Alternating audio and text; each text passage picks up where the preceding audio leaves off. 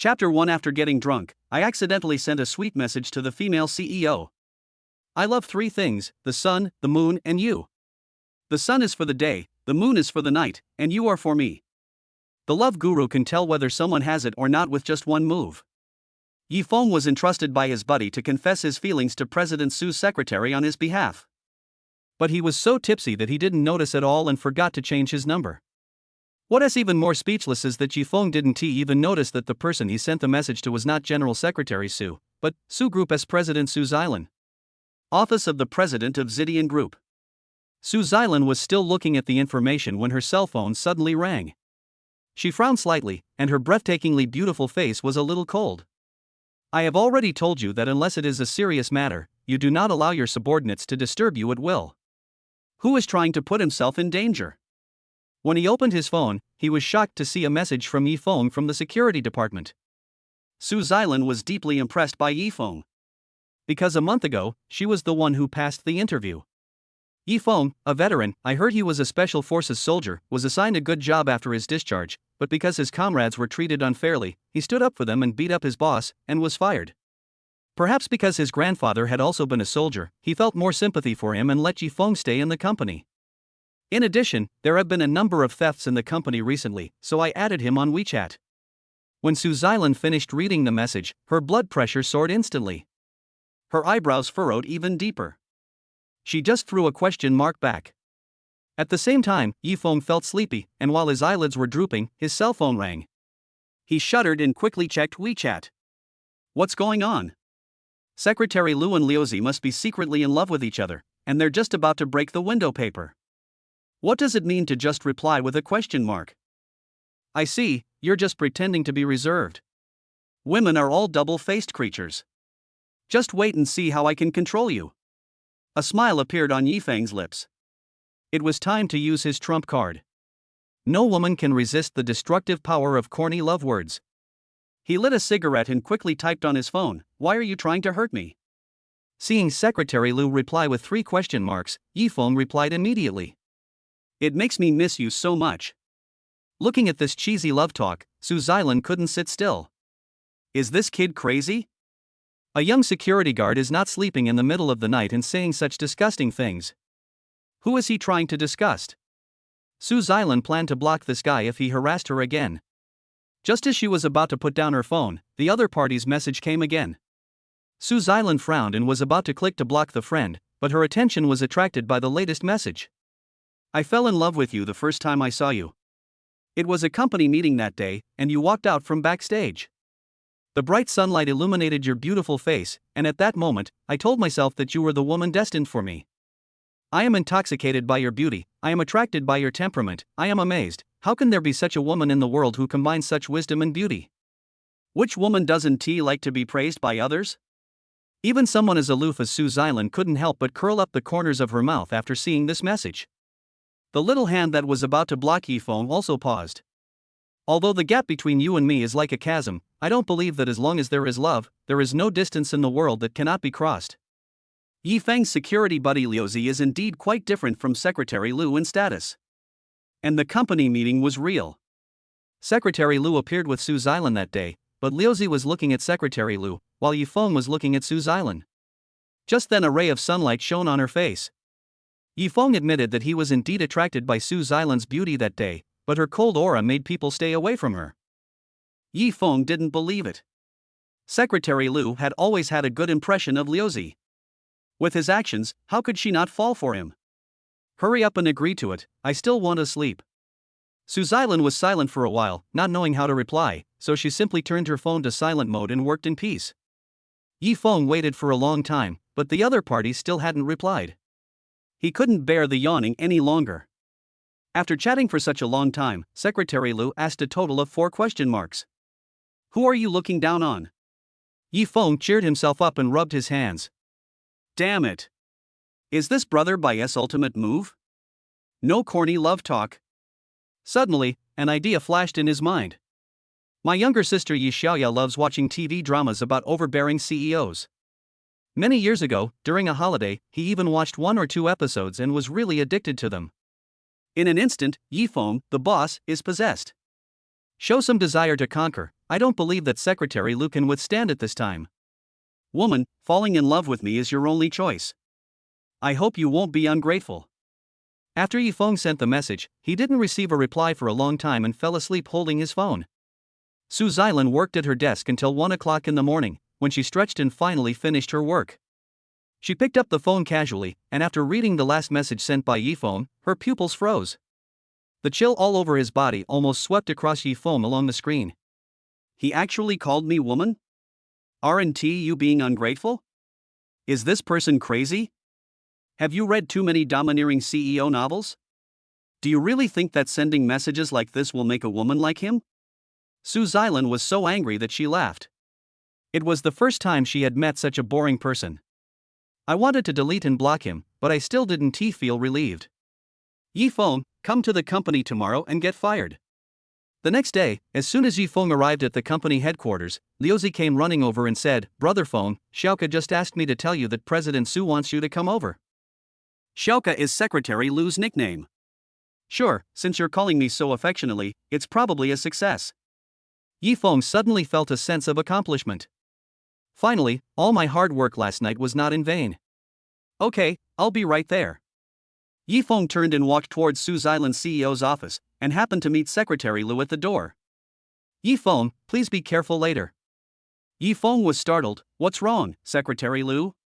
Secretary Lu shook his head and sighed. Boss Su seems very angry. Yifeng pursed his lips indifferently. This icy female CEO, although she looked so pretty, had a gloomy face all day long. It would be strange if she wasn't angry. It's okay. It's normal for women to have bad moods occasionally. Yifeng didn't take Secretary Lu's reminder seriously and pushed the door open and walked into Su Xilan's office. A few minutes ago, Su Xilan had a cold face and tapped the desk with her knuckles. She was really pissed off to death by Yifeng last night. I'm going to get you out today no matter what. Just as she was waiting for Yifeng, her cell phone suddenly rang. I took a look at the incoming call and saw that the note was Grandpa. When I picked up the phone, I heard the old man's voice on the other end. Xilan, you're not a child anymore. Even if you don't want to get married yet, you should find a partner first. I'm begging you, but you're still not okay? You're already 27. Grandpa's health has been getting worse every year. He was hospitalized a few days ago. You know that.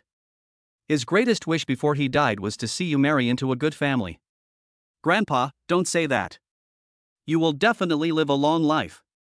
Su Xilan said with a complicated expression. I chatted with my grandfather for a few more words and then hung up the phone. Su Xilan felt a little guilty when she thought that the old man had really passed away and left with regrets. Or should we find someone to pretend and appease Grandpa? But who can I find? Just then, Yifeng pushed the door open and walked in. Boss Su, are you looking for me? Chapter 2 Yifeng, I promise to confess my feelings to you. Su Xilan's first reaction when she saw Yifeng was that her mind was full of the extremely low-level information from last night, and she couldn't help but roll her eyes. But the next second, a thought flashed through her mind. Since he needs someone to disguise himself and deceive his grandfather, isn't Yifeng the right person? However, she quickly dismissed the idea. She thought she was crazy. How could such a crazy idea appear in her mind? She would never resort to this measure unless it was absolutely necessary. After taking a deep breath, Su Xilan said, Well, I just wanted to ask how the recent theft case in your company is going. Su Xilan originally wanted to fire this guy directly, but then she thought, he is still useful, so she decided to keep him for now. At worst, I can fire Yifeng after a while when the old man is not so pressuring me to get married. After listening to Yifeng's report on the progress of the investigation, she let him leave. Su Xilan has never been single because she hates men. In her opinion, all men are bad. As it was almost time to get off work, my grandfather called again. As soon as the call was connected, a weak voice came from the other end. I only heard old Master Su say sadly, Xilan. Grandpa. I'm afraid I can't make it. I just checked and my health is very bad. What? Grandpa, why is this happening out of the blue? On the other end of the phone, Mr. Su winked at the doctor and said in a voice that sounded painful, Who knows? Or you can talk to Dr. Zhang. Dr. Zhang took the phone speechlessly. Mr. Su had just told him to cooperate with him in acting. This old man is really working hard for his granddaughter's marriage. Ahem. Dr. Zhang coughed lightly and took the phone. Miss Su, during the routine checkup just now, Mr. Su did have some heart problems. The examination revealed that he might have a heart disease. Heart disease? Right. Dr. Zhang glanced at Su Changhai, took a deep breath, and said, perhaps it's because the old man has some obsession that has caused his depression. If we want to make him feel better, we have to start from this aspect. After hanging up the phone, Su Xilan supported her chin with one hand. Heart disease, obsession. It seems that I really need to find someone to pretend to be my husband in order to make Grandpa feel better. After Yi Feng got off work, he received a call from his mother. Xiao Feng, go home quickly, right now. Mom, what's the hurry? What else could it be? Of course, I'm introducing you to someone. The blind date girl will be here soon. Lu Shumi continued to nag as usual. Look at Uncle Li's son from the Arms family. He's the same age as you and already has a baby this year. My son is so outstanding, he's sure to find a girlfriend. Okay, let's take a taxi back. Hurry up. Don't keep the girl waiting anxiously. After hanging up the phone, Yi Feng took a taxi back home in silence. As soon as I entered the house, I saw the woman's family of 3. The girl had been introduced to him by a matchmaker before.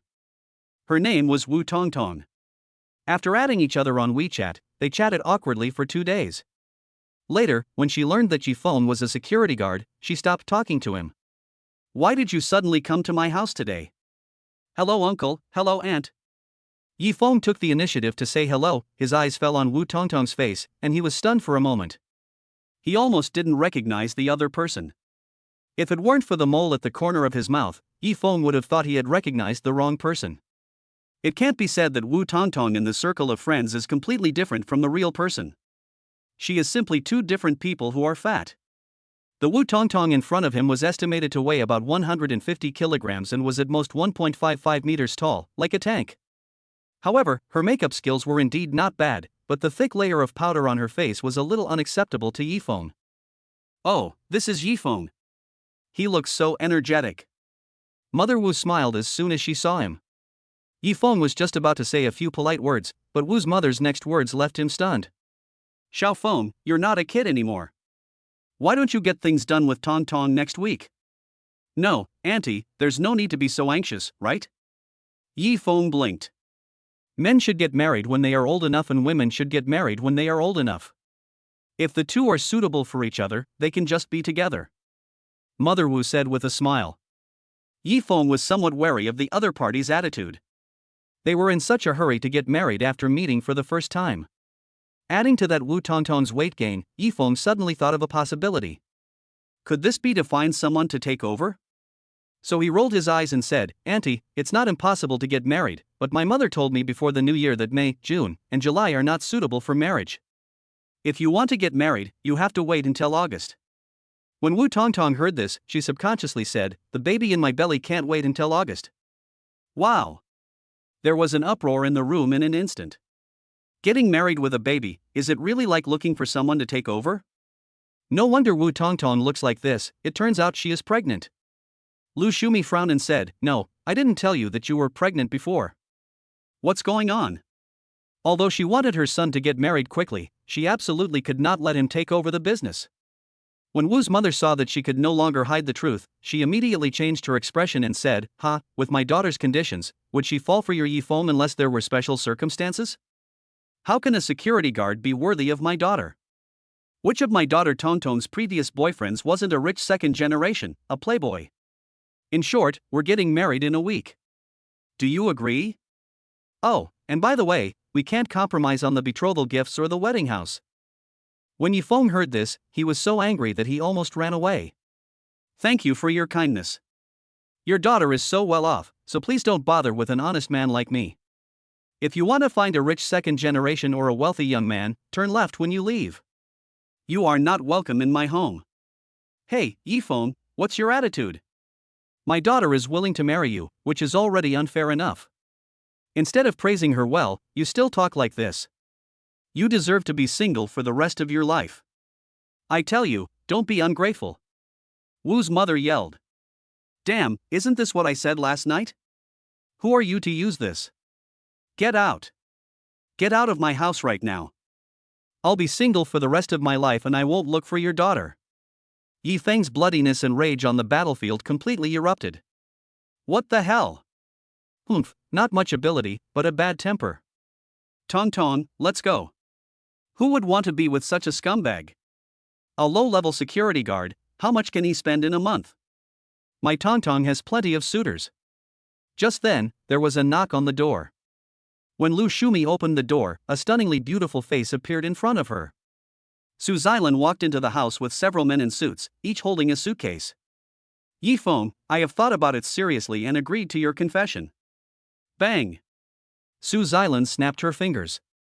The suitcases were opened one by one, and it was discovered that each suitcase was filled with $100 bills. Suddenly the room was so quiet that you could hear a pin drop. Chapter 3, Let Us Get Married Today. All these suitcases are filled with cash, which must add up to several million. Seeing this scene, Wu Tongtong was stunned. She rubbed her eyes and looked at Yi Feng blankly. Yi Feng was also confused at this moment. No, Mr. Su took the wrong medicine?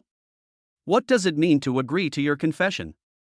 When did I confess my feelings to her? Before Yi Feng could react, Su Xilan suddenly stepped forward and asked, You said so many cheesy things last night, how come you forgot about it today? Yi Feng subconsciously took out his cell phone and took a peek. Buzz. Suddenly my brain was filled with blood. Oh my god, Yi Feng only realized at this moment that he had sent so many messages last night, and he actually sent them to Su Xilan by mistake using his own number. Yi Feng was about to explain when Su Xilan said directly, Yi Feng, my grandfather wants to see you now, come with me. Rather than looking at Wu Tongtong's face that was covered in foundation and looked snobbish, it was better to look at Su Xilan. So Yi Feng left with Su Xilan without saying a word. Seeing Yi Feng being taken away by a fair, rich and beautiful girl, Wu Tongtong's mentality collapsed. The rich second generation she had dated before could only drive a BBA worth hundreds of thousands of dollars, but this beautiful and rich woman could easily take out millions in cash. Wu's mother was also shocked. She had just mocked Yi Feng for a long time and said that he was from the lower class and couldn't find a partner. I was slapped in the face in minutes. Not only did he find a partner, but his appearance, figure, and background were all far superior to her daughter's. She felt ashamed to face Lu Shuming again and left Yi Feng's house in embarrassment, dragging her daughter with her. Yi Feng got into Su Xilan's Rolls-Royce Cullinan, but his heart still couldn't calm down for a long time. This matter must be made clear. Boss Su, actually last night. Su Xilan suddenly gave him a murderous look, don't mention last night again. If she had no other choice, she wouldn't just pick someone to pretend to be her boyfriend. Don't get me wrong, I didn't come to you to be with you. My grandfather is not in good health, and he wants to see me find a home. So the money is for you to act together. Seeing that Su Xilan did not misunderstand what happened last night, Yi Feng breathed a sigh of relief, but also felt a little disappointed. It turns out that the other person didn't like me at all. I don't need so much money.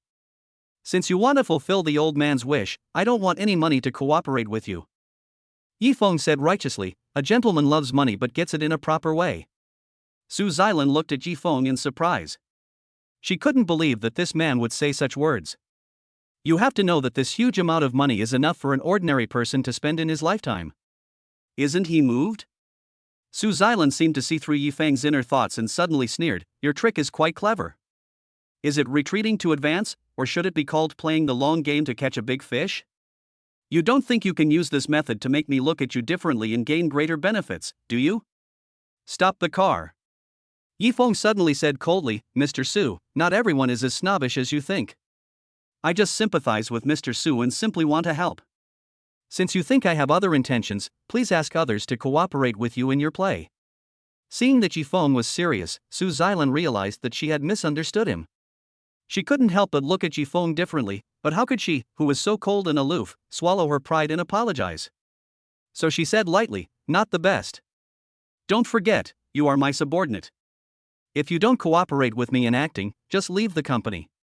At this moment, Yi Feng really couldn't leave the company. His mother was urging him to get married.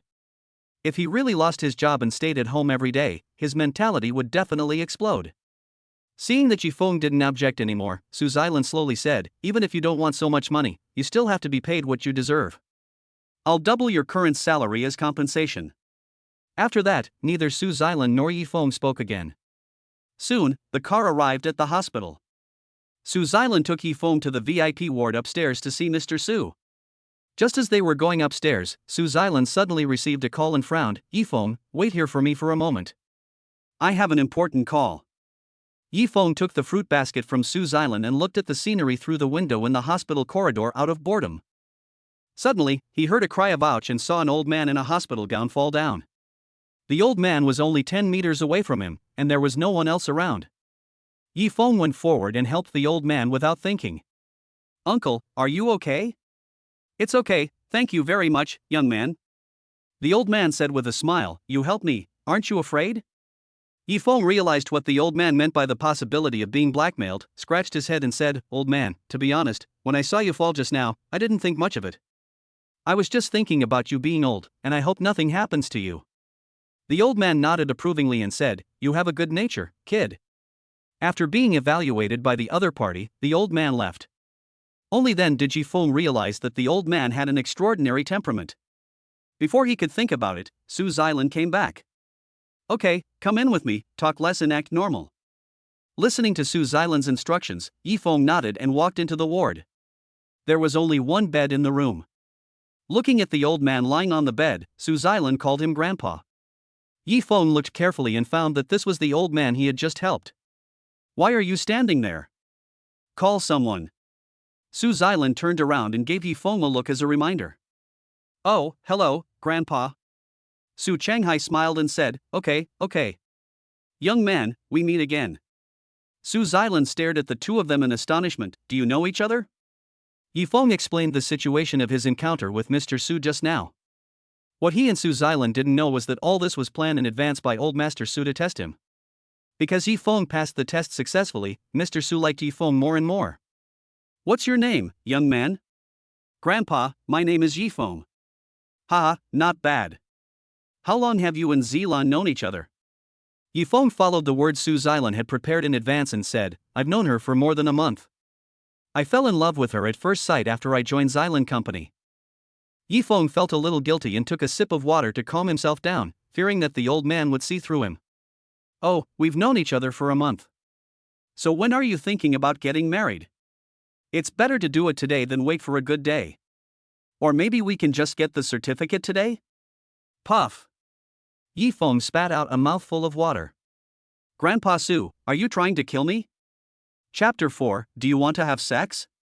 I object. Su Xilan spoke immediately. The objection is invalid. Su Changhai retorted without hesitation.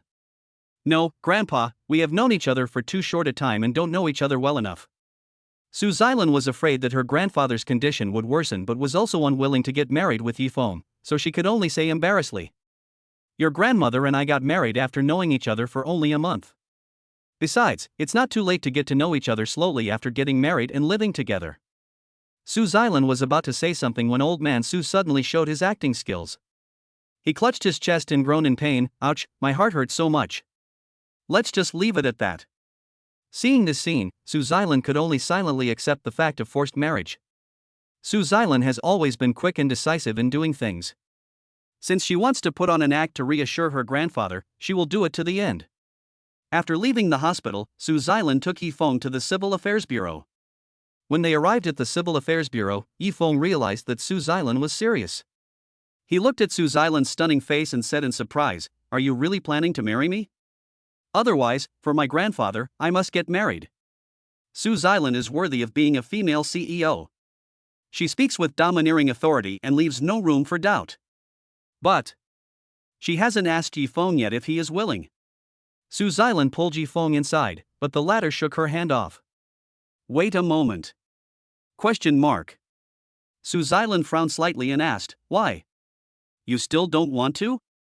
Suddenly a chill swept over me. To be honest, considering Su Xilan's looks and family background, it would be a bit ungrateful for Yifeng to say that he was unwilling. But the text message he sent was a misunderstanding at the beginning. Later, he accompanied her to the hospital because he heard that it could help Mr. Su, so he cooperated out of kindness.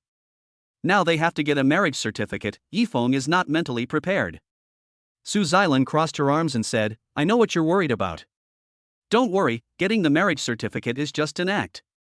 We'll separate in 3 months at most.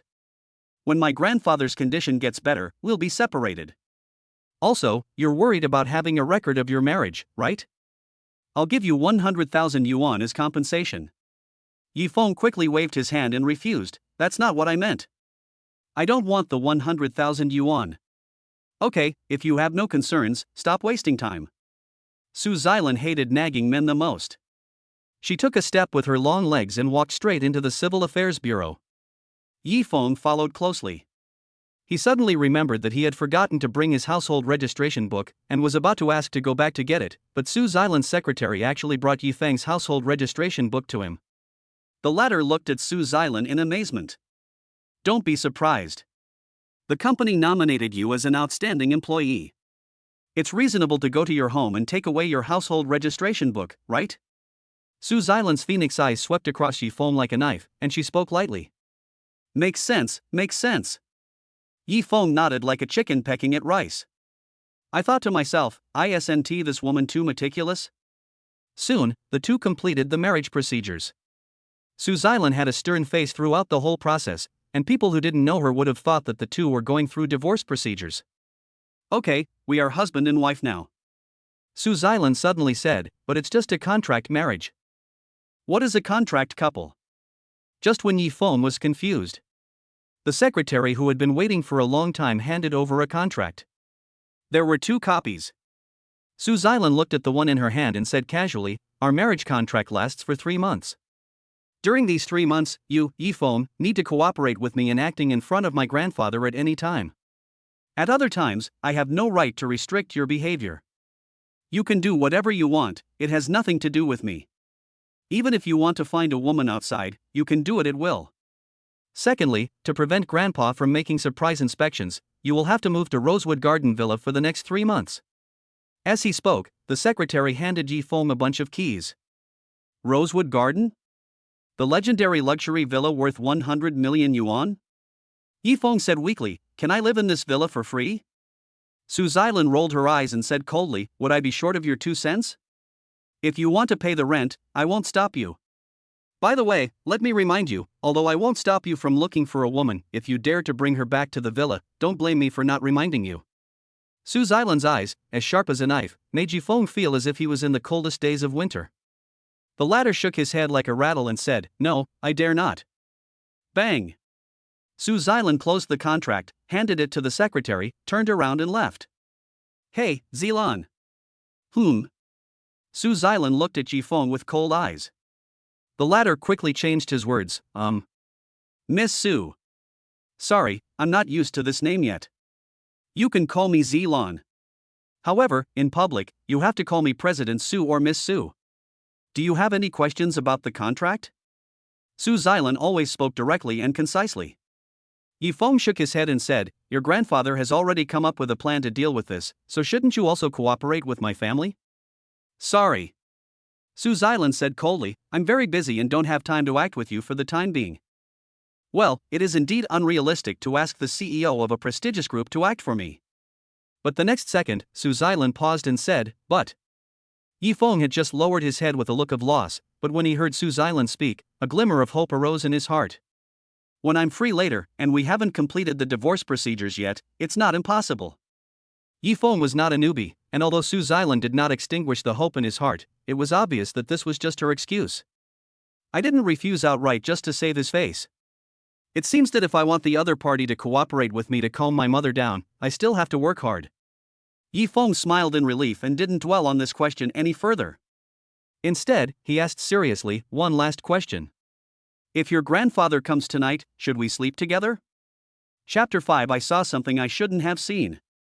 Oh, men. Su Xilan rolled her eyes in her heart. It is said that women are emotional creatures and men are rational creatures. When getting married, what women value is life. What men care about is sex life. Please keep the contract of marriage in mind. Su Xilan tapped her heart, you can't make me fall in love with you, so don't even think about touching me. Good. Yifeng clapped his hands and grinned. He asked this not because he was worried that he could not give Su Xilan stable happiness, he was still very confident in his abilities, but because Yifeng's ideas in this regard were actually a bit old-fashioned. He felt that true love should only exist between a couple who are deeply in love. Su Xilan didn't let him touch her, but instead coincided with his feelings. Asshole. Su Xilan's eyes flashed with anger. Since she was a child, there have been so many men chasing after her, each of them has his own unique skills. What kind of tricks has Su Xilan not seen? She could tell at a glance that the brat in front of her was speaking from the heart. He actually had no feelings for her. Su Xilan frowned, picked up her bag and left without even looking back. Yi Feng, who was left behind, sighed and returned home alone. When he opened the door, he was shocked to see a room full of dark people, so densely packed that he took a step back. Looking closely, they were all relatives. Xiao Feng, what's going on today? When Lu Shumi saw him, she immediately asked in a friendly manner. At a blind date, a cold beauty who looked arrogant threw out several million in cash and directly stuffed her son into the car and took him away.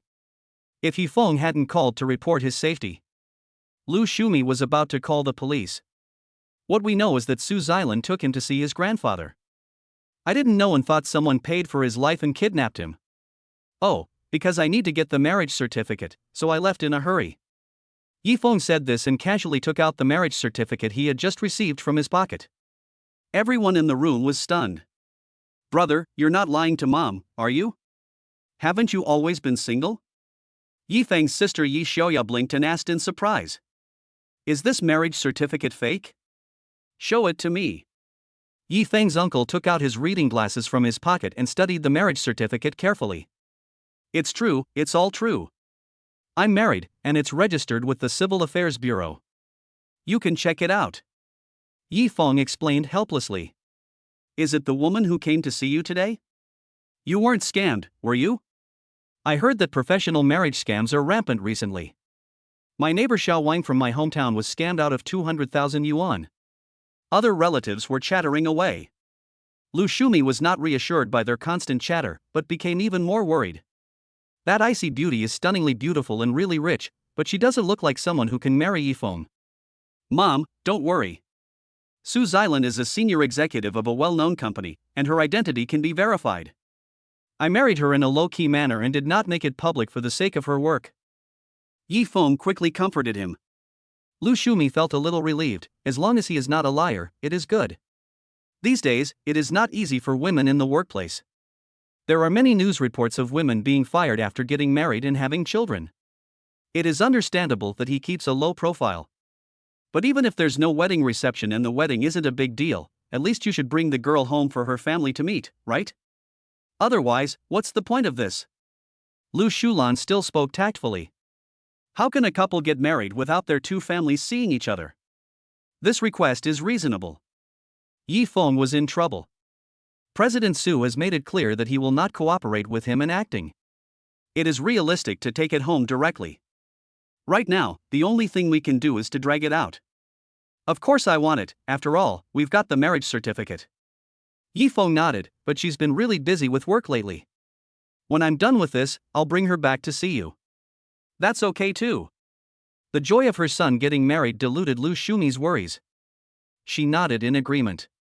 Then I'll pack my bags and move out with Xilan today. Her house is close to the company, so it's convenient for work. Yi Feng said that he was going to separate from his mother, and he couldn't help feeling a little reluctant. Oh, I've packed your luggage a long time ago. Lu Shumi dragged out a huge suitcase without saying a word. Ah. Yi Feng held back his tears before they could well up in his heart. No matter how busy you are at work, you must remember the important things in life. I'm anxious to have grandchildren. You're already married, so hurry up. Lu Shumi gave Yi Feng earnest advice and pushed him and his luggage out the door. By the way, take this card. There are so many people inside, I didn't dare to tell you. This is the money mom saved for you. The girl didn't ask for a car, a house, or a dowry when she married you. You should buy her the 3 golds and hardware items.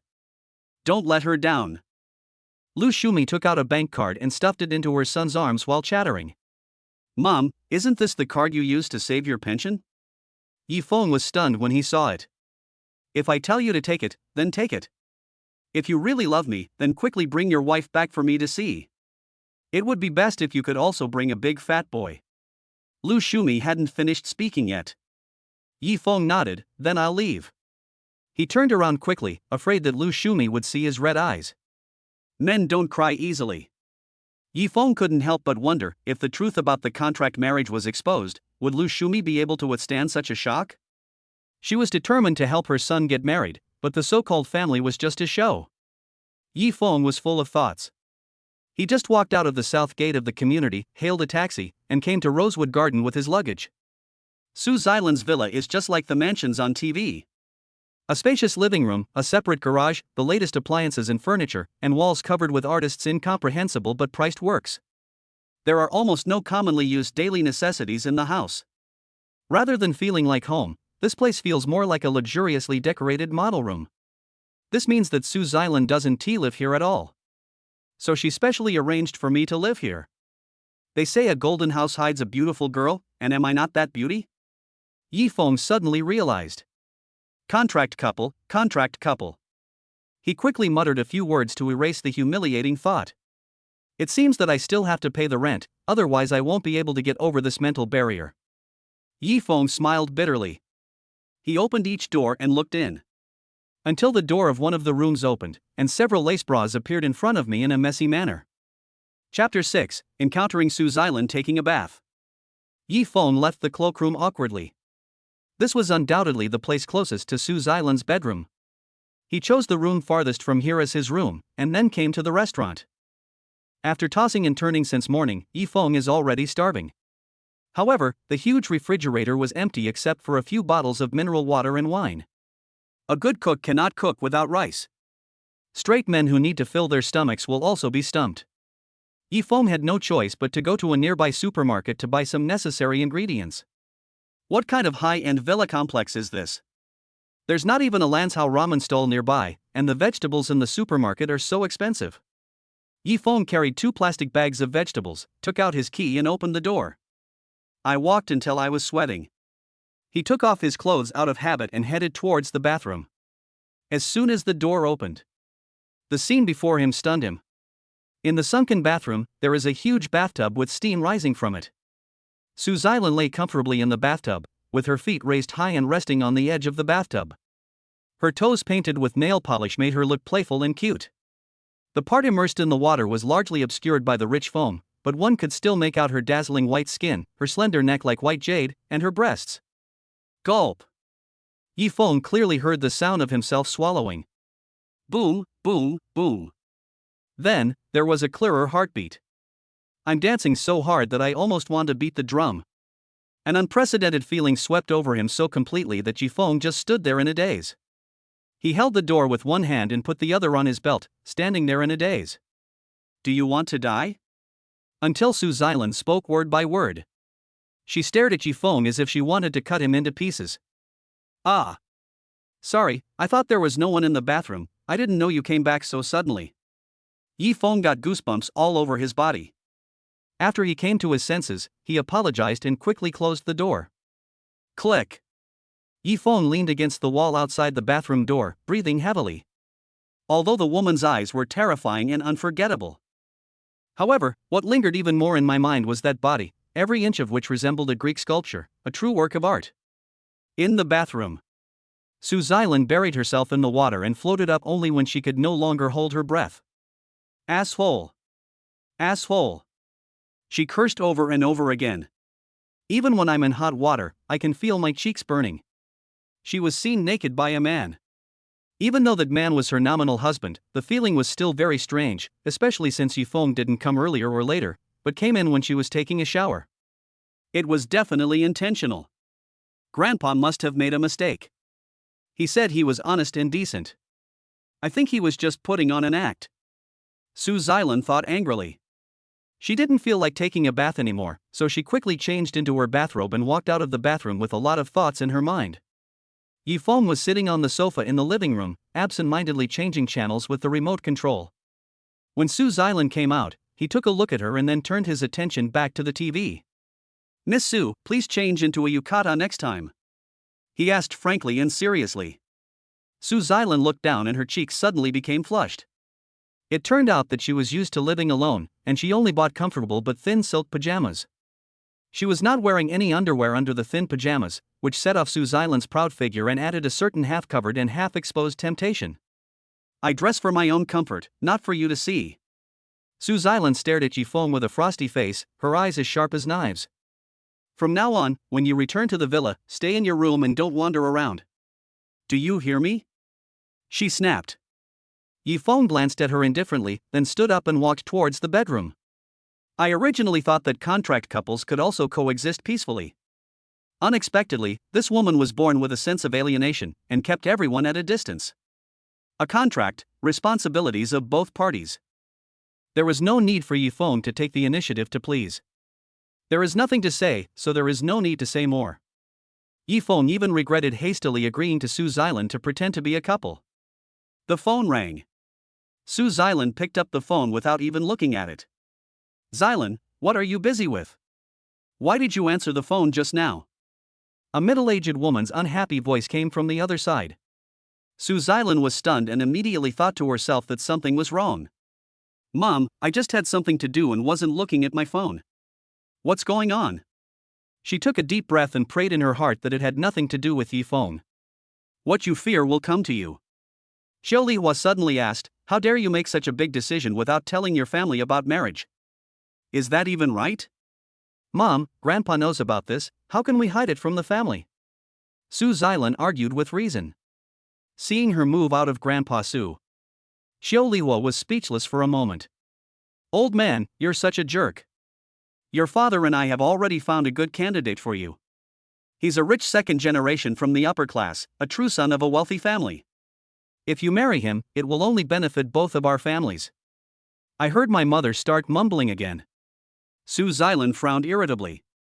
She knows who the blind date chosen by her parents is. The upper class circle is only so small. Su Xilan had also heard of the other party's name, and she was extremely unwilling in her heart. However, her parents only thought that after the marriage, the exchange of resources between the two families would allow the family to grow stronger and more prosperous, and they did not care about Su Xilan's personal wishes.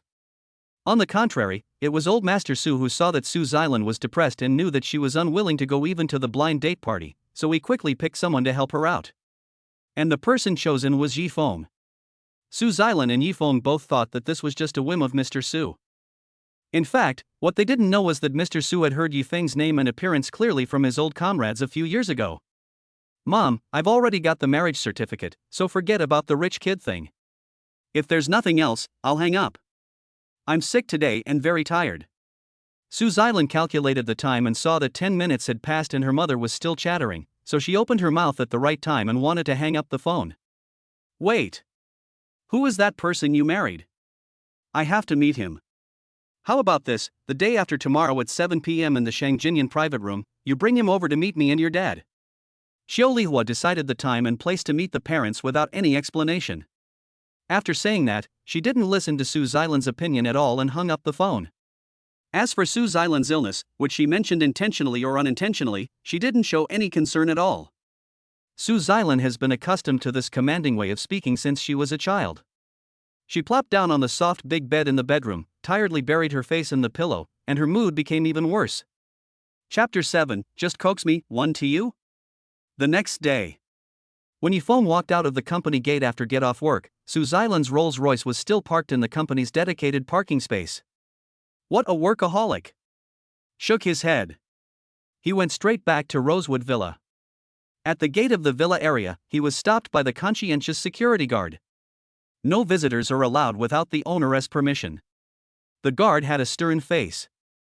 I live here, I have a key. Hey, where are my keys? Yifeng slapped his head. Practice makes perfect. When he went out in the morning, he habitually took his own key with him, but forgot the key to the door of Rosewood Villa.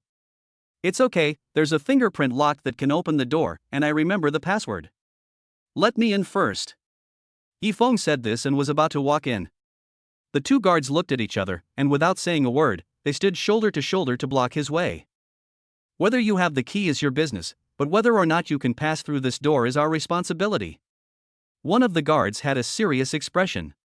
This is all a smart system. Either you take out your own access key or get authorization from the owner. Otherwise, even if you're the head of state, don't even think about getting in. Another guard said this with a serious face and a serious tone. As expected, the security in this high-end villa area is of high standards. No matter how much Yifeng tried to please him, he just refused to let him go. Yifeng had no choice but to send a message to Sue's Island.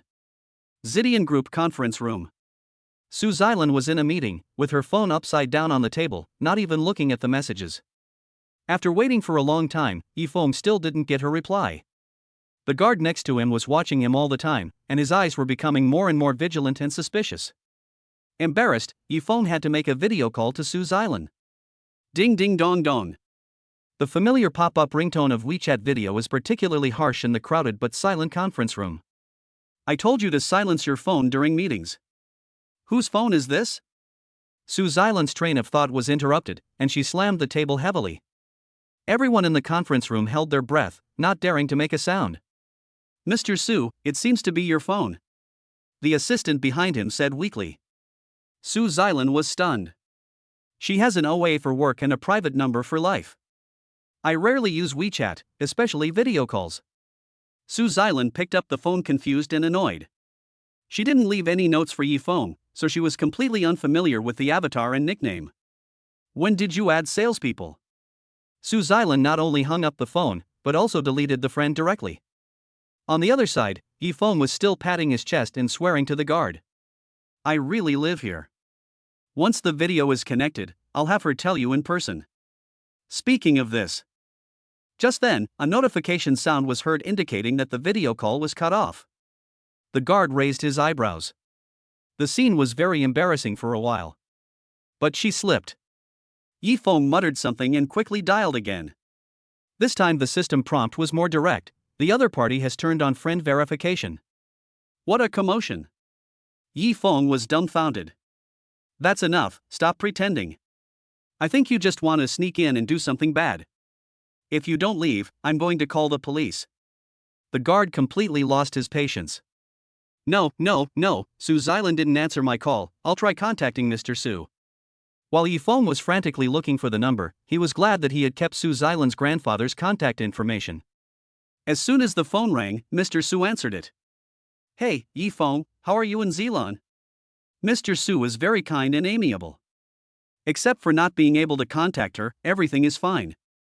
We agreed to live together, but now I can't even get through the door. Waiting from dawn to dusk will make even the most easygoing person lose his temper. Yifeng said it bluntly. What? She might be busy. Don't worry, I'll ask her to contact you right away. Mr. Su knows his granddaughter too well. However, he didn't know how many properties Sue's Island had purchased, so he had to call Sue's Island's cell phone again. In the conference room. The cell phone rang again. Sue's Island closed her eyes slightly, frowned, and clenched her teeth. The meeting room was so quiet that you could hear a pin drop. Anyone could tell that President Su was really angry because he was disturbed this time. Until she picked up the phone. Grandpa. Sue's Island took a deep breath. I'm in a meeting. You can't not answer your husband's call. He arrived at the villa complex, but he didn't have his key with him and was stopped at the door. The security guard almost thought he was a thief. Mr. Su said with a hint of blame. Husband? Sue's Island's eyes flashed. Only then did she remember that she was already married. I understand. I just need to call the property management to authorize it. Sue's Island said this and hung up the phone in a hurry. For fear of being too late, Mr. Su asked her to contact Yifeng directly, but she could no longer remember the boy's contact information. Boss Su, whose husband are you? I haven't heard you're married. A young woman nearby leaned over and inquired curiously.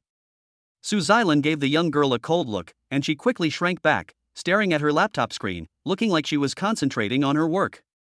She glanced at the others again. The raging gossip spirit in the conference room was instantly extinguished.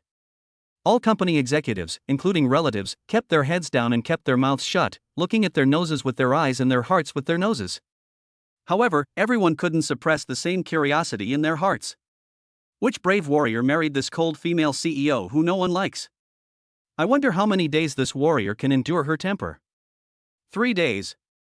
5 days. In private, they made bets with their fingers. Take me home. At 11 o'clock in the evening, Sue's Island got into the Cullinan, leaned back in the back seat and closed her eyes tiredly. Yes, Mr. Su. The driver started the car. Suddenly, Sue's Island, who was drowsy in the back seat, sat up straight. No, let's go to Rosewood Garden today. In her confusion, she suddenly remembered that she was already married. The driver was startled and didn't dare to ask more questions, so he turned around quickly. Because of yesterday's unpleasantness, Su Xilan ignored Yifeng as soon as she returned home. She was still waiting for Yifeng to apologize. Unfortunately, Yifeng was a very straight man. Seeing that Su Xilan ignored him, he rushed into the kitchen. Su Xilan looked at Yifeng several times, but the other party was busy. President Su pouted and looked very unhappy. A day's work was hard enough, and now I had to go into a cold war with Yifeng. That stinky man didn't even know how to take the initiative to comfort me. Just when she was unhappy, Yifeng suddenly came over with steaming hot food. Chapter 8, Stinky Man, the foxtail is finally exposed. It smells so good. Su Xilan couldn't help but blurt out, and she regretted it after she said it. They were still in the Cold War period, so how could she praise Yifeng? She quickly pulled a little face and said, "Don't get me wrong, I mean the perfume I bought today smells good." Although Su Xilan is a strong woman, her acting skills are too poor. Yifeng did not expose her, but handed her a pair of chopsticks and said, "Eat quickly, don't let it get cold." Su Xilan picked up the dish with chopsticks and took a bite, and suddenly her eyes turned red.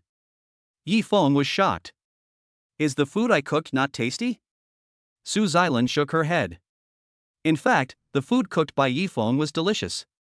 She cried because her parents were busy with work since she was a child. When Su Xilan was 12 years old, she went to a classmate's house for a meal. Although her classmate's family didn't have a lot of money, she was very envious of the scene of the family happily having a meal together. The scene before her only brought back her memories. Suddenly Su Xilan asked seriously, "Yifeng, can I make a request of you?" Yifeng sat up straight in a hurry. What request? Can you cook me another meal tomorrow?" "Ah." Yifeng was stunned for a moment. He thought that a female CEO like Su Xilan would say something very important in such a serious manner, but he didn't expect it to be such a simple request. Yifeng smiled and said, "What's so difficult about this? As long as you like it, you can make it every day." After dinner, it was almost 12 o'clock, and Su Xilan wanted to help Yifeng clean up the dishes. But as soon as he stood up, he felt a pain in his lower abdomen. Hearing the groan, Yifeng subconsciously turned around. I saw Su Xilan squatting on the ground with her brows tightly furrowed. The collar of the pajamas was stretched open, and from Yifeng's perspective, the scenery inside was clearly visible. Half of my soul was sucked away.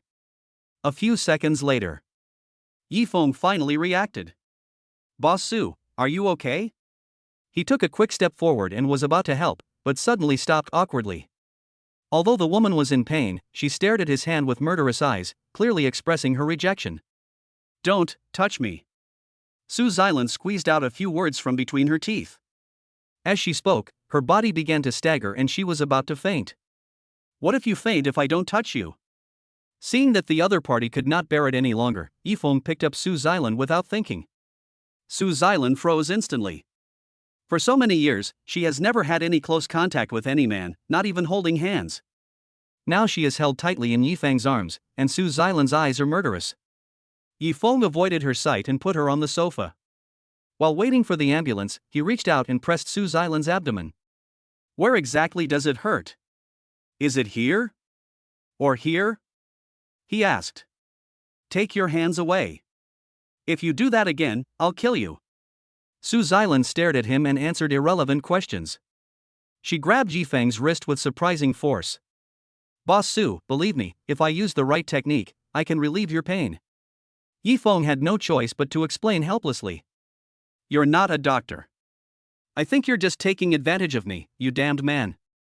Su Xilan's eyes were blazing with fire. However, no matter how she refused, the next second, the severe pain in her abdomen made her scream, let go of Yifeng's hand, curled up and hugged her stomach tightly. Beads of sweat the size of beans kept rolling down her cheeks. Her face was pale. Even so, she gritted her teeth and refused to seek help from others. This woman's willpower is no less than that of a warrior. Yifeng sighed in his heart. He looked at Su Xilan's extremely painful expression, and finally couldn't bear it, so he pressed his palm on her abdomen again. "Here? Or here?" Yifeng's palm was moving on Su Xilan's belly. "Press firmly from time to time." Ouch! When he pressed a certain spot on the upper right abdomen, Su Xilan screamed. "It looks like this is the problem. Acute cholecystitis is the most likely cause. You've been eating irregularly for a long time, and you ate so much today. It would be strange if you didn't get sick. Su Xilan didn't say anything. However, from her expression, it can be seen that Yifeng's guess is not wrong. I'll give you a massage, you'll be fine soon. Yifeng said this, rubbing his hands together to warm them up, and placed them on Su Xilan's belly again. Su Xilan wanted to refuse, but her body disagreed. Yifeng massaged gently. Slowly, Su Xilan's posture changed from curled up to lying flat. The pain was significantly relieved. Yifeng's massage was even somewhat comfortable. Do you know massage? Su Xilan looked at him, and the hostility in her eyes eased a little. On the battlefield, medicines were often in short supply. An old military doctor taught us some traditional Chinese medicine methods. Yifeng simply said. After returning to a normal life, he no longer wanted to talk about those war-torn days. Su Xilan didn't ask any more questions. The two of them were quiet, one lying flat and the other getting a massage. However, Su Xilan noticed it out of the corner of her eye. Yifeng didn't look at her face, his gaze naturally lingered on her body. Especially those long, straight legs. Damn man, he finally took advantage of the opportunity to massage me to satisfy his eyes. The fox finally showed his tail. Su Xilan cursed inwardly. After the pain disappears. That feeling of rejection came back again. I'm no longer in pain, take your hand away. She suddenly said coldly. Yifeng was stunned. But the massage treatment isn't even over yet. He said. But you make me feel uncomfortable. Su Xilan said bluntly. Okay, then you have to pay special attention to your diet these few days. Maintain a light diet. You can only drink rice soup tomorrow. Yifeng warned. He didn't notice at all. Su Xilan's eyes gradually softened. The Su family has strict family education. When she was a child, Su Xilan also longed for such ordinary family conversations. Until I grew up, I completely gave up the idea. A long-lost sense of intimacy came over me. But the next second, Su Xilan was furious. Didn't they agree to make a big meal? Why did they change it to rice soup? I don't like rice soup. Can you make braised pork? Su Xilan was so greedy for Yifeng's braised pork today that she almost bit off her tongue. You are a female CEO, yet you are picky about food? Yifeng asked in surprise. What's wrong with the female president? Can't the female president have her own favorite food? Yifeng, can we not drink rice soup tomorrow? No. You can't eat greasy food anymore. You have to drink rice water for at least 3 days. You. Su Xilan held her breath, turned around and went back to her room. In the bedroom, Su Xilan became more and more angry. Why should he control me? How much and what I eat should he control? Who does he think he is? Does he really think he is my husband and controls me? Chapter 9. Take off your clothes. The next day was the weekend, and it was also the day Su Xilan and her parents agreed to take Yifeng to meet. At 8 o'clock in the morning, Su Xilan finished her morning run, took a shower, and said to Yifeng, pack up and come out with me later. I'll go change clothes now, it will be quick. Yifeng was halfway through his breakfast, holding his chopsticks with a question mark in his mouth. Men understand things very quickly, obviously differently from women. Yifeng waited for more than 2 hours and was so bored that he began to doze off before Su Xilan leisurely walked out of the cloakroom. But when she appeared, Yifeng's eyes lit up. After taking off her professional suit, Su Xilan put on a light-colored slim-fitting blue dress. The elegant and expensive fabric made her skin look even whiter. Only her slender neck and soft earlobes were embellished with thin chains and diamond earrings, which was simple and elegant. With his elegant aesthetics and gentle and tranquil temperament, he is completely different from the usual general manager Su. Get in the car. Su Xilan glanced at Yifeng briefly and walked straight towards the Rolls-Royce waiting outside the door. Yifeng followed in confusion. Where are we going? After getting in the car, he saw that Su Xilan had no intention of explaining, so he had to ask himself. Have a meal. Su Xilan's words are concise and to the point. Where are we going to eat? Go to the Jean banquet.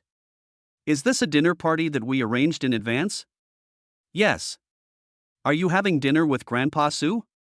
No. Yifeng asked a question and Su Xilan answered it. Seeing her cold look, she didn't want to say a single word. Yifeng simply stopped asking. He looked to the left, Su Xilan looked to the right, and the distance between them was as far as possible. It was silent all the way until we were almost at the banquet. Yifeng. Su Xilan suddenly turned around and called his name. Kindness? Yifeng looked back in surprise. Take off your clothes, now. Su Xilan stared at him and calmly uttered a few shocking words. Yifeng was stunned. He looked at Su Xilan. Su Xilan looked serious, not joking at all. He looked at the driver again. The driver held the steering wheel tightly with both hands and stared at the windshield intently. If he hadn't freed his hands to cover his ears, he would have closed his ears anyway. Boss Su, this isn't right. Although this car is really comfortable and private, my grandfather isn't someone with such bad tastes. The first time is very important, so we should do it in a more appropriate place. Yifeng coughed twice and said seriously while sitting upright. After hearing his words, Su Xilan was also stunned. Is there nothing clean in your head? She questioned, frowning.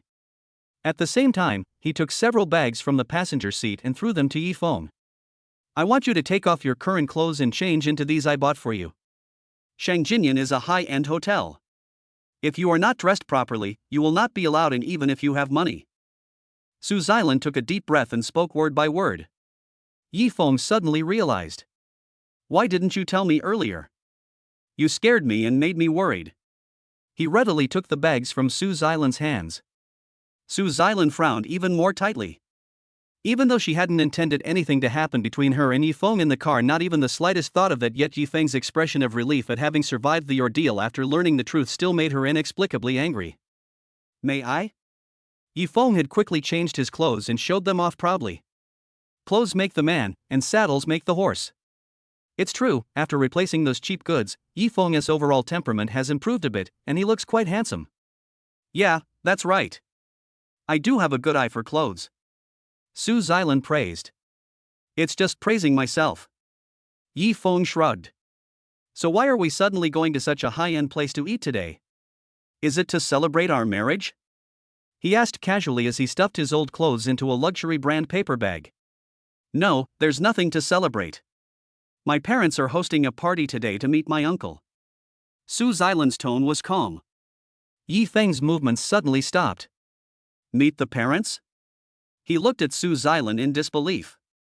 Shouldn't you have informed me in advance for such a formal occasion and meeting? I didn't even buy a gift for the meeting. No, just going to meet him. Su Xilan waved her hand indifferently. I've met them. I've let them know that I have a legally recognized husband. That's all. They'll stop me from having to deal with unnecessary things. Su Xilan's voice dropped before she finished speaking. Yifeng nodded. As for the meeting gift, they won't look down on anything you can bring. It's better not to bring any. Don't worry about it. Su Xilan raised her voice again and spoke. Okay, I'll listen to President Su. Yifeng remembered the bank card Lu Shumi had handed him when he was leaving. There should be more than 80,000 yuan in the card. Less than 100,000 yuan was all Lu Shumi could give him after saving money over the years. He wanted to use it as a betrothal gift, but it wasn't even enough to cover the price of a belt that Su Xilan bought for him. Thinking about the so-called meeting gift, Yifeng felt relieved. Su Xilan's words were direct, but they were true. A meeting gift should either be thoughtful enough but convey much sentiment. If you don't even have time to show your thoughtfulness and buy something at the last minute that may seem cheap to the other parent, it's better not to give anything. Remember our contract. You must act to the end and always listen to my hints. Also, in front of my parents, you can't keep calling me President Su. You must call me Xilan and show your intimacy. After getting out of the car and walking into the gate of Shangjinyan, Su Xilan did not forget to repeatedly remind Yifeng. Yes, I remember everything President Su told me. Yifeng responded perfunctorily, and the two of them took the elevator upstairs. The elevator goes directly to the private room. The moment the elevator door opened, Yifeng suddenly reached out and held Su Xilan's delicate little hand. Open. Su Xilan's eyes suddenly froze. She instinctively resisted being touched by a man. Act to the end, be authentic enough to make others believe it. This is what you just said, have you forgotten? Yifeng reminded in a low voice. Su Xilan was stunned. Outside the elevator door, the restaurant manager was waiting to greet guests in person. Miss Sue, thank you for your presence. I'm sorry for not welcoming you in person. Welcome to the Showdown banquet. He greeted skillfully. Then he was suddenly speechless. The restaurant manager's gaze slowly moved from Yifeng beside Su Xilan to their hands clasped together. He was dumbfounded. Su Xilan, the boss of Zidian Group, was the most famous iceberg beauty in the city. Rumors spread that she was like a fairy and looked down upon any man. Now she is eating French food hand in hand with a man. The restaurant manager even forgot that Yifeng was also a guest and forgot to give him a welcome speech. Chapter 10: Falling Out with Parents for Yifeng. Have my parents arrived yet? Su Xilan glanced at him indifferently, knowing what he was surprised about. Without explaining, she still let Yifeng hold her hand and asked him coldly. Here we are. We're already in the private room. Come this way. Although there was only one corridor leading directly to the private room, the restaurant manager still upheld his responsibilities and led the two to the room at the end. The entire corridor is magnificent, with thick carpets that feel very comfortable to walk on. Su Xilan secretly glanced at Yifeng beside her. When a person suddenly walks into a space that does not belong to his or her own class, regardless of gender, he or she will normally appear awkward and try to deliberately hide the tension of awkwardness. However, Yifeng held his head high and strolled leisurely, looking completely comfortable. This made Su Xilan feel satisfied. In the private room, a large rotating round table. There were already 3 people sitting at the table. A middle-aged couple dressed elegantly, and the arrogant young man sitting on the side seat. When Su Xilan and Yifeng walked in, they were talking and laughing. Dad, Mom, I'm here. Su Xilan put down the handbag in her hand and greeted. It's a family gathering, just chatting with family. There's no need to bring a personal bodyguard. Just have him stand at the door. The young man smiled at Su Xilan, but didn't even look at Yifeng, who was standing next to him. Song Jun, he's not my bodyguard. He's my husband. Su Xilan replied to him with a straight face, but stood closer to Yifeng, as if asserting her sovereignty. The atmosphere of chatting and laughing in the private room was instantly wiped out. Su Xilan's parents and the young master Song Jun, 3 gazes like knives fell on Yifeng's face. Ahem, hello uncle, hello aunt, and this guy. Yifeng looked at Song Jun, then turned around and asked Su Xilan in a voice that everyone could hear, who is his relative to you? I'm not Xilan's relative. I said this is a family gathering because I'm her fiancé. You're an outsider, get out. Song Jun's face looked unfriendly and his tone was full of hostility. He seemed eager to get Yifeng away from Su Xilan. Fiancé? Yifeng looked at him in surprise, then tapped his nose. You are her fiancé, then what am I? I don't care who you are, get away from Xilan right now. Song Jun shouted impatiently. That won't do. I'm Su Xilan's husband. It's my responsibility to accompany and protect her. Oh, Xilan and I have a certificate, a stamped certificate issued by the Civil Affairs Bureau. Is it your words or my right to claim it? He immediately showed his trump card, registering with the Civil Affairs Bureau and obtaining a certificate legally. Song Jun's nose was about to be crooked with anger. Su Xilan's parents' expressions became increasingly grim and ugly. Xilan, you are too willful. Even with Grandpa's support, you can't treat marriage as a joke. The Song family's son is handsome and has a good family background. He has been pursuing you for so many years. How could you let him down like this? Su Xilan's father, Su Boyuan, snorted coldly and started to blame. I fell in love freely and got married naturally. Everything happened naturally. How can that be considered willful? Su Xilan was neither humble nor arrogant and argued with reason. Su Boyuan and Xiao Lihua looked at Yifeng with contempt, without listening to what she said at all, and both shook their heads. How can we, as parents, not understand your little tricks? You just picked up some brat from somewhere and wanted to use him as a shield. He lied to us and said he had an ID. Where's the ID? He definitely can't produce it. Manager Bai, get the restaurant security to come in and kick this guy out. Su Boyuan called out loudly to the restaurant manager outside the private room. The security guards rushed in. Bang! Su Xilan opened her bag and actually slapped the marriage certificate on the table. The private room suddenly fell silent. The next second, Su Xilan shouted at the security guard, Everyone, get out. This is my husband. If anyone dares to touch him, just try. Su Xilan's aura is fully on display. How could the restaurant security dare to take action? They all looked at the restaurant manager. The manager could only look to Su Boyuan and his wife for help. The scene was chaotic for a while. Yifeng rubbed his nose and smiled bitterly. I should have known that being a contract couple with Su Xilan wouldn't be that easy. It's only been a few days and Mr. Song, the well-known heir of the Song group in Yunqing, has been cuckolded. Now that his contract with Su Xilan is over, it will be difficult to clean up the mess.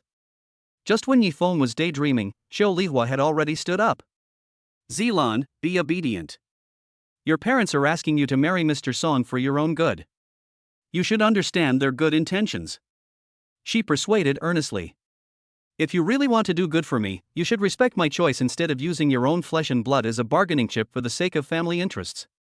Su Xilan hit the nail on the head without mercy. Xiao Lihua looked like a cat that had been stepped on, and her face turned ugly. There are some things that everyone knows. But you can't say it openly. Old Su, I can't take care of this daughter anymore. You have to take care of her. This is really outrageous. Xiao Lihua sat back in her seat, crossed her arms, and stared at the ceiling angrily. Xilan, look how mad you've made your mother. Why don't you apologize right away? Su Boyuan said sternly with a sullen face. Okay, tell me where I went wrong and I'll apologize right away. Su Xilan stiffened her neck. Yifeng finally understood how she developed her vigorous and decisive style that made her a powerful figure in the company and above thousands of people. The aura of Su's parents made even the security guards tremble. Su Xilan probably grew up in this kind of high-pressure environment. She confronted her parents and refused to give in. The atmosphere was about to become heated. Song Jun quickly stood up and sent the restaurant manager and the security guards away. He then comforted Su Boyuan and Xiao Lihua, uncle and aunt, don't be angry with Xilan. I know that no matter how tough she acts, she is still a well-behaved and filial little girl deep down. Girls are always willful.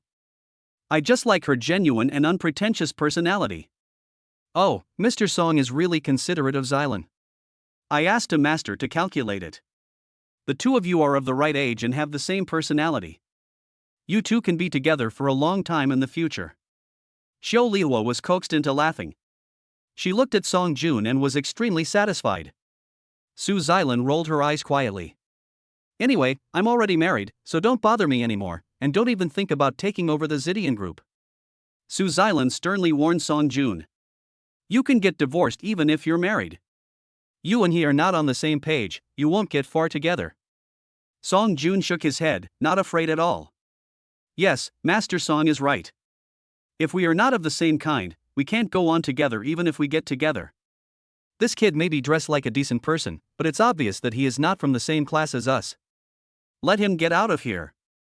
We will let bygones be bygones. Xiao Lihua changed her tone and gently persuaded Su Xilan. He's here when I'm here, and I'll leave when he leaves. Su Xilan also replied calmly. You. Xiao Lihua pointed at her nose, her fingers trembling. Auntie, forget it. Just think of it as Su Xilan bringing a pet dog. I can afford an extra mouth to feed. Song Jun was afraid that the topic would become deadlocked, so he moved closer to Xiao Lihua and spoke in a low voice. After his persuasion, Xiao Lihua finally gave in and put down her hand angrily. Let's order. Song Jun called the restaurant manager in and winked at him. The Su couple and Song Jun are regular customers of this high-end French restaurant. Just one look and the restaurant manager will understand. Not only did he quickly call over a blonde, blue-eyed foreign waitress, but he also handed her a menu written entirely in French. Guests please first. Song Jun smiled. The implication is that except for Yifeng, the rest are all family members. Chapter 11 Su Xilan's First Kiss. Yifeng was not allowed to refuse. The waitress cleverly stuffed the menu in her hand under Yifeng's nose without saying anything. Good evening, sir. Welcome to our restaurant. Here is the menu, may I take your order, sir? She asked with a smile. He speaks standard English. The restaurant manager looked at Song Jun. A barely perceptible smile appeared on Song Jun's lips, and he nodded slightly to him. Su Xilan saw all of this. She understood immediately. Song Jun deliberately wanted Yifeng to embarrass himself in such an occasion. In his opinion, Yifeng, who was born in a humble family, would definitely not be able to communicate with the waiters in English as proficiently as he did. Su Xilan frowned slightly. I am extremely disgusted with Song Jun's scheming and behavior. However, this also made her realize for the first time the educational gap caused by social class. Su Xilan sighed in her heart. Yes, I would like to order some authentic French cuisines. Can you give me some recommendation? Suddenly, a string of fluent and standard English came out of Yifeng's mouth. Su Xilan opened her eyes wide, unable to hide her surprise. Song Jun made a clear tisk sound. He immediately winked at the waitress again. Sure, sir. Voulez-vous un petit apéritif? The waitress switched languages skillfully. Xilan, what would you like to drink? After hearing this, Yifeng immediately asked Su Xilan like a gentleman. Su Xilan stared at him with wide eyes. For a moment I forgot to answer. I personally prefer KIR, which originated in Dijon, Burgundy, and has been popular since the 1950s. But for ladies, I still recommend Aligote. It has a lighter taste and balances out the sweetness of the blackcurrant liqueur. What do you think? Yifeng asked calmly. It's up to you to decide. After a brief moment of surprise, Su Xilan came to her senses and replied with a smile. Sir, your French is very authentic and you know a lot about French cuisine. Have you ever lived in country F? After ordering the dishes, Yifeng's fluent English and French impressed the waitress. The layman watches the excitement, while the expert watches the details. She found that she was not as knowledgeable as Yifeng and only thought of him as a food connoisseur. It could also be because I have a very good friend from country F. Yifeng seemed to be making it up, but it also seemed to be true. After we took our order, the waiter left. Su Boyuan and his wife and Song Jun were still in a state of shock. Mom, Yifeng is pretty good, right? Su Xilan was proud of Yifeng's performance and asked with some pride. He only knows 2 more languages. Even if he knows 8 foreign languages, he still can't marry into our Su family. Xiao Lihua was the first to come to her senses, her face flushed with anger, and she spoke without hesitation. Aunt, please don't say that. I know I'm very poor compared to the Su family, but I'm sincere to Xilan. I will work hard to make money and give her happiness that money can't bring. Yifeng is affectionate. Su Xilan watched him act from the side, trying hard to resist the urge to roll her eyes. Song Jun rolled his eyes without any concealment. How's it going? My acting is pretty good, right? After Yifeng finished his performance, he took the opportunity to eat and moved closer to Su Xilan and asked in a very low voice. He looked quite pleased with himself and happy with his acting. It's okay, but it's not enough to convince my parents to give up completely. I need to increase the stakes. Su Xilan replied calmly. Increase the stakes? Yifeng was stunned. They discussed in whispers. From the perspective of Su Boyuan and his wife and Song Jun who were sitting opposite them, the 2 of them seemed to be very close and affectionate with each other.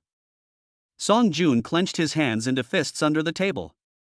Young man, you are too naive. No matter how nice your words are, my wife and I will never agree to this marriage. A toad will never get to eat swan meat. Su Boyuan said in a deep voice, as if he had come to a conclusion on the matter. Yifeng's mind flashed. At this moment, he suddenly understood the increase that Su Xilan had not explained just now. Understanding what Su Boyuan meant, Yifeng grabbed Su Xilan's shoulder after he finished speaking. Boo! He turned his face to the side and pressed his lips against Su Xilan's forehead. Su Xilan froze. She asked Yifeng to escalate the situation, meaning to make his confession even more cheesy. Who knew he would suddenly offer a kiss? Chapter 12 The Scumbag Who Made Me Pregnant. Su Xilan's face instantly flushed. Under the dim light of the private room, it looks bright red. It doesn't seem like she's angry, but more like she's shy. Yifeng shrugged and looked at the 3 people in front of him. Although he said nothing, his expression seemed to be saying, hasn't the toad already eaten the swan meat? Silence. There was silence for several minutes. Even Su Xilan didn't dare to speak. She had never seen such anger on her parents' faces. Pop. Song Jun slammed the wineglass in his hand heavily on the table.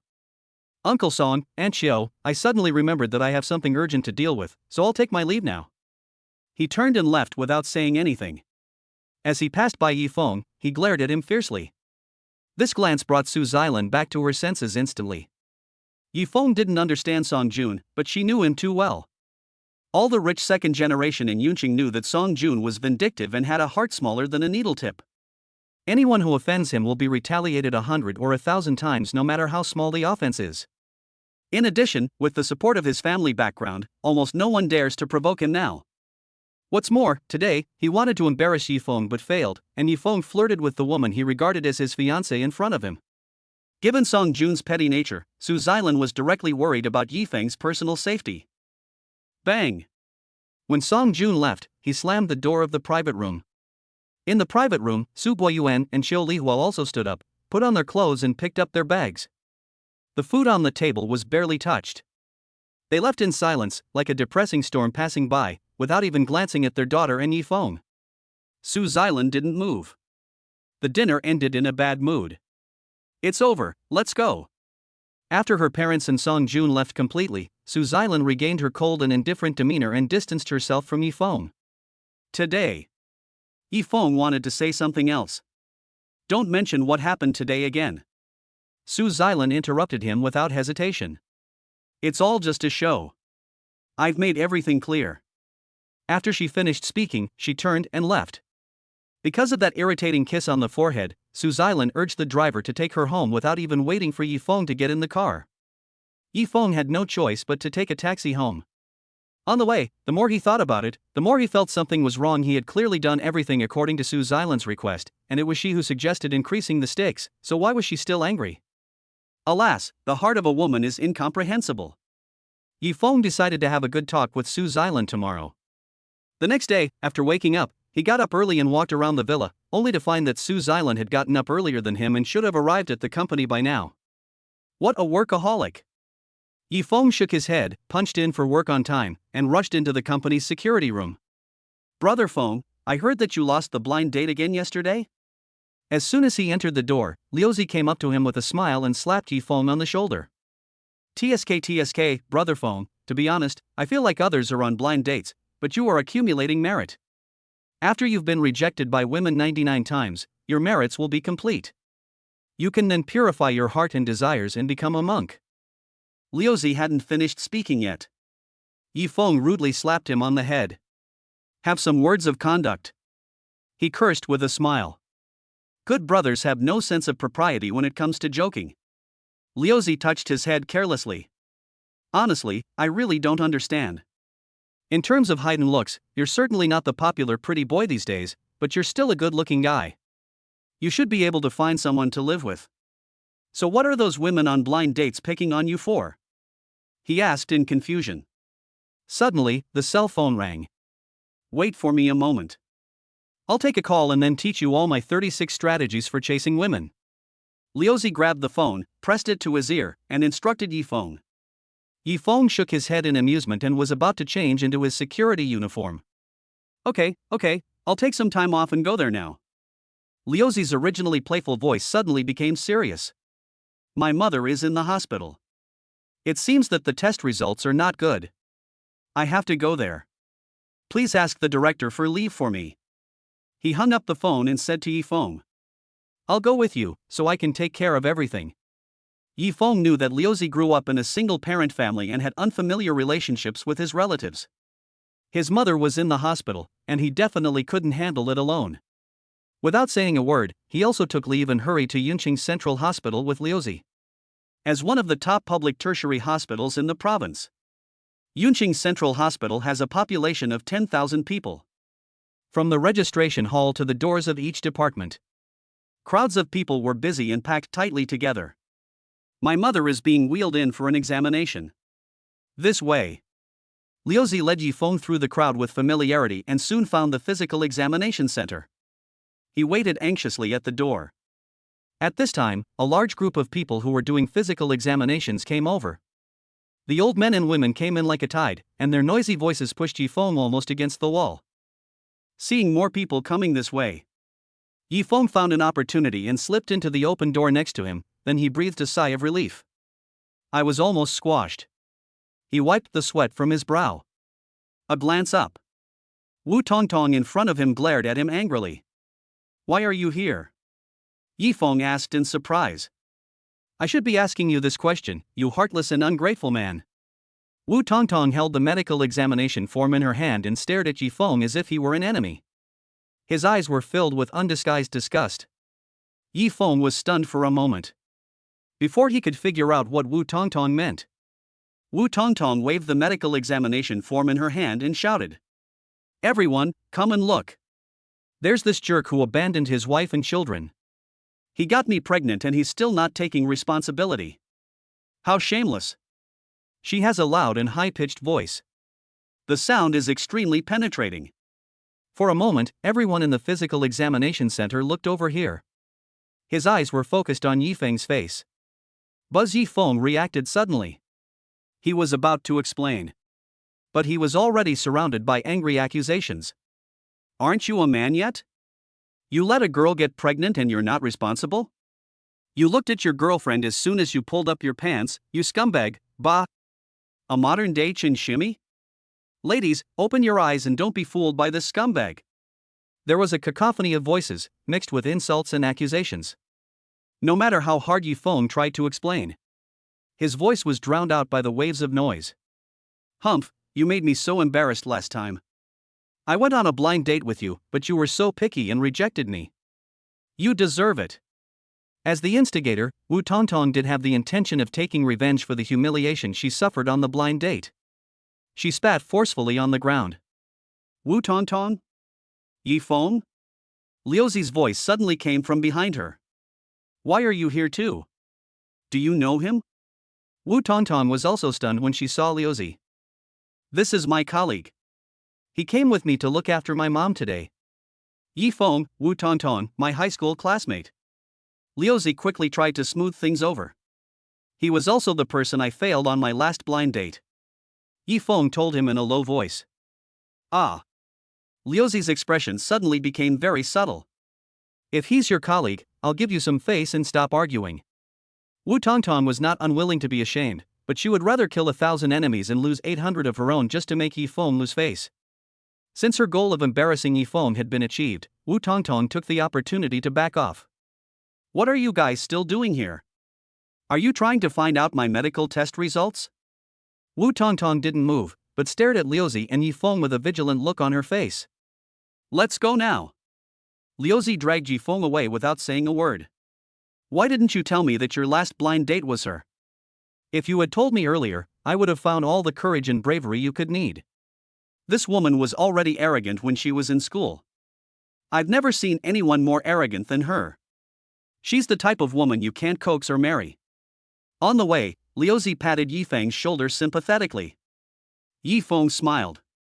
He really wanted to tell Liuzi that compared to the woman he married, Wu Tongtong's pride was already the lowest.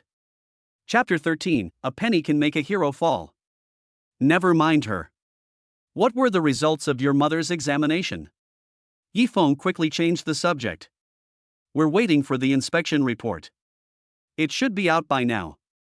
Liuzi said this and went back to the report collection window in the CT room. My mom said she felt fine, so I thought it might just be a little inflammation. While talking to Yifeng in a relaxed manner, he told the staff his mother's name. A CT scan result was handed over. Liuzi reached out to take it and looked at it, and was a little confused for a moment. Yifeng took a look and his heart sank immediately. 100% lung cancer. And it should be late. Back in the department, the doctor who was reading the report looked even more serious than Yifeng. His words also confirmed Yifeng's guess. Lung cancer, late stage, prepare for surgery. The doctor's tone was unquestionable. So soon? Liuzi panicked.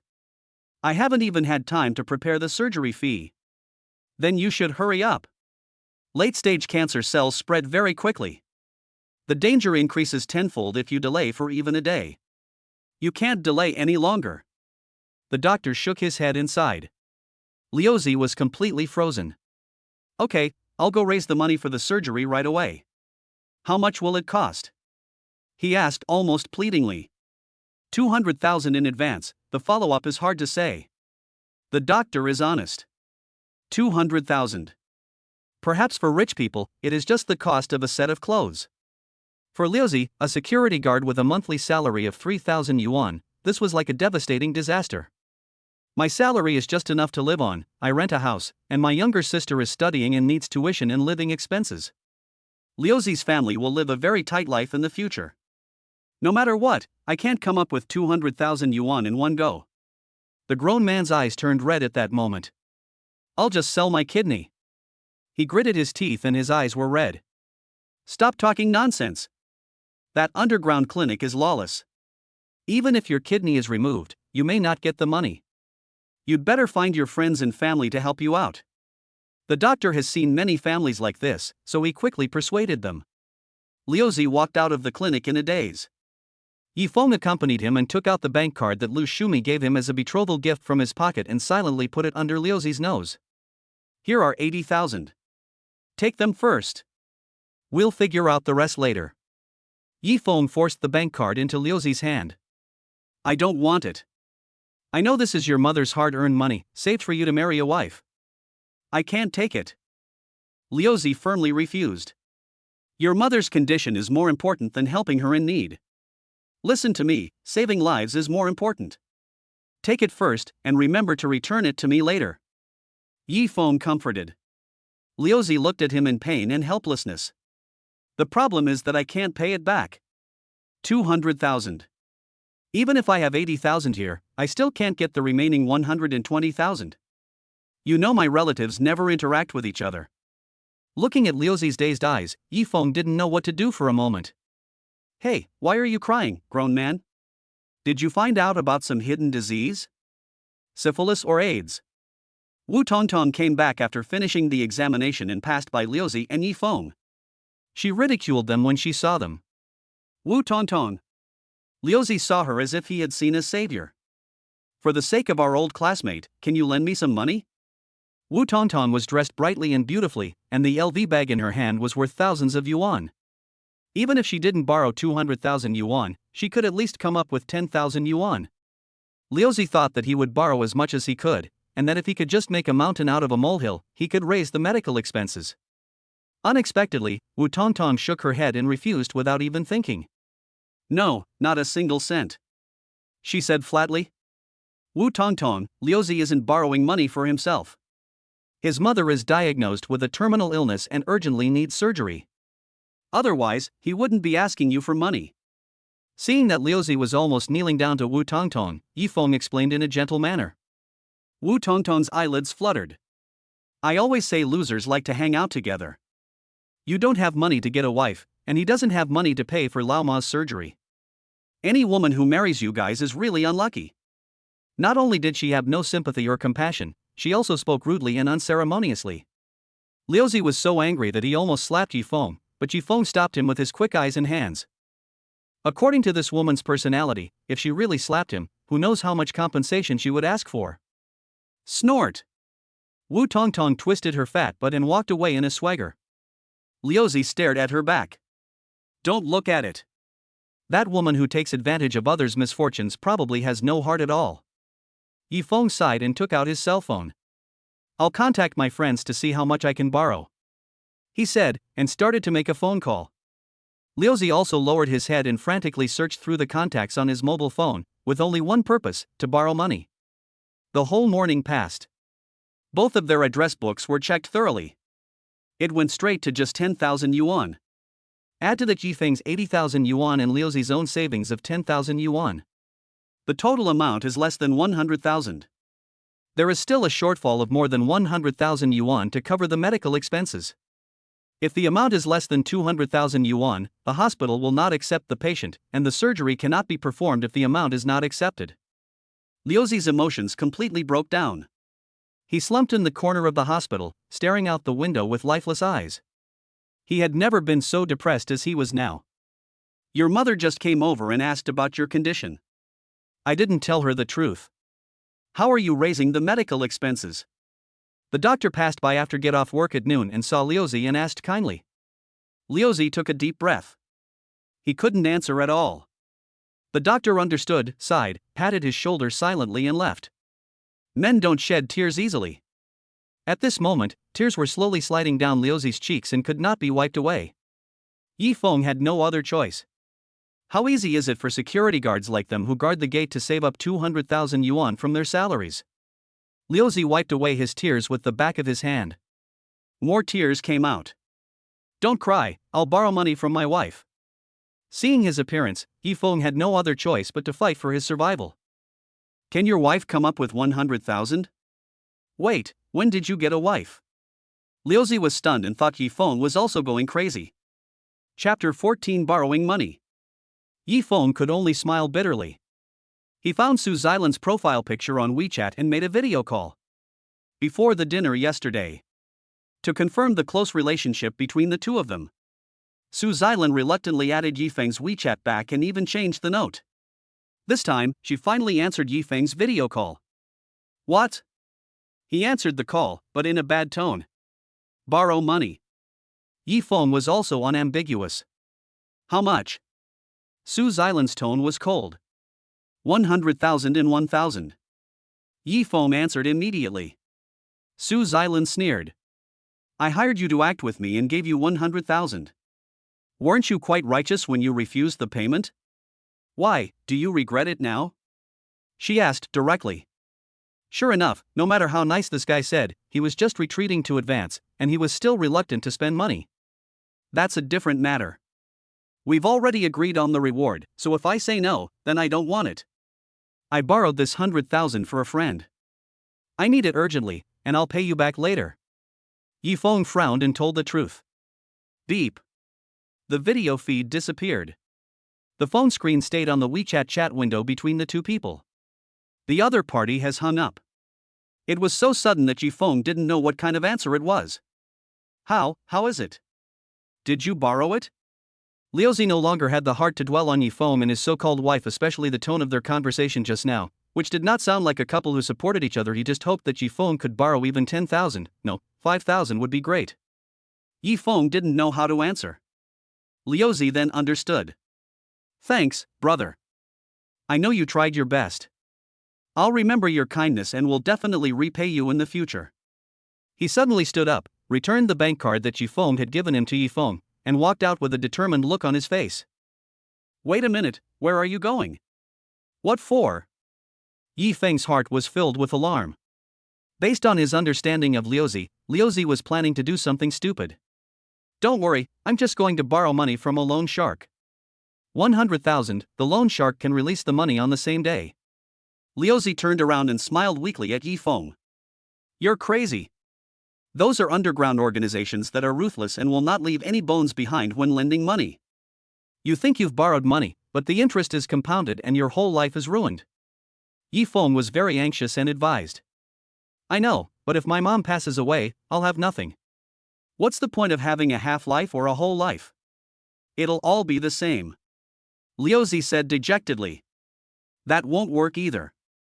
200,000 is just a down payment. There are other subsequent medical expenses. How can you pay it back when you owe a loan shark? Yifeng held him tightly. Just when the two were deadlocked.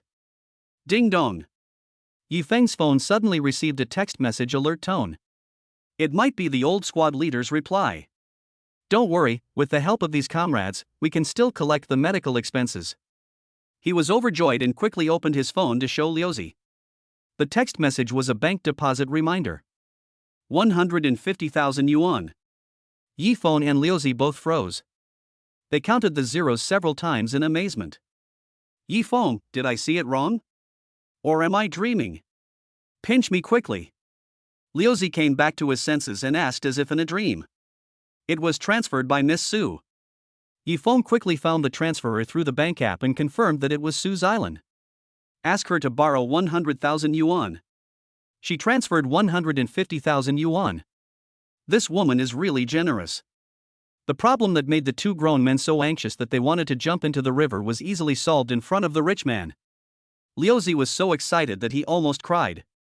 Brother Feng, thank my sister-in-law for me. I will pay her back the money as soon as possible. He held Yifeng's arm, tears of gratitude streaming down his face. The 150,000 yuan not only solved the urgent need for advance payment, but also temporarily saved me from having to worry about the excess expenses for subsequent treatment. If Liuzi didn't know who Su Xilan was, he would have kowtowed to her out of gratitude. Don't think about it. Take care of your mother first. Now that the money is in place, ask the doctor to arrange surgery for her as soon as possible. Yi Feng warned. Well, brother Feng, I didn't even know when you got married, and your sister-in-law is actually a wealthy woman. This is 150,000. Liuzi had already received the 150,000 yuan that Yi Feng had transferred to him. His hands and lips were shaking as he spoke. Let's go and pay. Yi Feng and Liuzi turned around and walked towards the payment counter. Wu Tongtong was just checking out and leaving. As soon as she turned around and saw Yi Feng and Liuzi, a sarcastic smile immediately appeared on her face. Borrowed money from loan sharks? Or sold your bodies? I think you poor men have only this much you can do. Wu Tongtong smiled proudly. Don't worry, no matter how poor a man is, he won't look down on a mean woman like you. Yi Feng called his wife and she directly transferred 150,000 yuan to him. The poor guy you look down on is actually a good man in the eyes of other women. Liuzi was angry and spoke in a choking tone. Wu Tongtong was stunned. She immediately thought of the young woman who suddenly appeared at the blind date and took Yi Feng away with millions of dollars. That happened just a few days ago. You're getting married so soon? I don't believe it. This man has no car or house. Which woman with eyes could be interested in him? Wu Tongtong glared at Yi Feng. Being kept is possible, but getting married with a marriage certificate is absolutely unbelievable. If you don't believe me, forget it. I just transferred 150,000 yuan to my account. Do you believe it? Liuzi snorted and showed the text message of the incoming payment. Wu Tongtong took a quick glance. There's a text message, I believe it. Where's your wife? Take out the wedding photos and let me see them. She looked at Yi Feng, her eyes full of provocation and suspicion. Yi Feng and Su Xilan don't have any wedding photos at all. There wasn't even a single photo of Su Xilan in his phone. Facing Wu Tongtong's aggressiveness, Yi Feng could only push Liuzi, hurry up and pay the bill, the hospital beds are in short supply. Humph, I knew you couldn't come up with it. A poor man who puffs up his face to pretend to be rich, you're just trying to save face and suffer in vain. Wu Tongtong left with a smile on her face. The back looks like a proud peacock. Yi Feng helped Liuzi complete the hospitalization procedures. Liuzi stayed to keep him company. Yi Feng rode the small electric scooter he had come with to the Rosewood Villa. On the way, he was still thinking about how to explain to Su Xilan the ins and outs of borrowing the money, and planning how to repay the money. Yi Feng also temporarily lent Lu Shumi's 80,000 yuan to Liuzi for emergency use, and he could wait for him to pay it back slowly. Su Xilan's 150,000 yuan cannot be delayed for too long. Even if Liuzi couldn't pay it back, Yi Feng had to find a way to pay it back first. Otherwise, I really don't know what Su Xilan would think of his character. At the same time, the Rolls-Royce was parked in the driveway 1 kilometer away from the Rosewood Villa. Su Xilan walked around the car twice, at a loss. The driver had something urgent to do today, so I was granted leave, but the car broke down on the road today. Su Xilan called for help. The phone also made a low battery sound. Chapter 15, after robbing money, he also robbed women. It's less than a mile from here to home. It takes more than half an hour to wait for the rescue vehicle. It only takes 10 minutes to walk back. Su Xilan chose to abandon the car and walk without hesitation. The assistant will come and take care of the car issue. Not far away. Su Xilan felt a little regretful. A high-end villa area like Rosewood Villa, where each villa covers several acres of land. Almost all of them are located in secluded areas on the outskirts of the city. The surrounding area is green and shady, but it feels deserted. This is also the reason why Su Xilan had always lived in a large flat in the city center and was unwilling to move here. One of the roadside lights is broken. Some of them flicker. It even adds a bit of horror. Su Xilan's heart ached. It was so quiet that she could only hear her own footsteps. But that echo made people feel that there was more than one person following behind. The more Su Xilan thought about it, the more scared she became. Ta-da, ta-da. The footsteps behind me became clearer and clearer. Could it be a ghost? Su Xilan repeated to herself several times, I am a staunch materialist, then turned around abruptly and looked behind her. Nothing. The roads were deserted. You really scare yourself. Su Xilan breathed a sigh of relief and patted her chest gently.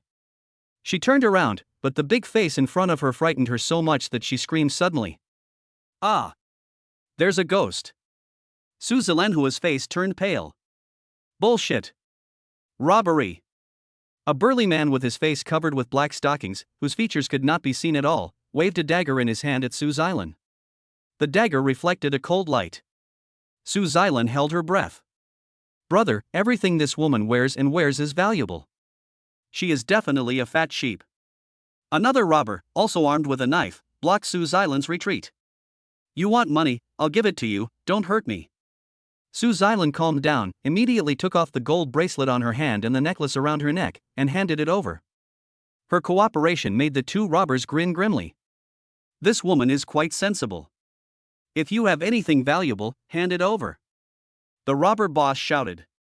Suzilen handed over all the money without saying a word. For her, money is not as important as life. If these two robbers were just after money, that would be a blessing. As long as they don't. Just when Suzilen was feeling worried, the two robbers divided the property and their eyes fell on her again. Brother, we can't get such a delicate girl at the foot massage parlor. The robber's younger brother had lustful eyes. I advise you to quit while you're ahead, rob the money and leave quickly. Don't have any improper thoughts about me, otherwise, you will really get into big trouble. Suzilen warned. She was telling the truth. In her opinion, the small amount of money lost was not worth the trouble of calling the police. Zdian Group makes tens of thousands of dollars a minute. Suzilen's personal assets exceed 100 million yuan, so she doesn't care about this little loss at all. However, the two robbers did not seem to be provoked at all. Boss, she said we don't dare to play with her. The robber's younger brother fanned the flames. What she said means nothing. The robber leader waved the dagger in his hand. I don't care if she's the mistress of a high-ranking official or the CEO of some company. If I want to have sex with a woman, she has to be fucked by me. He spoke with great confidence, feeling extremely domineering, and his lustful eyes kept looking at Suzilen's face and body. Suzilen secretly thought that something was wrong. She was so nervous that her heart almost jumped out of her throat. Before she could come up with a solution. Bang!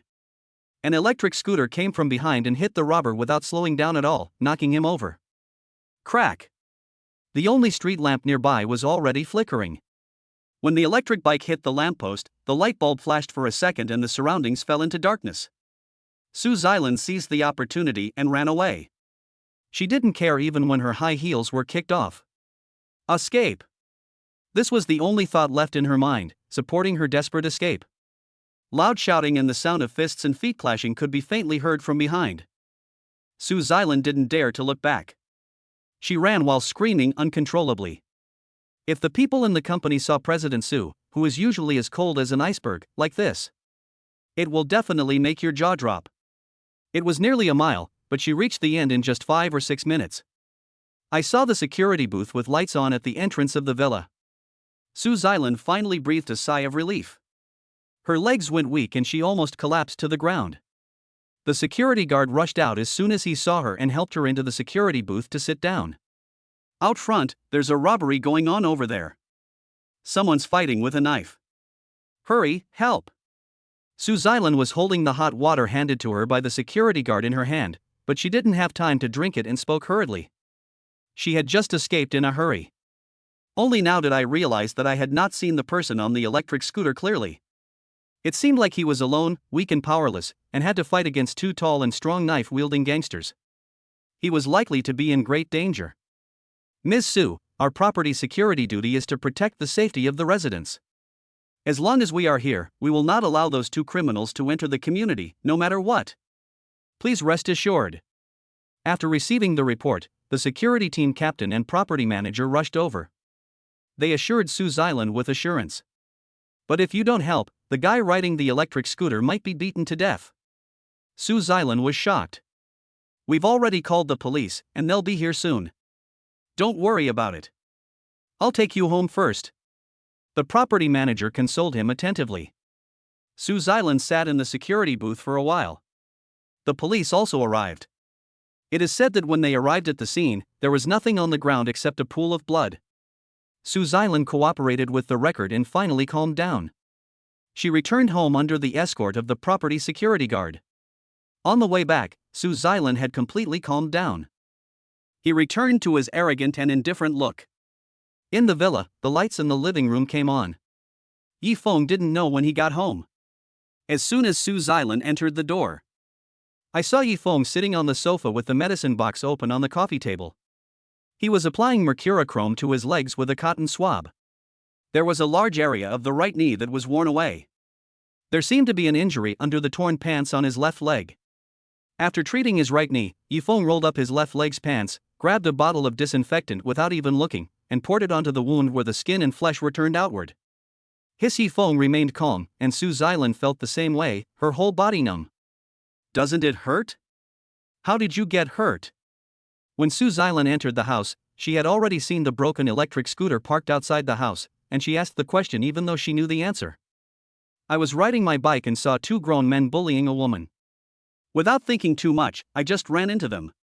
Yi Feng was stunned and answered casually. The car was almost totaled. You're so brave. Is that woman really that beautiful? Is she worth risking your life for? Su Xilan blinked and asked deliberately. Chapter 16. The hero saves the beauty, and the beauty escapes. It was pitch black and I was wearing a helmet, so how could I see clearly? To be honest, I didn't even see what the woman looked like before she ran away. Yi Feng smiled bitterly.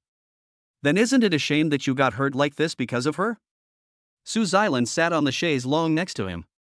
What's wrong with that? If she wasn't pretty, would I not have saved her? She was being bullied by two thugs anyway. Could I just turn a blind eye and walk by? My conscience wouldn't allow it. Yi Feng said as a matter of course, shook his head and continued to treat the wound. Su Xilan's heart moved slightly.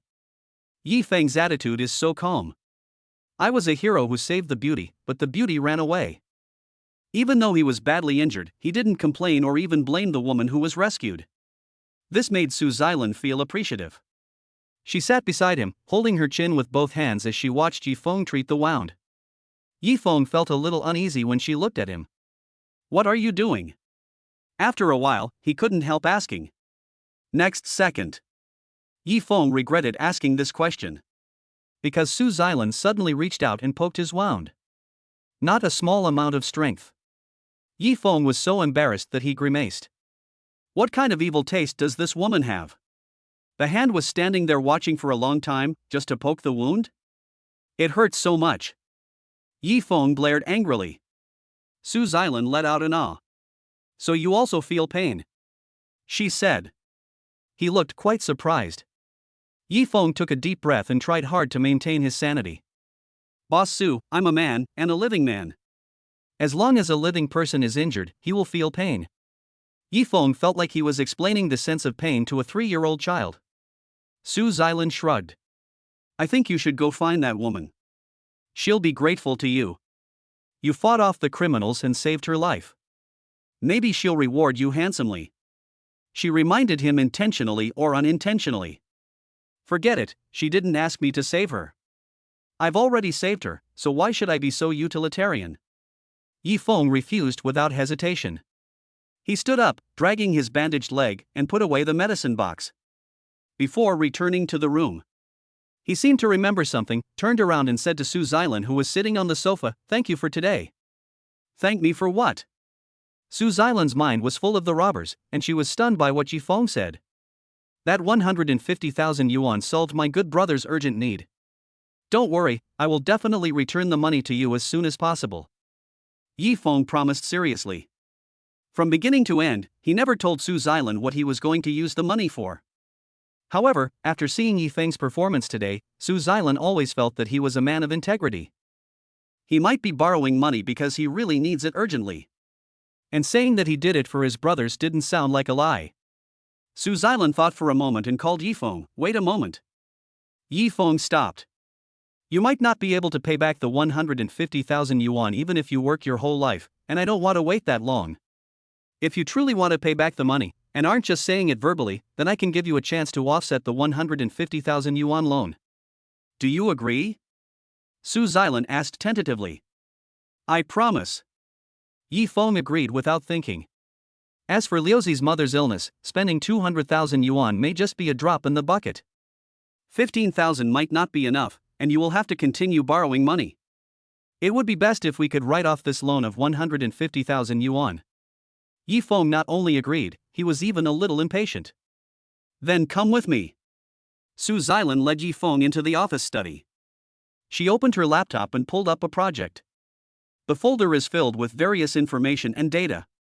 I don't know how to deal with these project reports. Yi Feng got a headache when he saw these. I didn't ask you to write a PPT, I just wanted you to understand the project and its delayed progress. Su Xilan said contemptuously, the task I want to give you is to ensure that the project is completed and delivered before the end of the month. Yi Feng scrolled the mouse and glanced through the project content. Mr. Su, the contract clearly states that if the other party fails to deliver on time, we have ample grounds to recoup all our investment and demand compensation for breach of contract. We don't even need a lawyer for this lawsuit, we're sure to win. After he finished reading it, his face was full of confusion. If you can understand the contract, how could I not understand it? Su Xilan is aggressive. At this moment, the timid girl who ran away from the criminals has disappeared, and in her place is the female president who was a big shot in the business world. This is a strategic complex, and its opening is crucial to the transformation and subsequent development of our Zidian Group. We have invested 1.3 billion yuan in its construction and opening, and the penalty is only 100 million yuan. Most importantly, I want it to be delivered on schedule. Otherwise, all subsequent strategic development plans of the group will be severely affected, and the most direct consequence will be financial losses. To put it in a way you can understand, it means you have to take a pay cut. Su Xilan said the last 4 words with a firm tone. That won't do. Yi Feng shook his head decisively. He looked at the computer again. Mr. Su, there's still one thing I don't understand. Su Xilan, you say. The group is so big, with so many talented people. The project department and security department alone are teeming with talent. You're assigning such a big task to me alone. Aren't you overestimating me? Yi Feng touched his nose and smiled bitterly. Don't you need a chance to offset the 150,000 yuan loan? Su Xilan asked back righteously. Yi Feng was stunned. It seems that paying back these 150,000 yuan is really not easy. However, the delay in delivery of such an important project is not as simple as it seems. Su Xilan knew it in her heart. Originally, she had already prepared herself mentally for the project to fail. However, after witnessing Yi Feng's bravery today, it suddenly occurred to me that maybe I could let him give it a try. It would be better than nothing. As for whether it would succeed or not, 150,000 yuan was just a drop in the bucket for Su Xilan, and she didn't care at all. If you don't accept it, I understand.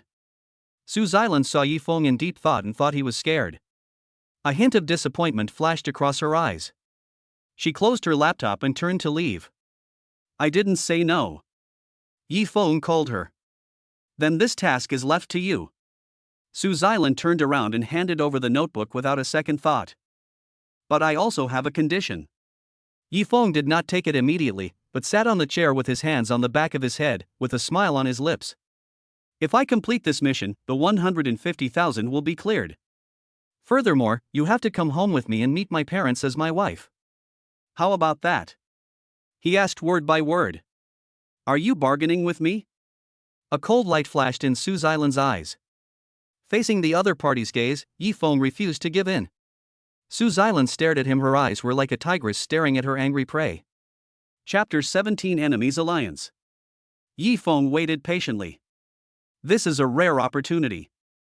After this, he was not sure if there would be any other better opportunities to make Su Xilan agree to cooperate with his request to meet his parents.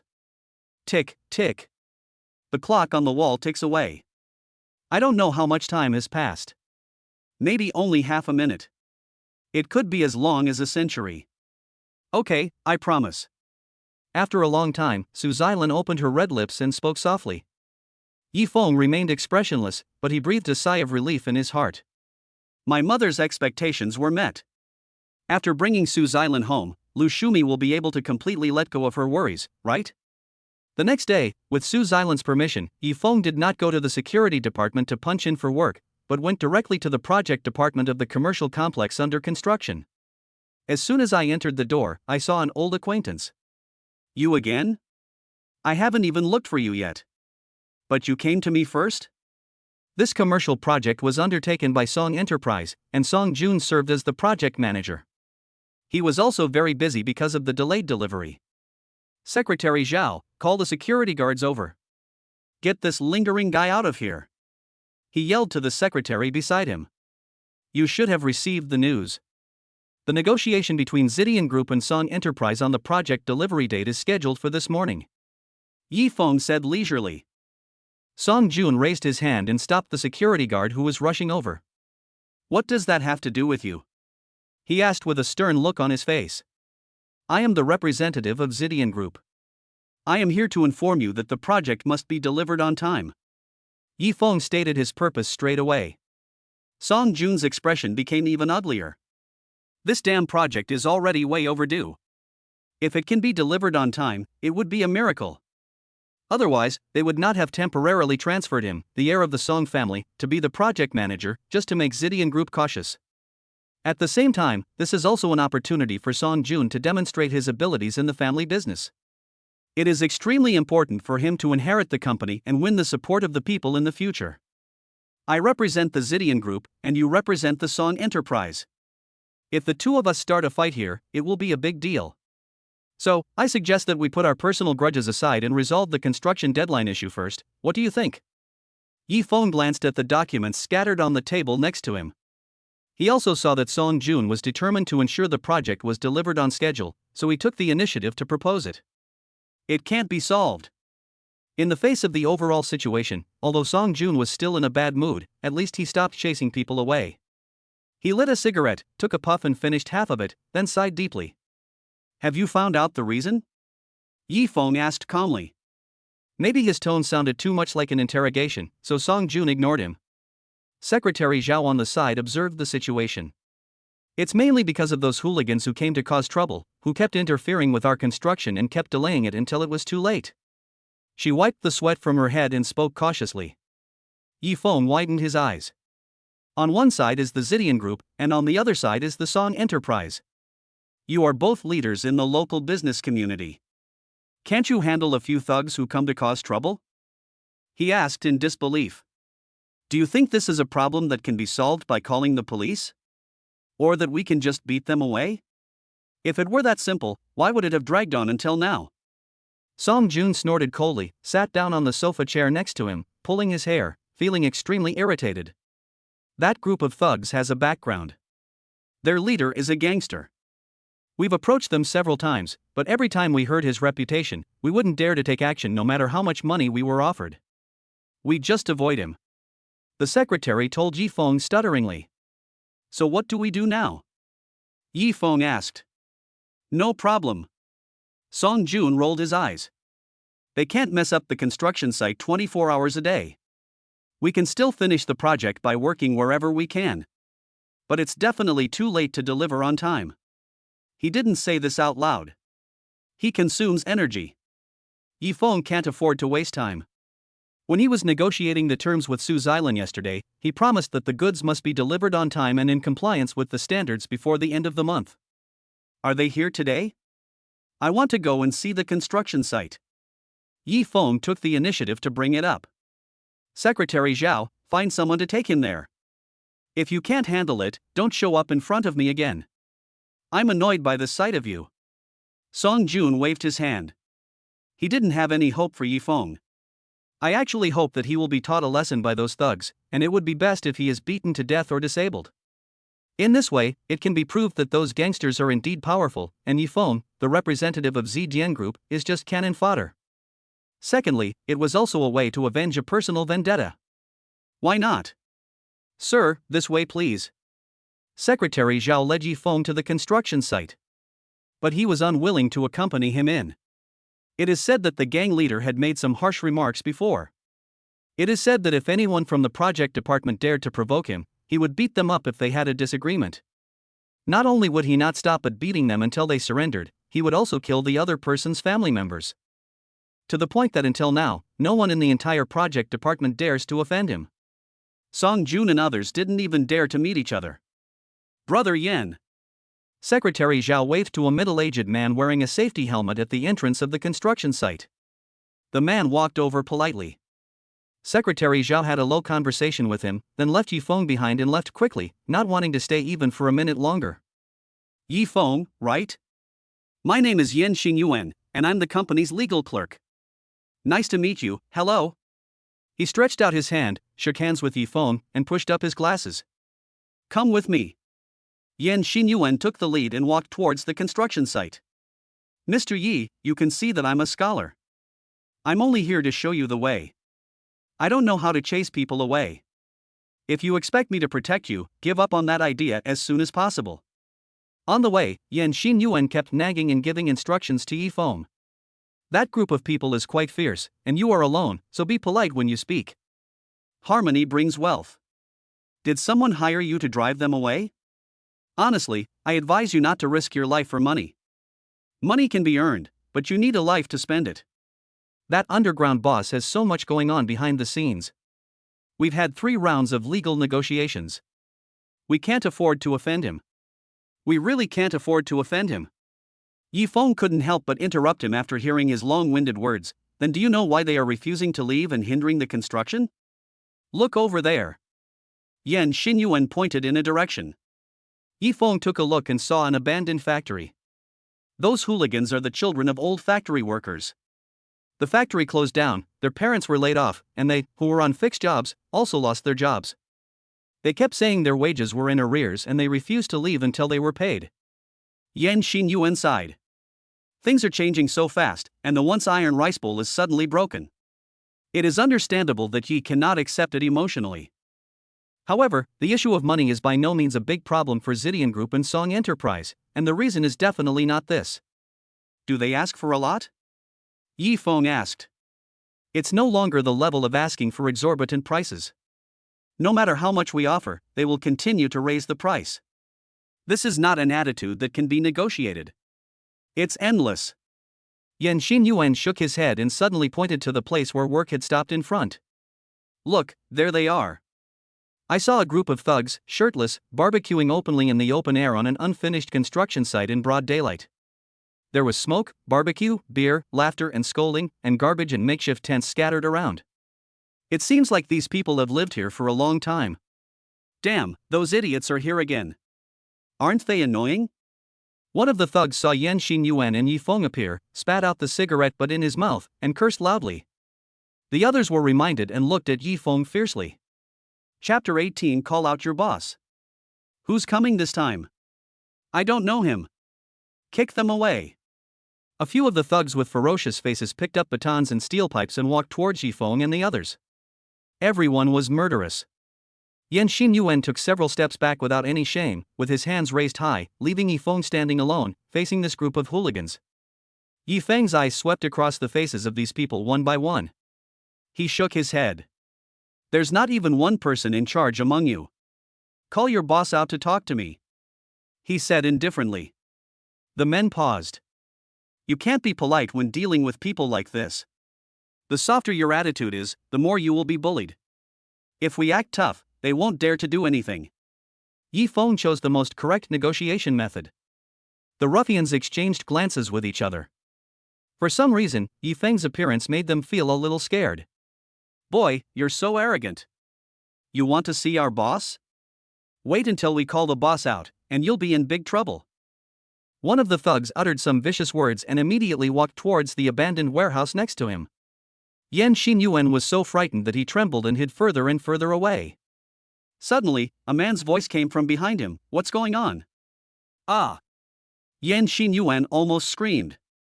As soon as she opened her mouth, Song Jun quickly covered it with his hand. It's me, why are you yelling? Song Jun cursed angrily. Mr. Song, why are you here too? Yan Xinyuan recognized Song Jun and breathed a sigh of relief. Let me see how that ignorant brat died. Song Jun gritted his teeth. The two of them talked in low voices. Yifeng, however, was looking around boredly while waiting for the gangsters to call him boss. He spotted Song Jun at a glance. You're just in time. They're going to call the leader. Show them the legal documents. Did you bring them? Yifeng shouted to Song Jun from a distance. Song Jun and Yan Xinyuan both froze. This idiot. In his heart, he wanted to curse Yifeng 18,000 times. Who are those? He is a ruffian, a gangster, and a thug. They are the most unreasonable group of people in the world. Legal documents? The law is the bottom line of morality. And they have no morals at all. If this formal approach could work, why would this project be delayed until now and unable to be delivered? Yifeng didn't care what Song Jun was thinking in these few seconds. He stretched out his hand towards Song Jun and shook it. The thugs surrounding Yifeng looked over here with a fierce look. Old Yen, give him the protection documents he wants. Song Jun clenched his teeth tightly. Every word was squeezed out from between teeth. Oh, okay. Yan Xinyuan hurriedly took out the relevant documents from the briefcase he was carrying and ran to Yifeng's side. At this time, two more groups of gangsters rushed over after hearing the news. They surrounded Song Jun and Yan Xinyuan from behind and on both sides. Slowly forced the three of them to stand together. Yifeng, you bastard, why are you dragging me along if you want to die? Song Jun wanted to take out his cell phone to call his secretary for help. However, as soon as he made the slightest movement, someone would immediately keep a close eye on him. That look was full of intimidating threats and warnings. Without saying a word, Song Jun slowly pulled his hands out of his pockets and opened his hands to indicate that he would not act rashly. In the business world, he is the admired son of the Song family. In this abandoned construction site, in the eyes of those thugs, he was no different from Yan Xinyuan and Yifeng beside him, just ordinary people who could be bullied at will. Beside Song Jun, there was a slight rustling sound of Yifeng's clothes. He turned his head and looked. Yifeng was seen moving his neck and limb joints. There are only three of us, and you want to fight this group of people? Song Jun noticed his intention and gasped. Yan Xinyuan hugged his briefcase tightly. He considers himself a scholar, so even carrying a suitcase up the stairs is strenuous work for him, let alone fighting. Maybe there's no need to do anything. We have legitimate legal documents. As Yifeng spoke, he shook out the legal documents and held them up in one hand to show the gangsters in front of him. Did you see that? He asked around. What the hell did you see? One of them was a burly man with a cigarette in his mouth, cursing. This is a legal document with the official seal of the Zidian Group. It clearly states that the development and use rights of this land belong to the Zidian Group. This is the construction permit for the construction company under Song's enterprise. This is... Yifeng showed them one by one. His serious look made the thugs around him laugh. Laughter drowned out his explanation. What kind of bullshit document is this? If I could read, I'd write one anyway. Is having the document such a big deal? If this thing were so useful, I'd stuff it in your mouth and watch you swallow it. Don't listen to his nonsense, brothers. Grab the document, tear it up, beat him up, and throw him into the ditch. I wonder who dares to rescue him. A group of people laughed loudly and slowly narrowed the encirclement. Yan Xinyuan was completely shocked. Song Jun stared at Yifeng with hatred and deliberately kept a distance from him. He said, all that? I just came here with him. It has nothing to do with me. Seeing the crowd gathering, Yan Xinyuan, feeling the pressure doubled, pointed at Yifeng and yelled. Me too. Song Jun quickly echoed. Those people didn't care about their cowardice in battle, their eyes were all fixed on Yifeng. You have nothing to do with him, so just get out of the way. I'll deal with you two after I'm done with him. The burly man just now roared angrily. The sound was deafening. Yan Xinyuan and Song Jun quickly moved to the side. At this time, Yifeng was still moving his hands and feet calmly and jumped twice on the spot. These people in front of us may seem ferocious and evil in the eyes of ordinary people, and they cannot be defeated in a group fight. However, Yifeng was a man who came back from the battlefield. I've seen real gunfire and hail of bullets. I have also risked my life in desperate situations. These experiences are something that these thugs in front of us who only know how to swing their fists cannot understand. A male lion will not be afraid of being besieged by hyenas. To Yifeng, the clamor of the gangsters was nothing more than the meaningless barking of wild dogs. Crash, crash. A young man with his upper body naked was holding a rusty iron rod in his hand. The other end of the rod was dragging on the ground, making a harsh sound and emitting a few sparks from time to time. You're courting death, you little brat. The man swung the iron rod in his hand. Make way for Brother Hua. Let Brother Hua beat this guy to death. The others shouted and cheered. This Brother Hua is obviously a capable member of this gangster group. Fighting is like a shot of stimulant for him. Beating people half to death is his hobby. If Brother Hua makes a move, this kid will definitely die here. The others said firmly, as if they were used to it. Chapter 19, Group Fight. Whoosh. Whoosh! The rusty iron rod was wielded by Brother Hua with great vigor. The next second, it chopped down fiercely on Yifeng's head. That kid is going to get his face smashed. Brother Hua, please don't show mercy. The people around were cheering. Gloat. Yifeng raised his head slightly and watched the iron rod about to hit his face. In that split second, he leaned slightly to the side. The iron rod grazed the tip of his nose and missed. Yifeng stretched out his hand, grabbed the iron rod, and pulled it hard towards his arms. Use the opponent's force to counterattack. Brother Hua, who was holding the other end of the iron rod, was caught off guard and staggered forward. The stick was also easily taken away by Yifeng. Whoosh! Yifeng casually threw the iron rod in his hand backwards. Ouch! A scream came from behind. An unlucky gangster was caught off guard and was hit on the forehead by the iron rod flying straight at him. He fell on his back and fainted on the spot. The other thugs watching were suddenly stunned. The unarmed Brother Hua was also stunned. Yifeng had already stepped forward and kicked him in the chest. Plop! Brother Hua was kicked and fell on his back. The sound of bones breaking in his chest was clearly audible to everyone around him. Ah, damn, I must have broken a bone. Shit, that hurts. A few seconds later, Brother Hua reacted and screamed like a pig while covering his chest. Yifeng took a step forward and came to his side. He turned a deaf ear to the screams. Lift your leg and stomp it down. There was another terrifying snap. This time, Brother Hua's right leg was broken by his kick. Brother Hua's eyes rolled back and he fainted completely. Yifeng stood beside him, took out a cigarette and put it in his mouth. Holding the lighter in one hand and blocking the wind with the other. The cigarette was lit. He slowly exhaled a puff of white smoke. Then he casually looked at the other thugs around him. Didn't you say you were going to make my head explode? Come on. He challenged calmly. Fuck him.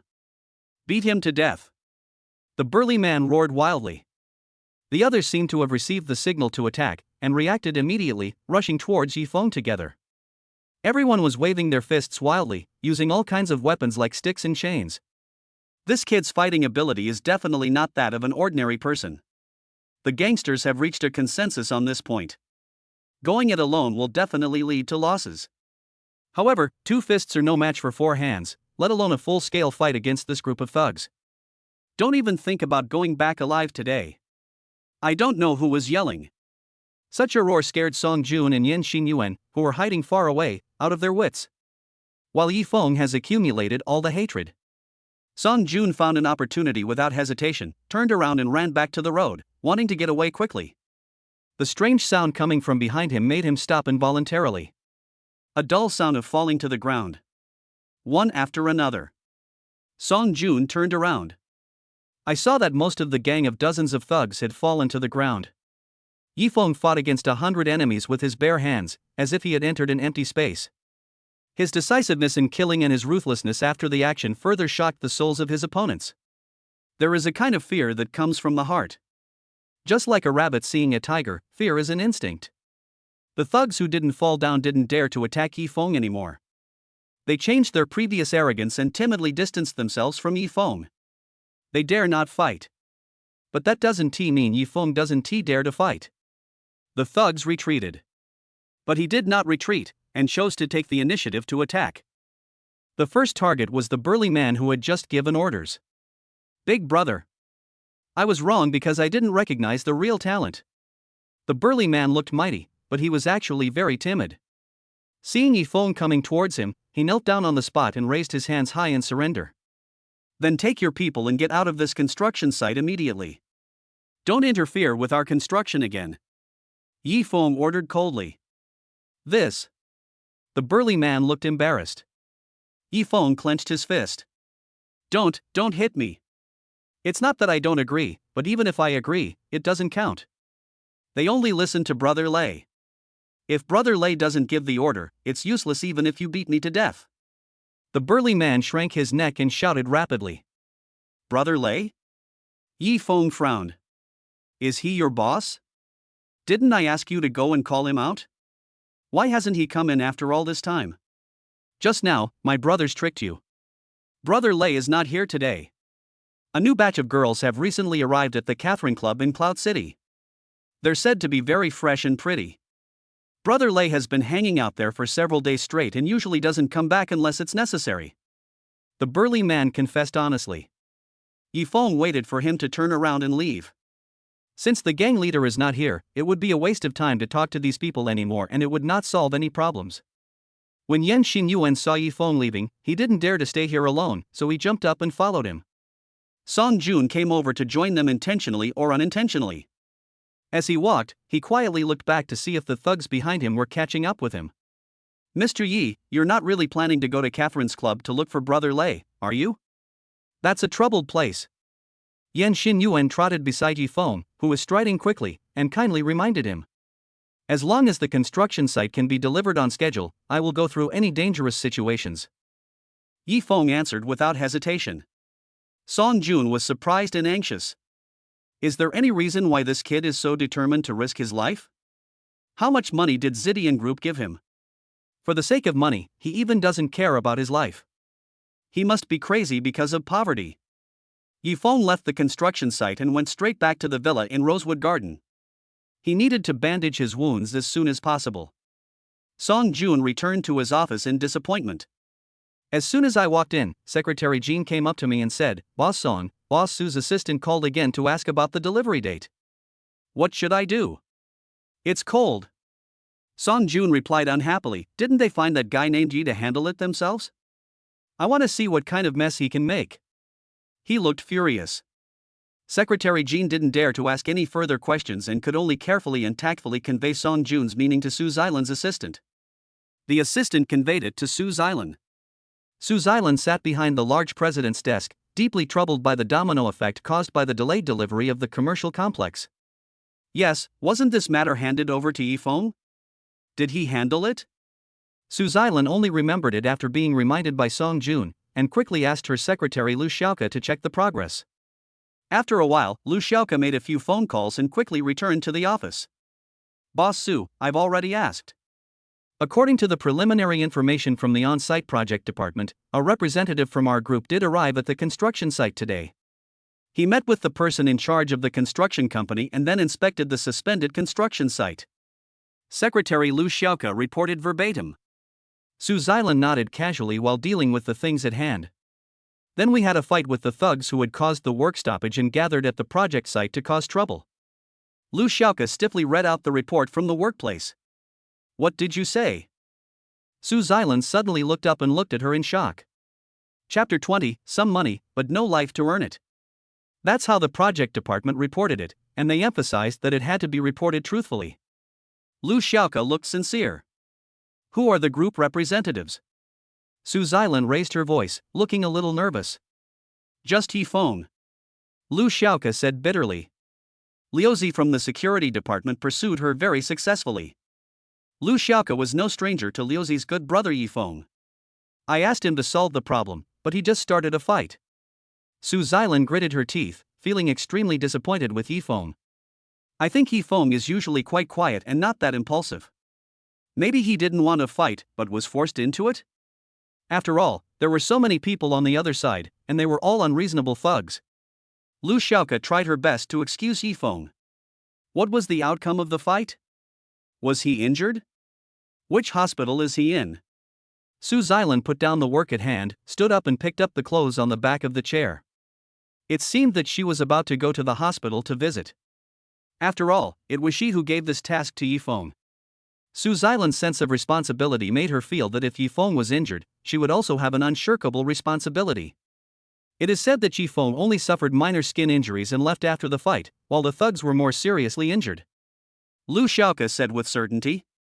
Su Xilan slowly sat back down. However, she had no intention of dealing with her work. After absent-mindedly flipping through documents at her desk for a while, Su Xilan stood up. "Xiaoko, ask the driver to wait for me downstairs. Today's meeting has been postponed, and I need to go home for something urgent." Su Xilan gave the order and walked out of the office without looking back. Her figure disappeared into the elevator at the end of the corridor. In the president's reception room nearby, cousin Su Shangxue, who was waiting for a meeting, waved and called Lu Xiaoke over. "The representative handling the commercial complex project has been replaced again? Who's the unlucky one this time?" Su Shangshui asked curiously. Manager Su, the person handling this matter is Yifeng. He was exceptionally promoted from our security department to specifically handle the delayed delivery of this project. Lu Xiaoke reported. This is not some hidden trade secret. Oh, I see. If there's no meeting, I'll leave first. Su Shangshui picked up her handbag and left in her high heels. Yifeng.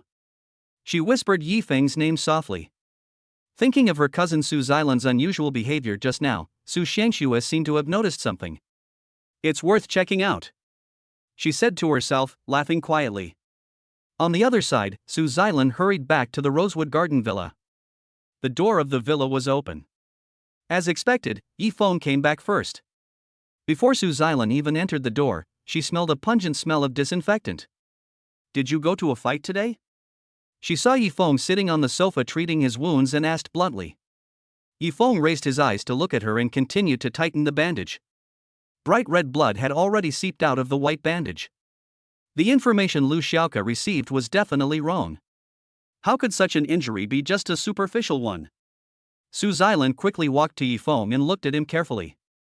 In addition to the wounds on his legs and arms, there was also a large scratch on his back. The skin and flesh are turned inside out, which looks very scary. Hand me the disinfectant, the ointment, and the bandages, Su Xilan ordered without further explanation. What are you going to do, Yifeng handed the things over to her in a daze as she requested. In his opinion, there was no way Miss Su Xilan would lower her status and apply the medicine to him personally. Unexpectedly, Su Xilan did just that. However, her technique was totally incompatible with her beautiful face, and had nothing to do with gentleness and beauty. Disinfectant was poured onto the wound. Applying the ointment was like kneading flour on a wooden board, applying it vigorously. Yifeng was completely unprepared. Are you helping me with the medicine, or are you taking this opportunity to torture me? Honestly, even the enemy's torture to extract a confession might not be as ruthless as yours. Yifeng shouted. You deserve it. Su Xilan was furious. Who told you to get into a fight? Didn't I complete the mission? Yifeng was speechless. Are you going to fight like this for 150,000 yuan? Is money that important to you? Is life more important or money? Don't you know? Su Xilan asked a series of questions in rapid succession. Yifeng opened his mouth, as if he wanted to say something, but in the end, no words came out. Forget it, I'll go back to my room and bandage it. He reached for the bandages and ointment next to him. Sit down, Su Xilan ordered coldly. Yifeng turned and looked at her without moving. Su Xilan stood up suddenly and snatched the bandage and ointment from Yifeng. How are you supposed to apply medicine and bandage your back yourself? Sit down. Su Xilan's tone did not allow for rejection. Yifeng was stunned for a moment. Although this woman spoke coldly, she was actually really thinking about him. He sat back slowly. Su Xilan continued to apply medicine to him. This time, her technique was much gentler than before. If other people saw President Su personally applying the ointment on a man's back, they would definitely be shocked. During the process of applying the medicine, the two remained silent. By the time Su Xilan started packing the medicine box with a stern face, Yifeng had already stood up. He picked up his coat and headed out the door. Your wound has just been bandaged, where are you going? Su Xilan asked unhappily. Go solve the trouble. Yifeng held the doorframe with his hands and turned back with a smile. After tonight, construction on your most important project will resume and be delivered on schedule. After he finished speaking, he left without looking back. Su Xilan did not chase after him. There was a moment. She looked at the bloody man's back as he left, feeling a little dazed for a moment. Actually, you don't have to work so hard. When I gave you this task, I just wanted to find a reason so that you wouldn't have to bear the burden of the 150,000 yuan. Because a mere 150,000 yuan is really nothing to me. Su Xilan muttered to herself. She never expected that Yifeng's integrity would make him keep his promises to others. One night, Su Xilan wrote down the deadline Yifeng promised her. Tomorrow is tomorrow. You said it's over tonight, so tomorrow morning, I'll be waiting for your answer. Catherine Nightclub. A place that gets lively late at night. Yifeng arrived at 5:30 in the evening. The gate was not open, so he could only squat on the side of the road, smoking and waiting for the gate to open. Brother Feng, I finally found you. Liuzi suddenly appeared, sweating profusely. Why are you here instead of staying with your mother in the hospital? When Yifeng saw him, he was stunned. Xiaoke told me that you were promoted to the representative of Zdian Group. I thought it was a great thing, but after listening carefully, I found out that you are being asked to work hard as cannon fodder. Liuzi was sweating profusely, obviously having run here, and his face was full of worry. Brother Feng, some money is hard to earn. You just came back from the army and don't know Brother Lei's status in Yuncheng. We can't afford to provoke him. He pulled Yifeng up and was about to leave. Yifeng broke free calmly. I have a reason why I must complete this mission. He spoke word by word. Just a few minutes ago, Yifeng just received a call from his cousin, asking him if he knew that Lu Shumi was diagnosed with multiple chronic diseases during a physical examination. Chapter 21. You dare to flirt with the top girl in the nightclub? When Lu Shumi was young, she was alone and had to make a living and raise her children, so she was too busy to take care of her health. Now that I'm older, the illnesses that accumulated in my early years are starting to show up one by one. Although chronic diseases do not threaten life immediately, chronic diseases such as nephritis can have disastrous consequences once they develop. Lu Shumi is still living frugally and is reluctant to buy imported medicine. It's hard to say how many more years she can last. The mother's only wish is to see her son get married and start a family. Now that the marriage is over, he has to bring his wife home no matter what. The sooner the better, the sooner he can put Lu Shumi's worries to rest. As long as we can deal with these ruffians. Su Xilan had to go home with him to see Lu Shumi as agreed, and she would also cooperate with him in acting and play the role of a good daughter-in-law. Such a great opportunity. Yifeng can't miss it no matter what. Liuzi frantically advised him to give up. Yifeng kept shaking his head. Just as the two were arguing in front of the door of Catherine nightclub, a bumblebee stopped beside the two of them. The car door slowly opened. A pair of long, straight, beautiful legs stretched out leisurely. Next came a short skirt that seemed to reveal the spring scenery, with tassels swaying on the hem, sweeping back and forth at the base of the snow-white thighs. Her flawless feet were wearing a pair of red high heels, which made her small and round ankles look so white and flawless that they almost glowed. DD. The beauty closed the car door with her backhand, locked the car, and threw the glittering chain of her handbag over her shoulder. The movements are done in one go and are breathtakingly beautiful. Oh, she's so beautiful. Under the dim lights of the nightclub, this woman's beauty and grace are not inferior to any star. How could she not be beautiful? She's the top performer at Catherine nightclub. Her name is Zhong Nana. You have to wait in line to get her on stage, and she charges 8,000 yuan for half an hour. Liuzi was also stunned and whispered to Yifeng. How do you know so clearly? After Yifeng suddenly realized it, he turned around and asked Liuzi. Liuzi, anyway, Brother Lei has been hanging out here for a while, most likely to support her. Liuzi, it is said that there are not many women in the nightclubs in Yuncheng that Brother Lei can't win over. Zhong Nana is one of them. Given his personality, he will definitely not give up easily. Liuzi, hey, Brother Feng, where are you going? What are you doing? At this time, Yifeng had already taken a few steps and stood in front of Zhong Nana. Hello, Miss Zhong Nana, my name is Yifeng, and I would like you to take me to see Brother Lei. Yifeng extended his hand to Zhong Nana openly. Roll. Zhong Nana frowned, opened her red lips slightly, and said get out, and never looked at him again. Brother Feng, what are you thinking? You're flirting with the top girl in the nightclub. Aren't you afraid of being beaten to death by the men chasing after you? Liuzi followed with lingering fear. Brother Lei is chasing her, so if we follow her, we can find Brother Lei, isn't that right?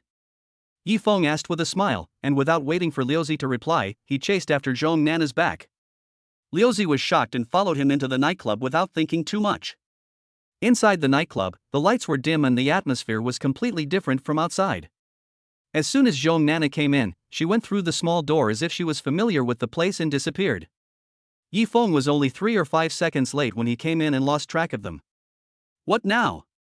Liuzi looked at the extravagant atmosphere in front of him and asked anxiously. Let's find a booth and sit down first.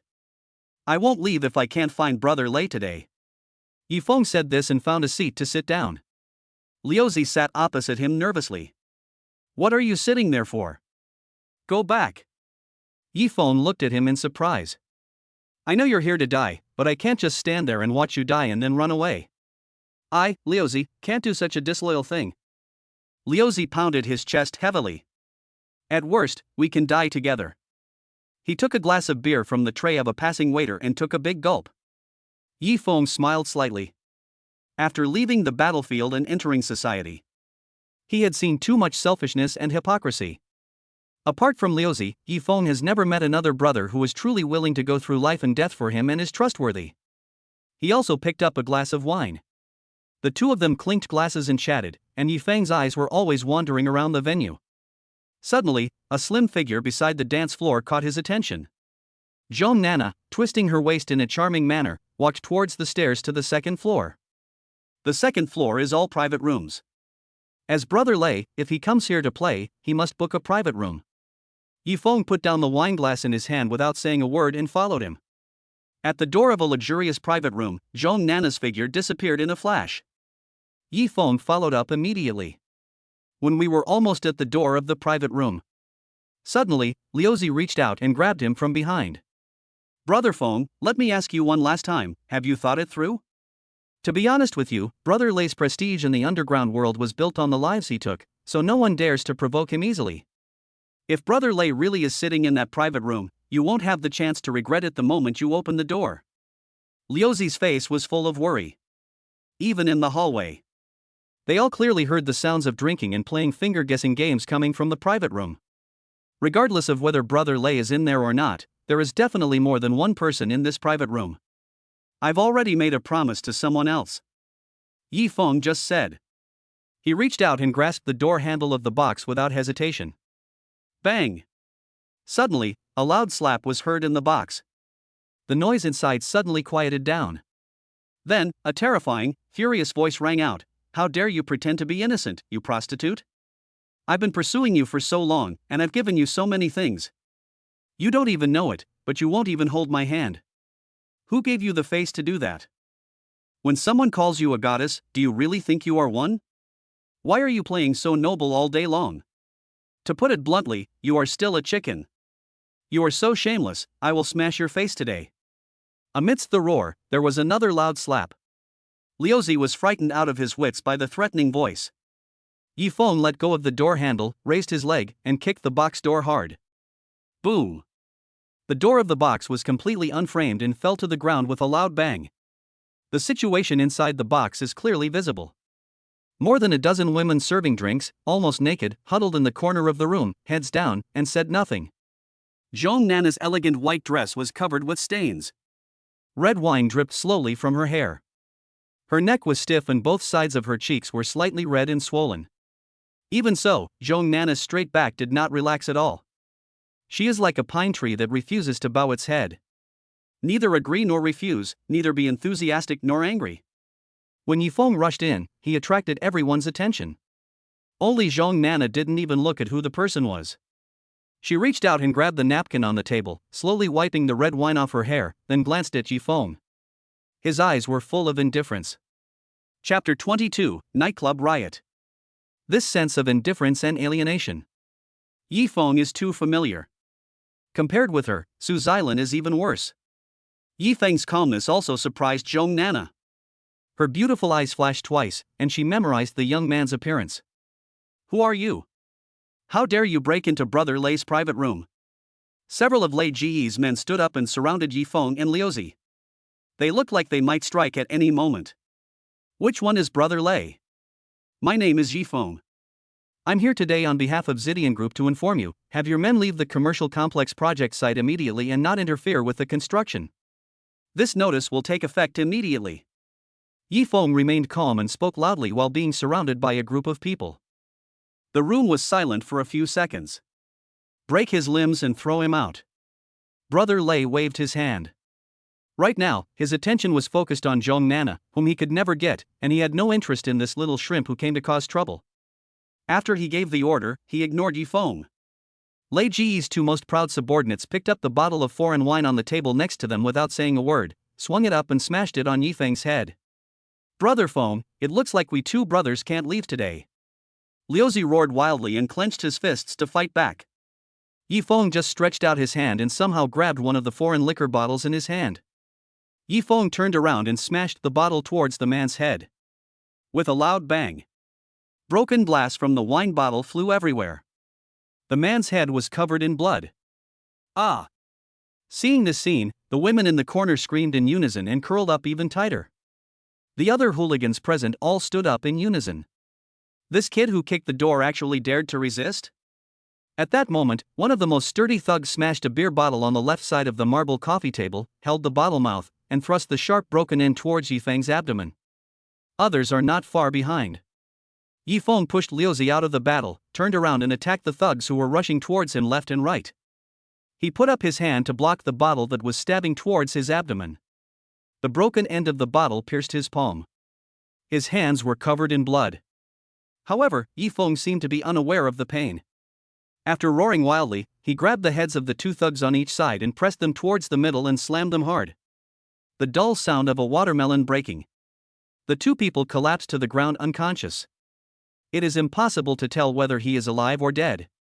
Yifeng kicked out again, knocking down a thug, then stepped on his prone body and flew into the air, stomping hard on the chest of another thug with both feet. Wow! The man was kicked so hard that he vomited blood and stumbled into the wall behind him. Liuzi was stunned. The women were also stunned. Zhong Nana sat there, letting fists and kicks fly around her. She didn't move. However, those beautiful eyes were staring at Yifeng's face quietly. Rosewood Garden Villa. The doorbell rang. Sitting in the living room, Su Xilan was distractedly changing channels with the remote control and had no intention of doing her work. When she heard the voice, her heart finally settled down. Yifeng, you don't have your key with you. She walked over quickly and opened the door. The person standing outside the door was not Yifeng, but Mr. Su with a serious face. Grandpa, why are you here? Su Xilan welcomed old man Su into the house in surprise. I just heard that you gave the task of delivering the project to Yifeng. How could you make such an ill-considered decision? This is totally unlike you. Mr. Su said angrily. Grandpa, Yifeng said he would give me an answer tonight. I'm waiting for his news. Su Xilan explained. Wait for nothing. He has already broken into Catherine's house to look for Brother Lei. Do you think he can defeat Brother Lei with his skills? Or the people behind Brother Lei? Old Master Su was furious and anxious. I've told you time and again that Brother Lei is not as simple as he appears. The power behind him is so great that even my connections can't easily deal with it. Otherwise, this matter wouldn't have dragged on like this. Are you asking Yifeng to go for the project, or to end this marriage that you're not happy with? Mr. Su questioned repeatedly. Su Xilan pursed her lips. Hurry up and find a way to get him back, it will be too late if you delay any longer. Let me be frank. Our Su family values reputation above all else. If Yifeng dies, you'll be a widow for the rest of your life. Mr. Su turned away. Although Su Xilan knew that her grandfather was speaking in anger, her face still turned cold. Just a contract couple. Who wants to be a widow for that kid? Su Xilan put on her coat and hurried out. However, he wouldn't really challenge Brother Lei alone and seek his own death, right? Worried, Su Xilan urged the driver to speed up. In the nightclub. It was unknown how long the fight lasted. Until all of Brother Lei's men got involved. Liuzi was also injured. Fruit knives and chair legs were scattered all over the floor. The broken glass bottles on the ground reflected the mottled light. Yifeng's arms and legs were covered in blood. He was breathing heavily. So many people couldn't knock him down. Stop. Brother Lei called out to his men who were tired and planning to attack. His attention was no longer on Zhong Nana, but he kept looking Yifeng up and down. Others don't understand Yifeng's eyes. But Brother Lei, who had been through many battles, understood it at a glance. This guy isn't looking for trouble. If he dares to come, he is here to risk his life. The strong ones are afraid of the tough ones, and the tough ones are afraid of the desperate ones. I don't want my life anymore. Even if we can subdue him, I'm afraid we will suffer heavy losses. Brother Lei thought about it in his mind and quickly made up his mind. He called back all his men. You said you came here on behalf of the Xidian group and risked your life just to get my people to leave the construction site? Brother Lei asked in a deep voice. Yes. That's the only purpose. That project must be delivered on time. Yifeng raised his head and answered calmly. What a reckless kid. Lei Go laughed. Who brought you here? That's not what you should be asking. What you should be saying is that you will promise to get your people out of the construction site immediately, otherwise I will fight you to the death. Is that clear enough? Yifeng stared at him coldly. The entire private room was silent. Brother Lei, in this area of Yuncheng, no one has ever been provoked in this way. Ha ha ha ha. A moment later, Brother Lei laughed out loud. Kid, the last person who said that to me, their entire family was buried at the bottom of the Tsong River, feeding the fish. I bet you can't wait any longer. There was no smile in his laughter, but it exuded a cold murderous intent. Lu Zi couldn't help but shiver. He had heard about that family's affairs on the streets before, and it was said that it was even reported on the Yunqing news. Brother Lei is not threatening. He is the one who really dares to do such a thing. Chapter 23: Turning Enemies into Friends. Yifeng looked straight into Brother Lei's eyes without dodging. His face was calm. It's so quiet and scary. Like a bottomless lake. His face remained calm. But I can't see through his cunning. Lei Ji's eyes flickered slowly twice. It is said that a newborn calf is not afraid of a tiger. A successful gangster boss like Brother Lei is no longer the young man he was when he first entered the underworld. He has too many concerns on his shoulders. But he has come from the same age as Yifeng. So he understood Yifeng's fearlessness. In dead silence, Liuzi looked at this and then at that.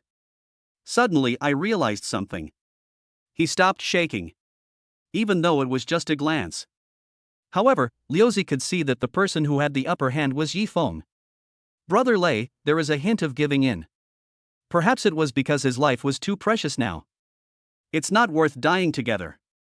My people will not leave until Zidian Group pays the compensation. Finally, Brother Lei spoke slowly. Yifeng's eyes lit up. This is a sign of relaxation. As far as I know, you are not employees of the Zidian Group, let alone workers of the construction company. What compensation do you want? He asked with a frown. Lei Gu immediately widened his eyes. Those who stayed there were the ones who had lived on that land for many years. They once had houses and homes. Then, you developers came and started demolishing the houses without any explanation. The compensation was not paid yet, and the houses were demolished. Shouldn't you give me this money? Brother Lei asked sternly.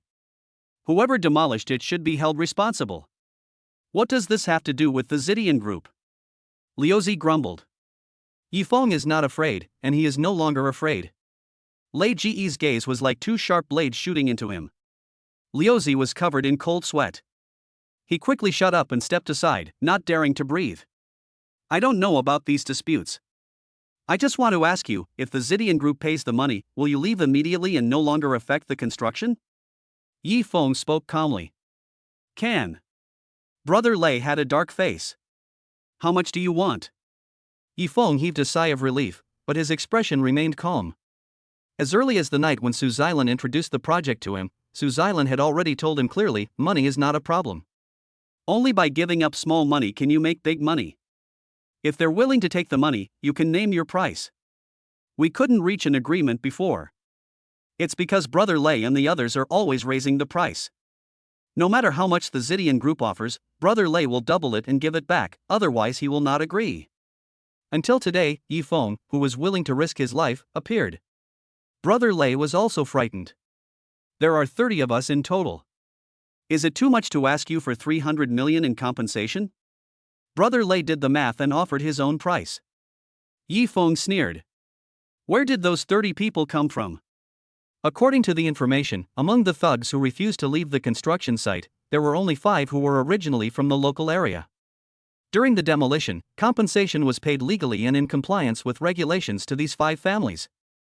One of them did not ask for the money and was given 2 houses in exchange.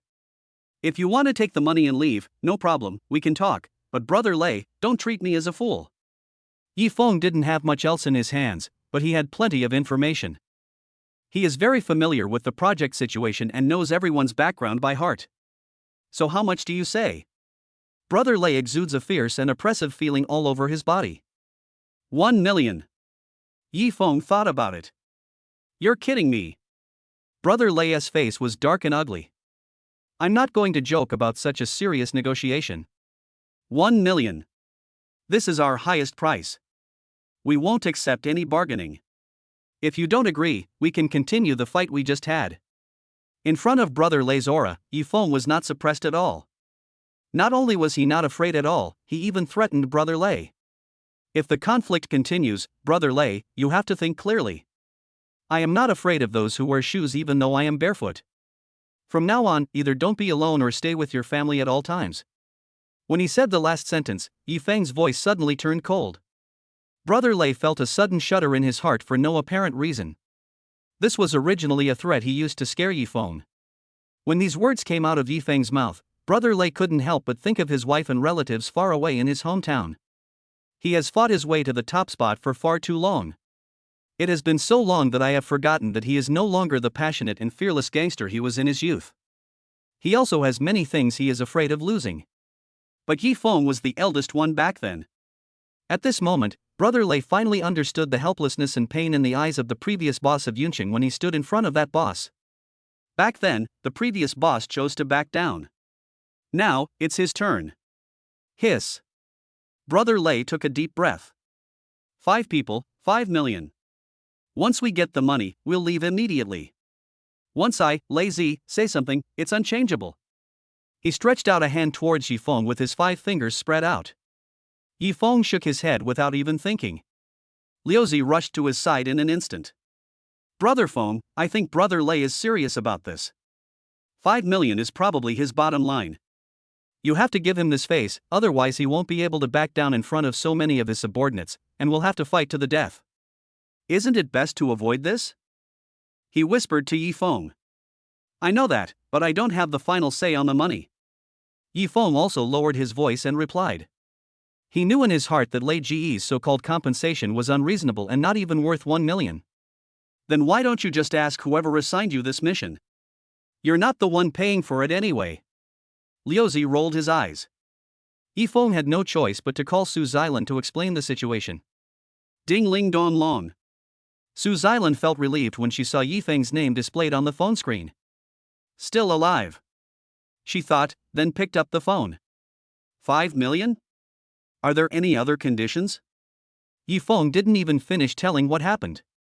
When Su Xilan heard the price offered by Brother Lei, she interrupted him directly. No, but 5 million is a bit much. For them who have already received the demolition compensation. Yifeng said. I'll transfer the money to your card right away. Promise him. Su Xilan interrupted him again without saying anything. After hanging up the phone, Yifeng looked at Brother Lei. I just asked my boss, and our company says 5 million is a bit excessive. He said. The veins on Lei Ji's forehead bulged. Then there's nothing to talk about. He stood up suddenly, and the other brothers who were already tired stood up in unison. But Yifeng suddenly raised his voice. Zidian Group is willing to pay this money, not for the sake of reason, but just to make friends with Brother Lei. His words fell. Brother Lei was stunned. Everyone else was stunned. Brother Lei is willing to do this to collect debts for his men. Regardless of whether it's reasonable or not, his loyalty is definitely enough. The leader of our group really appreciates this loyalty and is interested in making friends with Brother Lei. I hope you can give me some face. Yifeng's words were flexible and he regained the face that Brother Lei had just lost. Brother Lei knew when to stop. Ha ha. Great. I, Lei Zi, am famous for my loyalty. In that case, let's have a drink, write off everything that happened before, and go our separate ways from now on. After Lei Ge finished speaking, he threw a bottle of beer into the air to Yifeng. Yifeng took it and bit open the bottle cap. Dry. Lei Ge raised his head. The two of them drank a bottle of wine in one breath. Sorry to bother you, please continue. After Yifeng finished his drink, he turned around and left without any reluctance. Someone will bring in 5 million in cash later. Bye, I won't be sending you anything. After saying that, he walked out of the private room door in a dignified manner. The aura is fully open. Chapter 24. Worried about Yifeng's safety. Zhong Nana stared at his back, her big eyes blinking. Until Yifeng's figure completely disappeared from sight. Brother Feng, you are so handsome today, so handsome that even I feel ashamed of myself. Liuzi followed Yifeng happily, and only when they reached a place where no one else could hear them talking did he speak excitedly. That's an exaggeration. How can I compare to you when it comes to being cool? Yifeng looked serious. Normally I would definitely win, but today is a special situation. I admit that you are a little more handsome than me, Liuzi said with his hands dancing. The crisis was over, his life was saved, and Brother Lei was defeated. Everything was beyond Liuzi's expectations. Although he just followed Yifeng as a human background board throughout the whole process. However, Liuzi still felt that he had made a significant contribution to this, and was therefore in high spirits and very proud of himself. The two men walked out of the nightclub chatting and boasting. When I get back, I'll brag to those people in the security department. Brother Lei is nothing. I'm Liuzi. Oh, President Su? Liuzi looked at the Rolls-Royce Cullinan that was parked directly in front of the entrance of Catherine nightclub. And Su Xilan, who was hugging the front of the Cullinan with her arms crossed. He couldn't help rubbing his eyes. Did I see things wrongly after getting hit on the head? He turned to Yifeng and asked, I saw a beautiful woman who looked exactly like President Su. How could a woman like her come to a place like this? Yifeng closed his mouth and said nothing. Su Xilan looked them both up and down. There were wounds and blood, but fortunately they were not serious. Get in the car. She spat out two words coldly. Yifeng dragged Liuzi into the back seat of the Rolls-Royce. Su Xilan drove the car herself. Even if she was sitting in the cab, she wouldn't do that. Yifeng and Liuzi could also easily feel the chilling aura emanating from her. The two of them sat upright, not daring to breathe. How come President Su caught us fighting? Will he fire us both first thing tomorrow? Liuzi said worriedly. His voice was very low. Su Xilan, who was sitting in the driver's seat, could still hear it clearly. Are you also from the company's security department? Su Xilan glanced at Liuzi. Liuzi nodded with a bitter look on his face. Boss Su, please don't fire me. My mother is in the hospital and I'm in urgent need of money. This security job is very important to me. He kept on begging for mercy. Go to the security department tomorrow and submit a self-examination, clearly explaining the entire process. You must seriously reflect on your actions. Su Xilan interrupted him with a stern face. Liuzi was stunned for a moment, then immediately overjoyed. Thank you, Mr. Su, for your kindness. Su Xilan suddenly slammed on the brakes. Liuzi's face hit the back of the front seat. Go down, Su Xilan said coldly. Liuzi and Yifeng opened the car door at the same time. The low pressure in the car made none of them want to stay there for even a second longer. I'm talking about him, not you. Su Xilan saw the two men's actions from the rearview mirror and shouted at Yifeng. Yifeng closed the car door silently. Liuzi turned around and gave him a sympathetic look, then got out of the car, closed the door in one go, and ran faster than a rabbit. Fortunately, we were fighting side by side with our backs to each other in the private room of the nightclub just now. Why aren't you being good brothers and loyal now? Su Xilan restarted the car. Yifeng sat obediently where he was. 5 million, did you really manage it? After a while, Su Xilan asked while driving. There was doubt in his tone. Kindness. Yifeng nodded calmly. Su Xilan stopped talking again. She secretly looked at Yifeng in the rearview mirror and suddenly noticed that blood was slowly flowing out of his shirt. You're bleeding, Su Xilan reminded. In a fight, who wouldn't get hurt? Yifeng smiled and reached out to press the bleeding wound to stop the bleeding. Su Xilan was silent for a while and drove the car to the hospital. Late in the evening, the doctor in the emergency room bandaged Yifeng's wound in no time. I thought Su Xilan had done her best by sending him to the hospital. Unexpectedly, when Yifeng walked out of the emergency room door with a bandage on his body, he unexpectedly found Su Xilan waiting for him outside the door. Come home with me, and starting tomorrow, you'll go to work with me. Su Xilan stuffed him into the back seat of the car without saying a word. I got into a fight and got hurt. Yifeng slept soundly all night until dawn. It's just dawn. Su Xilan woke up Yifeng, who was still sleepy. She sat in the car, looking energetic, holding a cup of coffee in one hand and documents in the other, seizing the time on the way to work and starting to work attentively. In contrast, Yifeng's listlessness is like an old man basking in the sun in winter. His head was leaning against the car window, his eyes half open. If he were given a recliner, he would lie down and take a nap right away. Didn't you serve in the military? Why are you so low on energy? Su Xilan glanced at him.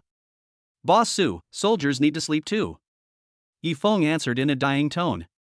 Su Xilan let out a loud click of the tongue. No one can see you in the car, so forget about your behavior. But when we get to the company, you are not allowed to beg for mercy like this, or you will affect my image. Do you understand?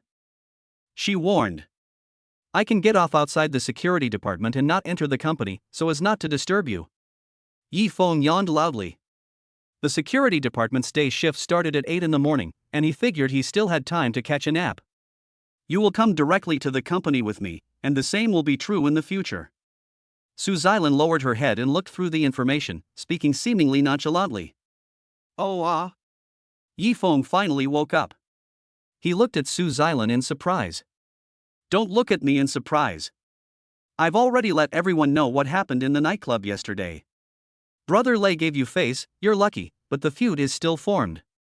You can't act alone now, so you have to stay by my side for the near future. Su Xilan raised her eyes and looked at Yifeng. She is always surrounded by the top security team hired by the family, so she is indeed safe enough. Are you worried about my safety? Yifeng asked in surprise. Su Xilan was stunned and quickly lowered her head. You are an employee of my company. I gave you this difficult task. I have this responsibility. She responded vaguely. Without waiting for Yifeng to speak, she quickly said, remember, call me President Su in the company, and don't do anything that would reveal our relationship. Got it. Yifeng nodded. Boss Su, when are you going to go back with me to see my mother? If you keep your promise, I will keep my promise. Su Xilan said calmly. Yifeng made an okay gesture. Arrived at the company. Secretary Lu Xiaoke was already waiting at the entrance of the lobby on the first floor of the group. Boss Su. As soon as Lu Xiaoke saw Su Xilan appear, he ran over with a thick stack of folders in his hands. She looked at Yifeng in surprise, and without even saying hello, she began to report her work to Su Xilan. Chapter 25. You refreshed my cognition. The contract with the previous advertising agency has expired, and now there are 4 new companies bidding. Are they all 4 imams? Yes, I've already sorted out their company qualifications and placed them on your desk. Also, the cost department sent a report. According to their calculations, switching to a new supplier could reduce costs by 5% and increase profits by 15%. However, product quality would be significantly affected. Go back to your original supplier. Okay, Manager Hao from the investment department asked about the stock market fluctuations. The MX company shares that were originally planned to be sold. Take it in your hand first and ask him to keep a close eye on it. He can report to me anytime today. I understand. And Su Xilan walked hurriedly, looking straight ahead, and rushed into the elevator in her high heels. Lu Xiaoke followed her jogging with a notebook in his hand. In the short distance from entering the door to entering the president's office, Su Xilan has almost finished all the work awaiting approval. Yifeng walked at the end, listening to the 2 women's conversation like a machine gun, and was amazed. White-collar workers are white-collar workers. The working atmosphere is completely different from our security department, he thought, smacking his lips. But to be honest, this sense of urgency also makes people feel suffocated. Even though it was just his first day out of the security department, Yifeng already wanted to go back. Where are you going? Su Xilan was able to notice Yifeng walking towards the security department despite her busy schedule, and immediately called out to him. I'm used to walking. Yifeng touched the back of his head. Su Xilan glared at him. I told you, you have to stay by my side during this time, and you are not allowed to leave for a moment. She emphasized clearly. Lu Xiaoke on the side widened his eyes and stared at Yifeng in shock. Did she hear it wrong? Is this something that could come out of President Su's mouth? Su Xilan also realized that her previous slip of the tongue gave people who didn't know the truth the illusion that she had ulterior motives. Her cheeks flushed slightly, but she quickly regained her composure, walked to her desk, and immediately began to work. What did you do? Lu Xiaoke asked Yifeng with his mouth while Su Xilan wasn't paying attention and turned his back to her for a few seconds. Yifeng smiled bitterly without explaining. Xiaoko, why haven't I seen the transfer contract for Jaha Company's Changnan store yet? Su Xilan suddenly raised her head. It's like this, Mr. Su. They suddenly changed their minds and are asking for an extra 10 million yuan in transfer fees. Otherwise, they won't sign the contract. Lu Xiaoka immediately turned around and replied. I guessed. Su Xilan shook her head. She pondered for a moment. Have someone from the contract department go back to their company and bring a check for 20 million. Make sure they sign this contract today. Finally, Su Xilan made the final decision. But they only want 10 million. If we give them 20 million, won't that make us look passive? Lu Xiaoka was stunned. You do what I say. Su Xilan said indifferently. Okay, Mr. Su. I'm sorry, Mr. Su. Lu Xiaoka apologized and quickly picked up the landline next to him and immediately explained the task to the contract department through the internal line. The fast-paced urgency is suffocating. Yifeng stood idly by the floor-to-ceiling window in the president's office, looking at the scenery outside for a while, then sat down on the sofa. He took out his cell phone and started playing King of Glory. Yes, 20 million. President Su requires the contract to be signed today. Welcome to King of Glory. There are a few stocks I can sell soon. I'll give you the stock codes. The enemy has 3 seconds left to reach the battlefield. Human Resources Department? Have you found the people you need for logistics? Triple kill. While Su Xilan was busy working and Lu Xiaoka was making endless phone calls. The sound of Yifeng's cell phone was so discordant. Day. There was the sound of high heels. In Yifeng's sight, in addition to the mobile game screen, there is also a pair of straight and slender beautiful legs. He raised his head.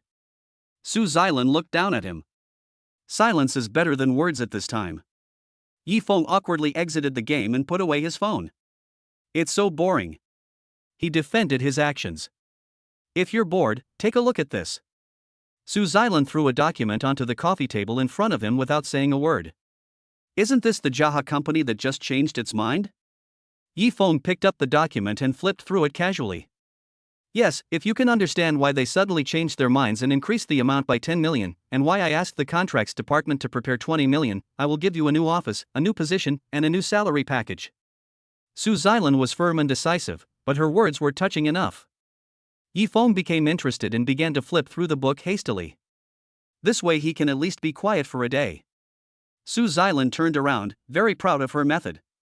Before she could walk back to her desk and sit down, Yifeng's voice came from behind. This Jaha company is really daring. 9 out of 10 pots have lids. It's only a matter of time before the capital chain has problems. He made an exclamatory sound. Su Xilan suddenly turned around and stared at him in surprise. Lu Xiaoka also raised her head from her busy secretarial work and looked at Yifeng in disbelief. Did I say something wrong? Yifeng noticed the two people's gazes and shrugged.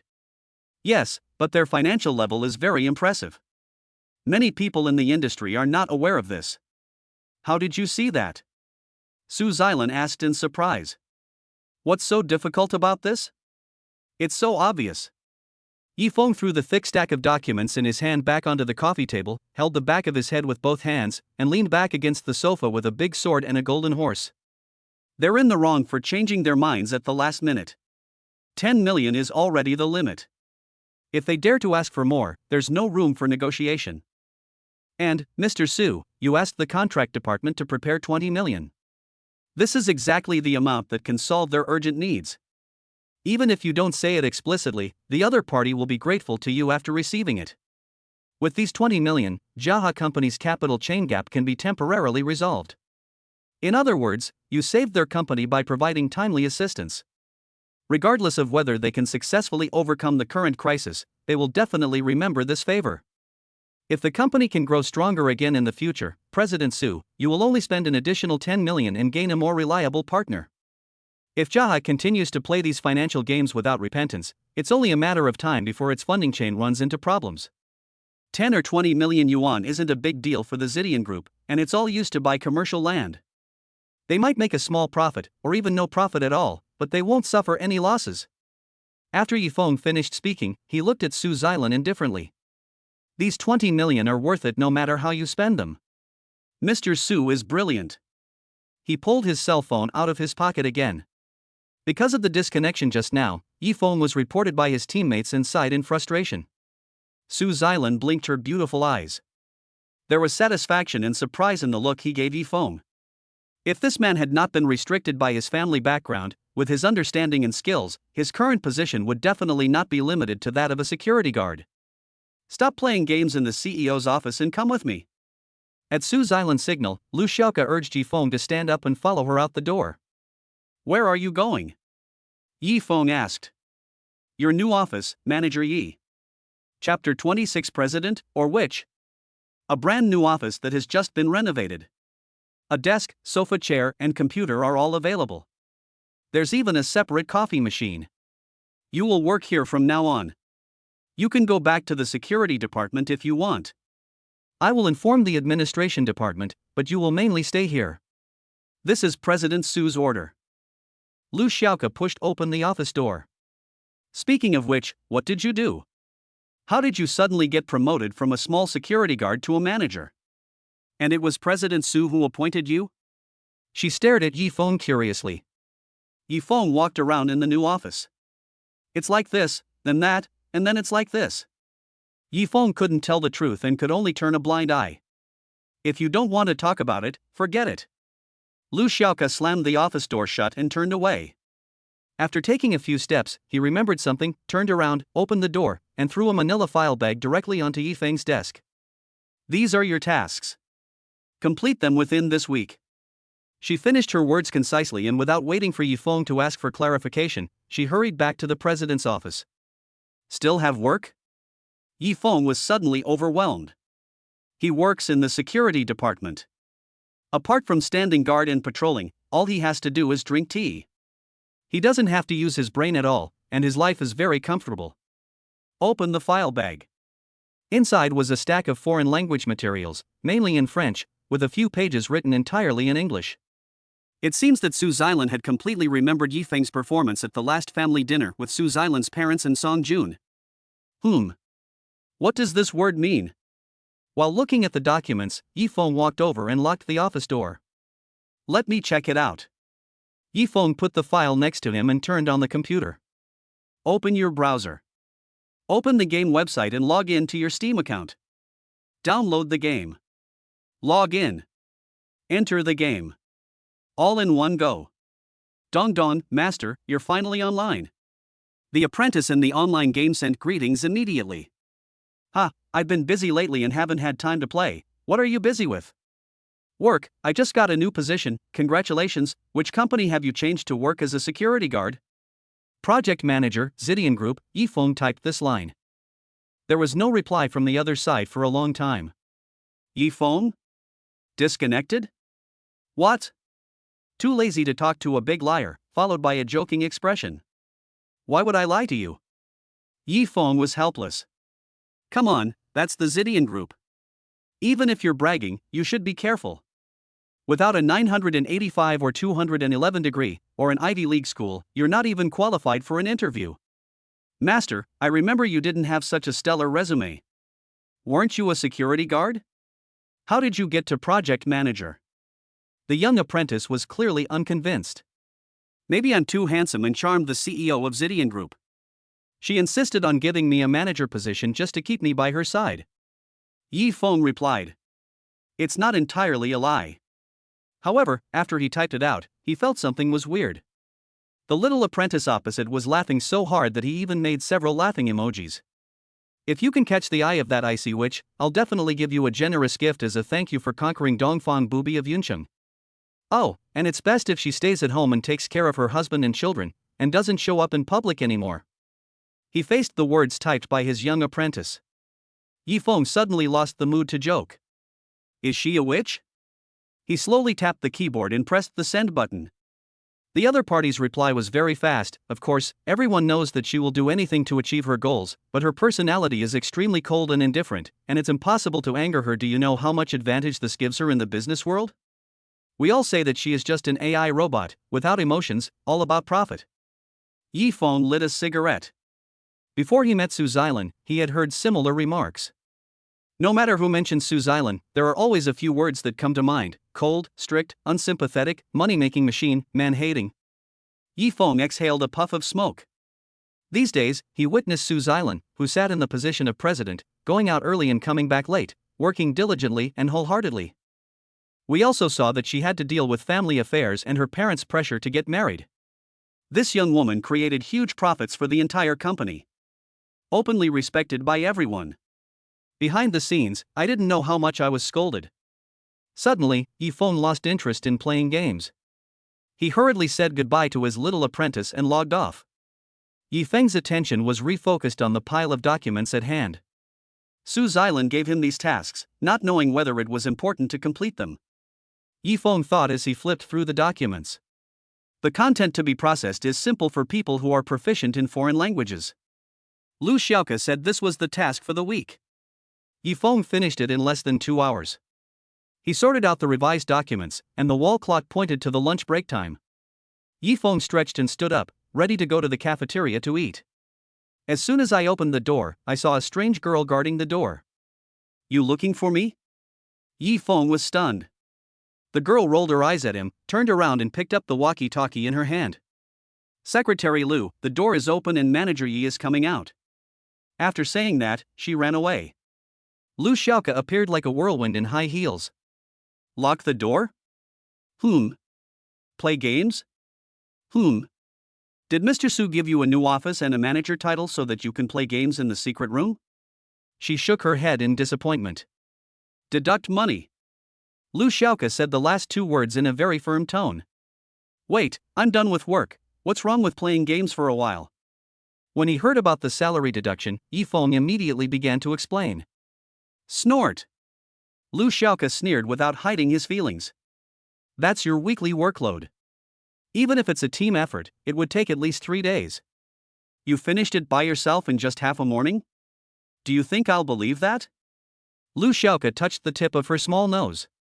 An expression that said, "Do you think I'm a fool? I'm easy to fool." Yi Feng decisively picked up the revised document and handed it to her. "I've noted all the necessary adjustments, revisions, and decisions. If everything is all right, I'll just reprint the revised document and it'll be officially complete," he said honestly. Lu Xiaoke looked at him hesitantly. Yi Feng was so calm. She had to take a serious look at the document in her hand and couldn't help but gasp. "You understand everything?" Lu Xiaoke flipped through a few pages, looked at the documents, and then looked at Yi Feng. Yi Feng shrugged. "Isn't this a question you ask even though you already know the answer? I don't understand how it could be changed like this. I'll report this to President Su." Lu Xiaoke spoke in a dreamy voice, turned around and shook his head. Yi Feng quickly stopped her. "What about the deduction of money? I'll let you go this time, but it won't happen again." Lu Xiaoke snorted. As she turned around, Yi Feng was searching the office for surveillance cameras. How else to explain why he was caught playing games even though he had locked the door? "Don't look for it anymore. Do you think the people in Zidian Group's information security department are just there to eat and do nothing?" From afar, a word came from Lu Xiaoke. Yi Feng suddenly realized. He hurried to the cafeteria. After being delayed by Lu Xiaoke for a while, it was already late to get off work. Long queues formed in an instant in the cafeterias of large companies like Zidian Group. Yi Feng picked up a plate helplessly and moved slowly with the team. After ordering a full plate of food, I finally found a table to sit down in the crowded restaurant. "Oh, isn't this the man that President Su personally promoted? He's so promising that even the people in our security department can't reach him." A cold voice came from the side. Chapter 27, Flirting with the Security Captain in Public in the Cafeteria. Yi Feng turned his head and looked. The 2 women sitting next to him were his colleagues when he was in the security department. There are mostly men in the security department, and the only few female security guards are like stars among the crowd, which makes these women feel particularly good about themselves. "Yi Feng, when you were in the security department, I didn't realize how outstanding you were. How come you were so attractive to President Su at first sight?" One of the women started to make sarcastic remarks. "Hey, Xiaolin, maybe there's something protruding on the body that's hard for us to see," another woman said. The 2 women laughed foolishly together, and their every move showed no disdain for Yi Feng. Boss Sue said that he was only temporarily assigned here to serve as her personal bodyguard. He might have to return to the security department after a while. A stern voice suddenly came from behind them. Sister Lou. When the two female security guards saw the man behind them, they immediately shut up. You're joking without restraint during work hours. You two will run 10 laps around the company building. Shirley said coldly. The two female security guards lowered their heads, picked up their plates, and left without finishing their meal. Shirley sat down at their seat and started eating alone. No one dared to sit next to her. As we all know, Shirley is the captain of the security team and also one of Suze Island's personal bodyguards. He has a cold personality and no one dares to mess with him. A woman who can stand out among a group of men and become a manager must have her own strengths. Hello, Captain Shir. Thank you, Captain Shir, for helping me out. Yi Feng greeted her. Shirley glanced at him with disgust. Like everyone else, she probably thought that Yi Feng must have used some unsavory means to be suddenly promoted by the boss. You're not worthy of my help. I'm managing my team and enforcing discipline. As for you. Shirley snorted coldly. Boss Sue only said that you're responsible for her safety during this period. Don't embarrass our security department. Shirley's voice and expression were stern. Is that what Sue always says? Yi Feng reacted. It seems that no one else knows the work that Suze Island assigned to him. People like Shirley only received the public personnel transfer notice from the administrative department, and had no idea that Suze Island transferred Yi Feng to her side in order to protect Yi Feng's safety from Lei Ji's revenge. Why are you laughing? Shirley frowned, put down the chopsticks in her hand and stared at Yi Feng. Did I laugh? Yi Feng touched his face. You're so frivolous and careless, you're not fit to be Mr. Sue's bodyguard. Shirley said fiercely. That's not necessarily true. Yi Feng said frankly. He had just finished speaking. The chopsticks in Shirley's hand changed direction instantly. The pointed chopsticks, like a pair of sharp arrow tips, suddenly pierced Yi Feng's eyes. As fast as lightning. A normal person would be so frightened that they would freeze in place or scream. Yi Feng, however, was like an old monk in meditation, sitting there motionless, his eyes following the chopsticks until they stopped less than half an inch in front of his eyes. Without blinking an eyelid. Instead, the people next to them were frightened and screamed when they saw this scene. Captain Shir's skills are still as sharp as ever. He was obviously not frightened. Instead, he smiled slightly after Shirley stopped in time. Snort! Shirley withdrew her hand angrily. She just wanted to scare Yi Feng and embarrass him. I would never dare to poke his eyes out with chopsticks in a place like the company cafeteria. However, Yi Feng's calmness made her the one who was embarrassed. Come out with me. Shirley stopped eating and just stood up. Captain Shir, there's no need to be so serious, right? Yi Feng didn't eat much at all. He was so hungry that he really didn't want to get involved in the dispute. I told you to come out. Shirley shouted and reached out to grab Yi Feng's shoulder. Yi Feng moved sideways, and Shirley's waist hit the corner of the dining table. She felt a tingling sensation instantly, and she fell to the side with an unbearable pain and itchiness. Yi Feng was quick to grab her waist. Captain Shir, are you okay? He just wanted to avoid Shirley's pull, but he didn't want to embarrass her in public like this. Judging from this woman's personality, this is probably enough to make her hold a grudge. Unexpectedly, this is not the end. Yi Feng tried hard to express his goodwill, but the next second, he saw Shirley staring at him with eyes that were almost spitting fire. You rascal! Shirley's curses echoed throughout the cafeteria. Yi Feng was stunned. Then he realized that the arm he used to hold Shirley was supporting her back, with his wrist going around her armpit and pressing accurately on that soft spot. Let me go now.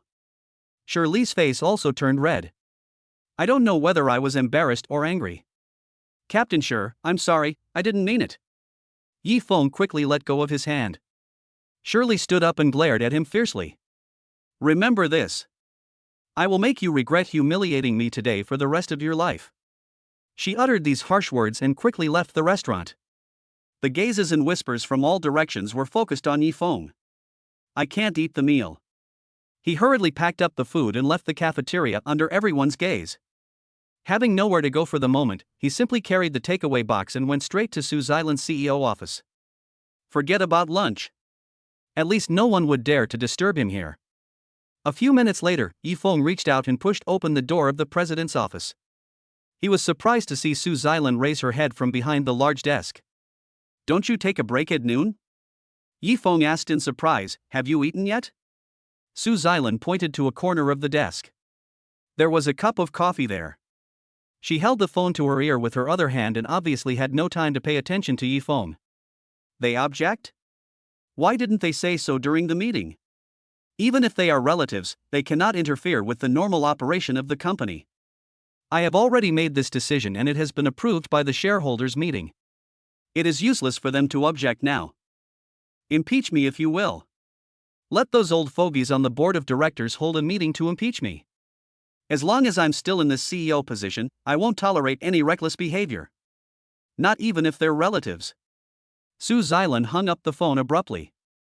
Who is it? Yifeng asked. My dad.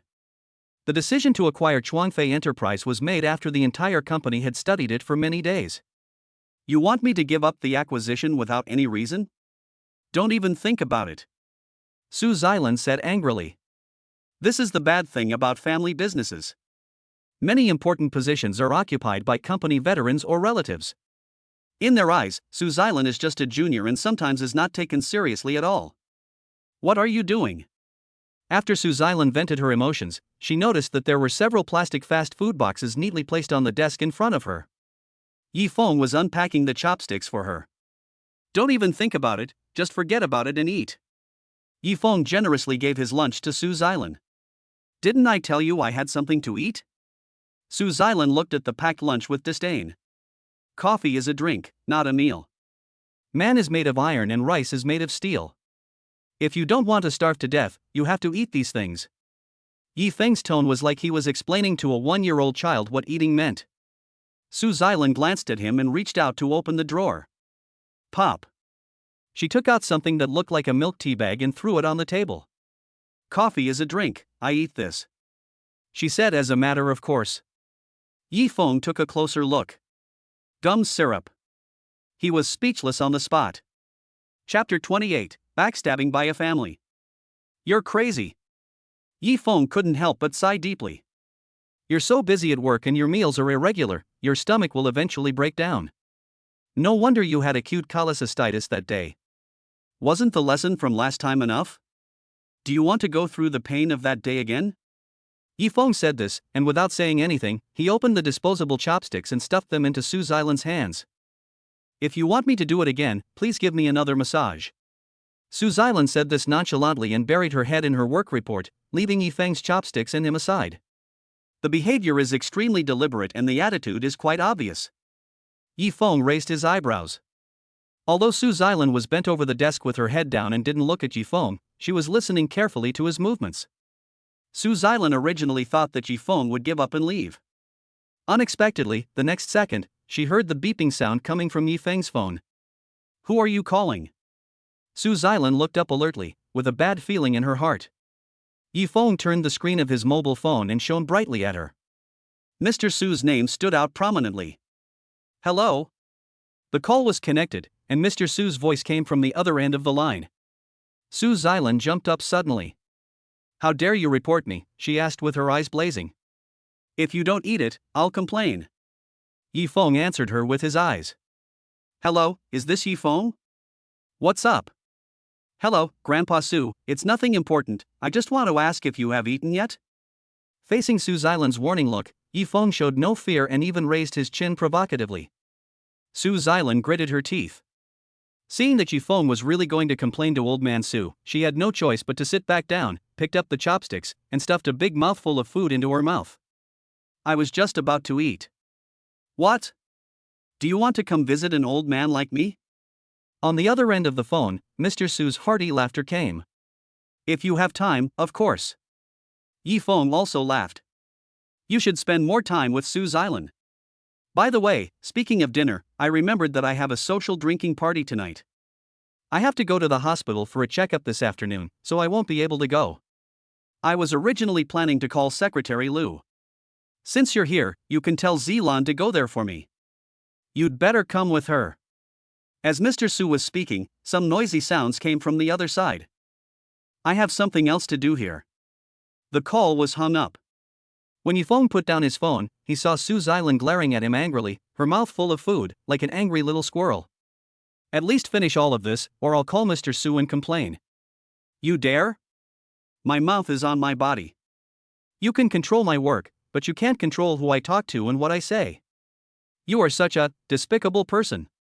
Su Xilan was so angry that she stuffed food into her mouth, even bigger mouthfuls. It's up to standard, okay? After a few minutes, she put down her chopsticks, her mouth full of food, and muttered. Yifeng looked at the lunchbox with satisfaction and nodded. Cover it, put it away, and it's done in one go. Why do you have to force me to eat? Do you know that this seriously interferes with my work and is a huge waste of time? When Yifeng was about to leave the president's office, behind him, Su Xilan's unhappy voice questioned him. Yifeng stopped.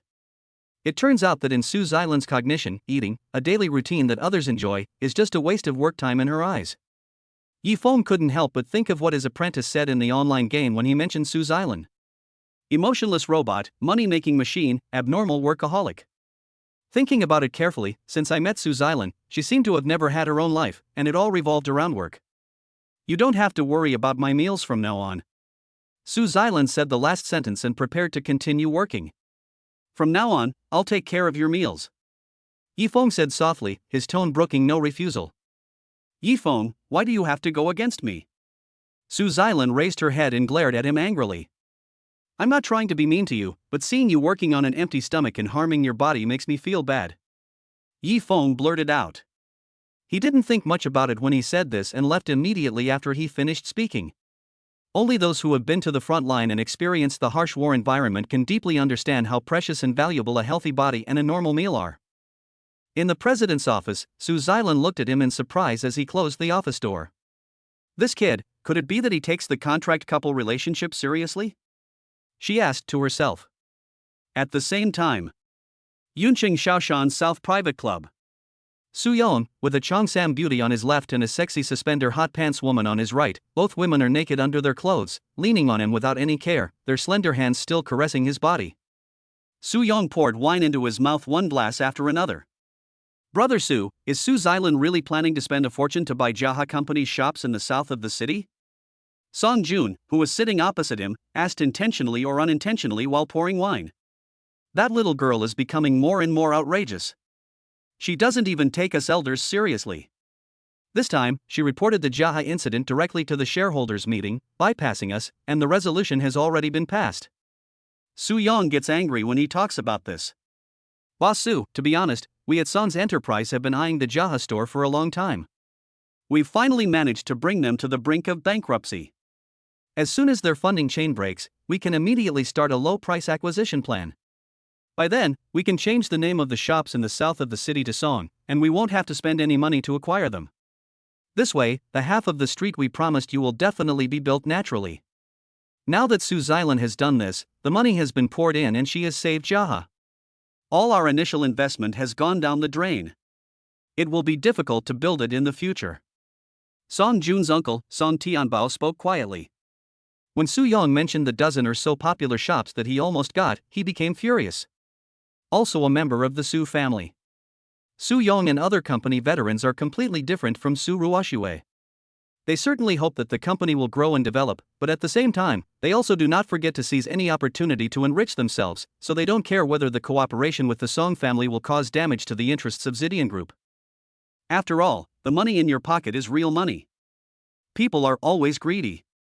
Even though Su Xilan offered them a very high salary, it still couldn't stop their greed. Mr. Song, don't worry, we have been working together for a long time.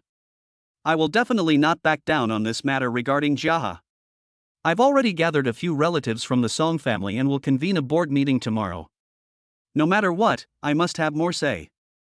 I can't let that little girl Su Xilan have the final say. Su Yong's eyes rolled around. Okay, if you need any useful information during the meeting, I'll have someone prepare it right away. Only then did Song Tianbao and Song Jun feel relieved. They both raised their glasses. All the best. It's a pleasure to work with you. Su Yong also raised his wine glass. After drinking it all in one gulp, he hugged the two beauties, hugged them on both sides, and staggered away. This dinner is well worth it. It seems that there are indeed problems within the Zidian group. People are divided, like termites eating away at the building. Sooner or later, it will collapse. Watching Su Yong's back disappear, Song Tianbao put down the wine glass in his hand, and the flattering smile on his face turned into a sneer. He said to Song Jun, "If the Zidian group goes bankrupt, Su Xilan will know how hard it is. By then, even if she cries and shouts to marry me again, I may not want her second-hand goods." Song Jun also sneered. He imagined such a scene and felt relieved. "Don't worry, that day will come soon." Song Tianbao nodded and said firmly. Chapter 29. Who cares if you drink like this? In the afternoon, the first thing Yifeng did when he returned to his office was to change the computer program so that the technical security department could not monitor his every move. Just as he finished all this, Lu Xiaoke came in with a brand new stack of documents. That stack of documents was thicker than the ones from this morning, and the contents were more complicated.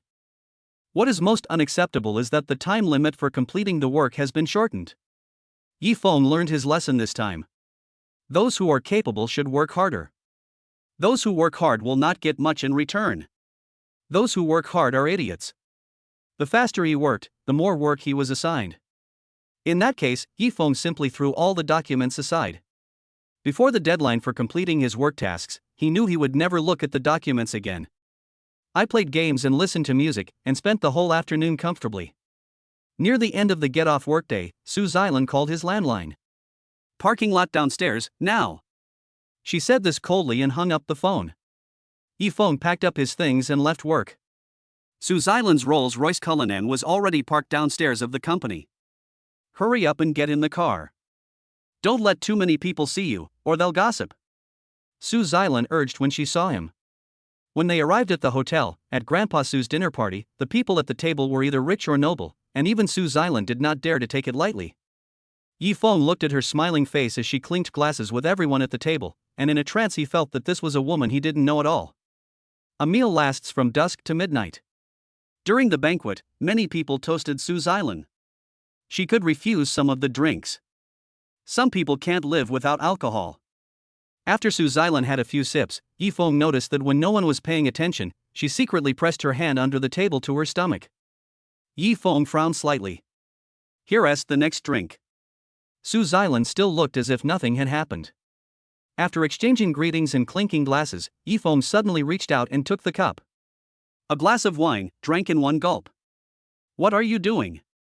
Su Xilan was shocked. She could see that Yifeng was blocking the wine for her, but what made Su Xilan even more worried was that in such occasions, some people could not be blocked from drinking.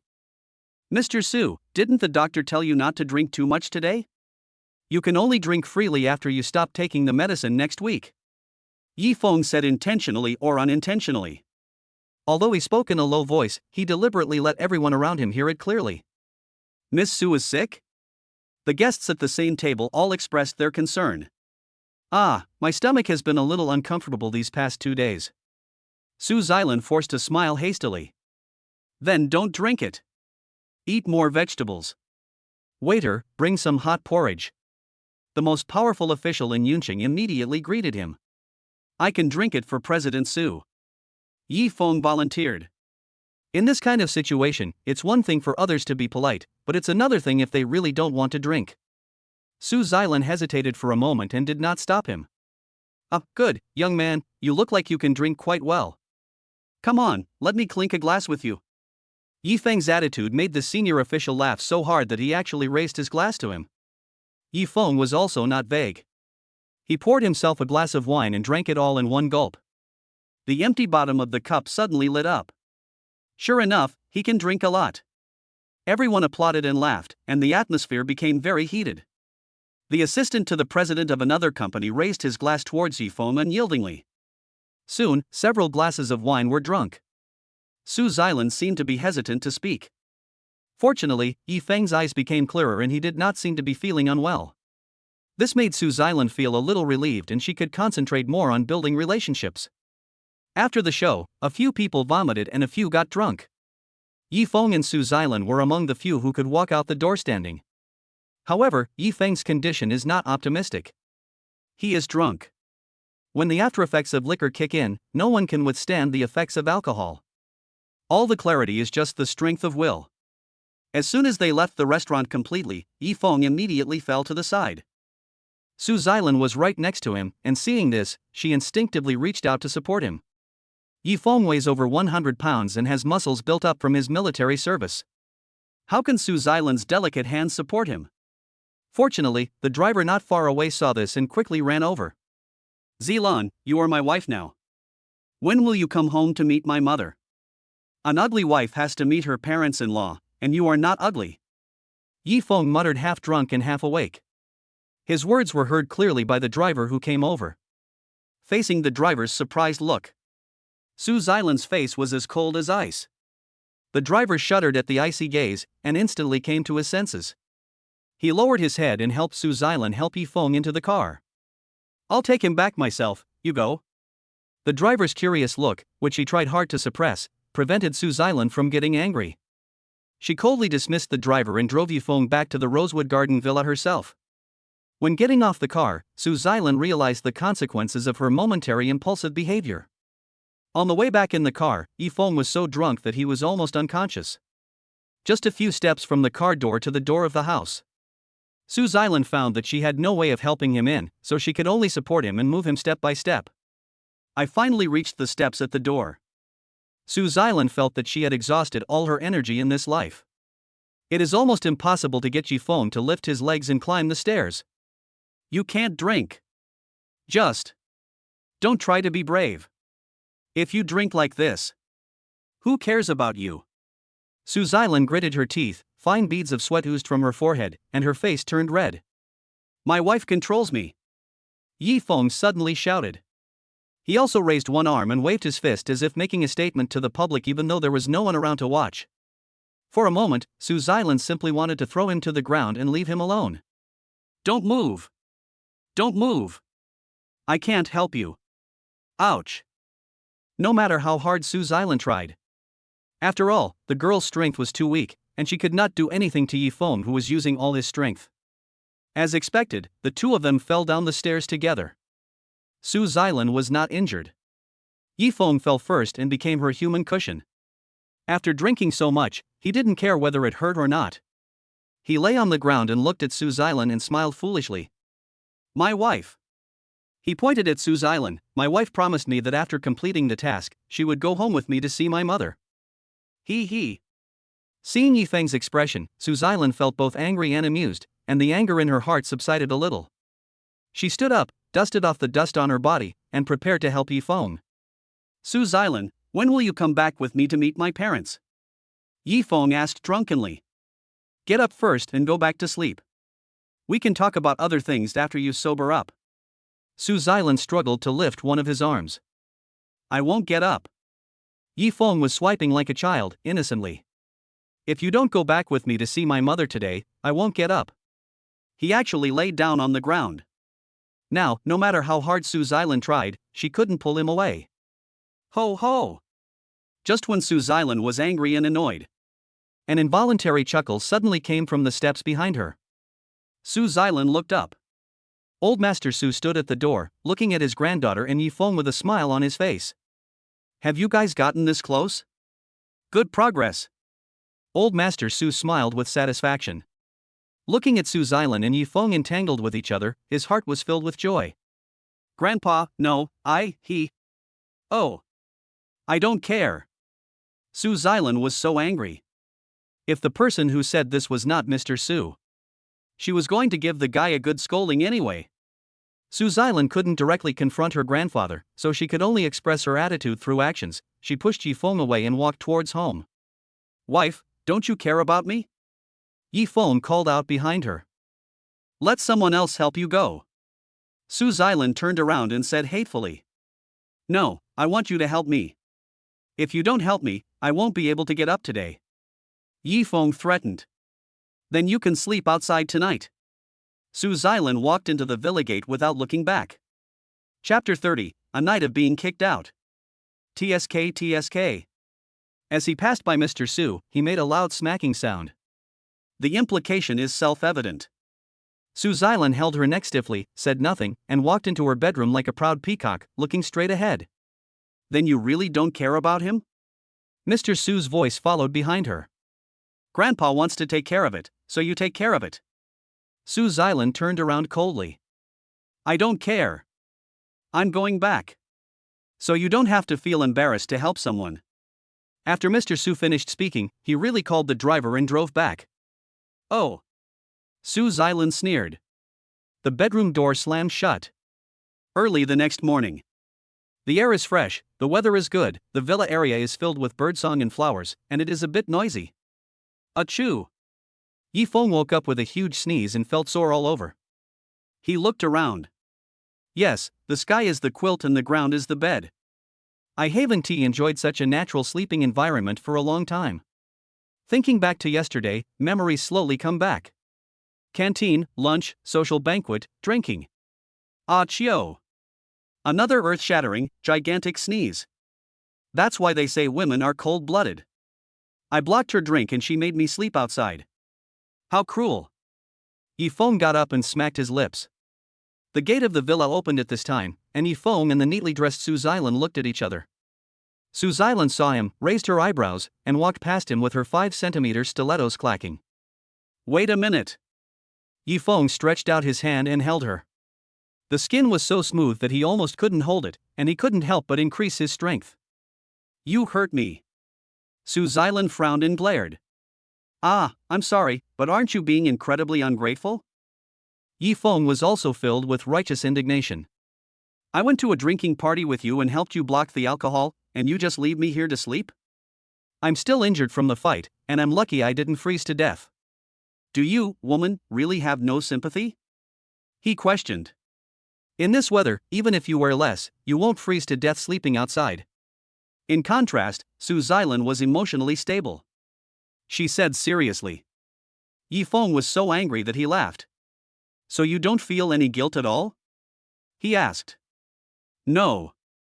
Su Xilan's answer was clear and concise. So, for you, the relationship between us is really a contractual marriage, nothing more? Yifeng asked, looking straight into her eyes. Su Xilan was silent for a few seconds, then turned and left.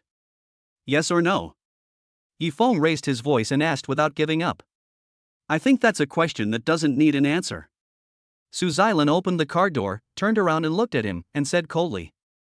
There was no ripple on his face. It seems I'm asking for trouble by asking this. Yifeng waited for her answer and nodded silently. Su Xilan fell silent again, then got into the car and closed the door. Then let's get down to business. The task you assigned to me is completed. When will you come back with me to see my mother? Yifeng asked loudly in a negotiating tone. My schedule is very full this week, I can arrange it next week. Su Xilan wanted to roll down the car window. Also, you don't have to go to the company today. You have paid leave to sober up and rest. Please don't say I have no sympathy. After she finished speaking, she rolled up the window and the Rolls-Royce drove away. Yifeng, filled with inexplicable anger, returned to the villa, took a quick shower, and made himself some breakfast. Hangovers are really bad. The loud ringing of the cell phone almost blew Yifeng's head off. Hello? He grabbed the phone. Hey, cousin, I heard from my aunt that you are going to bring your cousin's wife back? When? On the other end of the phone came the excited voice of my younger sister Yi Xiaoya. Not this week, next week. Yifeng responded vaguely. Thinking of Su Xilan's unpredictable personality and attitude, Yifeng really took her home. However, the relationship was not handled well, which directly triggered a war between mother-in-law and daughter-in-law. What if the two people don't get along? One side is the mother, the other side is the bride. The one who is stuck in the middle and can't behave himself must be Yifeng himself. Mr. Su must not be offended. What if he made her unhappy and told her the truth about their contract couple relationship? Yifeng was really afraid that Lu Shumi would be so angry that she would die. But when Su Xilan comes to visit, his attitude must not be too extreme, otherwise it would be unacceptable to bring a daughter-in-law to cause trouble for his own mother. Yifeng was originally looking forward to bringing Su Xilan home as soon as possible to report back. Now, he has changed his mind. Delay it as much as possible. Cousin, my aunt has been talking about this for several days. I thought you could bring your cousin's wife home in the next 2 days. Didn't you two discuss it? Yi Xiaoya was very smart and noticed Yifeng's emotions through the phone, so she immediately asked directly. What nonsense are you talking about? Your cousin's wife and I are in love with each other, and our love is stronger than gold. How can we get married if we don't have a good relationship? Yi Feng was startled and quickly explained, she is too busy with work. We will go back after this. Oh, she's busy, not you. Yi Xiaoya said slowly, that means you're not busy recently. Since you're so free, accompany me to the event tonight.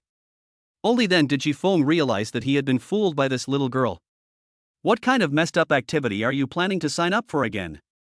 Last time you dragged me to a concert just so I could carry you on my shoulders. After we got back, my shoulder was swollen for a week. No matter what the event is this time, don't try to trick me into going. Yi Feng was hungover and wanted to die, so he refused without saying a word. No, this event is very important to me. Maybe I'll find my Prince Charming and get married. I finally managed to get 2 invitations. Yi Xiaoya refused to accept the refusal and lowered her voice as she spoke. Cousin, if you are determined not to go with me, I will call my aunt and tell her that you are hindering my lifelong event and making it impossible for me to get married. That sinister tone, combined with her previous behavior, made Yi Feng have no doubt that she was capable of doing such a thing. In Lu Shumi's eyes, starting a family and building a career is a big deal, and it applies to anyone, not just her own son. Yi Feng could imagine how Lu Shumi would scold him after hearing Yi Xiaoya's complaint. The point is, after scolding him, he will definitely be ordered to go with him. It would be better for him to agree now, at least he can avoid being scolded. What time and where is the event? Yi Feng sighed deeply. Yeah. On the other end of the phone, Yi Xiaoya laughed triumphantly. After she told Yi Feng the content of the event, she quickly hung up the phone. According to Yi Xiaoya, this is a rare high-end gathering. There were many domineering bosses and young men from the upper class attending the event, and it was also an opportunity for many girls to dream of marrying into a wealthy family. Common girls were scrambling for an invitation. According to Yi Xiaoya herself, she used her connections and went through a lot of trouble to get 2 tickets, one for herself and one for her wingman, and she was determined to hold on to the red thread of the matchmaker in this party. Yi Feng was the unlucky wingman she had chosen to help her at the party. Yi Xiaoya also specifically reminded Yi Feng not to wear t-shirts and jeans, no matter how comfortable they were. You must change into a nice outfit, the kind that looks suitable for walking around with a champagne glass. Yi Feng didn't think much about it and directly put on the clothes that Su Xilan bought for him to meet her parents. Chapter 31: The 4 Great Families of Yuncheng. Oh my god, cousin, you look so handsome now, on par with the 4 great masters. Yi Feng took a taxi to pick up Yi Xiaoya. Yi Xiaoya was surprised as she got into the car. What are the 4 young masters? Yi Feng said blankly. The heirs of the 4 great families of Yuncheng. They're all tall, handsome, and wealthy young masters. We call them princes. Yi Xiaoya was very excited. Yi Feng shook his head, showing no interest at all. This is indeed a topic that girls will gossip about. What wealthy family, what business family, what rich young man. There will always be girls who fantasize about marrying them and enjoying sweet love and a life without worries about food and clothing. However, in Yi Feng's opinion, such things that can be obtained without effort are so far away from them. A young man like that would rather find a girl with a similar family background and social status. Crossing the class barrier often only exists in fairy tales. I wonder when girls like Yi Xiaoya will be able to recognize this reality. I heard that the host of today's party is very influential, and all 4 young masters will be present, so I absolutely cannot miss this opportunity. Yi Xiaoya clenched her fists. The 4 great families of Yuncheng should only have 3 young masters, right? Yi Feng suddenly remembered something and asked subconsciously. Because the Su family is one of the 4 legendary families in Yuncheng. The heir of this generation is undoubtedly Su Xilan, but she is a girl and cannot be called a young master. Ah? Really? Yi Xiaoya touched her head. Then the 3rd young master is fine. With one less person, it will be easier and less troublesome to chase him. She waved her fist. Yi Feng was completely speechless. Before I followed you to chase people, I didn't even know how many people we were chasing. Alas, it's a pity that you are married, cousin. Otherwise, you could at least try to pursue that beautiful lady from the 4 great families. Yi Xiaoya looked at Yi Feng and suddenly sighed. That's impossible. He's so rich, how could he fall for a security guard like me after just one meeting? Yi Feng couldn't help laughing. Identity isn't important. After all, you look quite handsome like this, cousin. But I heard that the beautiful heiress of the Su family is a lesbian. Maybe she doesn't like this type of man at all. Yi Xiaoya told Yi Feng in a tone of understanding. Yi Feng, Su Xilan is a lesbian? That's what people say. Otherwise, it's impossible to explain why she hasn't been close to men for so many years. I've never heard of her having any close relationship with any man. Yi Xiaoya shrugged. We're here. She asked the taxi driver to pull over. Yi Feng paid the fare and got out of the car behind Yi Xiaoya. As soon as he closed the door, he saw that Yi Xiaoya had run far away. Hello, Mr. He. Yi Xiaoya changed her arrogant attitude in front of Yi Feng and bowed lightly to greet a young woman in her early 20s. When Yi Feng looked over, he thought he saw Su Xilan. He Lian, wearing the same expensive professional suit as Su Xilan, and her watch and jewelry looked very expensive. However, her temperament is completely different from Su Xilan's. He would also greet grassroots employees like Yi Xiaoya with a smile. You arrived so early? Did you bring the invitation I gave you? He Lian, as a representative of the He family in Yunqing, can enter the event venue without an invitation. Come join in the fun, cousin. Let me introduce you to my company's leader, Mr. He. At this time, Yi Feng happened to walk to Yi Xiaoya's side. Yi Xiaoya quickly introduced him to him and secretly gave him a look. Yi Feng remembered that this was the heir of a great family who went to the grassroots level that Yi Xiaoya had mentioned in their previous chat, and he reached out to He Lian. Hello. Take your time and have fun. My friends are waiting for me. I'll go in first. He Lian shook hands politely and turned to walk towards the VIP channel that did not require ticket checking. Yi Xiaoya and Yi Feng, like other ordinary guests, needed to wait at the entrance for security to check their invitation letters. In the slowly moving team. From the corner of his eye, Yi Feng seemed to see a familiar figure flash past the VIP channel next to him. Su Xilan? Yi Feng was startled. When he turned his head, he saw nothing. What's wrong? Is there someone you know? Yi Xiaoya tiptoed blankly and looked around following Yi Feng's gaze. I must have seen it wrongly. I drank too much yesterday and my eyes are blurry. Yi Feng shook his head. How could a woman who thinks even eating is a waste of time while working appear in such a boring occasion where there is nothing to do except socializing? It's impossible to even think about it. He smiled to himself and concentrated on queuing. What Yi Feng didn't know was the reason why this party was able to invite representatives from the 4 largest wealthy families in Yunqing was because the organizer had great influence. Because today's gathering is to celebrate the fact that Mr. Su's third daughter, Su Xilan's third aunt Su Weiping, has successfully become a city-level official and holds an important position. No matter how indifferent Su Xilan's concept of family affection is, it is only directed at those parasites who rely on their relative status to have ill intentions towards the Zidian group. As for her aunt who has been promoted, it is only right and proper for her to show up and offer congratulations as long as she receives the promotion. Invitation. Compared to the smiling welcome at the VIP channel. The security guard at the ordinary entrance here had a stern face and looked impatient as he urged everyone who didn't produce the invitation letter in time. Yi Xiaoya quickly took out 2 invitations and handed them over. Come in. The security guard took a quick look and nodded to Yi Xiaoya. You can't. Yi Feng was about to follow Yi Xiaoya inside when he was stopped by the security guard. Why can't he? I have 2 invitations. Yi Xiaoya suddenly turned around and asked with her hands on her hips. Miss, although you have 2 invitations, only one is usable. Look carefully, the other one is an invitation for accompanying relatives and friends. The invitation for accompanying relatives and friends is conditional. Guests must have a platinum invitation to bring their relatives and friends. However, your other invitation is just a regular invitation, so this casual invitation cannot be used. The security guard explained to her patiently. Yi Xiaoya's face had darkened. Look, this invitation is ordinary, but it's specifically for the He family. My boss gave me this letter and told me I can bring one relative or friend. If you disagree, how about I call my boss over and discuss it with you? She pretended to take out her cell phone. The 2 security guards at the gate looked at her calmly. Of course Yi Xiaoya was unwilling to really call He Lian over, but when she said He Lian's name, the security guard at the gate could no longer hold back. Hello, Miss He Lian? I'm Yi Xiaoya. The 2 invitations you gave me. Forget it, let's go in. One of the security captains who looked like a leader rushed over and pulled the interception rope at the entrance. Humph, you guys are smart.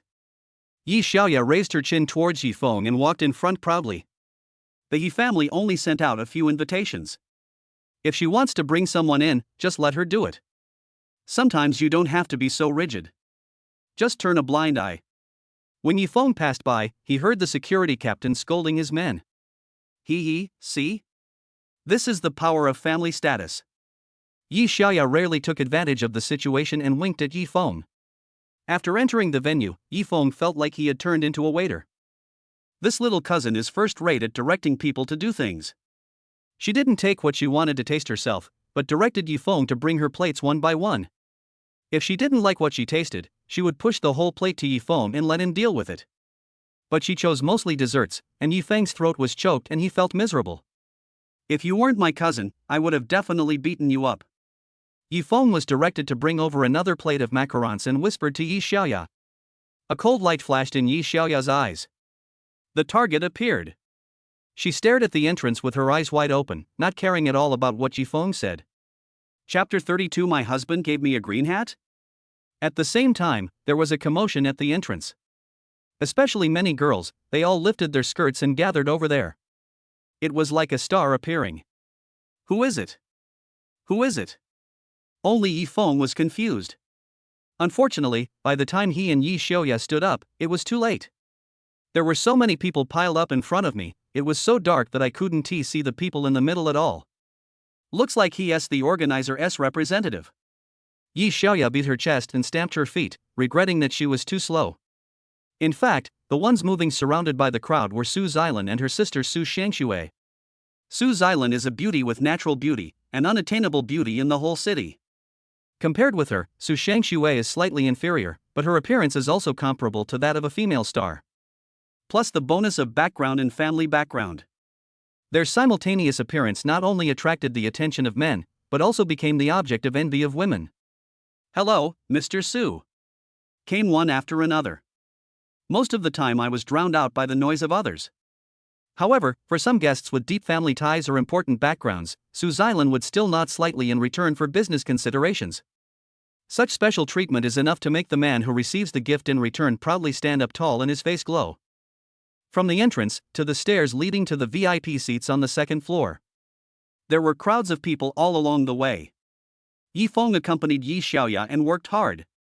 Not only could I not squeeze into the crowd, I couldn't even tell whether the person coming was a human or a ghost. They were at the outermost edge of the crowd. Amidst the noisy cries of "Who is it?" and "Who on earth is it?" he quietly retreated. It seems you can't get close to your goal. Yi Feng and Yi Xiaoya returned to their original seats, away from the noisy crowd, and he teased Yi Xiaoya. Although, I am mentally prepared. Yi Xiaoya looked righteous and awe-inspiring. So my second goal is, if I can't find my Prince Charming from this, I'm going to eat a lot and eat myself to death. It must be said that for Yi Feng and his friends, the food here is indeed high-end dining that improves their lives, and the taste is also excellent. The two of them simply started eating. Yi Feng didn't see Su Xilan. However, after Su Xilan climbed up the stairs, she accidentally glanced at him. At first, Su Xilan thought she had seen it wrong. Yi Feng, who was injured in a fight, had a hangover from drinking, and slept at the door all night. I gave him a special vacation to rest at home. He definitely shouldn't be at a social gathering like this, smiling and chatting happily with a young woman of the same age as Su Xilan. The polite smile that Su Xilan had been maintaining on her face suddenly disappeared. Su Shangxue even felt that her sister, who was walking beside her, seemed to have suddenly turned into an ice sculpture, emitting cold air all over her body. Damn it! Although I said that contract couples have no restrictions on each other, you actually found a woman outside. In a place where no one was paying attention, Su Xilan clenched her fists tightly and pressed her lips into a thin line. This kind of possessiveness is difficult for men to understand. Generally speaking, any woman is extremely petty when it comes to feelings. Even if it is the man she dislikes the most, comparing her with another woman or secretly getting into a relationship with another woman, it will definitely make people angry. What's more, this man who was flirting outside was Su Xilan's nominal husband. Su Xilan remained expressionless, but she was furious inside. Su Shangxue noticed that something was wrong with her sister. She stole a glance at Su Xilan. He followed her vague gaze and locked onto Yi Feng. Ah, so he is. Su Shangxue suddenly remembered that a few days ago, her cousin Su Xilan hurriedly left the president's office because of news about a man and didn't even attend the meeting. Su Xiangxue suddenly understood. Go keep an eye on that man and report to me immediately if anything happens. She turned slightly and whispered instructions to the assistant who was following closely beside her. Yes. The assistant responded and left. On the other side, Yifeng had no idea that he had fallen into the abyss of misunderstanding, and was still chatting and laughing with his cousin Yi Xiaoya. What should I do now? There's a high probability that you won't be able to catch a rich husband. Yifeng took a bite of the cake and said to Yi Xiaoya worriedly. Absolutely not. I plan to get married this year. Yi Xiaoya said this with great righteousness, lowered her head to take another sip of milk tea, raised her head again, and continued to swear, even if there is no opportunity, I will create one. How do you create it? People won't greet you because you're not from a wealthy family. Yifeng smiled bitterly. Sometimes, society is just so realistic. Ordinary people of humble origins, even if they manage to make it into the upper class, are like the ugly duckling that accidentally steps into a swan skirt, and are obviously out of place. Isn't my leader here? Yi Xiaoya thought about it and her eyes rolled. She is my stepping stone into high society. She spoke confidently, pulling Yifeng around the field to look for He Lian. As the representative of the He family, He Lian is the center of attention. Yi Xiaoya finally found a chance and squeezed in next to her. Mr. He, I want to go upstairs and take a look. She asked openly. I'm not embarrassed at all. He Lian smiled slightly. After she went to the grassroots level, she had a good relationship with the ordinary employees of the company. Employees, such as Yi Xiaoya, were also happy to share their lives with her. So she knew clearly why Yi Xiaoya had to sneak into this party. What? There are so many handsome guys in the hall, but there's no one you like? While the Ilian was joking with Yi Xiaoya, she actually took her and Yifeng to the stairs leading to the VIP lounge on the second floor. The mountain on the second floor is even higher. My ambitions are far greater. If I have the Himalayas to conquer, I will never settle for a small hill in the park first. Yi Xiaoya did not hide her ambition. But the higher the mountain, the more difficult it is to conquer, especially for inexperienced climbers. He Lian was not angry, but half-jokingly advised Yi Xiaoya. As for whether you can persuade them or not, it doesn't matter. These two are my friends, please let them go up. He Lian said to the security guard at the stairs. The security guard pulled the interception rope without saying a word. Thank you, leader. Yi Xiaoya spoke sweet words and rushed upstairs. What about you? Do you also want to go upstairs and hook up with a beautiful, rich girl? When Yifeng passed by He Lian, he heard her ask. Miss He, I'm married. He replied with a smile. He Lian looked slightly surprised. I see. She didn't say much, and there was a hint of regret in her eyes, which was covered up by the warm smile on her face. As expected, all good men are picked up early. I dare to see you and think you are quite compatible. If we weren't married, we might still be good friends. He Lian looked directly into Yifeng's eyes and said calmly. You can still make friends even if you're married. I'm married, not imprisoned. Yifeng said jokingly. He just thought He Lian's words were just a casual greeting. In such occasions, such greetings are too frequent. He ran a few steps and caught up with Yi Xiaoya, who had almost disappeared on the second floor, completely unaware of He Lian's gaze behind him. Su Xiangshua's assistant Zhao Qing saw the scene clearly. Not only did I see it clearly, but I also secretly took a picture of it with my mobile phone. Chapter 33. Poor security guards have no right to come here. Upper floor VIP lounge. The decoration is more luxurious than that downstairs, and there are more celebrities and elegant people, even a few small stars who can only be seen on TV. In such an environment, Yi Xiaoya couldn't help but feel a little nervous. Go and get me that plate of tiramisu. She turned around and gave instructions to Yifeng. Still eating? Yifeng looked miserable. I want to eat when I'm nervous, what do you care about me? If I tell you to get it, just go get it. Go quickly. Yi Xiaoya quietly reached out and pinched Yifeng so hard that he grimaced. Yifeng went to set up the pastry table. Yi Xiaoya looked around boredly. She saw the legendary Su Xilan and Su Xiangxue, who were still surrounded by people as before. They were indeed stunningly beautiful. No wonder there was such a commotion just now. It turns out that President Su from Zidian Group has arrived. Yi Xiaoya suddenly understood. He Lian mentioned this icy president to her more than once when chatting. When I met him today, he was just as cold and distant as the rumors said. When Yi Xiaoya was staring at Su Xilan, she didn't notice at all that there was a woman next to her who was staring at her face the whole time. Wu Tongtong noticed Yi Feng's arrival the moment he walked up the stairs. A VIP invitation letter was slowly crumpled into a ball in her hand. This invitation letter was originally given to her by the company's boss as a reward for outstanding employees who have made great contributions to the company. There are only 2 in total. For this banquet and this invitation, Wu Tongtong worked very hard during this period of time and finally won the honor of being the top seller. Like Yi Xiaoya, she couldn't wait to come to this high-end party, trying to catch a Prince Charming of her own. To this end, she not only bought a set of clothes that far exceeded her income, but also showed off about it on her WeChat moments for many days in a row. But Yi Feng also came. If a mere poor security guard could get into a place like this, wouldn't that prove that this party wasn't as high-end as it advertised? If Yi Feng also posted on WeChat moments, what would they think of her if their friends who had some connections in common saw it? All the previous show-offs have become a joke. Wu Tongtong gritted her teeth. After confirming the specifications of this party, Wu Tongtong was certain Yi Feng must have used some unknown means to sneak in. No matter what his purpose was, he was definitely not worthy of entering here. Tongtong, why are you standing here? Didn't you say you wanted to hook up with the young master of the Lin family? He has no one around him right now. The colleague who came with her came over and quietly reminded her. Oh, I thought all the people attending this party were young talents, but I didn't expect there would be security guards walking around here. Wu Tongtong didn't listen to what she was saying at all, but instead spoke loudly to herself. It seemed like he was talking to a colleague, but also like he was talking to himself. This is the VIP lounge on the 2nd floor. Only the rich and powerful can enter here, so it's normal to have security guards. The colleague said quickly. Really? But the security guard has the invitation. Wu Tongtong is particularly loud. Her voice has attracted the attention of several people around her.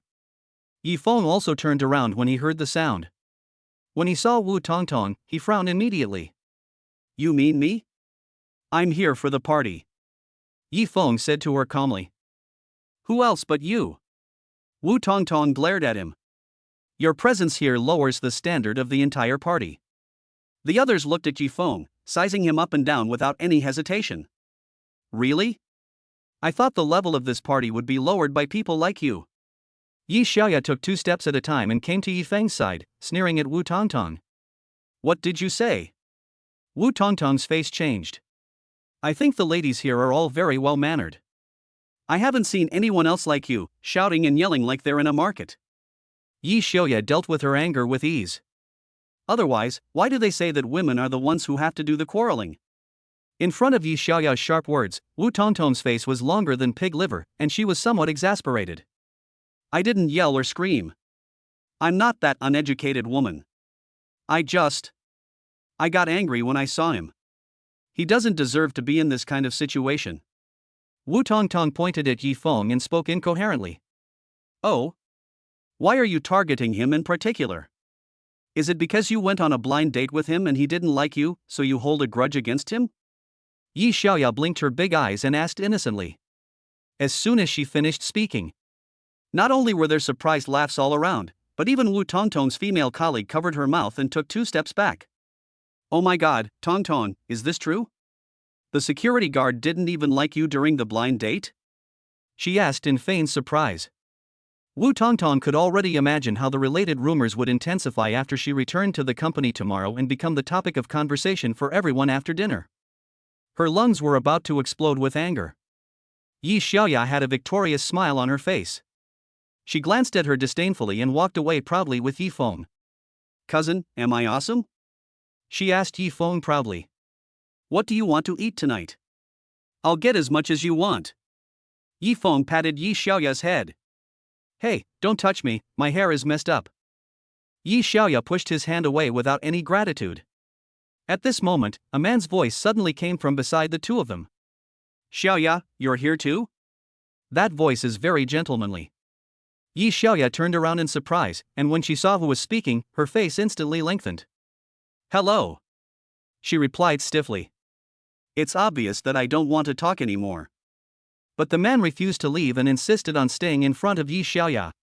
Li Xiaohao, Yi Xiaoya's high school classmate, is tall and strong, handsome and talented. His family background is certainly not comparable to that of the Su and He families, but he is also middle class.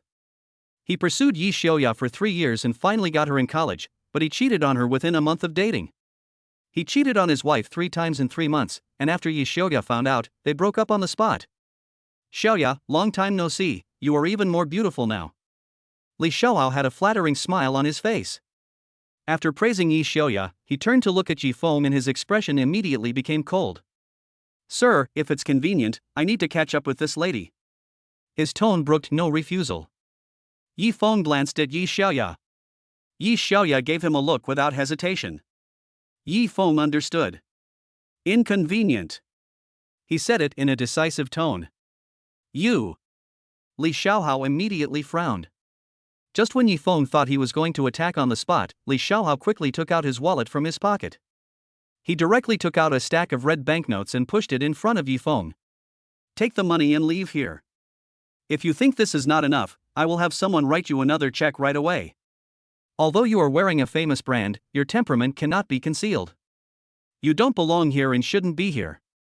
The wisest thing to do is to take the money and leave quickly. Li Xiaohao had an attitude that the truth might be hard to hear. Chapter 34, Bad Love. In Li Xiaohao's opinion, not only is Yi Feng not worthy of being here, he is even less worthy of standing next to Yi Xiaoya. Yi Feng couldn't help laughing. It seems that Li Xiaohao didn't realize at all that he and Yi Xiaoya were cousins. He thought Yi Feng was Yi Xiaoya's new boyfriend, so he wanted to compete with her. In the eyes of such rich people, money can solve all problems. There is nothing that cannot be measured by money. As long as the money is paid, power and women will come to him, and Yi Feng will have to give in even if he doesn't want to. Handsome man, I'm sorry, I can't take your money because I won't leave Miss Yi. Yi Feng had no intention of explaining the misunderstanding, but instead deliberately acted as Yi Xiaoya's pursuer. Yi Xiaoya smiled secretly and winked at Yi Feng secretly, suggesting that he did a good job. Li Xiaohao was completely unaware of this. In his opinion, the tacit expressions and smiles between Yi Feng and Yi Xiaoya were like a demonstration against him. His face darkened. Boy, how dare you be so disrespectful to me? No matter which company you work for, you can't keep your job. Li Xiaohao threatened Yi Feng. Young Master Zhao is here. Suddenly, the sudden noise around them interrupted their conversation. Many girls rushed towards the stairs. This also includes Wu Tongtong. He is Zhao Yinghao? Yi Xiaoya followed curiously and peeked in. Who is Zhao Yinghao? Yi Feng felt that he was out of touch with everyone present. These names seemed familiar to them, but Yi Feng had never heard of any of them. The youngest second lieutenant in Cloud City is as handsome as can be. Haven't you heard that saying? The most handsome boys are handed over to the authorities. Yi Xiaoya told Yi Feng. Then doesn't he have to be your target as well? Yi Feng reacted immediately. Oh, he's not. I like guys who are more refined and polite. Soldiers are handsome, but they're not my type. Yi Xiaoya shook her head. Just as she said this, Zhao Yinghao had already walked into the VIP lounge on the second floor. After taking a quick look around, he walked straight towards Yi Xiaoya. Zhao Yinghao didn't even look at the girls around him who greeted him. Are you Yi Xiaoya? Zhao Yinghao didn't care about the looks of the people around him at all. He walked up to Yi Xiaoya and asked with warm eyes. I am. Do we know each other? Yi Xiaoya was quite surprised. During the freshman year military training, I was the instructor of the class next to yours, remember? Zhao Yinghao laughed. Yi Xiaoya widened her eyes, and after a while she suddenly realized what was going on. She was already working, and her freshman year seemed very far away. Moreover, Yi Xiaoya had been preparing for the postgraduate entrance examination when she entered the school. In addition, she had a boyfriend by her side, so she didn't remember this instructor from the class next door during military training at all. Oh, hello. So it's you, Instructor Zhao, who's been rumored to be here. Yi Xiaoya generously extended her hand to Zhao Yinghao. It's great that you still remember me. Zhao Yinghao smiled so hard that his eyes narrowed. As early as during military training, he remembered this female college student who stood out from the crowd in both appearance and temperament. Unfortunately, because the military training time was very short and it was not convenient to chat during training, Yi Xiaoya disappeared after the training. Zhao Yinghao never got her contact information and still feels regretful. The two met again after a long separation and had a great conversation. As they were talking, Zhao Yinghao noticed Yi Feng and Li Xiaohao next to him. "Please go away," he shouted at the two of them coldly. A trace of humiliation of being looked down upon appeared on Li Xiaohao's face. This time, even if he has more money, he can't solve the problem. Because Zhao Yinghao's ability to become the youngest second lieutenant officer in Yunqing was not entirely due to his own efforts. His father also worked in the Yunqing military for many years, and his mother gave up politics to go into business in her early years. She has now built up a family business and has connections in both the black and white worlds. With this background, Li Xiaohao knew clearly that he could not afford to offend. He gritted his teeth and obediently stepped aside in the mocking gazes of the crowd, his heart full of resentment. Yi Feng didn't move. Seeing that he had no intention of leaving, Zhao Yinghao deliberately bumped into him with his shoulder, trying to push him aside. Yi Feng's eyes flashed, and he realized his intention. He put force on his feet to stand firm, and tensed the muscles in his upper body. Zhao Yinghao rushed over but failed to knock it away. Instead, it looked like two people collided with each other. "Shit, who are you?" Zhao Yinghao immediately became unhappy. He has a hot temper and never admits defeat. Only military regulations can restrain him a little. Once he has a conflict with others, his true nature will be revealed. The ferocious look on his face frightened Yi Xiaoya so much that she took a step back. "Instructor Zhao, this is my good friend, his name is Yi Feng." Yi Xiaoya pronounced the word "we" quickly and quietly. After all, Yi Feng is her wingman, and her cousin's identity cannot be revealed so quickly, otherwise he will not be able to help her block those bad peach blossoms. Even though both of them have the surname Yi. But Zhao Yinghao had strong limbs and a simple mind, so he didn't realize that Yi Feng might be Yi Xiaoya's relative. He just thought he was Yi Xiaoya's close friend, which made him even angrier. "Yi Feng, right? I don't care who you are. Xiaoya and I are chatting and don't want to be disturbed. If you don't get out of the way right now, I'll show you the power of military boxing." Zhao Yinghao said this, clenching his fists and waving them. He liked to show off his strong body, and in front of his beloved Yi Xiaoya, he was even more eager to show his heroic spirit to the fullest. Well, soldiers are indeed domineering. Yi Feng looked at his fist and nodded calmly. His past military career has made him respect the identity of a soldier. As for Zhao Yinghao, he is not worth taking seriously. However, Zhao Yinghao thought that Yi Feng was frightened by his power, and a smug expression appeared on his face. "Xiaoya, let's go over there and talk." He ignored Yi Feng and Li Xiaohao, who had dodged away, and reached out to hold Yi Xiaoya's white and tender hand. Yi Xiaoya instinctively pulled her hand back. The direction Zhao Yinghao pointed to was a dark corner in the VIP lounge on the second floor, and no one went there at all. She instinctively felt that something was wrong. "If you want to chat, we can just do it here. There's no need to move." Yi Xiaoya refused verbally. Her attitude was very clear, but Zhao Yinghao was definitely not the kind of man who could tolerate others going against his wishes. This is true even if the other person is the woman he likes. "I told you to come with me, so just go. Why all that nonsense?" Zhao Yinghao impatiently grabbed Yi Xiaoya's hand again and used force to drag her over there. "The girl said she doesn't want to. Do you have no ears, or are your ears just for show?" Yi Feng noticed Yi Xiaoya's pleading look, and immediately took a step forward, pulled Yi Xiaoya back to his side from Zhao Yinghao's hands, and protected her. Chapter 35, Guns Revealed at the Banquet. Whether she's willing or not is none of your business. Meddling in other people's business is courting death. Zhao Yinghao was furious. Without saying a word, he raised his fist and punched Yi Feng in the face. There were exclamations from all around. "Ah, someone's fighting." A fight started. "Someone, go call the security guard." "No, that's young Master Zhao, who dares to stop him?" "That kid will be beaten to death by young Master Zhao." Amidst the sighs of indifference. "Beat him to death is the best. Beat him to death." In the crowd, Wu Tongtong's eyes were shining with excitement and her face was full of anticipation. Yi Feng remained calm and oblivious to everything around him. He looked at the fist that was about to hit his eyebrows, and at the last second he raised his right hand with his 5 fingers spread out. Pop!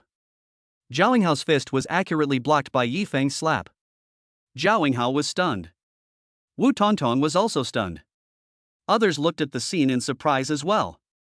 Young Master Zhao's fist power shouldn't be underestimated. It said he killed someone in middle school, and his father later sent him to the army. After training, his fist power should have been even stronger. That kid actually took his punch without moving. He's quite capable. Someone sighed quietly. I guess young Master Zhao isn't serious enough. If he were, this kid's head would explode. Someone else explained. Only Zhao Hao himself knew that he had used all his strength in that punch just now. He retracted his fist and looked Yi Feng up and down. Yi Feng looked back at him indifferently. Without saying a word.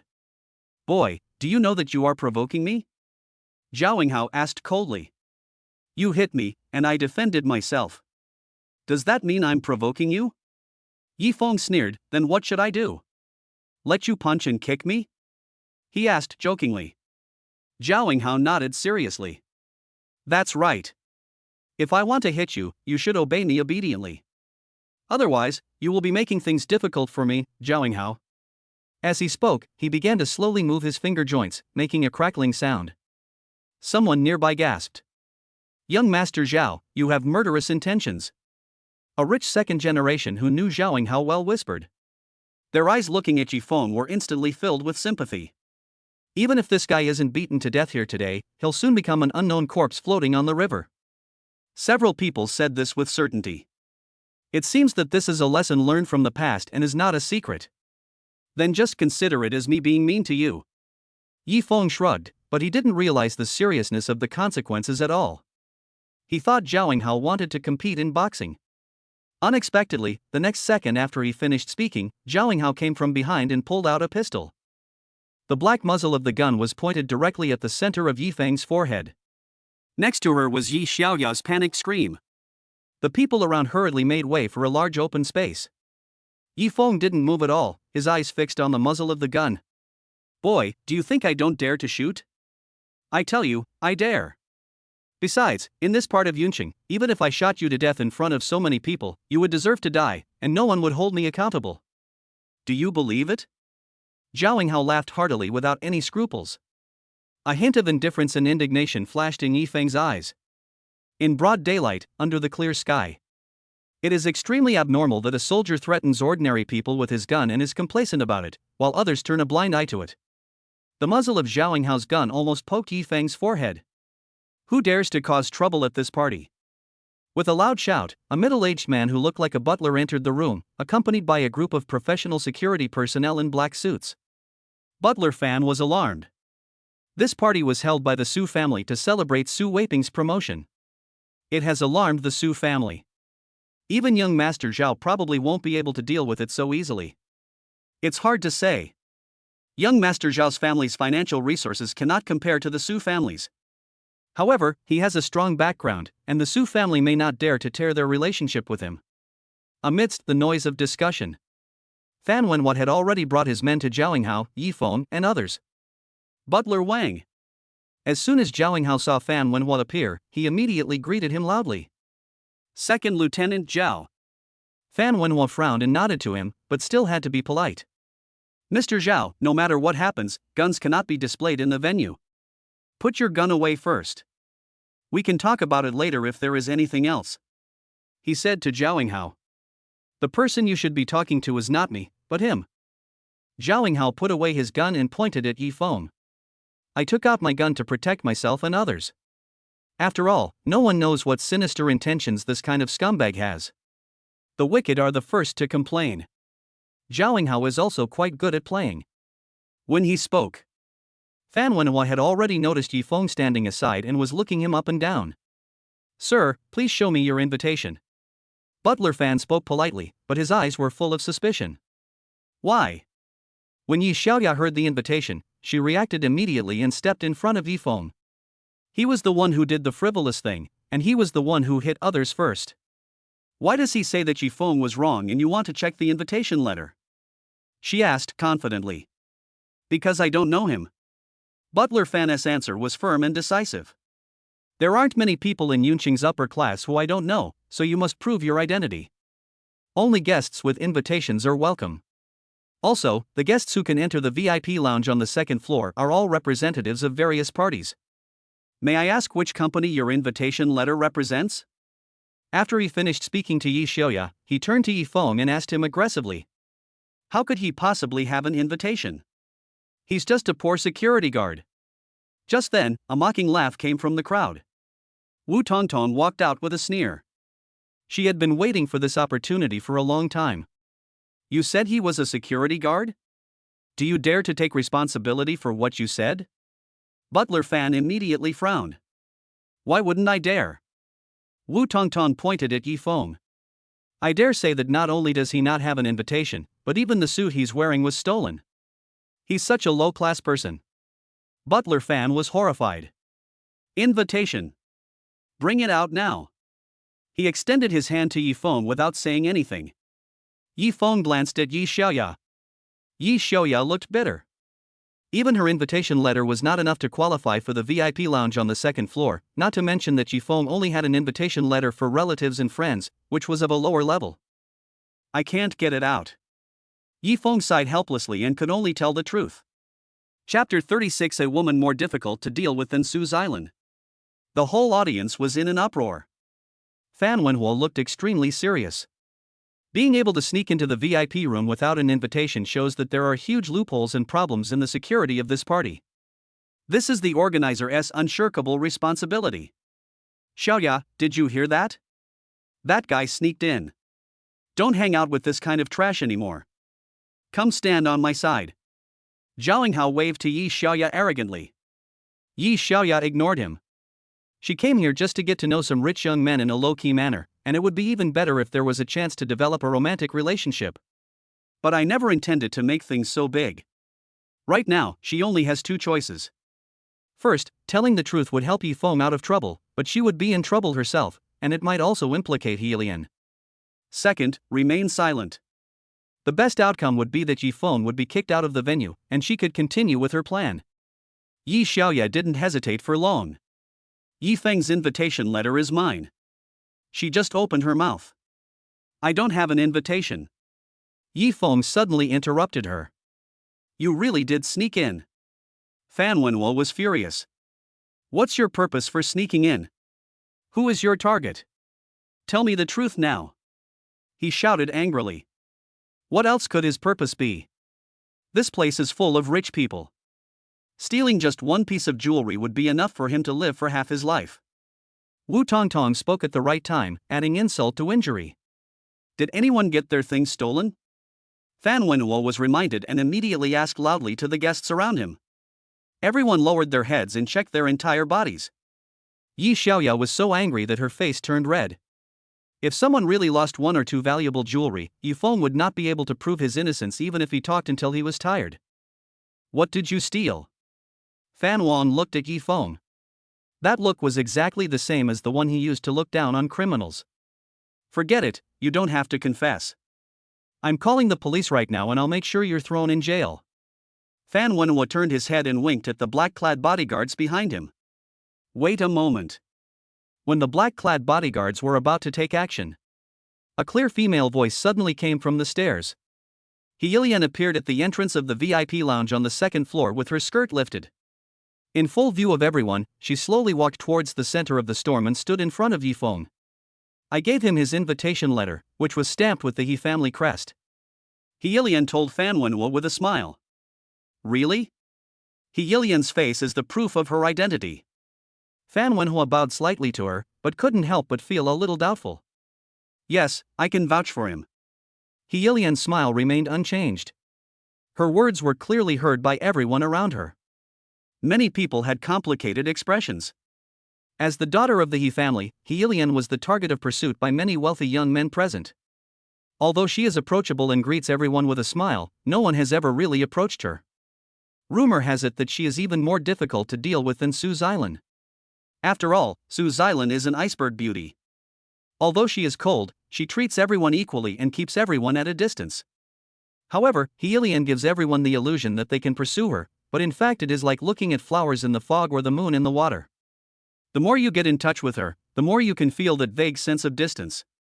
Why, you don't even believe what I say? Seeing that Fan Wenhuo didn't say anything, He Lian immediately asked.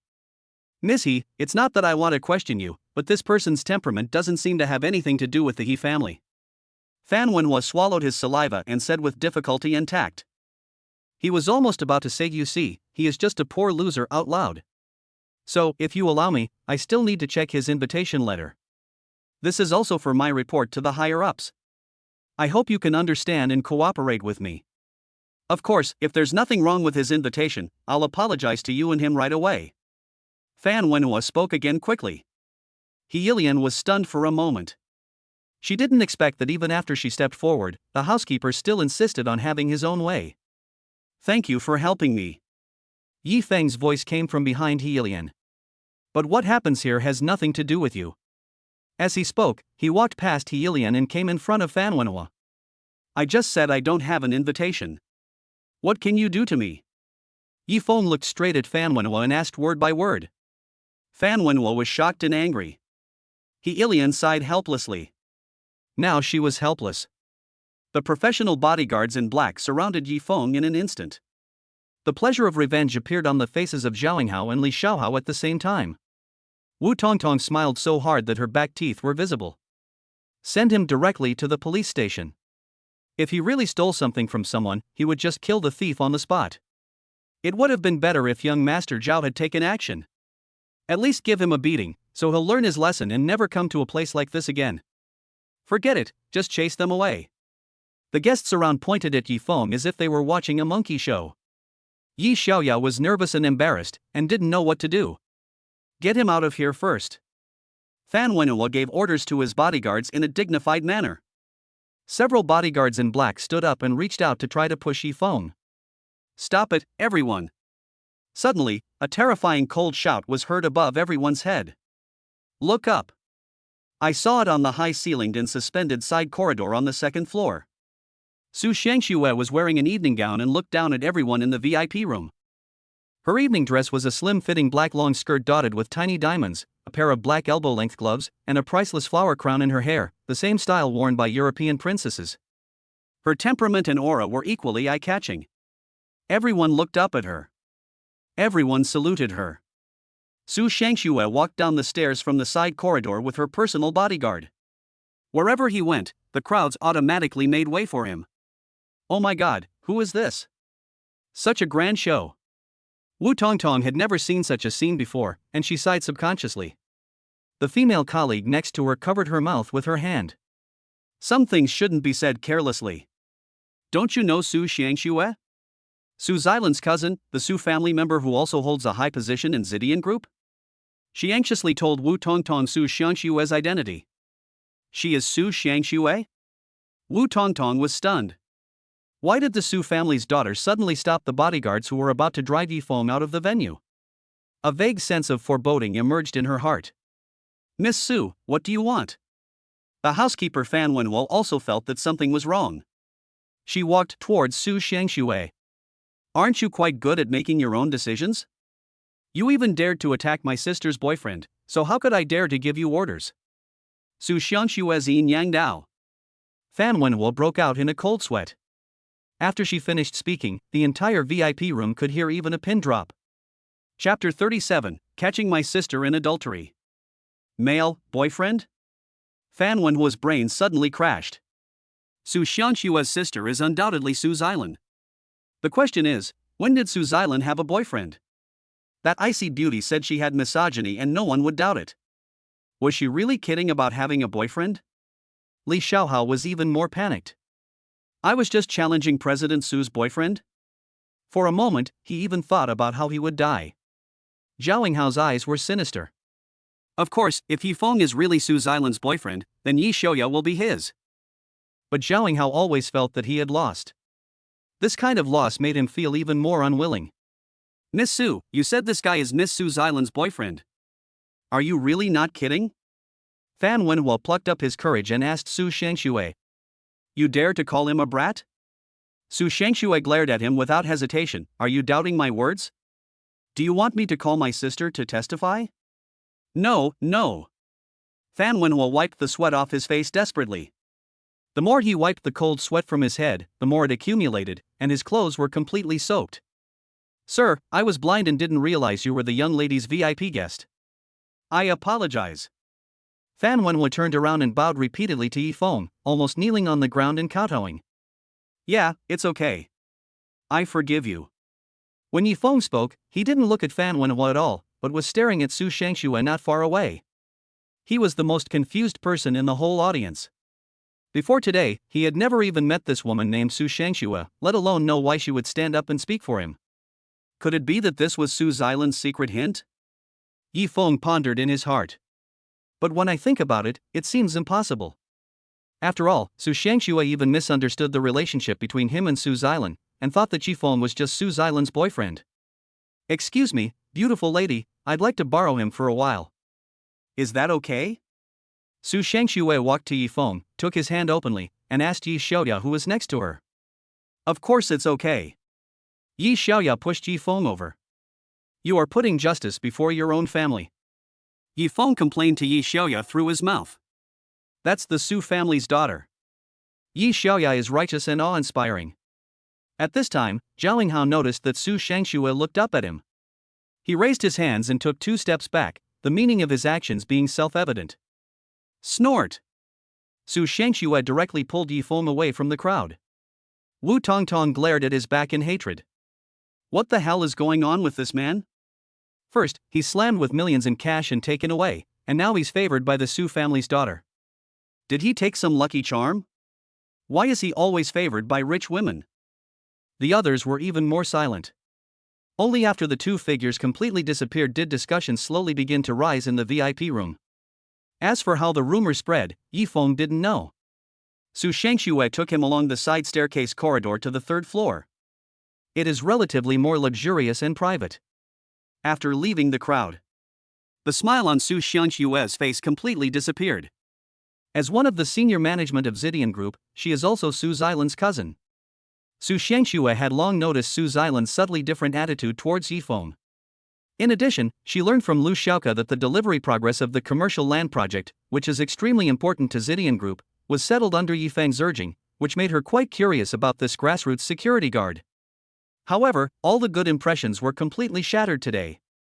The reason why Su Shangxue appeared in time. It was precisely because she sent her assistant Zhao Qing to keep an eye on Yi Feng and Yi Xiaoya that she received reports in a timely manner. She came forward only for her sister. Regarding Yi Feng, who was talking and laughing with Yi Xiaoya and other women, all the good feelings Su Shangxue had left were gone. Thank you for helping me out just now. After entering the 3rd floor and closing the door, Yi Feng thanked Su Shangxue. When you did those things, didn't you think about my sister? Su Shangxue turned around and looked at him coldly. What did I do? Yi Feng looked confused. I'm sorry about her. Su Shangxue suddenly raised her voice. You helped me out, and I'm grateful to you, but that doesn't mean you can throw dirty water on my head. Yi Feng replied coldly.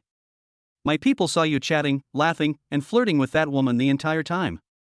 How dare you say I'm slandering you? You say one thing to my face and another behind my back. You flirt with my sister and then go find a lover behind her back. I hate men like this the most. Su Shangxue raised her hand high. Before her slap could fall, Yi Feng understood. The girl who was with me the whole time was my cousin, a blood cousin. He raised his hands and quickly explained. How could I possibly flirt with her? She'd probably beat me up. If I dared to flirt with her, her parents would beat me to death. Yi Feng shook his head. Su Shangxue opened her mouth in surprise. She thought that Yi Feng was cheating on Su Xilan, and she even asked Zhao Qing to keep the evidence. She was determined to teach this stinky man a lesson. Unexpectedly, she would be the one to be embarrassed. You said she was your sister? I don't believe it. Even though she had already given in, Su Shangxue still couldn't help but speak stubbornly. Yi Feng helplessly took out his cell phone, found the family photo from the album, and stuffed it under Su Shangxue's nose. So, who are you? Yi Feng looked at Su Shangxue and asked. My name is Su Shangxue, and Su Xilan is my cousin. Su Shangxue turned around and walked towards the other end of the corridor. She gestured for Yi Feng to follow her. The corridors on the 3rd floor are crisscrossed like a maze. Su Shangxue took Yi Feng around and around, and appeared at the door of a private room. She didn't knock, but gently pushed open the door of the private room, stuck her head out and walked in. Yi Feng followed him in and saw Su Xilan at first sight. The luxury of the private room is comparable to that of a palace. The table was filled with expensive food and top-quality wine. A middle-aged man who looked like a big boss was shaking hands with Sue Zeilen and saying goodbye with a smile on his face. I hope our cooperation with Zidian Group can proceed smoothly. I'll make sure it happens. After some business compliments, the big boss left with the bag, feeling satisfied. Before leaving, he nodded to Su Shangxue and Yi Feng, who were standing at the door. Both returned the greeting. Closed the door of the private room. Look back again. Su Zeilen had already slumped down in the dining chair. These businessmen are well deserved of their reputation. You have to be extremely careful when negotiating cooperation with them. You never know when you might fall into a trap. She rubbed her temples tiredly. Is the deal settled then? Su Shangxue walked over and asked. It's settled. The contract is beneficial to us, but not by much. However, my ultimate goal is mutual benefit. I need to use them as a springboard to expand overseas markets. I have to take a long-term view. There was a sense of self-comfort in Su Zeilen's tone. Also, you weren't here during the most crucial moment of the negotiations. Where did you go? I almost got caught up in his schemes and conspiracy. Su Zeilen remembered something again, suddenly sat up straight and looked at Su Shangxue. Me? I saw you were too busy to spare any time, so I went to catch the adulterer. Su Shangxue smiled. Chapter 38: Borrowing money again. What? Su Zeilen couldn't help laughing. Who dares to cheat on her? Yi Feng? Not to mention that with his identity and status, he couldn't even enter such a high-end party. Even if he came and flirted with other women, that was also stipulated in the contract. When signing the contract, Su Zeilen had even said directly, "You can do whatever you want, it has nothing to do with me. Even if you find other women outside, you can do it at will." As soon as she said this, she saw Yi Feng standing at the door. Yi Feng had a wry smile on his face. Su Zeilen suddenly stopped smiling. She suddenly realized that what Su Shangxue said might be true. Some words mean one thing when spoken, but if Yi Feng really did engage in extramarital affairs, it would be impossible for Su Zeilen not to feel uncomfortable. Yi Feng walked towards Su Zeilen and was about to explain to her. Su Zeilen stood up all of a sudden. You don't have to say anything. I remember everything I said. Feel free to do as you please. She frowned and said without giving any explanation. After saying that, he didn't listen to Yi Feng's explanation and just passed by him. I still have a few important business contracts to discuss. Don't bother me again, both of you. When she said the last sentence, Su Zeilen's figure had disappeared at the door of the private room. Yi Feng looked at Su Shangxue helplessly. Why do you have to tease her? You know very well that she is my cousin. Su Shangxue covered her mouth and giggled, like a cunning little fox. I want to see how angry she is. She said without hesitation, my sister is a woman who rarely has mood swings. If she is angry, it means she cares about you. This is also a good thing for you. Thank me. She raised her small chin proudly. Do I have to thank you? Yi Feng grabbed the back of his head in distress.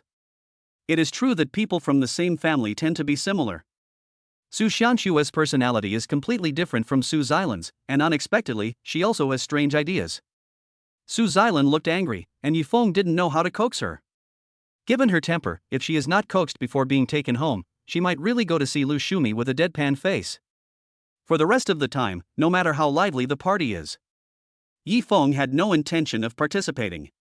He was determined to find Su Zeilen to explain the misunderstanding in Su Shangxue's words. But Su Zeilen was deliberately avoiding him. Either he disappears without a trace, or he is always surrounded by a group of big bosses in suits and ties discussing cooperation. When the party ended, Yi Feng still couldn't find Su Zeilen, so he had to return to the villa in Rosewood Garden alone in disappointment. He waited and waited, but he didn't hear Su Zeilen coming back until he fell asleep. Early the next morning, Yi Feng tried to knock on Su Zeilen's door. Mr. Yi, the lady has gone to work. A nanny who was passing by was dragging a basket of dirty clothes and kindly reminded him. It's only 5:30. Who starts work at 6? Yi Feng was shocked. When she arrived at the company, Su Zeilen was as busy as last night. Yi Feng went to the door of the president's office several times, but was stopped by Lu Shoka every time. According to her, Su Xilan was not avoiding her on purpose, but was really busy. Each of the collaborations discussed at yesterday's party required detailed contract terms, as well as phone calls and repeated negotiations. Su Xilan was probably so busy that she didn't even have time to eat. Yifeng had no choice but to stay in his office obediently. Quickly finish the work that was not completed last time. Just as he was about to open the game window, his cell phone suddenly rang. Lu Shumi's phone calls are always about her daughter-in-law. Xiaofeng, what kind of food does my daughter-in-law like? I think our family usually eats strong flavors. If she likes light food, I will learn how to make Cantonese seafood porridge in the next 2 days. She babbled. When are you going to bring her back? Any definite news? At the end of the topic, Lu Shumi confirmed again. Mom, I've told you many times that there's no need to make such a fuss. It's just a simple meal at home.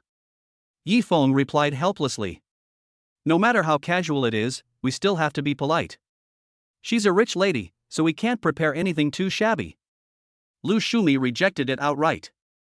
Okay, then you can do whatever you want. Don't worry too much.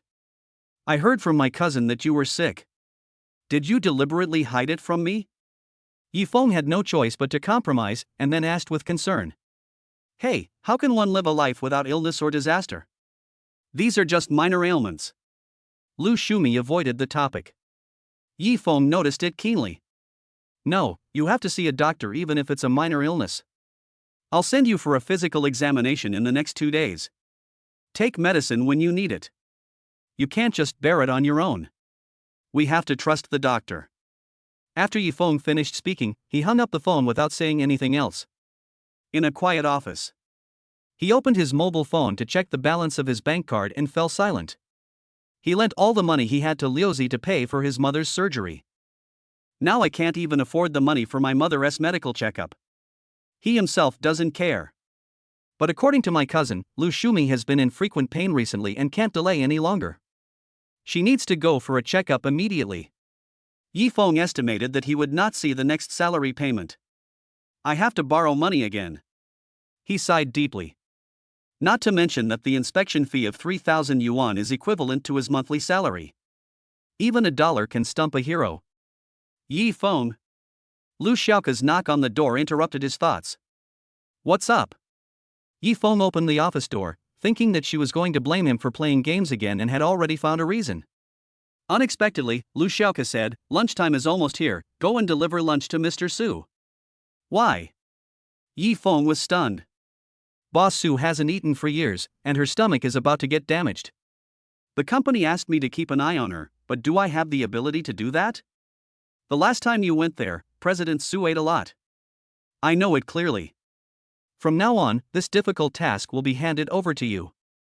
Lu Xiaoka patted Yifeng's shoulder cheerfully and slipped away before he could react. There was no chance for Yifeng to refuse. In desperation, at lunchtime, Yifeng found an opportunity, got some food, and sent it to Su Xilan's CEO's office. As soon as I opened the door, a familiar security uniform appeared in front of me. Shirley folded her arms, pouted her lips, and stared at Yifeng coldly. Captain Shi, why are you here? Yifeng greeted her with a smile on his face. I'm Mr. Su's personal bodyguard. If I'm not here, where should I be? Shirley glared at him unceremoniously. Oh, yes. Yifeng walked past her absent-mindedly and put the food on Su Xilan's desk. Take it. Su Xilan said coldly without even raising her head. Eat your meal first, then get busy. If you don't want to eat, you can have some fruit. Yifeng helped peel the banana and slice the avocado and brought them to Su Xilan. I don't want to eat it. Su Xilan snorted coldly. Yifeng took out his cell phone threateningly. Are you done yet? Do you know what this behavior of yours is called? Seeing that Yifeng was about to call old man Su to complain again, Su Xilan threw the pen in her hand heavily on the table. Chapter 39. A dead pig is not afraid of boiling water. A dead pig is not afraid of boiling water? Yifeng raised his eyebrows. It seems you are still very self-aware. Su Xilan nodded. She stopped protesting fiercely because she had realized that continuing to argue was not only useless but also a meaningless waste of time. Instead of this, it's better to eat quickly. She ate the banana and avocado, then ate a few bites of vegetables, pushing the carrot aside with her chopsticks. Don't you eat carrots? They're very nutritious. Yifeng asked, a little surprised. Su Xilan looked at him slowly and said, if you don't cut this carrot into small pieces, I won't eat it. But whether or not you cut it, the carrots still taste the same. Eat a little. Yifeng said puzzledly. But it looks good. Su Xilan was confident and righteous. Yifeng couldn't understand it at all. And Su Xilan felt that Yifeng was even more unreasonable. Why do you insist on me eating carrots? Su Xilan became alert. She looked carefully at the few pieces of carrot in the lunchbox, picked up one and put it in front of her nose and sniffed it carefully. Did you drug me in there? Su Xilan asked seriously. Yifeng's face was full of speechlessness. I am so? He asked back. Su Xilan nodded, that's true. Poisoning me to death won't do you any good. I'll be more useful to you if I'm alive. Yifeng didn't want to pay any attention to her at all. You're not trying to harm me, you're just being nice to me. You're being so attentive for no reason. Do you have something to ask of me? Su Xilan blinked and continued to ask. Yifeng's heart moved. He remembered that he still hadn't found the money for his mother's medical examination, so he decided to play along and said, yeah, I thought if you were happier, it would be easier for me to borrow money. You want to borrow money again? Su Xilan looked very calm, as if she had expected this day to come. How much do you want to borrow this time? 3,000 to 4,000, maybe. I can pay you back when I get my salary. Yifeng calculated the approximate cost in his mind and quoted an accurate range. You've paid this salary, but are you still paying the rent? Su Xilan looked at him with a smile. Yifeng was silent. Although when signing the contract, Su Xilan clearly stated that she didn't like the rent he paid. However, they were just a contract couple living together under the same roof. This made Yifeng always feel like he was living under someone else's roof. But he really can't afford the rent at all now. Su Xilan also knew that he couldn't take it out. Seeing that Yifeng was about to lose face under the gaze of Shirley not far away, Su Xilan did not add insult to injury. Boss Su, if you don't mind, I can give him 5,000 as long as he can beat me. Just as Su Xilan picked up her phone to transfer money, Shirley suddenly spoke. You want to fight me? Yifeng looked back at her in surprise. Yes, you embarrassed me in the cafeteria. I told you I would get it back. Thinking of the teasing in the cafeteria, Shirley's face quickly turned red again, and her eyes were full of anger. What happened in the cafeteria? Su Xilan asked curiously. Nothing, just an accident. Yifeng spread his hands. Come on, if you don't dare to fight me, just say so, you coward. You're such a lecherous and despicable man, you dare not admit it. If a lecher like you stays by Mr. Su's side, I'm worried that Mr. Su will be taken advantage of by you if I don't beat you into submission first. Shirley seemed to have said nothing, yet also seemed to have said everything. Su Xilan looked at Yifeng. I've changed my mind. 5,000 yuan isn't a lot of money for me, but I suddenly don't want to lend it to you anymore.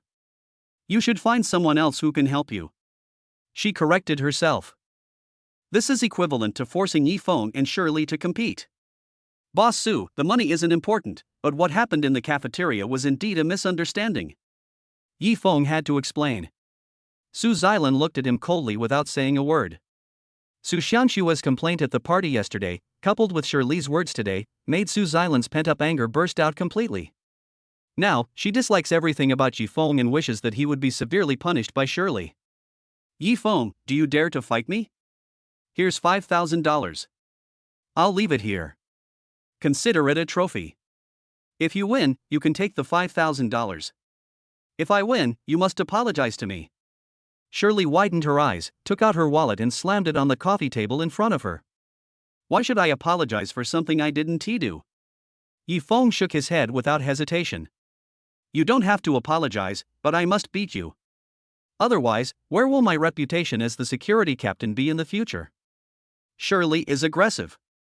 Boss Su, are you just watching from the side? Yifeng looked at Su Xilan helplessly, hoping that she could help smooth things over. If Su Xilan spoke, Shirley would have no way to continue being stubborn. There's a fighting ring in the gym on the underground first floor of the company. You can go there and spar. There was a faint smile on the corner of Su Xilan's mouth. Yifeng couldn't laugh anymore. Secretary Lou, could you please come in and inform the administration that the gym on the basement floor will be closed for maintenance this afternoon? Sue Zylan pressed the call button on the landline. Got it, Mr. Sue. Lou Schauke got the job done within a few minutes after he answered the phone. If you want to fight, you can go now, Sue Zylan said with a smile. Walk. Shirley walked in front with her head held high. Yifeng had no choice but to reluctantly follow her to the gym on the underground floor. What surprised Yifeng was that Sue Zylan also came. Is your job unimportant at a time like this? Yifeng said bitterly. Watching the excitement is also a way to relax physically and mentally. Sue Zylan didn't blush, she just tossed her skirt and sat down in the audience seats beside the ring. Shirley has started warming up quickly. After she started sweating slightly, she immediately jumped onto the ring. Come on, you little pervert. Shirley moved her arms. She changed into a light fitness t-shirt and struck a common military fighting stance, which was quite standard. Her bulging muscles not only do not make her look wild, but instead outline her cool lines and highlight her slim and graceful figure. Yifeng sighed and crawled over the ropes of the ring, picking up the blue boxing gloves and protective gear beside him. I don't even need protective gear, do you want some? Shirley on the opposite side asked provocatively. Hit directly? Yifeng was surprised. Fists and kicks have no eyes. Both of them are martial artists, so they will get hurt if they touch. Without protective gear, what if Shirley is really injured? Perhaps noticing Yifeng's worried look, Shirley snorted in disdain. You stinky men are so self-righteous. Do you think I'm more vulnerable? I advise you to worry about yourself. As Shirley spoke, she jumped twice on the spot, and suddenly pushed off the ground with her feet. She rushed towards Yifeng like an angry little wildcat. He swung his fist with all his might. Chapter 40, Even a good man has to fight with a woman. At the moment when Shirley's fist was about to touch Yifeng's cheek, Yifeng squatted down suddenly at lightning speed. Shirley's fist swept over Yifeng's head and missed. At the same time, the side of her waist opened up. Yifeng seized the opportunity without hesitation and reached out to gently touch Shirley's waist. Although he could have taken this opportunity to throw a punch. But in that case, the force of the fist would act on Shirley's internal organs, and she would definitely be seriously injured on the spot. In a moment of hesitation, Yifeng just swept his palm lightly past. In his view, doing so not only demonstrates strength but also makes clear the attitude. However, in Shirley's opinion, you touched me? Shirley screamed. During such a serious competition, you still didn't forget to use your dirty hands. Aren't you disgusting? She shouted angrily. Sister, you know we're sparring, how can I not touch you? Yifeng realized that the misunderstanding had deepened and was speechless for a moment. It all happened so fast. Sue Zylan, who was watching the game from the audience, had no idea what was happening, but when she heard Shirley's words, she immediately glared at Yifeng. This kid, even after a fight, still didn't keep his hands to himself. No wonder Su Shangxue wanted to file a complaint against him, saying she saw him attracting women at the party. Sue Zylan thought with hatred. On the ring, Shirley clenched her teeth. Being touched made her even angrier. After taking 2 steps back, she immediately found an opportunity, swung out her long legs, and kicked Yifeng in the lower body. Yifeng was shocked when he found out who she was going to kick. This woman is too cruel. If he can't avoid this kick, he will never be a man again. It happened in a flash of lightning. Yifeng dodged it. Shirley became even more angry upon seeing this. She just felt that Yifeng was like a slippery loach, dodging left and right on the ring. In her swift as wind moves, he was able to dodge in time every time at the critical moment. Shirley's body was covered with a layer of crystal beads of sweat. Yifeng responded calmly, not only preserving his strength, but also looking very relaxed. I just wanted to teach you a lesson, but it seems I have to do it for real. Shirley was so angry that she just used a whole set of fighting skills.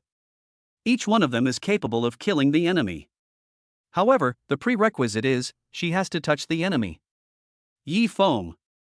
This was the opponent that she couldn't get even a sliver of her clothes off no matter how hard she tried. Sue Zylan originally thought that she would be able to see a wonderful boxing and kicking competition. However, after watching the fight for more than half an hour, she only saw Shirley sweating profusely and Yifeng dodging here and there. Will you please stop running away? If you're a man, come face to face with me. Shirley was also tired. She clenched her fists and shouted angrily at Yifeng. I don't want to lose. If I lose, I'll have to apologize for something I didn't do. But I also want to win because that $5,000 is really important to me. Yifeng stood in a corner of the stage, sighed helplessly and opened his hands. So I can only avoid direct confrontation with you. When you're too tired to lift your arms, won't I win? He said it with dignity. Shirley Fei was almost furious. Su Xilan couldn't help but shake her head. I can win, but it's not a fair victory. Boss Su, the arena is the same as the battlefield. In any competition, the key is only the final victory or defeat. How you win and the process are not important. People only remember the glory of the victors, and no one will pity the humiliation of the defeated. Yifeng unexpectedly responded to her words. Su Xilan was stunned. She had heard similar words from Grandpa Su when she was a child. Now, Yifeng said the same thing, which made her a little surprised. I won't get tired before I beat you to death, Shirley said as she launched another round of attacks. Yifeng dodged as usual. Soon, Shirley realized something was wrong. The battle between the two lasted for at least an hour. Even if it's not a sparring match, just punching the sandbag would be tiring. Shirley herself was also sweating profusely and gasping for air. On the other hand, Yifeng doesn't look tired at all. He dodged and evaded the entire time on the ring, consuming no less energy than Shirley, yet he didn't even breathe, making it impossible for Shirley to detect his true strength. If it drags on any longer, it will just be like what Yifeng planned. She will be exhausted and Yifeng will win without a fight. A cold light flashed in Shirley's eyes. Ouch! After a flying kick missed, Shirley pretended to lose her balance and fell to the ground. My leg seems to be twisted. She tightly grasped one of her ankles, her pretty face contorted into a knot, and she looked extremely painful. You fell down by yourself, I didn't touch you. Yifeng quickly raised his hands to signal. You're such a straight man. I fell and got hurt, shouldn't a normal man show some concern? Who would immediately shirk responsibility like you? Shirley almost fainted from anger. She gritted her teeth and cursed at Yifeng. Yifeng, fists and feet are blind, but people are kind. You are so ungentlemanly. Su Xilan, who was standing beside the ring, also frowned and criticized unhappily. However, as Shirley was the personal bodyguard she personally selected, Su Xilan knew this girl's fighting ability better than anyone else. It was the first time she saw Shirley fall down in the ring. Even though the opponent didn't make any moves from beginning to end. Yifeng stared at Shirley. Shirley cautiously wrapped her entire ankle with her palm. I'll help you up.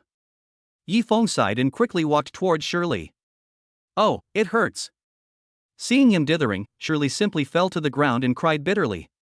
Yifeng hurriedly quickened his pace. When he walked to Shirley's side, he bent down and was about to support her arm. Shirley's eyes suddenly flashed. She seized the opportunity and threw a straight punch. With the distance between her and Yifeng so close, there was no way this punch would miss. This is exactly the case. Ouch! Yifeng groaned in pain, then sat back on the ground, pressing his hands tightly against his abdomen. Humph. I'll let you go against me. You can't hide away, right? Shirley smiled triumphantly and turned over and stood up. She was jumping around and moving freely, and it didn't look like her ankle was injured at all. On the contrary, the punch she gave Yifeng was merciless, making Yifeng gasp. Su Xilan's face darkened. It's not because I feel sorry for Yifeng's injury. Instead, he felt disgusted with Shirley's act of deliberately showing weakness and attacking Yifeng. However, Su Xilan thought again and realized that if what Shirley had accused Yifeng of molesting her in the cafeteria was true, it would be understandable for her to try her best to punch Yifeng. Yifeng himself said just now that victory or defeat is more important than anything else, and the process is not important. I win! Shirley's eyes sparkled with excitement. She announced loudly. Yifeng shrugged, but did not raise any objection. Although she finally won, Shirley couldn't be happy no matter what. Chapter 41 Proud of my son. In the ring, she did win by trickery. However, in terms of strength, Shirley knew clearly in her heart that she had lost. I originally thought that none of the male members of the security department could stand up, otherwise the security department would not have Shirley, a female security guard, as the team leader, but I didn't expect that there was a fish that had slipped through the net. Anyway, I win, I apologize. Shirley put her hands on her hips and stared at Yifeng fiercely. Wait a moment. Su Xilan couldn't help but speak. She stood up from the audience and walked to Yifeng. You don't have to apologize, she said to Yifeng calmly, then turned to look at Shirley. You go back first. I believe no one with a discerning eye would admit such a victory. Shirley knew she was in the wrong, so she didn't insist any longer. She turned around, jumped off the stage, and left quickly. Thank you, President Su, for upholding justice. Yifeng was lying on the ring, looking half dead, and he squinted his eyes as he thanked Su Xilan. Get up and go. Su Xilan looked at him coldly. I can't get up. I'm injured and need treatment. Yifeng said in a low voice. Are you hurt that badly? Su Xilan saw that he didn't look like he was joking, so she hesitated for a moment and moved closer. Is there any internal injury? Should we call an ambulance? She asked nervously. Yifeng stretched out an arm towards her. The physical wounds don't matter, but I'm seriously wounded mentally. I need a princess's kiss to wake me up. If not a princess, a rich girl will do. Yifeng was originally joking. I thought that Su Xilan would scold me after I said that. Unexpectedly, the other party blinked her beautiful big eyes, bit her lip and asked, Where do you want me to kiss you? Yifeng was extremely surprised. Did this woman change her temper today, or did the sun rise from the west? If you say you want to kiss someone, then you really kiss them. Could it be that this is a special benefit because he's injured? Why is it said that battle-damaged men are the most attractive? Yifeng was daydreaming. Suddenly I saw Su Xilan's murderous eyes. Are you kidding me? He asked tentatively, suspiciously. You know you're joking. Su Xilan's murderous aura was completely released. She was emitting a cold aura all over her body, like an iceberg. Just standing there made people hold their breath. Tell me, where do you want me to kiss you? I'll hit you wherever you want me to kiss you. Su Xilan pretended to raise her hand. Yifeng climbed up from the ring in a hurry. Just kidding, time to go, right? I suddenly remembered I have a lot of work to do this afternoon. I have to leave quickly, this is not a joke. He ran out of the gym. Su Xilan folded her arms and stared at his back as he disappeared. After a long while, she finally burst out laughing in the empty gym. You still want to trick me into kissing you? Even if I'm a princess, I won't kiss you. She muttered to herself and walked towards the elevator. At the same time, Lu Shumi was wandering at the door of Yifeng's second uncle Yi Yang's house. Yifeng repeatedly urged her to go for a physical examination. In fact, before receiving Yifeng's call, Lu Shumi had been in unbearable pain for several nights. In order not to cause trouble to her son, she did not mention it at all. She thought of borrowing a few thousand yuan from her second uncle Yi Yang as an emergency measure and doing a simple check to have an idea in mind. However, over the years, this is not the first or second time that he has come to Yi Yang to borrow money. Lu Shumi knew her second uncle's face better than anyone else. None of them are rich. Can you still greet everyone who comes to borrow money with a smile? Just when Lu Shumi was hesitating. Click. Yi Yang's door was opened from the inside. Hey, why are you here again? When Yi Yang saw Lu Shumi, he wanted to close the door immediately, but he was too late. Lu Shumi took a step forward and pressed the button to close the door. Uncle, how have you been lately? I brought some free-range eggs from my hometown and wanted to send some over to you. Lu Shumi smiled and shook a bag of eggs. Take it away. No. Yi Yang pushed her and the egg out together. Who wants your broken eggs? Every time you bring something to my house, it's like you're asking for money. How can my family afford to lend you that much money every day? He said impatiently. Uncle, I don't have much this time, so I'll just lend you 1,000 yuan to go see a doctor. I'll pay you back next month when my handicrafts bill arrives. Lu Shumi also didn't want to be so humble and disgusting. But what if I don't lend it to you? Is it possible that money will fall from the sky?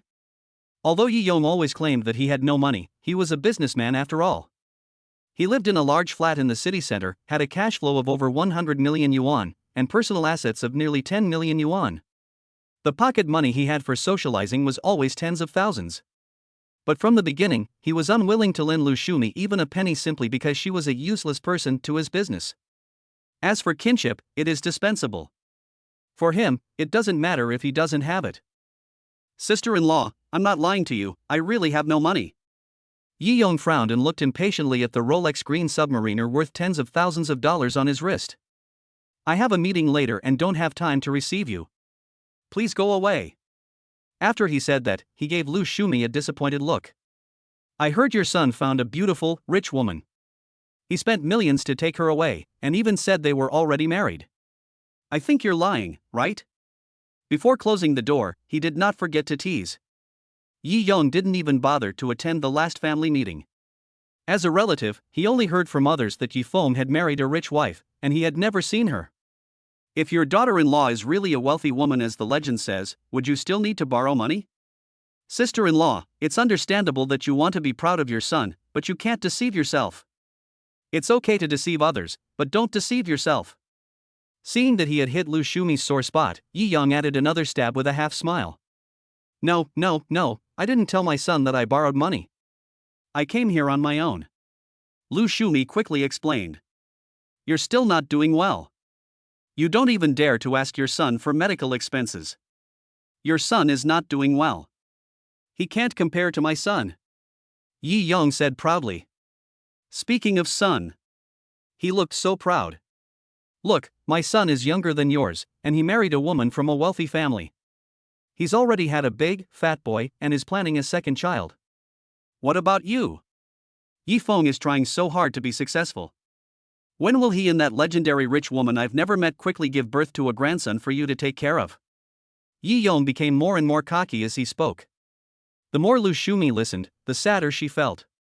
His second uncle, please stop talking. I know I shouldn't have come. I won't lend you the money. I'm leaving right away. She knew that Yi Yong had no intention of lending her money, but she did not expect that he would be so cruel as to expose her scars. He knew what she cared about most and wanted to ridicule it. Humph. Come sit here again next time when you're free. Just don't bring eggs next time, or any other gifts. Just don't come after us and ask for money. I'll welcome you. Yi Yong sneered. The next time we meet should be when my son brings his wife home. It's only a few days away. Will you, his second uncle, come over then? Lu Shumi also felt a lump of anger in her chest. Before leaving, she turned and asked Yi Yong loudly. Chapter 42, Not Fighting for Bread, but for Dignity. It's better to save face than to make steamed buns. When Lu Shumi asked this question, Yi Yong, who was talking non-stop, was stunned. Okay, I'll wait for your call. I'll definitely go when the time comes, and I'll give Yi Feng a big red envelope that will make him smile. Yi Yong grinned. We can't let the daughter-in-law he found who can't even lend 1,000 yuan to her mother-in-law despise us, right? Yi Yong said this with a smooth smile on his face and closed the door. Lu Shumi was angry and annoyed, but she had to walk home under the scorching sun, and she couldn't help wiping away her tears as she walked. Mom! In order to avoid Su Zailan, Yi Feng deliberately left work early. On his way home, he saw his mother sobbing on the side of the road. He was startled, slammed on the brakes, jumped off the electric scooter, and hurried to Lu Shumi's side in 2 steps. Why are you crying? Who bullied you? Yi Feng asked nervously. How could I be bullied when I'm fine? When Lu Shumi saw her son suddenly appear, she quickly raised her hand and wiped her eyes. Don't you see how hot it is now? The sweat is running into my eyes, it stings and hurts, so I can't help but cry. Lu Shumi explained vaguely. Oh, then I'll wipe it for you. Yi Feng finally breathed a sigh of relief. He took out a tissue and wiped Lu Shumi's eyes, then asked, Isn't that the direction of second uncle's house? Have you been to second uncle's house? Ah, I went there. I wanted to borrow some money. This could not be concealed. Seeing that she could no longer evade the truth, Lu Shumi had no choice but to admit it honestly. Mom! You know what kind of person second uncle is. Why are you looking for him? You can't borrow money and you're being bullied. If you need money, you can tell me. Yi Feng blamed. You're a security guard, and you only earn that little. You have to make a living and support your family. Let me tell you, if you lend me the money, what will you do? No matter how poor we are, we still have to treat our wives well. Lu Shumi patted her son's back.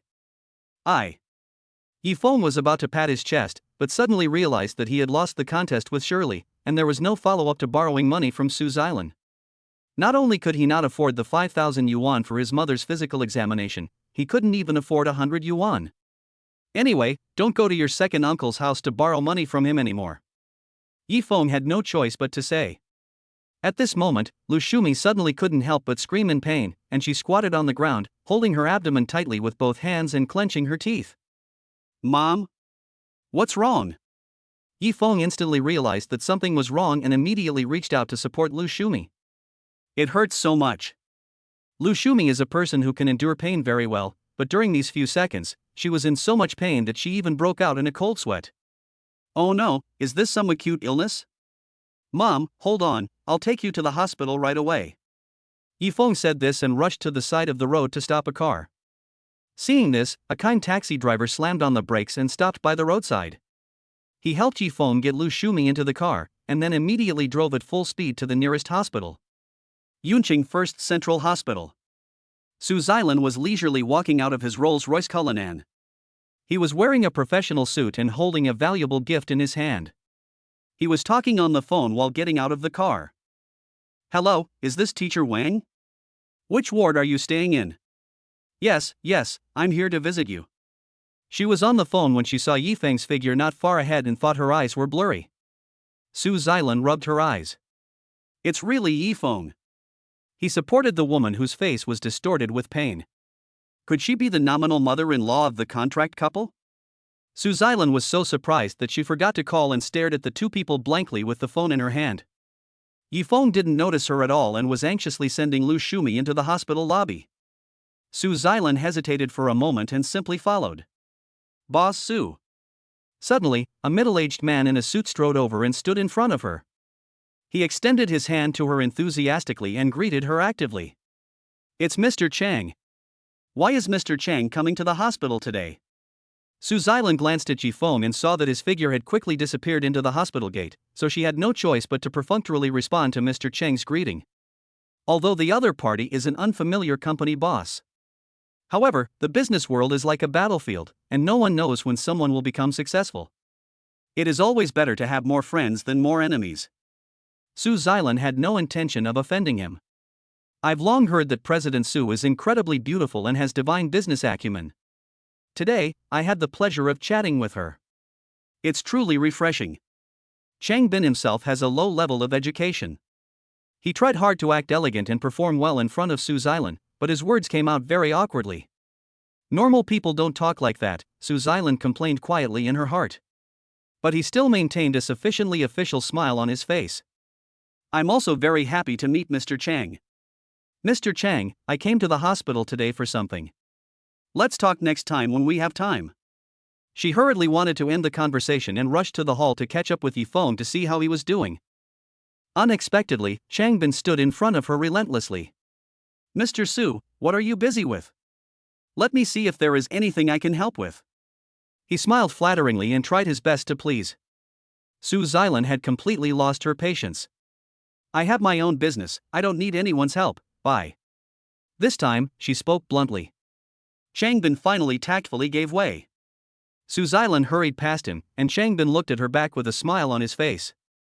Only when Su Xilan's back disappeared in the hall did he put away the smile on his face. This woman is even more arrogant than the legend says.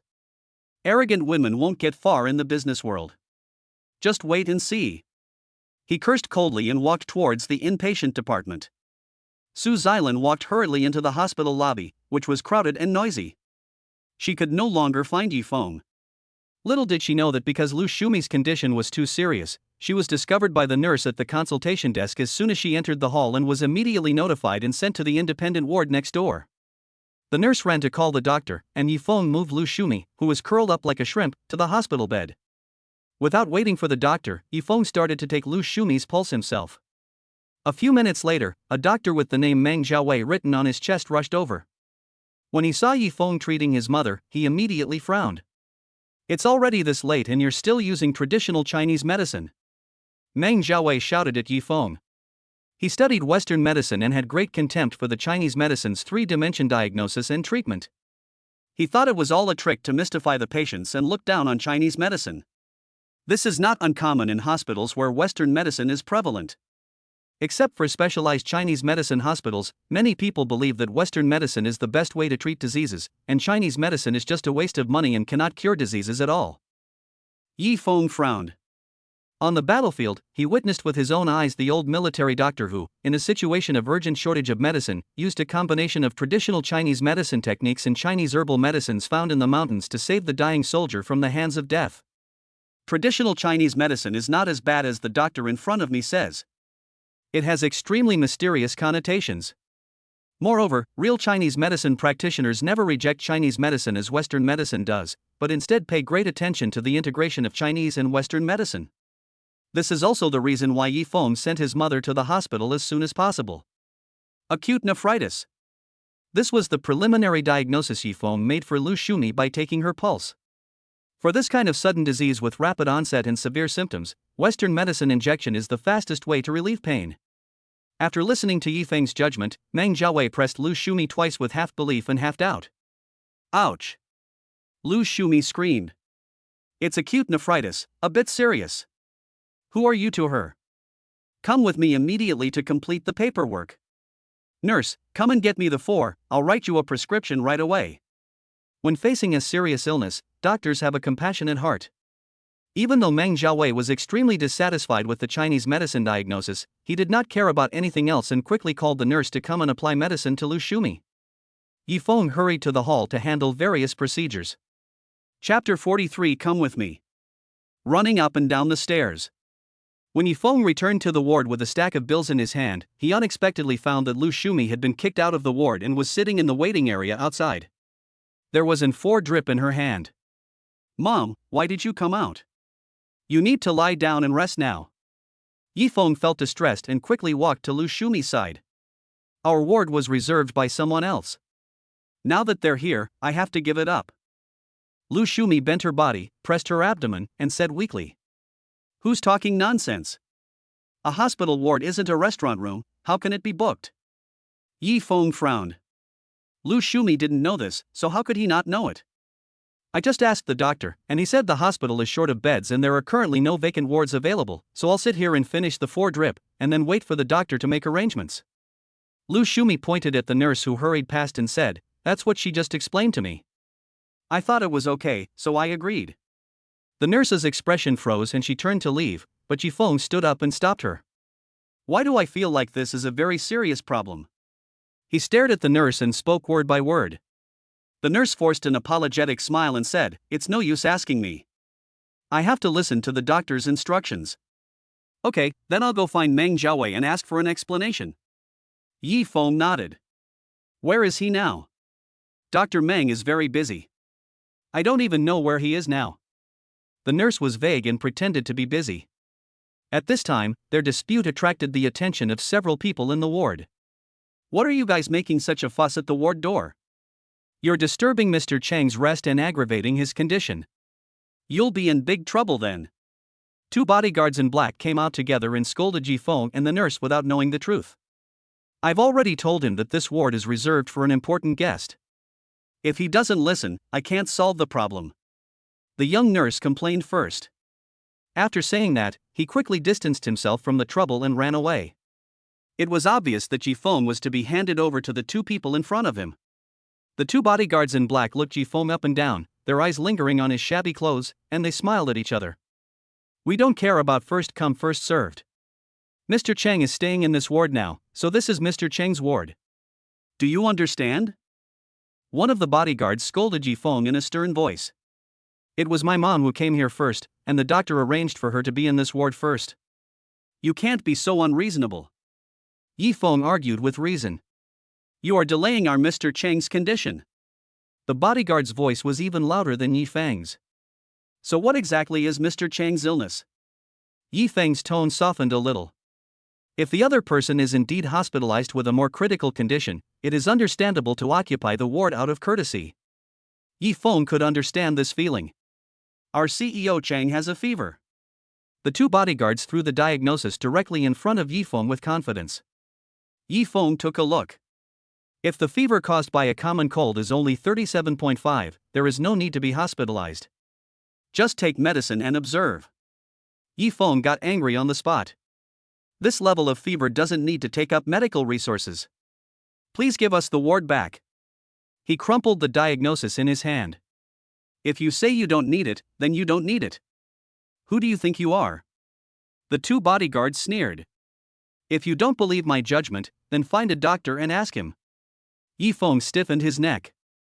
I'm telling you, no matter who you call, it won't work. This ward is reserved for our Chief Chang. One of the bodyguards said this, suddenly stretched out his hand and pushed Yifeng hard. Yifeng clenched his fists and was about to fight back. Suddenly I heard a plop sound behind me. Many onlookers around screamed. Oh my god, look, someone fainted. Amidst the discussions, Yifeng felt a layer of gloom inexplicably shrouded his heart. He turned his head sharply. Sure enough, the person who fainted was Lu Shumi. She collapsed to the ground, and 4 drip hanging from her hand, moaning helplessly. Mom! Yifeng didn't bother to argue with the 2 people in front of him and rushed over. Hey, you're pretending to faint now that you can't get a ward? It's a self-torture tactic, and you're acting really well. Changbin stayed in the ward, listening to the noise outside. He finally came out now. Seeing Lu Shumi's painful expression, he not only did not show any sympathy, but instead had a sarcastic smile on his face. Oh my! If she dies, will she blackmail me? She might say I didn't give her the ward. I'm so scared. Changbin said sarcastically. His tone was joking and inhumane, which attracted criticism from others, but he showed no shame at all. Ah Lon, ah Hu, remember this face. If she dies later, remember to burn 2 more incense sticks for her. Changbin turned around and gave instructions to the 2 bodyguards in a pretentious manner. Remember, Mr. Chang. The 2 bodyguards were also laughing. The onlookers all frowned. The accusations had no effect on them. Instead, they made Changbin even more arrogant. The commotion also caught Lu Xiaoka's attention. At the end of the corridor is a single room at one's own expense, where Su Xilan's teacher was hospitalized. Su Xilan visited her teacher and chatted with her about the past. Lu Xiaoka was not able to be present, nor was he able to walk too far, so he just wandered around the corridor. When he heard the commotion, he came over and saw Yifeng at a glance. After briefly understanding the ins and outs of the matter, Lu Xiaoka immediately hurried back to Su Xilan's side. Boss Su, Yifeng has offended someone. Lu Xiaoka reported concisely. Why does he offend people everywhere? Who did he offend this time? Su Xilan asked with a frown. That Changbin you were chatting with just now. Lu Xiaoka pursed her lips. He was forced this time. It was Changbin who was too bullying. She quickly told Su Xilan what she had learned. Yifeng is too humble. If I were him, I wouldn't swallow my anger like him. Anyway, I'm going to give that unreasonable Mr. Chang a slap first. At the end, Lu Xiaoka shouted indignantly. Then you're wrong. The worst thing you should do right now is to act out of anger. Su Xilan's teacher said with a smile. Ah, why? Lu Xiaoka looked at teacher Wang in confusion. Because of the current situation, the enemy is numerous and we are few. If we act rashly, the ideal situation is to fight an evenly matched enemy. Even if the enemy loses some of its combat power, they will still have follow-up forces. If we lose our combat power, we will no longer be able to attack, and it will also affect the forces we need to protect. Su Xilan explained from the side. This is actually a military strategy. The current forbearance is for the purpose of counterattack in the future. There was a hint of a smile on the corner of her mouth, and she seemed to be quite pleased with Yifeng's quick response. I understand. If Yifeng chooses to make a scene like I did, even if he can defeat Mr. Chang's 2 bodyguards, he will definitely get injured. Then, no one will be able to take care of his seriously ill mother. Moreover, the 2 of them may even be kicked out because of the medical dispute. Lu Xiaoka suddenly understood.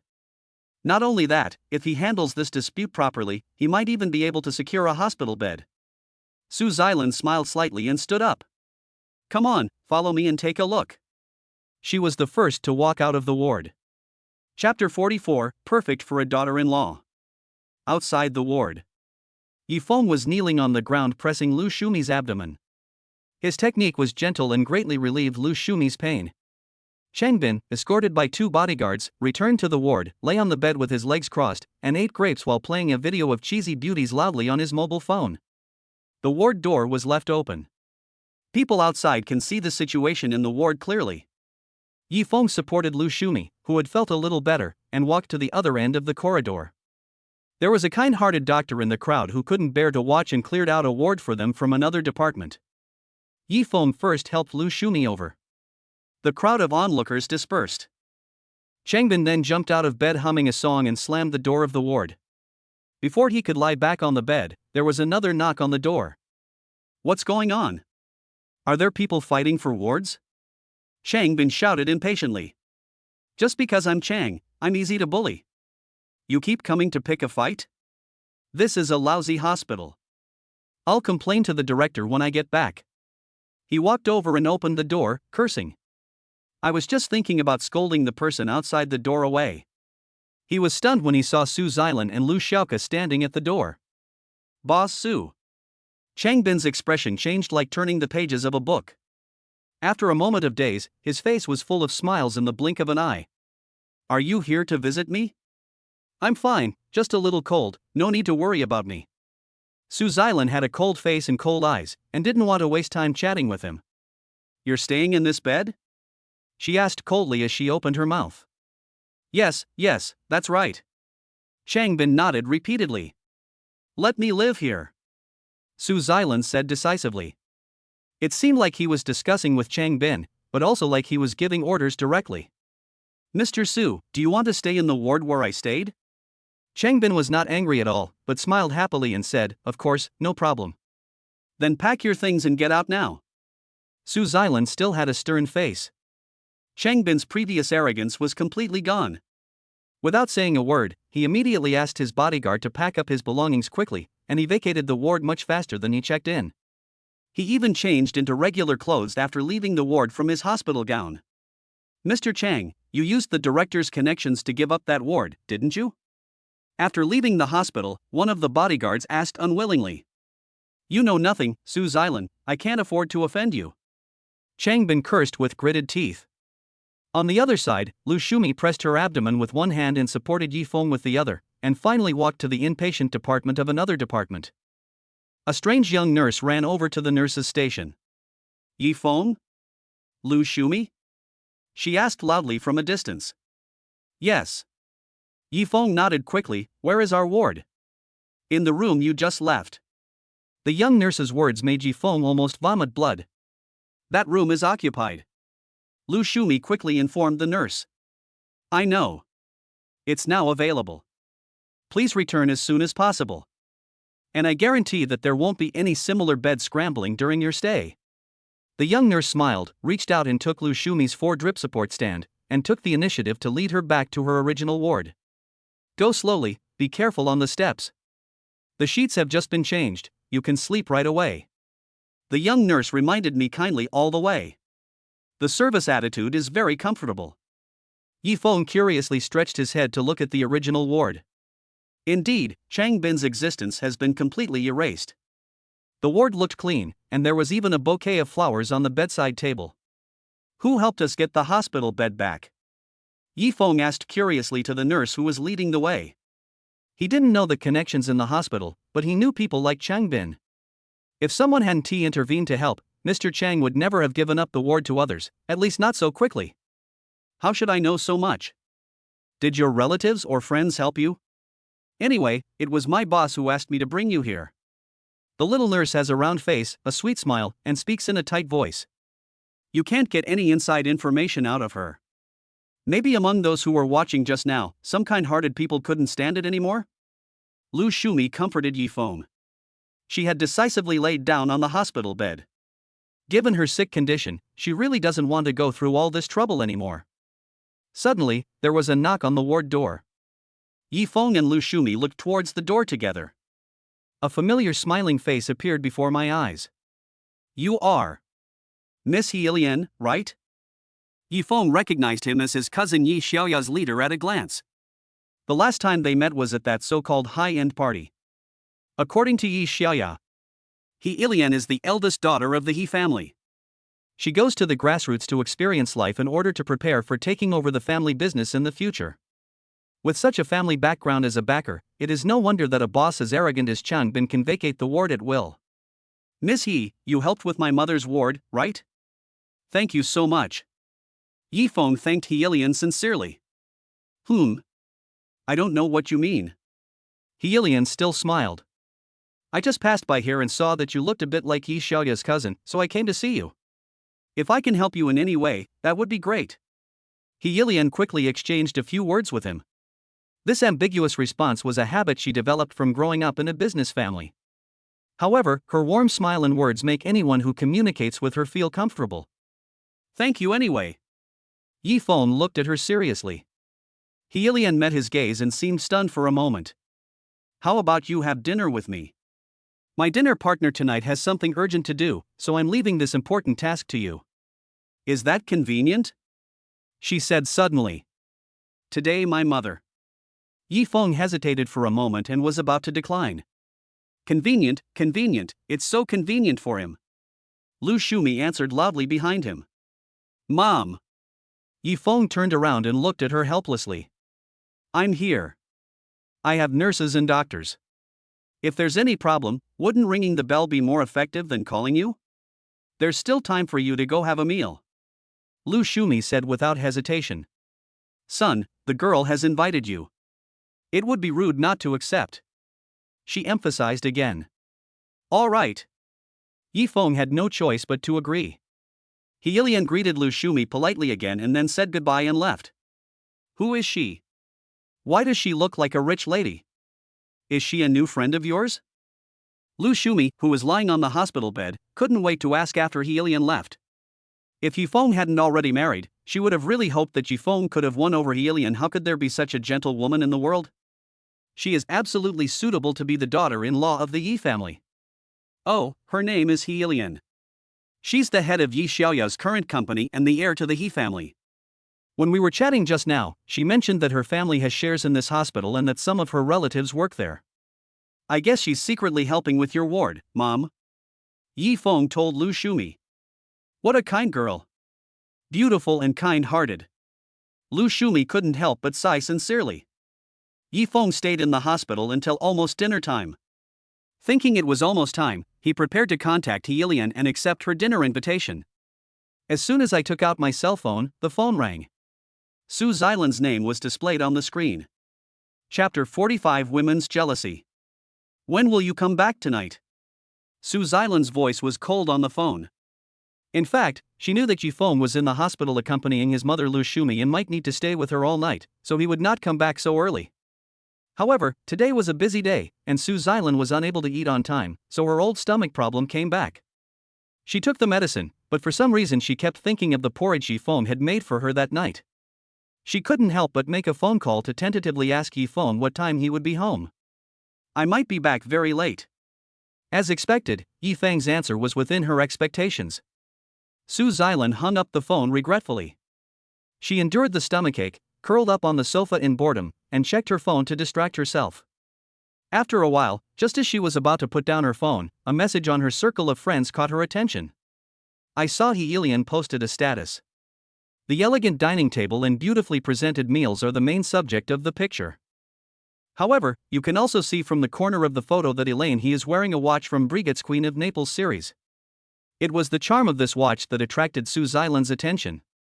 Just as she was considering whether to buy the same one, she inadvertently noticed another corner of the photo. It was clearly the upper body of a man. The clothes and accessories are quite simple, and there is no sign of luxury. However, the richer people are, the more low-key they are. Su Xilan has a deep understanding of this. After all, Heilian is the eldest daughter of the Yunqing family. I heard she was single before.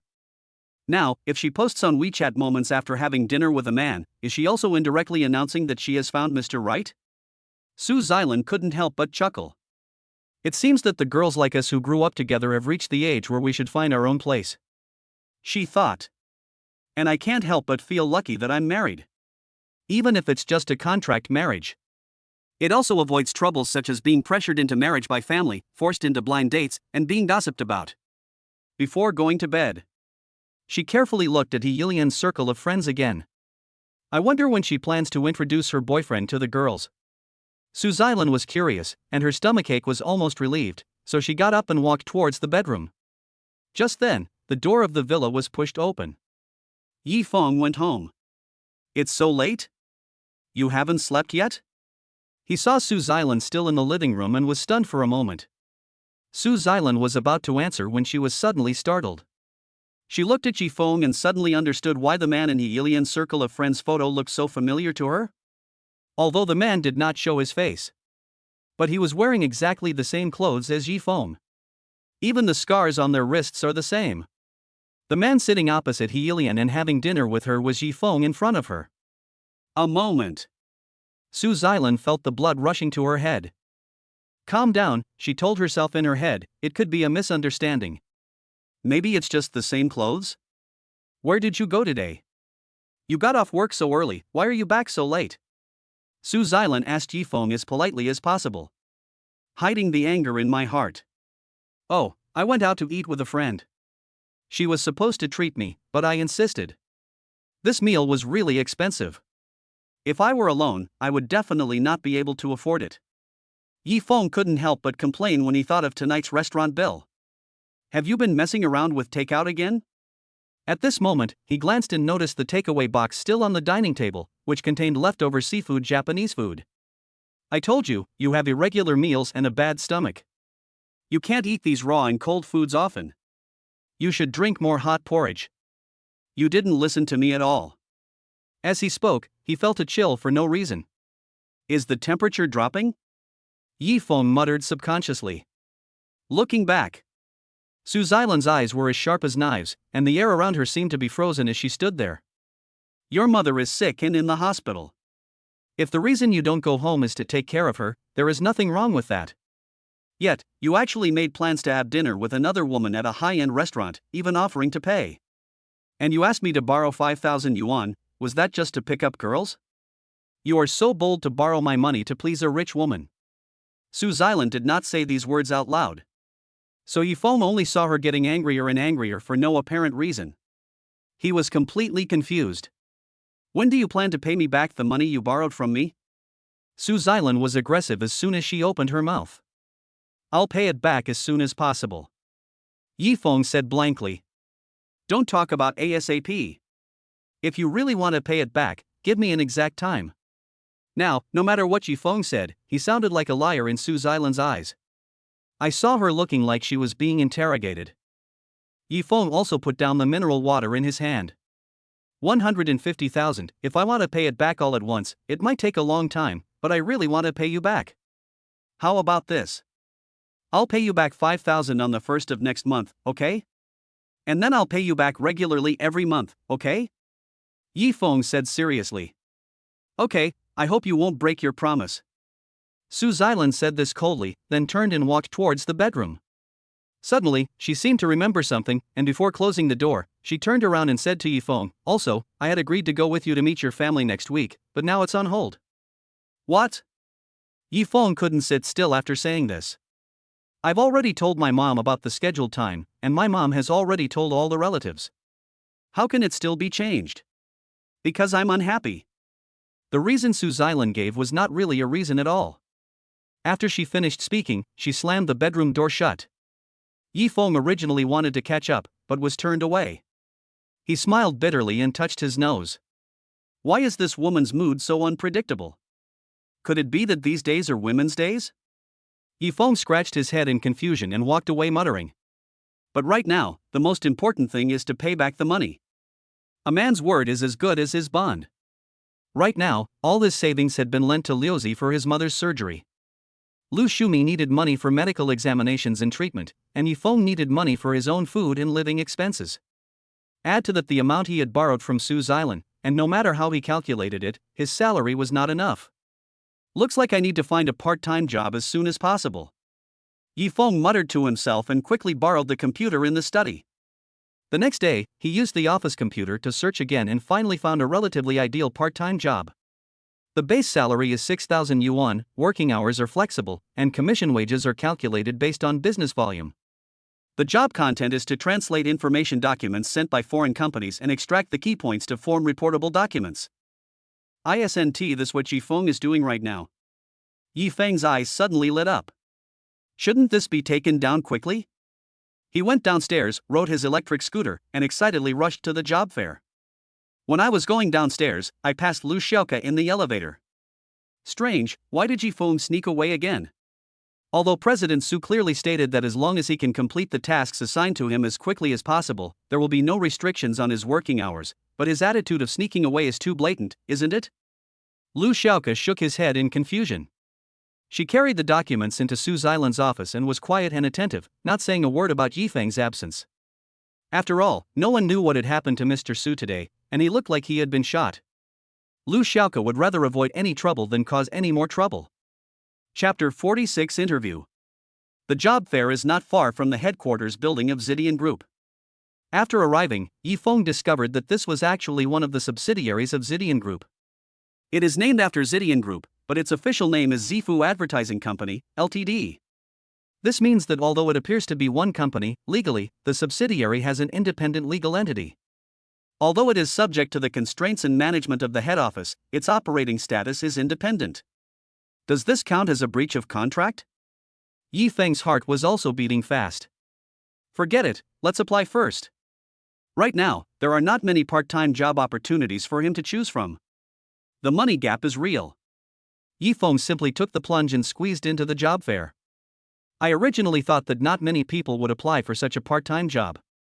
I didn't expect the job fair to be so crowded. Young and old, newly graduated, experienced, and even those who have returned from studying abroad, all held resumes in their hands and submitted them to the recruitment window.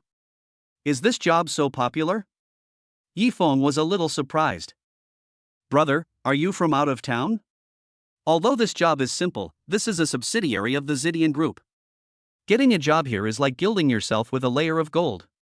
The road ahead is very broad. A well-dressed man in a suit next to him pushed his gold-rimmed glasses, heard what Yifeng said, and kindly told him. Yifeng stretched his head and took a look. The resume held by the man in the suit stated that he graduated from Jinghua University in China with a postgraduate degree.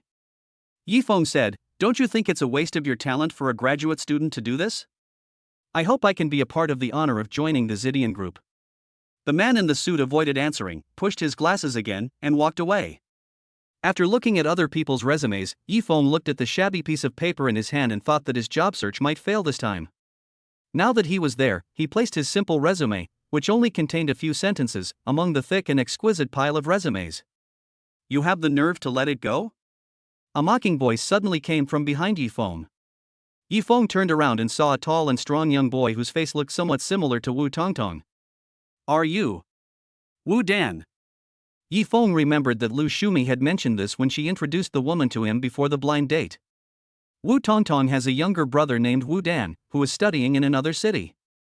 He has a third-rate undergraduate degree and is expected to graduate this year. "I recognize you. My sister showed me your picture." Wu Dan looked down at Yifeng, his eyes full of disgust. "My sister said you didn't even go to college and can barely read, so why are you applying for this position? Didn't you see the minimum education requirement, a bachelor's degree?" His voice was so loud that people around him looked at him sideways. "How dare you submit a resume if you can't even read? Look at his resume. It says he was a soldier and has relevant work experience. I believe he's been in the military, but relevant work experience is a joke. I doubt he can even recognize all 26 letters of the English alphabet." "Hush, keep your voice down. That's why they say people like this are strong-limbed but simple-minded." He didn't even bother looking at the job requirements and just took a chance. Sometimes I really wish I could be as foolish and bold as this brainless person. "Ha, you've been to college, so you're much smarter than him." There was a deliberately suppressed laughter all around. They were talking about Yifeng, and scrupulously belittling his academic qualifications and, by extension, his abilities. Yifeng remained silent. The smiling faces around seemed to be distorted. What they said was harsh. He couldn't fight back. How to fight back? As for academic qualifications, he certainly doesn't have one. As for ability, he has no way to prove it. Now he can't just raise his fist and beat up everyone who laughs at him. Almost everyone present was not spared. Yifeng could only remain silent. He walked away quietly, away from this group of highly educated talents. Because the person in charge at the job fair clearly informed him that suitable candidates would be screened out on the same day, Yifeng did not leave immediately after submitting his resume, but wandered around the job fair. in addition to the booth for this position. There are other job positions being actively recruited at the job fair. There were a lot of people crowded in front of each window. Yifeng was strolling in the venue and unexpectedly saw a familiar figure in the crowd. "Mom, why are you here?" He saw Lu Shumi and rushed to her side in a few steps. "The doctor said that surgery wasn't necessary for now and told me to take medication and observe first." "You were at work." "I didn't tell you and I was discharged on my own. I lost my street sweeping job after being hospitalized this time. I heard there was a job fair here, so I rushed over to take a look." When Lu Shumi saw her son, she was surprised and happy. After she said a few words, the staff at the window in front of her handed her a form. "Lu Shumi," she shouted, "go fill out the forms and come to work tomorrow." "Here it comes." Lu Shumi greeted him happily. "Mom." She took the form. Yifeng grabbed her. "You haven't fully recovered yet. The most important thing right now is to rest well. Why are you running out to work so soon?" "I'll support you." Yifeng hadn't finished complaining yet. Lu Shumi covered his mouth with her hand. "My dear son, please keep your voice down. If they knew I was still sick, I would lose my newly acquired cleaning job." She cursed quickly in a low voice. "Besides, you raised me. If you have this intention, I will be satisfied as a mother. But I know you're under a lot of pressure too. You didn't give your wife the 3 golds, the betrothal gifts, or anything else. Even if your in-laws don't say anything, others will gossip if they find out. Mom isn't too old yet. She can do some work within her ability and earn some money. That's fine. Don't worry about it, okay?" Lu Shumi looked at her son with a smile.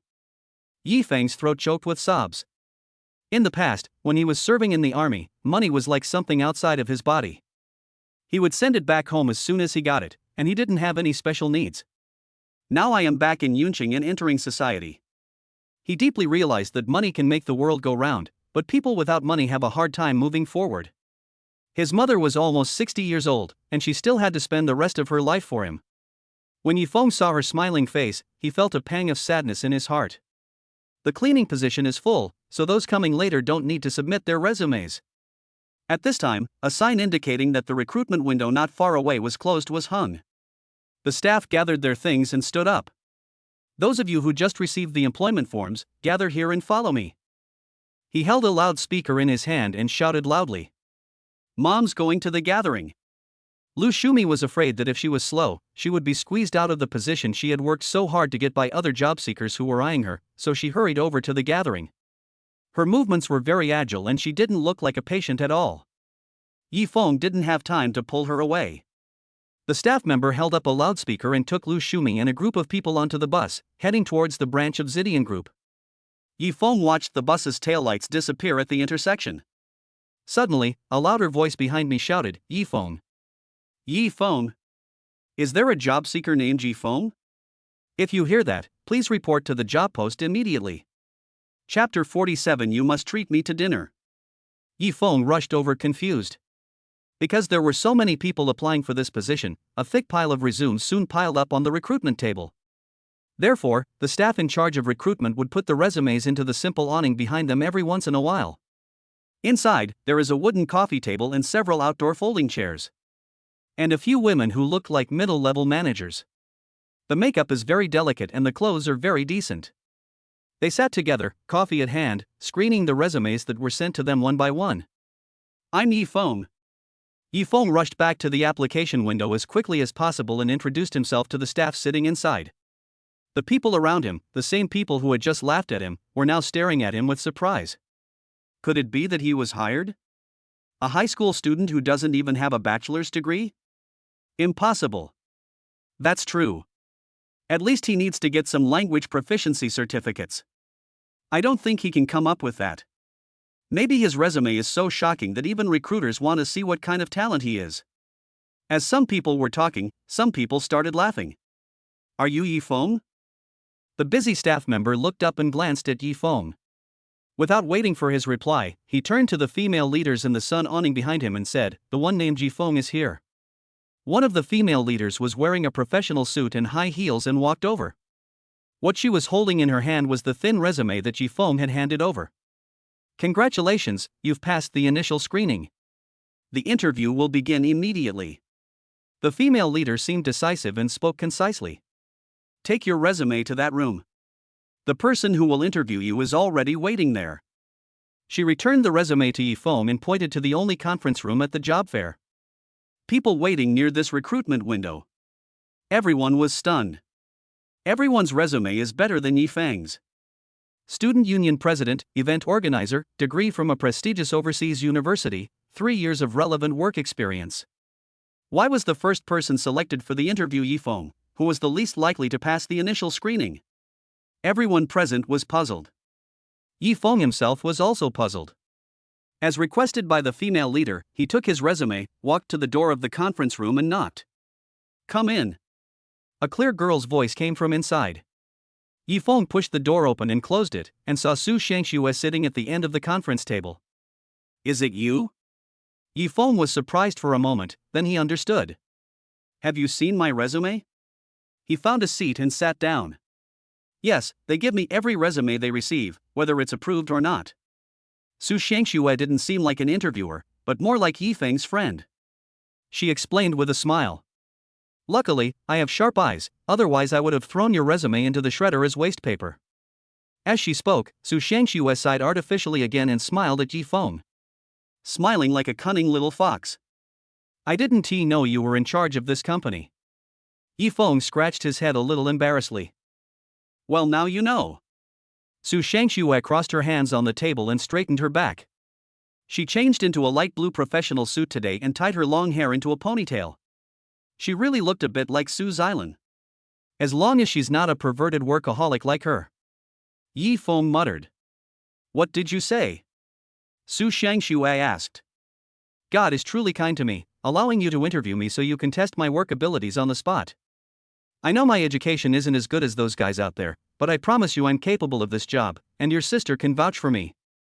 Yifeng said quickly. You still remember to mention my sister.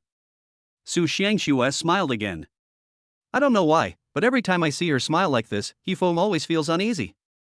It was as if she knew something that Yifeng didn't know but was disadvantageous to him. Has your sister encountered any troubles at work recently?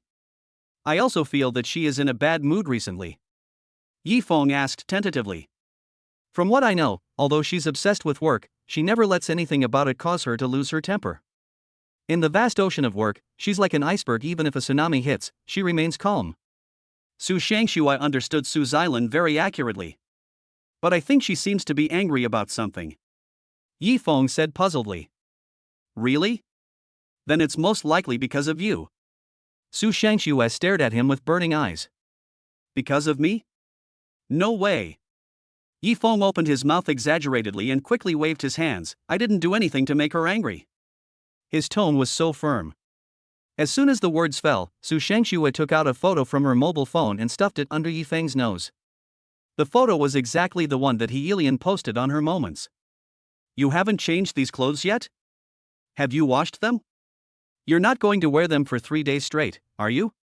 Su Shangxue said this, looking at Yifeng's shirt with some disgust. It was exactly the same as the one in the photo. I swear I washed and dried it. Yifeng promised.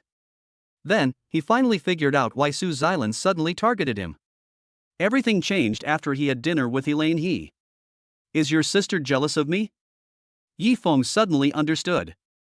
As soon as he finished speaking, Su Shangxue reached out and pinched Yifeng's hand hard on the back of his hand without any hesitation. Yifeng cried out in pain. Don't be fooled by the cute look of this little girl who smiles all the time.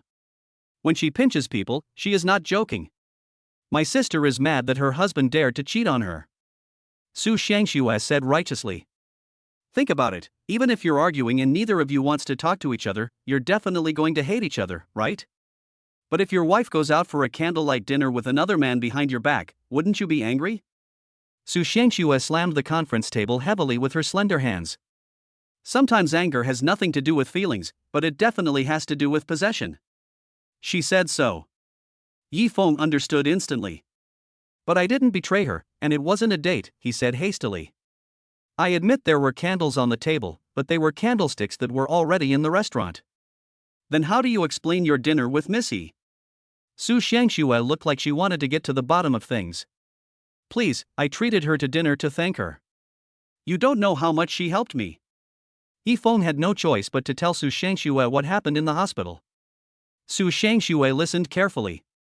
So you invited her to dinner? My sister has helped you so much, why didn't you invite her to a candlelight dinner in her dream? Finally, she made an indignant accusation. Yifeng was slightly stunned.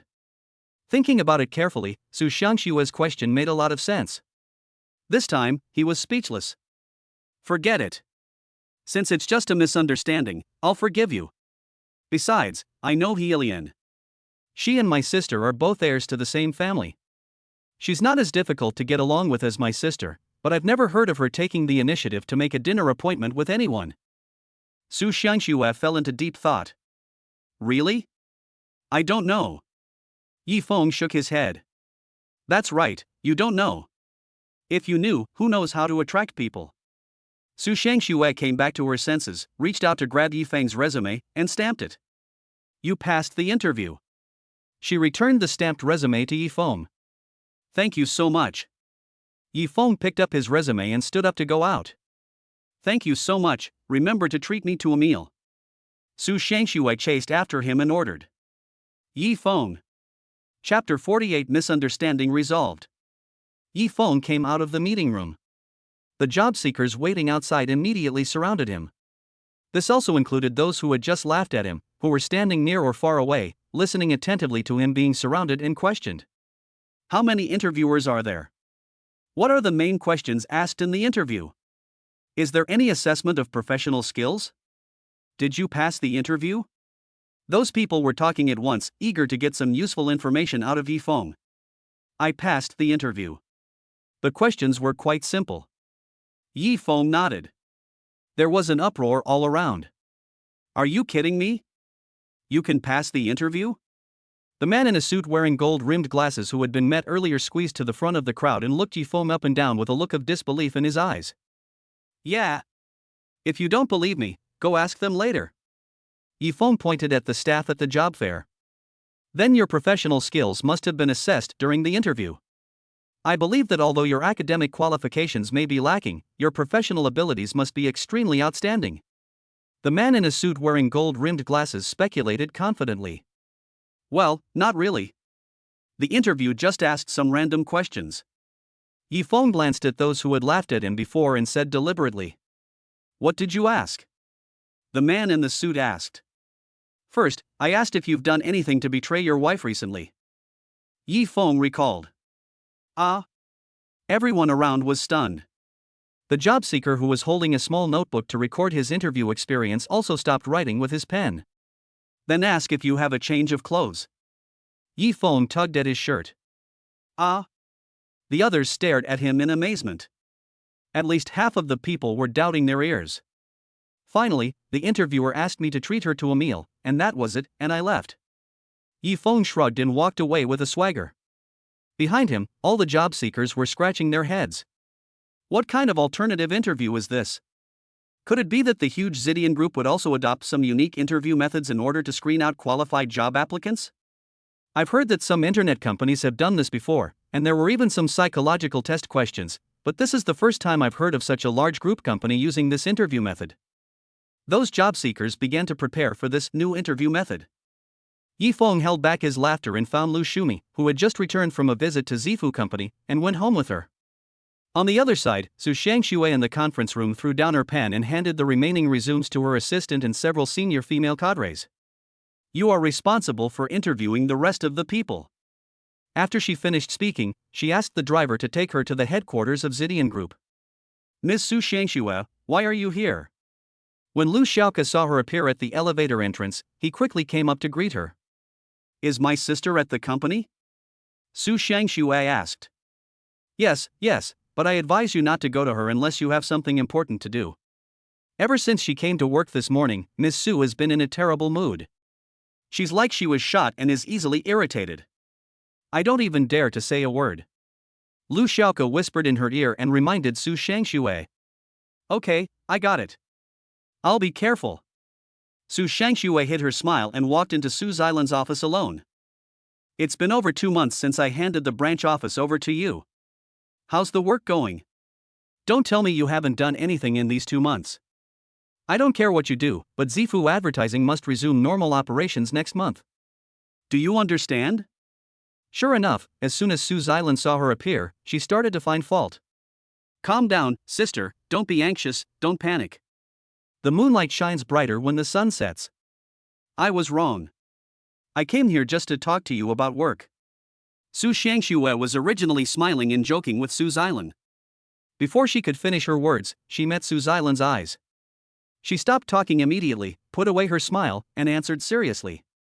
You better be. Su Xilan folded her arms and leaned back against the desk chair. What problems did you encounter at work? She asked with a straight face. I just hired someone, and you know this person. Su Shangxue sat down opposite her, picked up the orange on the table that Su Xilan had not eaten at noon, and spoke while peeling it. I know a lot of people. As long as you can find someone who can be useful to the company's development, you don't have to consider the relationship between that person and me. Su Xilan snorted coldly.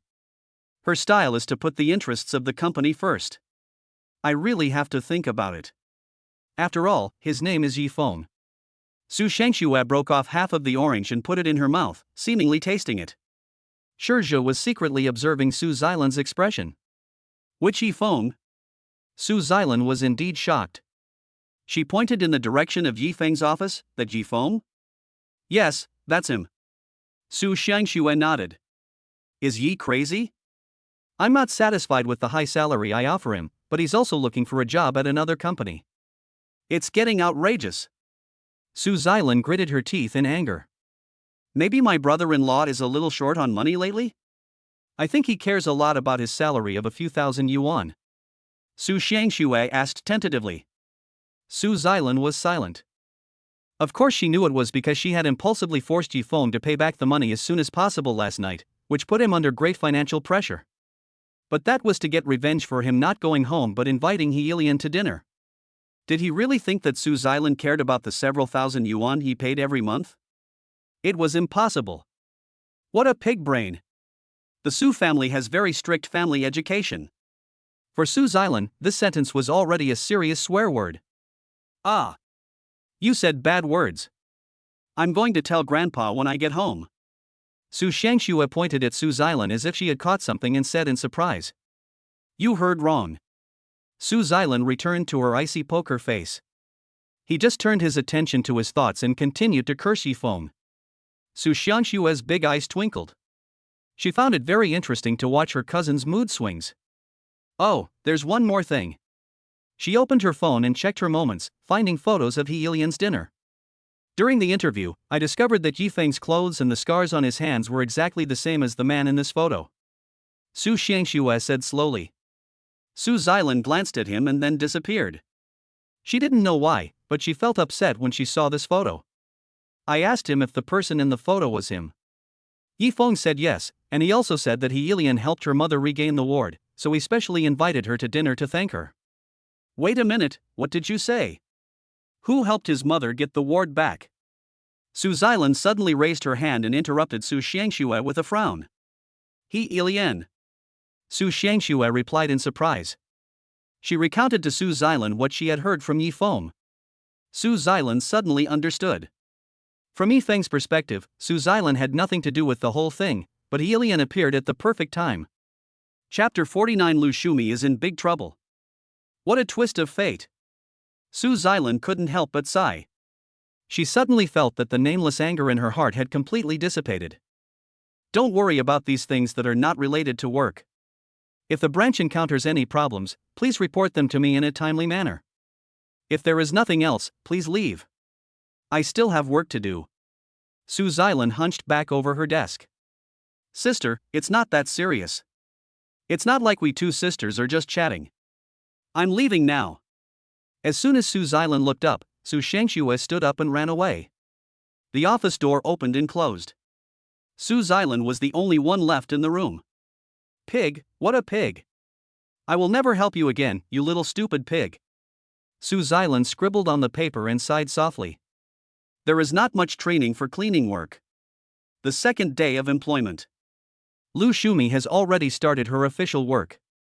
Compared to being a street cleaner, working as a cleaner in a company is relatively easier, but not much easier. One person is still responsible for an entire floor, collecting and taking out the trash, wiping the tables and sweeping the floor. After a morning, Lu Shumi was exhausted.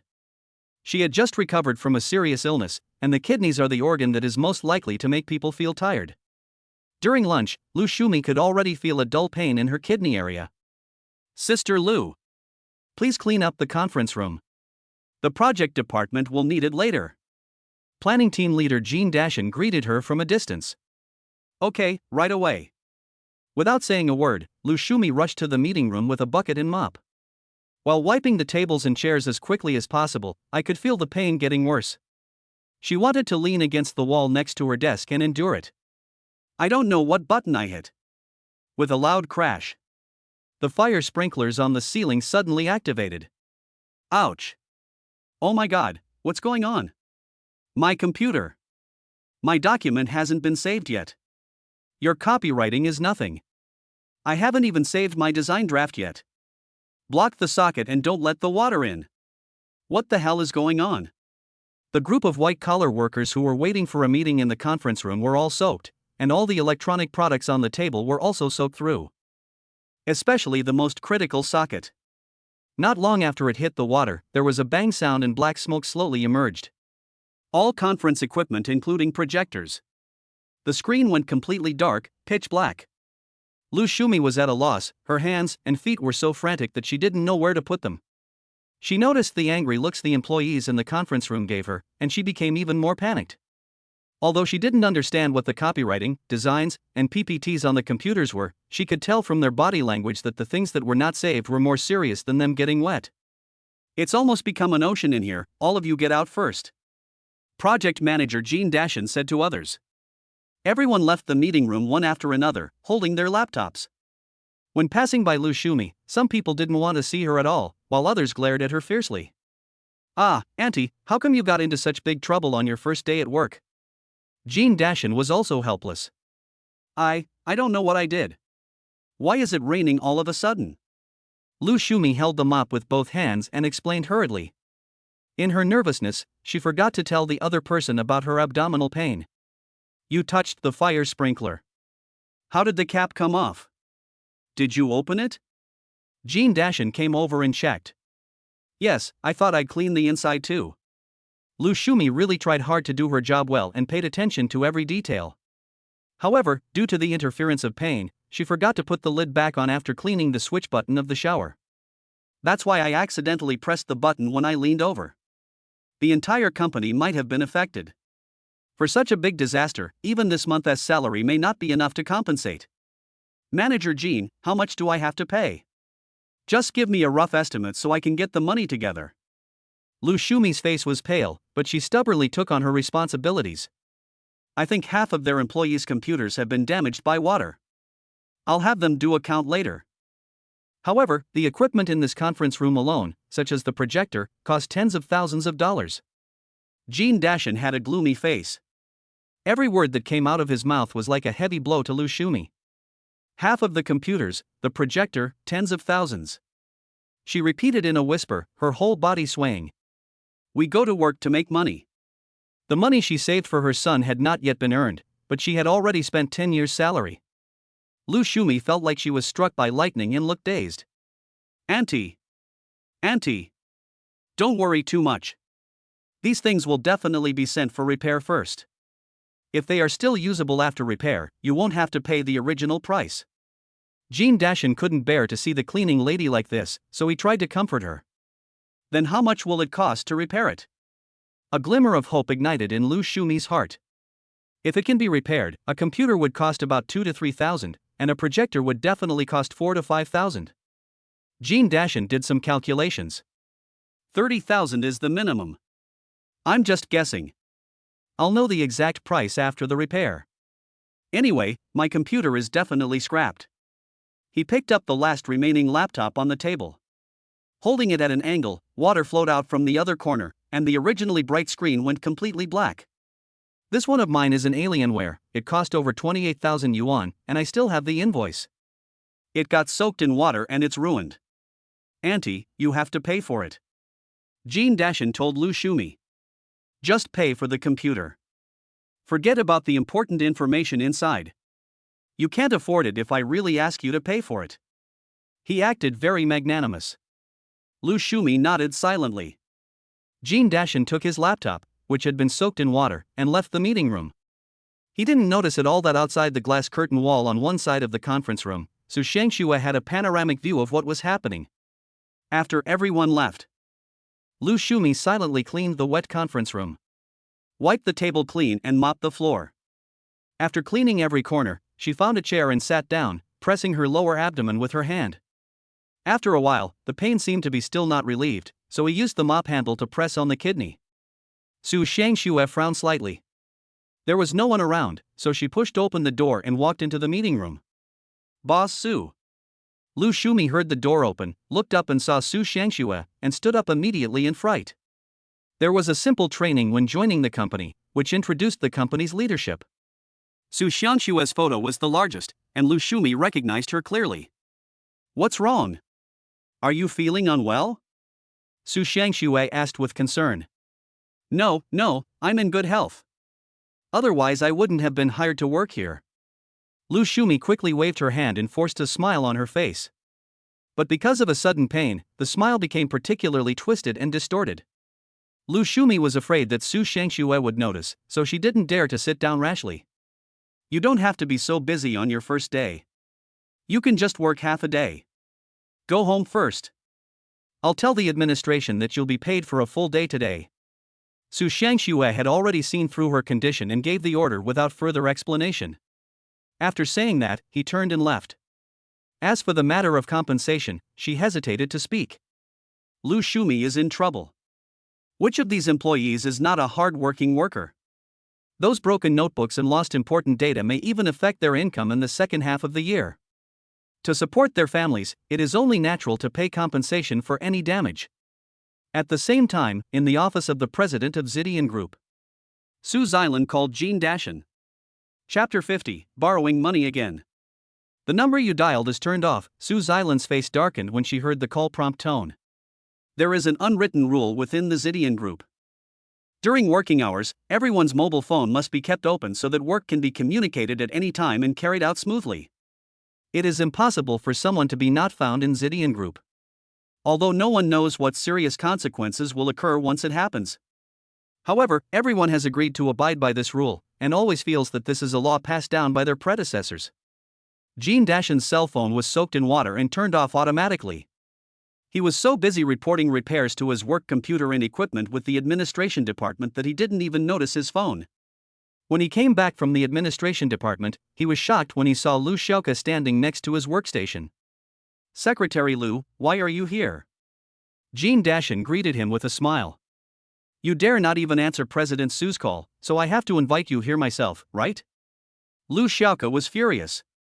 Jean Dashin, you're a veteran employee of the company and should be very familiar with its operations.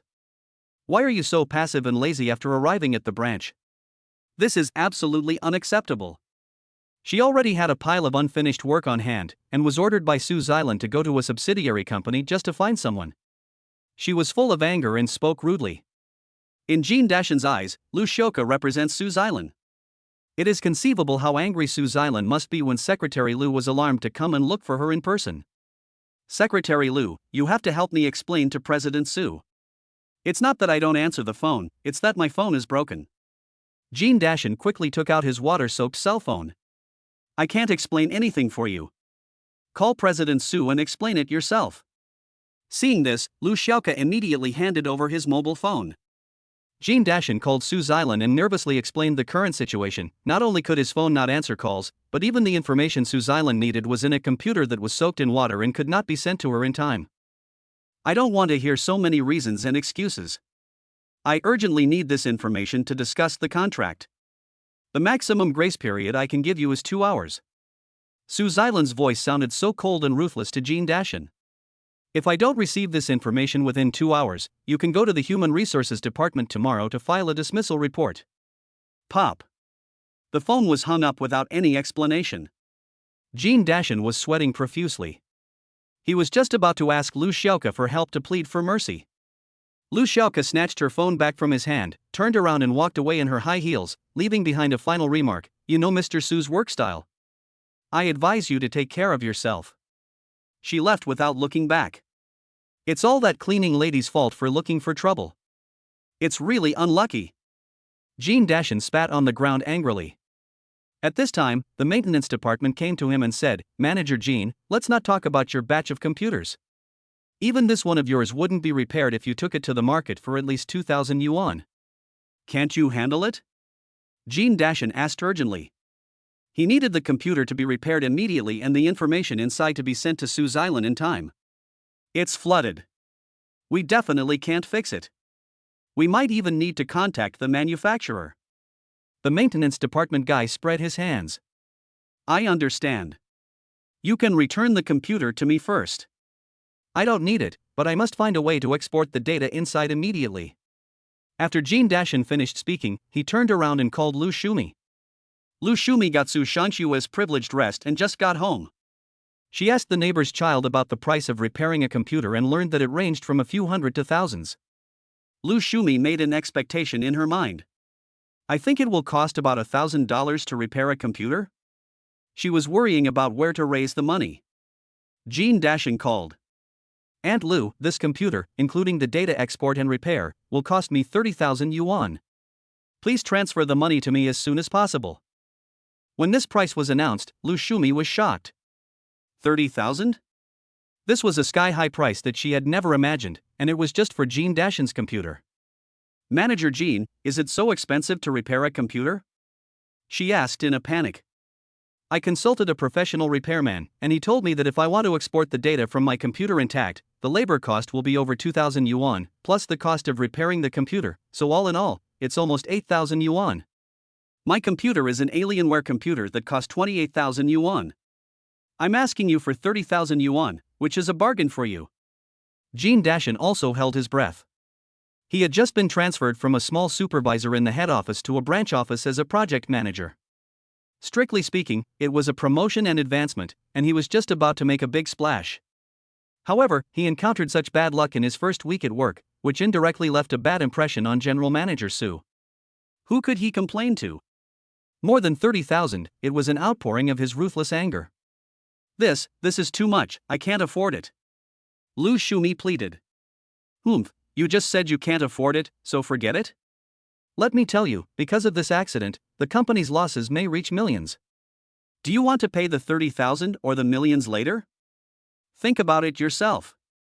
Jean Dashin hung up the phone without saying anything. Lu Shumi suddenly collapsed to the ground. It happened that Yifeng's cousin Yi Xiuya came to visit. As soon as she entered the door, she saw Lu Shumi holding onto the doorframe and unable to stand up. She was shocked. "Aunt, are you okay? I'll call someone to take you to the hospital." She rushed over and supported Lu Shumi. It's okay. I'm not sick. I'm just scared." Lu Shumi waved her hand quickly. After listening to Lu Shumi's explanation of the cause and effect of the accident, Yi Xiaoya shook her head decisively. "Aunt, this is clearly bullying you and trying to extort money. Repairing a computer is likely to cost that much money, but his computer was only splashed with water, not soaked, and it was immediately protected. Nowadays, laptops have certain protective measures, so it can't be that difficult to repair." Yi Xiaoya confidently dialed Yi Feng's number and told him what happened. Yi Feng had just gotten off work and was about to go to do a part-time job. He frowned after hearing this. It's hard to say who was right or wrong in this matter. If you break something, you should compensate for it, but it should be within a reasonable range. It is wrong for a lion to open its mouth wide. However, whether it is 3,000 yuan or 30,000 yuan, it makes no difference to Yi Feng now. He couldn't get it out anyway. Yi Feng was about to scratch his head. What should I do? Do you want to borrow money from Sue's Island again? At this moment, he suddenly had an idea. Sue's Island is the boss of the group company. Yi Feng turned around and went to Sue's Island's office. Chapter 51, Amnesty. It turns out that workaholic Sue's Island hasn't gotten off work yet. "Boss Sue, can I interrupt you for a moment? I have something I'd like you to handle." Yi Feng asked tentatively. Sue's Island raised her head and said nothing. That would be tacit consent. The branch has a project manager named Jean Dashin. Yi Feng finished his story quickly. Su Xilan put down the pen in her hand, looked up at him, and frowned slightly.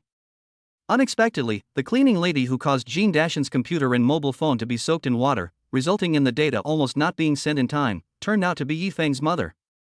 In other words, Su Xilan's mother-in-law. Su Xilan's mind was in turmoil. I don't need you to waive the compensation, because my mother does bear an unshirkable responsibility in this matter. However, can the amount of compensation be more reasonable? After Yi Feng finished speaking, he looked at Su Xilan. But the other party did not speak immediately. It took a long time. Su Xilan then said coldly, "That's it?" Yi Feng was stunned.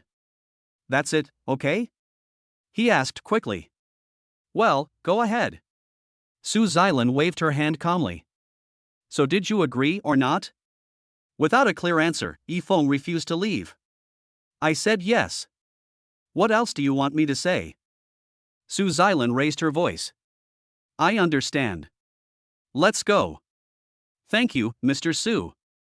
Yi Feng disappeared at the office door in the blink of an eye. Only the glass door was left swinging back and forth. Su Xilan couldn't help but burst out laughing. I remembered it after I finished laughing. Damn it, I had clearly decided not to help him again, but I don't know what happened just now, I just agreed. Next time, I will never make the same mistake again. Su Xilan clenched her fists. Lu Xiaoke, call Jean Dashin over. Jean Dashin is still working at a computer repair shop near the company. He and the employees in the repair shop were sweating profusely as they tried to recover the data in the laptop. Lu Xiaoke's call made his heart sink suddenly. Being invited to Su Xilan's CEO's office? This time, I'm really going to be in big trouble from that cleaning lady. He rushed to the group headquarters building complaining bitterly, and thought of 100 excuses to exonerate himself on the way. However, he only discovered it when he stood at the door of the president's office. None of these reasons hold water. Dismissal or dismissal? I'm afraid I have to choose one of the two? When he reached middle age, he thought he would be promoted, but he ended up in complete failure. The unpaid mortgage and car loan, my parents' pension back home, the gift I was about to buy for my child's birthday. He didn't dare think about it anymore. Life. Jean Dashin laughed at himself, then knocked heavily on the glass door of the president's office. Come in. Su Xilan inside didn't even raise her head. Jean Dashin walked up to her desk and stopped. With head lowered and hands hanging down. Where's the information I want? Su Xilan asked coldly. Jean Dashin gently placed the laptop hard drive in his hand on the desk. The data is definitely still in there, but the water is still wet, so I don't dare plug it into the computer and turn it on, so there's no way to export it immediately. Jean Dashin explained miserably. His voice of defense became smaller and smaller. Even though what is said is true. But in the company, results are above all else, and the process is not important. The result was that the 2-hour deadline was almost up, and he couldn't produce the information, so he only had 2 days to pack up and leave. Sure enough, after Jean Dashin finished speaking, Su Xilan raised her head and looked at him. Jean Dashin took a breath of cold air. What a beautiful face this is. She is already stunningly beautiful from a distance, and now when we look into each other's eyes from such close proximity, those peach blossom eyes can simply captivate one's soul. For a moment, an idea flashed through Jean Dashin's mind: even if he was fired, it would be worth it to be able to look President Su face to face. How could there be a man in this world who could marry her? He must be a rare talent. In extreme tension, Jean Dashin began to have wild thoughts. Lu Xiaoke, ask Director Wang from the technical department to come over. Su Xilan instructed the secretary. A few minutes later, Director Wang from the technical department rushed to the president's office. I'll give you 10 minutes to restore the data inside. Su Xilan pointed at the hard drive on the table and gave the order indifferently. New. Director Wang picked up the hard drive and left. Jean Dashin knew that the technical department of Zidian Group was staffed by highly paid industry experts. He didn't expect that Director Wang would repair the hard drive in just 6 minutes and send it over along with a new computer. How is this done? Jean Dashin found the information he needed, but was still stunned. Director Wang snorted and ignored him, looking at Su Xilan respectfully. Does President Su have any other instructions? No more, go back. After Su Xilan sent Director Wang away, she looked at Jean Dashin. Jean Dashin felt embarrassed, and felt that the excuses he had found before seemed to be even more untenable. Boss Sue, no matter what the reason, this is my fault for not submitting the report in time.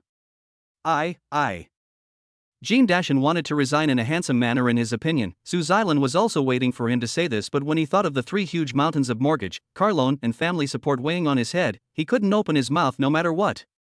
Next time, what you should do is report your computer or phone for repair immediately after it's damaged by water. If your repair report is on the OA, no one will rush you to submit the information. Sue Zylan spoke to him in a kind tone. Gene Dashin was stunned. He was not scolded, which was beyond his expectation. Are you listening to me? Sue Zylan saw his expression and couldn't help but frown slightly. Yes, I'll remember that, Mr. Sue.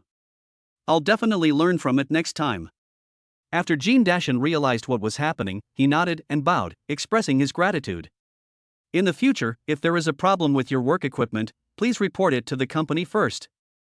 There will be no need to fill out a reimbursement form, so you don't need to go out and deal with it yourself. Sue Zylan explained. Also, I heard that the cleaning lady who got these computers and phones wet didn't do it on purpose, so I held her accountable. She added another sentence seemingly nonchalantly. I know.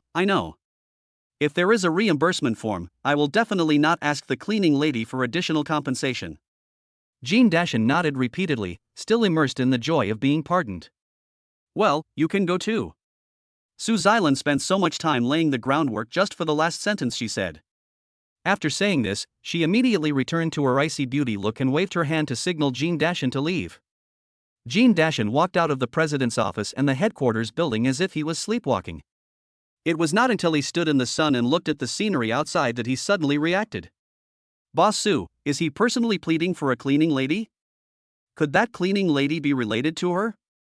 Gene Dashin slapped his head heavily. Chapter 52, What do you want? Lu Shumi was resting at home, but she couldn't relax at all. 30,000 yuan. The first person she thought of was Yi Feng's rich second uncle. Then she gave up the idea. Yi Yong was unwilling to lend even 1,000 yuan for the medical examination, so how could he be willing to take out this huge sum of 30,000 yuan? How do I put these 3 pieces together? Lu Shumi stared at the ceiling worriedly from dusk till dawn. The thought of facing huge compensation for going to work made her even afraid to go to work. However, at dawn, Lu Shumi changed into work clothes and went to the company obediently. Escape is never a solution. If something is damaged, compensation must be paid. Not being able to pay is another matter. Attitude is also important. Lu Shumi even thought that if it really didn't work out, she would just work for the company for free for a year. I arrived at the company feeling nervous. All employees were busy as usual, including those whose computers were splashed with water in the conference room. Not only did they not mention compensation to Lu Shumi, some of them even greeted her with a smile. Lu Shumi was confused and could only start working honestly. Half an hour later, Gene Dashin hurried over and found her cleaning. Aunt Lu. I've been looking for you for a long time. I need repairs on the projector and the company computer. Gene Dashin also had a smile on his face and waved and greeted from a distance. He hasn't finished speaking yet. Lu Shumi knelt down in front of him from a distance. Aunt Lu, get up quickly, what are you doing? Gene Dashin was shocked by Lu Shumi's behavior. He quickly ran over and helped Lu Shumi up. Manager Gene, to be honest, I can't afford to pay 30,000 yuan all at once. I'd like to use my salary to gradually pay it off. Is that okay? Lu Shumi's tears were about to burst out. The noise immediately attracted the surrounding employees to watch. Gene Dashin was extremely panicked and tried his best to pull her up. He also kindly helped her brush off the dust on her body. Aunt Lu, what are you talking about? I came to you just to tell you that you don't have to pay for that money. He deliberately spoke loudly so that everyone around him could hear clearly. Lu Shumi was unable to react for a moment. You still don't agree to not pay? Then do you want to pay? If you insist on paying, that's fine. Gene Dashin said deliberately. No, it would be best if we didn't have to pay compensation, but I don't know. Lu Shumi was overjoyed to see such a big piece of pie falling from the sky. She didn't know what to do and spoke incoherently. Oh, what's the big deal? You didn't mean it. We are all employees of the company and we love each other like a family. Jean Dashin patted Lu Shumi's shoulder with a smile, comforted her with a few words, and then left with an excuse. Others were talking about it. Strange, Manager Jin's reaction is completely different from yesterday. Did something happen in the meantime? Who knows? Anyway, I don't believe a word he says about treating the company like his own. I don't believe it either. Just let the matter be resolved. Don't ask so many questions. The voice became quieter. Part of the reason was that the discussion was over, and part of the reason was that Su Shangxue had just arrived at the company. Although all the employees looked like they were working hard when she entered, Su Shangxue could hear their conversation clearly from outside the door. She always felt that something was wrong. Could it be related to Su Xilan? But based on her understanding of Su Xilan, this is almost impossible. The more Su Shangxue thought about it, the more puzzled she felt. After returning to the office, she immediately asked the HR department to bring her the employee list. It was not until she saw Lu Shumi's employment form that she finally understood. The column about the two people's family relationship was filled in clearly. On Lu Shumi's form, name, Yifeng relationship, mother and son. Su Shangxue immediately found Yifeng's employment form. Sure enough, Lu Shumi's name was written on the family relationship list. Su Shangxue was stunned for a moment and then started to laugh. It's hard to believe that my sister would do such a thing. You know, before, when a relative of ours made a mistake at the company and asked her for help, she always refused with a straight face. It seems that Yifeng is really a very special man to her. Su Shangxue played with her fingers and thought. On the other hand, after Lu Shumi received the promise that she would not have to pay huge compensation, she immediately called her son to tell him. Really? That's great, it seems Su Xilan really helped. Yifeng was also surprised. Then you must thank her very much. Xiaofeng, you are really amazing. How could you find such a good daughter-in-law for me? You are really my good son. Lu Shumi couldn't help but feel happy. Unexpectedly, she changed the subject and said, I can't express how happy I am to see her next week. On the other end of the phone, the smile on Yifeng's face disappeared instantly. The plan to go home with him has changed. This was Su Xilan's irresistible statement that night. Yifeng is not sure whether he can successfully bring Su Xilan home to meet his mother next week. If she really refused to go home with him, one could imagine how disappointed Lu Shumi would be. After hanging up the phone, Yifeng thought about it and decided that no matter what, he must finalize the matter of going home today. He deliberately left work early, and after returning to the villa, he did not go anywhere. He sat on the sofa in the living room, watching TV, looking at his phone, waiting for Su Xilan to come home. Unfortunately, Su Xilan had a business appointment tonight, and it was almost 11 o'clock in the evening when she got home. Why aren't you asleep yet? As usual, Su Xilan changed her shoes as soon as she entered the house and was about to go to the bedroom. Seeing Yifeng sitting on the sofa, she asked casually. Why are you back so late today? Yifeng stood up and blocked her way with a few steps. What do you care? Su Xilan asked back. I have something to talk to you about. Yifeng said seriously. Do you want to borrow money again? There was a hint of sarcasm on the corner of Su Xilan's mouth. She even sat down on the sofa and said, No, I just hope you can keep your promise and go with me to see my mother next week. Yifeng said sincerely. I told you, I'm very busy lately, so this matter is to be determined. Su Xilan stood up. In her opinion, she had already expressed her position, so there was nothing more to discuss. Unexpectedly, Yifeng still stood in front of her and refused to move away. No, this is the only thing that cannot be left undecided. He looked into Su Xilan's eyes and emphasized each word. Unexpectedly tough attitude. Chapter 53 Promoted to New Manager. Su Xilan thought about it. The reason why this agreement changed was that she misunderstood the relationship between Yifeng and He Lian. Now that the truth has been revealed and her anger has mostly subsided, Su Xilan has no reason to break the contract. However, she hates being threatened the most. How about this? If you want me to go with you to meet your parents as promised, then help me share some of the work pressure. Su Xilan said this and took out a document from her shoulder bag. The commercial project you recently rushed to complete requires extensive changes to its image and packaging, which may affect the exterior appearance of the project. I'm worried that the other party will resist implementing this. This isn't a difficult task, but it takes a lot of my time to communicate. If you can help me complete it, I'll have more time to do other work. Correspondingly, once the work at hand is finished, I can naturally go to meet your parents on schedule. Su Xilan did not say the last sentence out loud, but the meaning of her words was evident. Yifeng nodded in understanding. After all, the other party is the person in charge of an entire group company, so it is normal for her to be busy. In addition, she had just helped Lu Shumi solve the compensation problem. As long as Su Xilan asked for this job, Yifeng would take it. He took the document from Su Xilan's hand. ASAP. Su Xilan gave instructions, shook her long hair and went back to the bedroom to rest. Early the next morning. As soon as Yifeng arrived at the company, he saw Lu Xiaoke, dressed in professional attire, waiting at the door of his office with her familiar briefcase.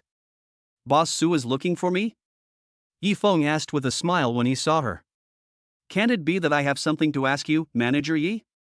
Lu Xiaoke asked with a smile. Of course, Secretary Lu, what can I do for you? Yifeng imitated her tone and said. Lu Xiaoke was amused by him. I'm not kidding you. I was sent by President Su to assist you with your work. I'll be following your instructions for the next few days. She sat down directly on the guest chair in Yifeng's office. Yifeng knew that she was talking about communicating with the construction party to change the overall packaging of the commercial project, so he nodded.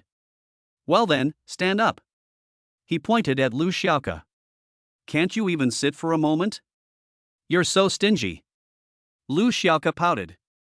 Sure, when you're done, come back and you can stay as long as you want. My office door is always unlocked at night, so you can sit wherever you want. Yifeng said with a smile, reaching out and picking up the document that Su Xilan handed him yesterday. But now, let's go. Let's go to the construction site. He was the first to walk out of the office. The success or failure of this matter determines whether Su Xilan will go back with him to see Lu Shumi on time. Yifeng was eager to get things done today. Hey, wait a moment, Manager Yi. Lu Xiaoke followed him at a quick trot. Yifeng walked to the parking lot and took out the key to his electric scooter. You sit in the back, be careful, if you're scared just hold on to my waist, I'm driving a little too fast. Before Yifeng could finish his words, he saw Lu Xiaoke shaking his head with a look of disgust. I'm not going to do any work in this. Lu Xiaoke said this domineeringly, took out his cell phone and made a call. After a while, a BMW stopped in front of them. Being the CEO's secretary is still the best. You can sit wherever you want. If you don't want to ride an electric bike, you can always have a BMW. Yifeng was pulled down from the electric scooter by Lu Xiaoke. Can you please stop talking nonsense? Lu Xiaoke stuffed him into the back seat of the BMW without saying a word. Half an hour later. The two rushed to the project contractors company. The Song family's businesses are as diversified as the Zidian Group. After the project was delivered on schedule, Song Jun returned home triumphantly. He did not mention Yifeng's contribution to his family elders, but only said that it was his contribution as project manager. As a result, he was highly praised by the family elders, and was immediately promoted and transferred to other more important positions in the company. The vacant project manager position will be taken over by the contractor's general manager Zhang Hongxing. At this time, he was already waiting downstairs in the company. Hey, Secretary Lu, are you here to help General Manager Su inspect the work? As soon as he saw Lu Xiaoke getting out of the car, Zhang Hongxing greeted him with a smile on his face. Although Lu Xiaoke is only Su Xilan's secretary, as the representative of Party A, every time she appears, it means there is work that needs to be negotiated. Be more attentive and make the other party happier, and maybe the difficulty of those jobs will be easier to negotiate. Zhang Hongxing is very experienced in this regard. However, this time, when Lu Xiaoke got out of the car, he did not come over to greet people as usual, but took the initiative to help open the rear door of the BMW. A young man in ordinary clothes got out of the car and straightened his clothes. The girl took a look at the building of the urban construction company. Boss Zhang, this is our manager Yi, the new person in charge of the commercial project appointed by Boss Su. Manager Yi, this is Mr. Zhang. He makes all the final decisions regarding the project construction. Lu Xiaoke skillfully introduced the two parties to each other. During the few words, both parties were clearly informed of their respective positions and the power held by each other was also implicitly explained. Zhang Hongxing, an experienced businessman, understood what he meant as soon as he heard it and immediately looked at Yifeng differently. Yifeng looked at Lu Xiaoke in surprise. Su Xilan only told him to help share the work, but never told him that because of this job, he was promoted to a higher level and became the new person in charge of this business project. Lu Xiaoke gave him a look without hesitation. Yifeng suppressed his doubts and stretched out his hand to shake hands with Zhang Hongxing. Zhang Hongxing promptly handed over his business card and warmly welcomed the two into the reception room. Secretary Lu, I want to apologize to you and Manager Yi first. Since you two have come here today, I should have been responsible for receiving you. However, today happens to be the day when the official is coming to inspect. You know the official side. As soon as Lu Xiaoke and Yifeng sat down, Zhang Hongxing spoke with an embarrassed look on his face. I understand. Mr. Zhang, you go ahead and get busy. Yifeng replied immediately. Thank you, Mr. Yi and Secretary Lu, for your understanding. I've arranged for the professionals in charge of the project to liaise with you. If you have any work to do, please feel free to contact us and we will definitely cooperate. After Zhang Hongxing patted his chest and made a promise, he left in a hurry. Downstairs in the company, Wu Tongtong was walking in excitedly. Since the smooth construction of Zidian Group's commercial land project, everything has been going smoothly. As the completion date is approaching, she can't help but calculate the commission and bonus she will receive. In addition, the delivery date that was originally affected could be fulfilled as scheduled by chance. Regardless of the process, at least the result was extremely beneficial to her. If the company takes this into consideration, promotion and salary increase are possible. When I become successful, I will definitely show off in front of that loser Yifeng and make him regret it to death. Wu Tongtong muttered to herself as she walked quickly towards the meeting room. At the door of the conference room, she stopped, solemnly adjusted her professional attire, took a deep breath, put on her most flattering and sweet smile, knocked twice on the glass door of the conference room, and pushed it open. I heard that the representative of Zidian Group is here. I'm the engineering director of the commercial project. It's nice to meet you. Wu Tongtong had just said the three words very happy when she saw Yifeng sitting at the other end of the conference table. The smile on her face suddenly froze. Chapter 54 Enemies Meet on a Narrow Road. Lu Xiaoke, she knew him. But why is Yifeng here? When President Zhang informed her just now, he clearly said that he was the manager of Zidian Group in charge of the entire commercial land project, and asked her to treat him well. Lu Xiaoke is Su Xilan's secretary, and judging by the way she is sitting on the side, could Yifeng, who was sitting in the first guest seat, be the new manager? The first time I met him, he was a security guard at the gate of Zidian Group. The second time we met in a formal setting, he had become the company representative responsible for monitoring project delivery. By this third meeting, he had already been promoted to manager of the entire project? The speed of this promotion is even faster than a rocket. Wu Tongtong couldn't believe it no matter what. Manager Wu? Lu Xiaoke noticed her dazed look, coughed lightly and reminded her. Oh, yes, hello. I'll make you some tea. Wu Tongtong came back to her senses and quickly walked to the tea set, brewed 2 cups of good tea and brought them to Yifeng and Lu Xiaoke.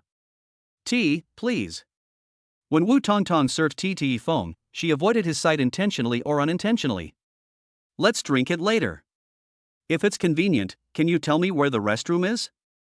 Yifeng pushed away the teacup and stood up. Go out and walk along the corridor to the end, then turn right. Wu Tongtong quickly replied. Yifeng went to the restroom. Wu Tongtong almost couldn't wait to ask Lu Xiaoke, Secretary Lu, what's going on? Isn't he just a security guard in your company? How did he get promoted so easily? Is there something fishy going on? She looked down on Yifeng, who used to be a security guard, and thought that others looked down on her as well. Unexpectedly, Lu Xiaoke immediately frowned when he heard her speak so rudely. Manager Wu, Manager Yi has been able to continue to be promoted because his work ability has been recognized by the company's leadership. You're not only questioning his identity, but also the process of his promotion. You're actually questioning our company's hiring standards. Especially your last sentence, it's slanderous to our company. I advise you to be careful. Lu Xiaoke looked up at Wu Tongtong coldly. Wu Tongtong was startled and waved her hands unwillingly. Secretary Lu, please don't be angry. I was just asking casually, just joking.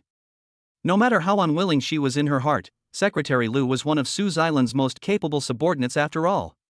She would never dare to offend him in person and could only criticize him in her heart.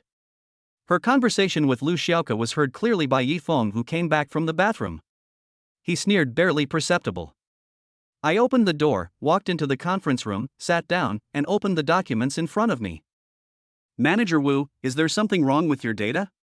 Could you please tell me the universality of this questionnaire? Manager Wu, please make 10 copies of this document for me and give them to me immediately. Manager Wu, when did your company's team structure change? According to the contract, this needs to be informed to our group immediately. Manager Wu. Yifeng almost tore apart the project information in front of him.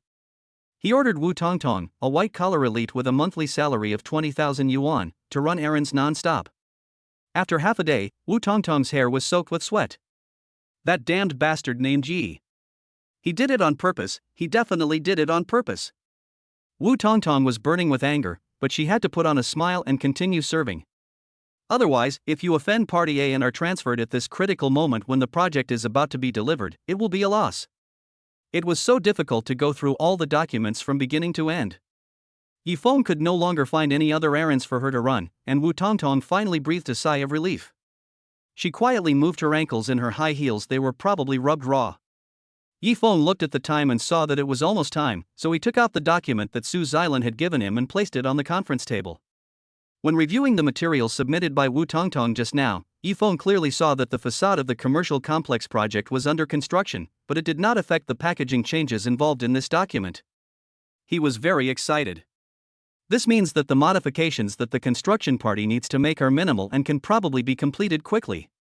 Then, Su Xilan would have no reason to refuse to meet his parents.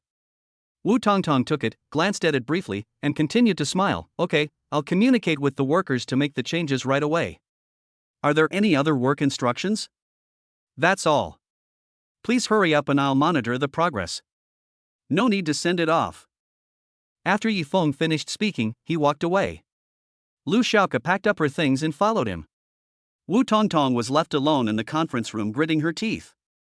What the hell? You're acting like a decent person. How dare you order me around? Am I a waitress? Sooner or later, I'll trample you under my feet. After Yifeng and Lu Xiaoke were completely gone, Wu Tongtong then started cursing. She vented all her anger, slammed the conference room table, and knocked over the teacup beside her. Ouch. Oops. The strong tea was poured right onto the document. The thin A4 paper was stained in an instant. The packaging image above is completely invisible. Wu Tongtong hurriedly rescued the piece of paper. The general pattern was still there, but the size marked on it was completely unclear. She had to take the soaked paper back to her desk, scan it into the projector, turn on the computer and try to demobilize. This busy schedule forced her to work overtime until 10 o'clock in the evening. But thankfully, she managed to get everything on the paper back. Otherwise, Wu Tongtong wanted to strangle herself when she thought about having to go back and ask Yifeng to give her the documents again because of her own work mistakes.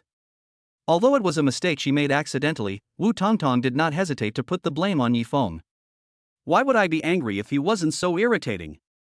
Wu Tongtong thought righteously. His hatred towards Yifeng deepened even more. Yifeng and Lu Xiaoke returned to Zidian Group. In the past 2 days, he has been keeping an eye on the changes in the image packaging of commercial projects.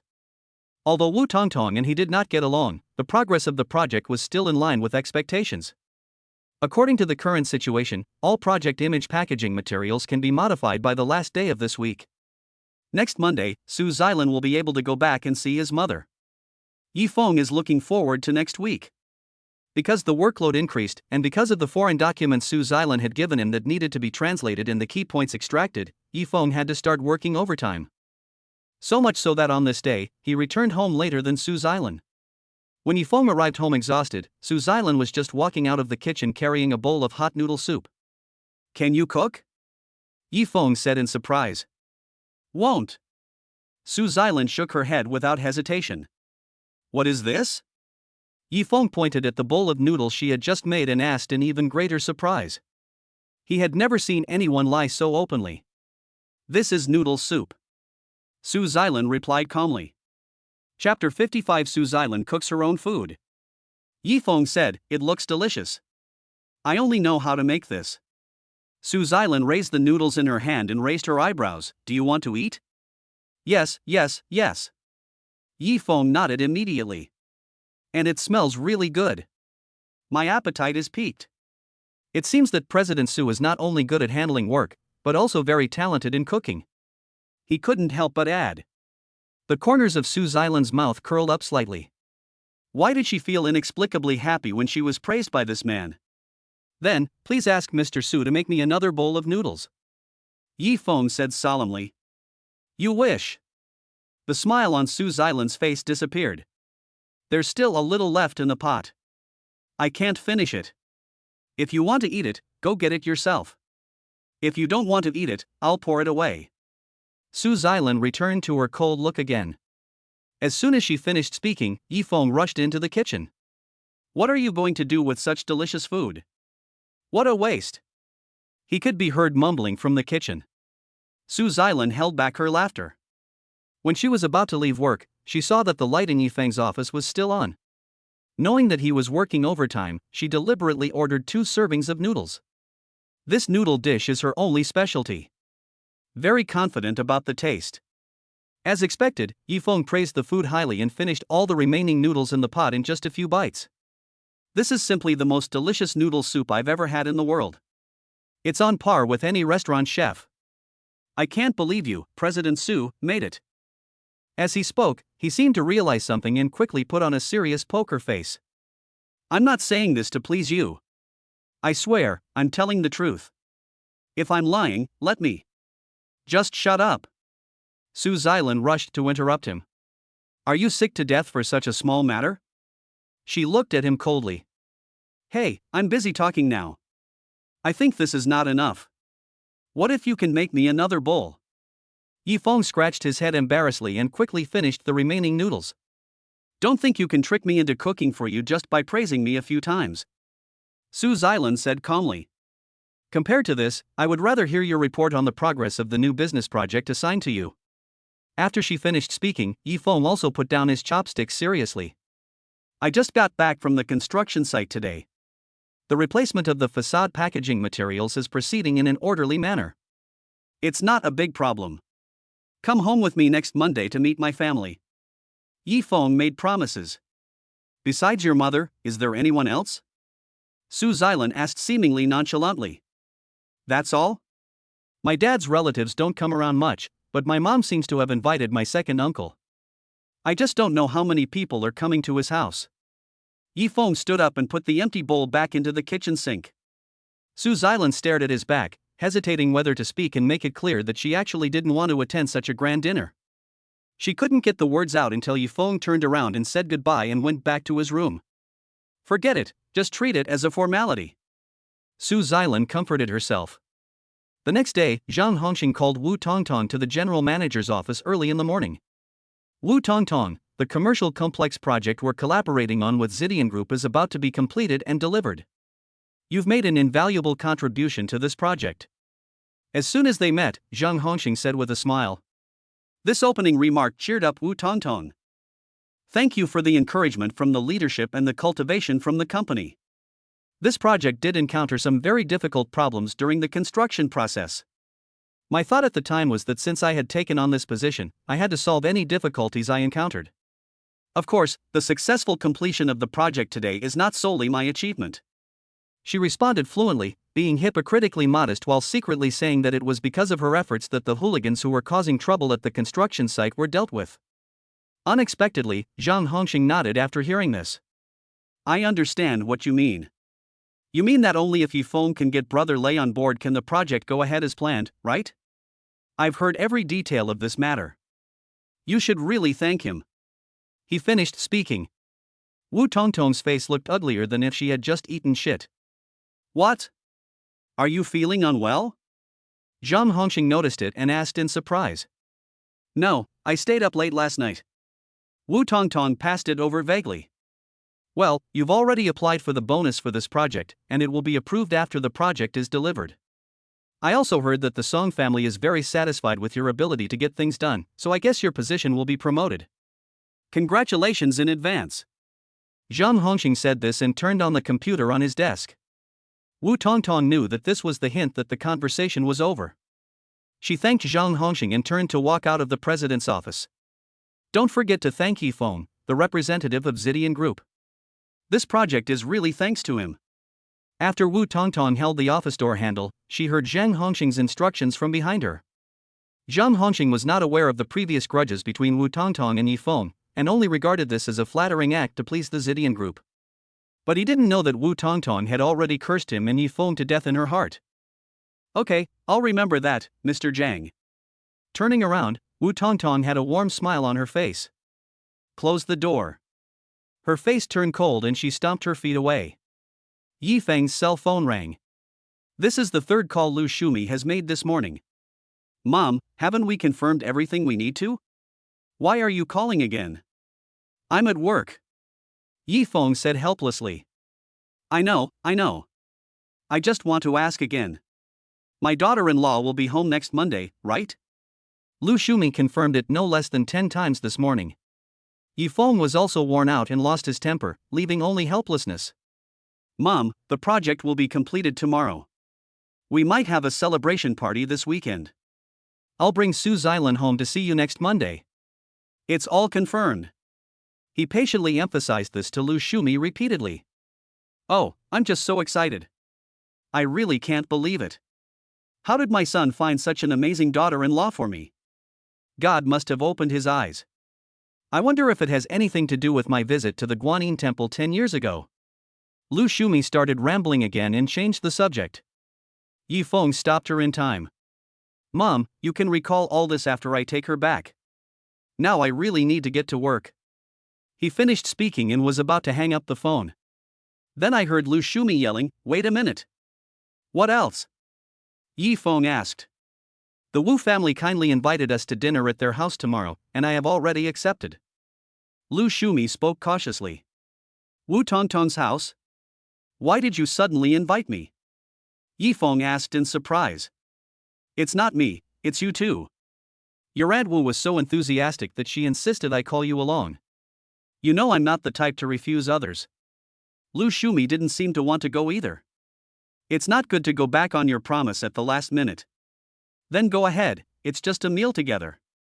Yi Feng thought about it and agreed to Lu Shumi. After hanging up the phone, he could finally start today's work of organizing foreign language materials with peace of mind. At the same time, in Su Xiangshue's office, she was being bombarded with phone calls. The logo on the facade of this brand new commercial project complex is actually wrong. Chapter 56 Wu Family Celebration Banquet. As a newly established advertising company under Zidian Group, Zifu Advertising is responsible for the overall image design of this commercial complex project. From the iconic logo to the advertising leaflet, it stands to reason that there will be no mistakes in the set. How come the most important image logo has a flaw? Are the information we give about the past correct? Su Shangxue confirmed with Lu Xiaoke again and again. Yes, I checked it many times, and the documents we handed over to the contractor are absolutely correct. Lu Xiaoke answered very affirmatively. That's the mistake made by those pigs from the construction company. Su Shangxue slammed the table heavily.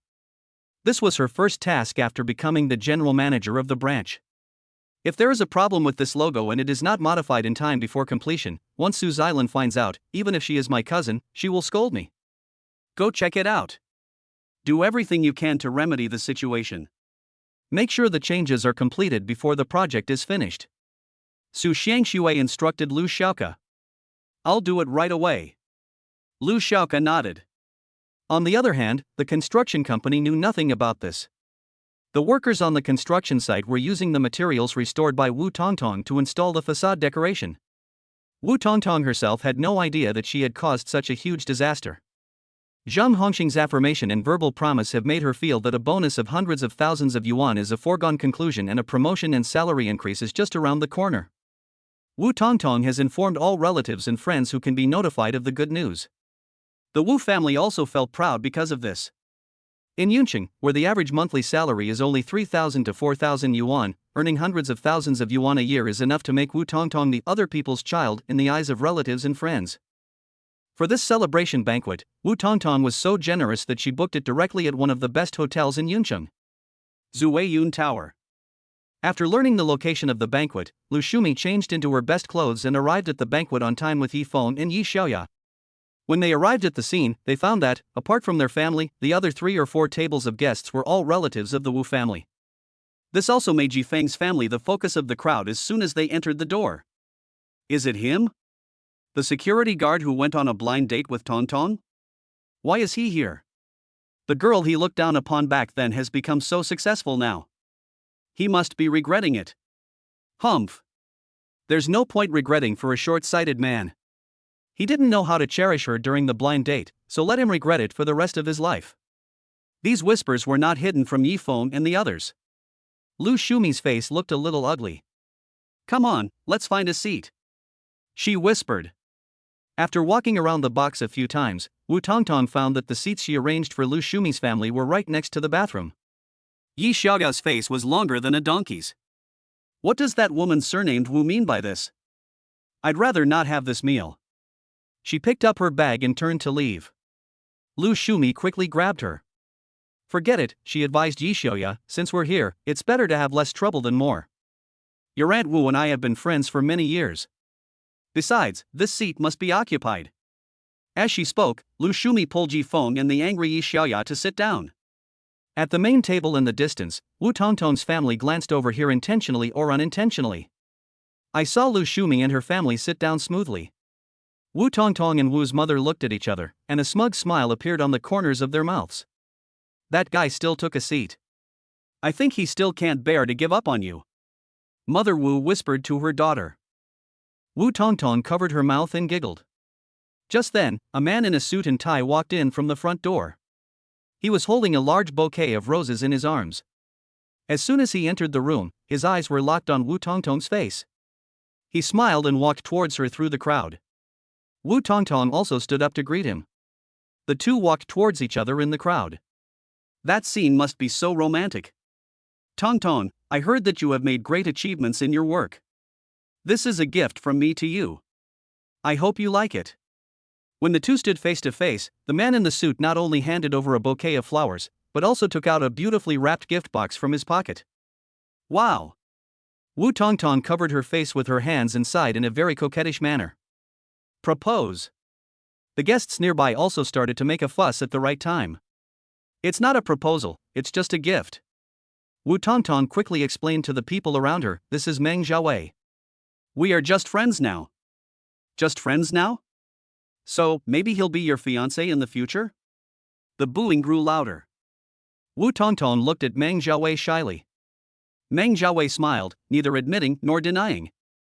Don't underestimate Xiao Meng's young age.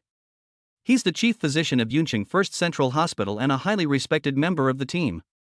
Many of his family members hold key positions in the hospital. He's a truly talented young man with a distinguished family background, Mother Wu said very loudly. They were beaming with joy, all showing off. There was a sound of exclamations in the private room. Yi Feng frowned.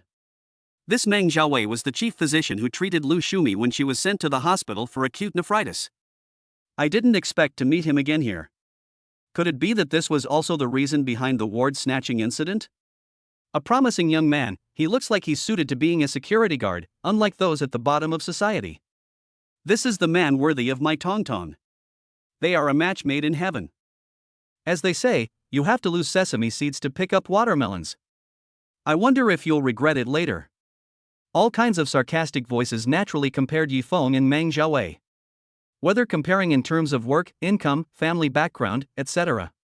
In the eyes of the world, Yifeng lost completely. Lu Shumi's face turned red. She wanted to pretend that she didn't hear what was said, but the voices of those people became louder and louder, as if they were afraid that she couldn't hear them. Yifeng watched all this with an indifferent expression.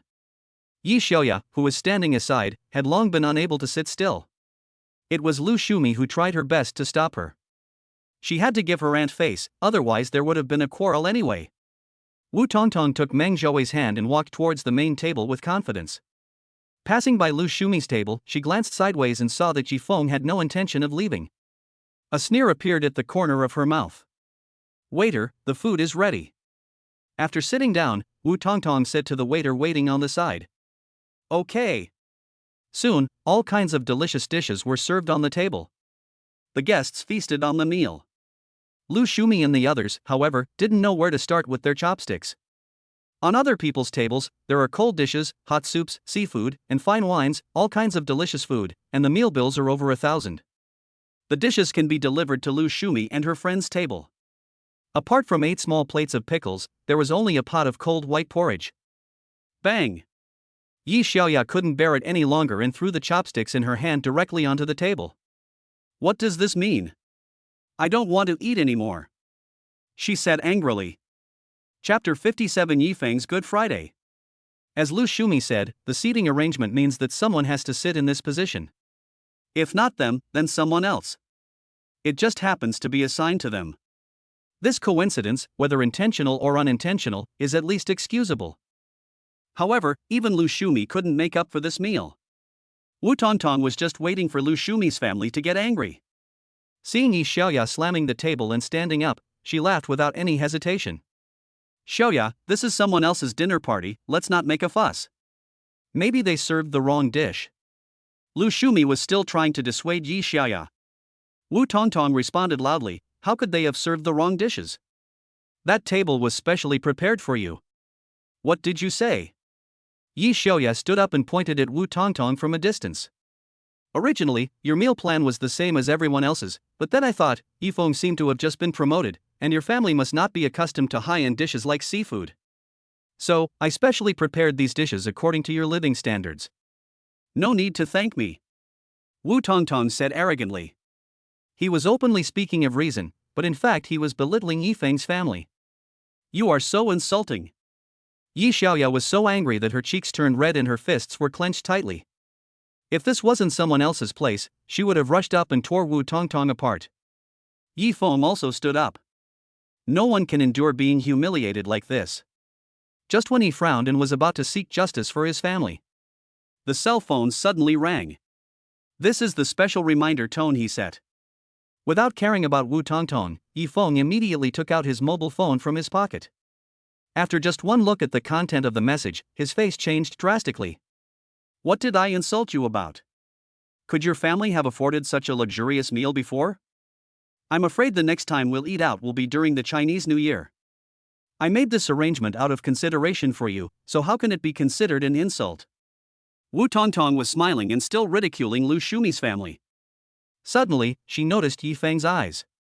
Why are you glaring at me? Are you planning on hitting me? This isn't the company. Now that the project is completed, you and I have nothing to do with each other anymore, and don't even think about ordering me around, Wu Tongtong said harshly. She still remembers the grudge of being ordered around by Yifeng to run errands that day. All those present today are relatives and friends of the Wu family. Even if he had 100 guts, he wouldn't dare to take action here. He had to endure the anger Wu Tongtong gave him, which was why Wu Tongtong specifically asked his mother to invite Lu Shumi's family. Although Zhang Hongqing asked her to treat Yifeng to a banquet to express his gratitude, Wu Tongtong felt that since the project was over and there would be no work contact in the future, she might as well use this banquet as an opportunity to show off and take the opportunity to get back at him. Everything went according to her wishes and arrangements. Yi Xiaoya's rage, Lu Shumi's helplessness, and Yifeng's silence all made Wu Tongtong feel relieved and very happy. At the same time, Yifeng's expression became even colder. The project isn't even finished yet, but something went wrong with the final step, the facade installation. There's a major flaw in the overall image of the project. As the person in charge of the construction, you're to blame. He stared into Wu Tongtong's eyes and spoke word by word. Ha, you still want to bring up work to scare me? I'm telling you, it won't work.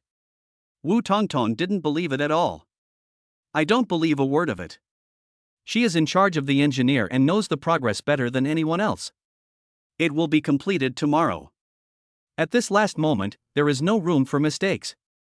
The next second after she denied Yifeng with a look of arrogance on her face, Wu Tongtong's own cell phone also rang. She picked it up and saw Zhang Hongqing's name displayed on the screen. Hello, Mr. Zhang. Wu Tongtong answered the phone with a smile on his face, waiting for the other party to tell him the good news that the bonus had been approved. However, the voice on the other end was filled with rage. There's a big problem with the project you're in charge of, don't you know? Zhang Hongqing's words were like a bucket of cold water poured over Wu Tongtong's head, wiping away the smile on her face. How is this possible? It's almost all done. Only some decorative work is left. Wu Tongtong was anxious, and beads of sweat appeared on her forehead. That commercial complex has been given new packaging materials. Secretary Lu and Manager Yi from Zidian Group even came to our company that day to hand over the information to you. Don't you remember? Zhang Hongxing's voice was angry and anxious. I remember. I also asked the workers to revise it according to the data file. Wu Tongtong said quickly. It was changed, but it was wrong. Every word Zhang Hongxing said was like a heavy hammer hitting Wu Tongtong's heart. Contact Manager Yi of Zidian Group right now and make sure to remedy the situation as soon as possible. Zhang Hongxing ordered. Wu Tongtong glanced at Ji Feng with a pale face. The arrogance just now disappeared. Mr. Zhang, do we really need to talk to Manager Yi? Can I contact Secretary Lu? Wu Tongtong tried to make a final dying struggle. Are you crazy? Wu Tongtong, I'm having a serious business conversation with you right now. You clearly know that Manager Yi is the newly appointed head of commercial projects at Zidian Group, yet you didn't contact him and went to contact Secretary Lu instead. Are you stupid? On the other end of the phone, Zhang Hongxing was so angry that he almost cursed. He gave Wu Tongtong a blistering scolding, and before hanging up, he hysterically warned, contact Manager Yi immediately. If this matter isn't handled promptly, your bonus will be deducted, and the losses caused to the company will be deducted separately. You won't even think about getting a promotion or a raise, and your current position will be terminated. Termination. Bang. Beep beep beep. Wu Tongtong stood frozen in place. Her sudden change in expression made her friends and family present vaguely realize that something was wrong. They all put down their chopsticks and looked towards the main table. Tongtong, what's wrong? What did the leader call to say? Wu's mother also sensed that something had happened, but she didn't know how serious the incident was, so she could only ask in a low voice. He said. Wu Tongtong bit her lip and looked at Ji Feng with complicated eyes. She was extremely reluctant to go find him. Cousin, she's looking at you strangely. What happened? Yi Xiaoya blinked, quickly reacted, gently pulled Ji Feng and asked. It's about work. I'm the client and she's the contractor.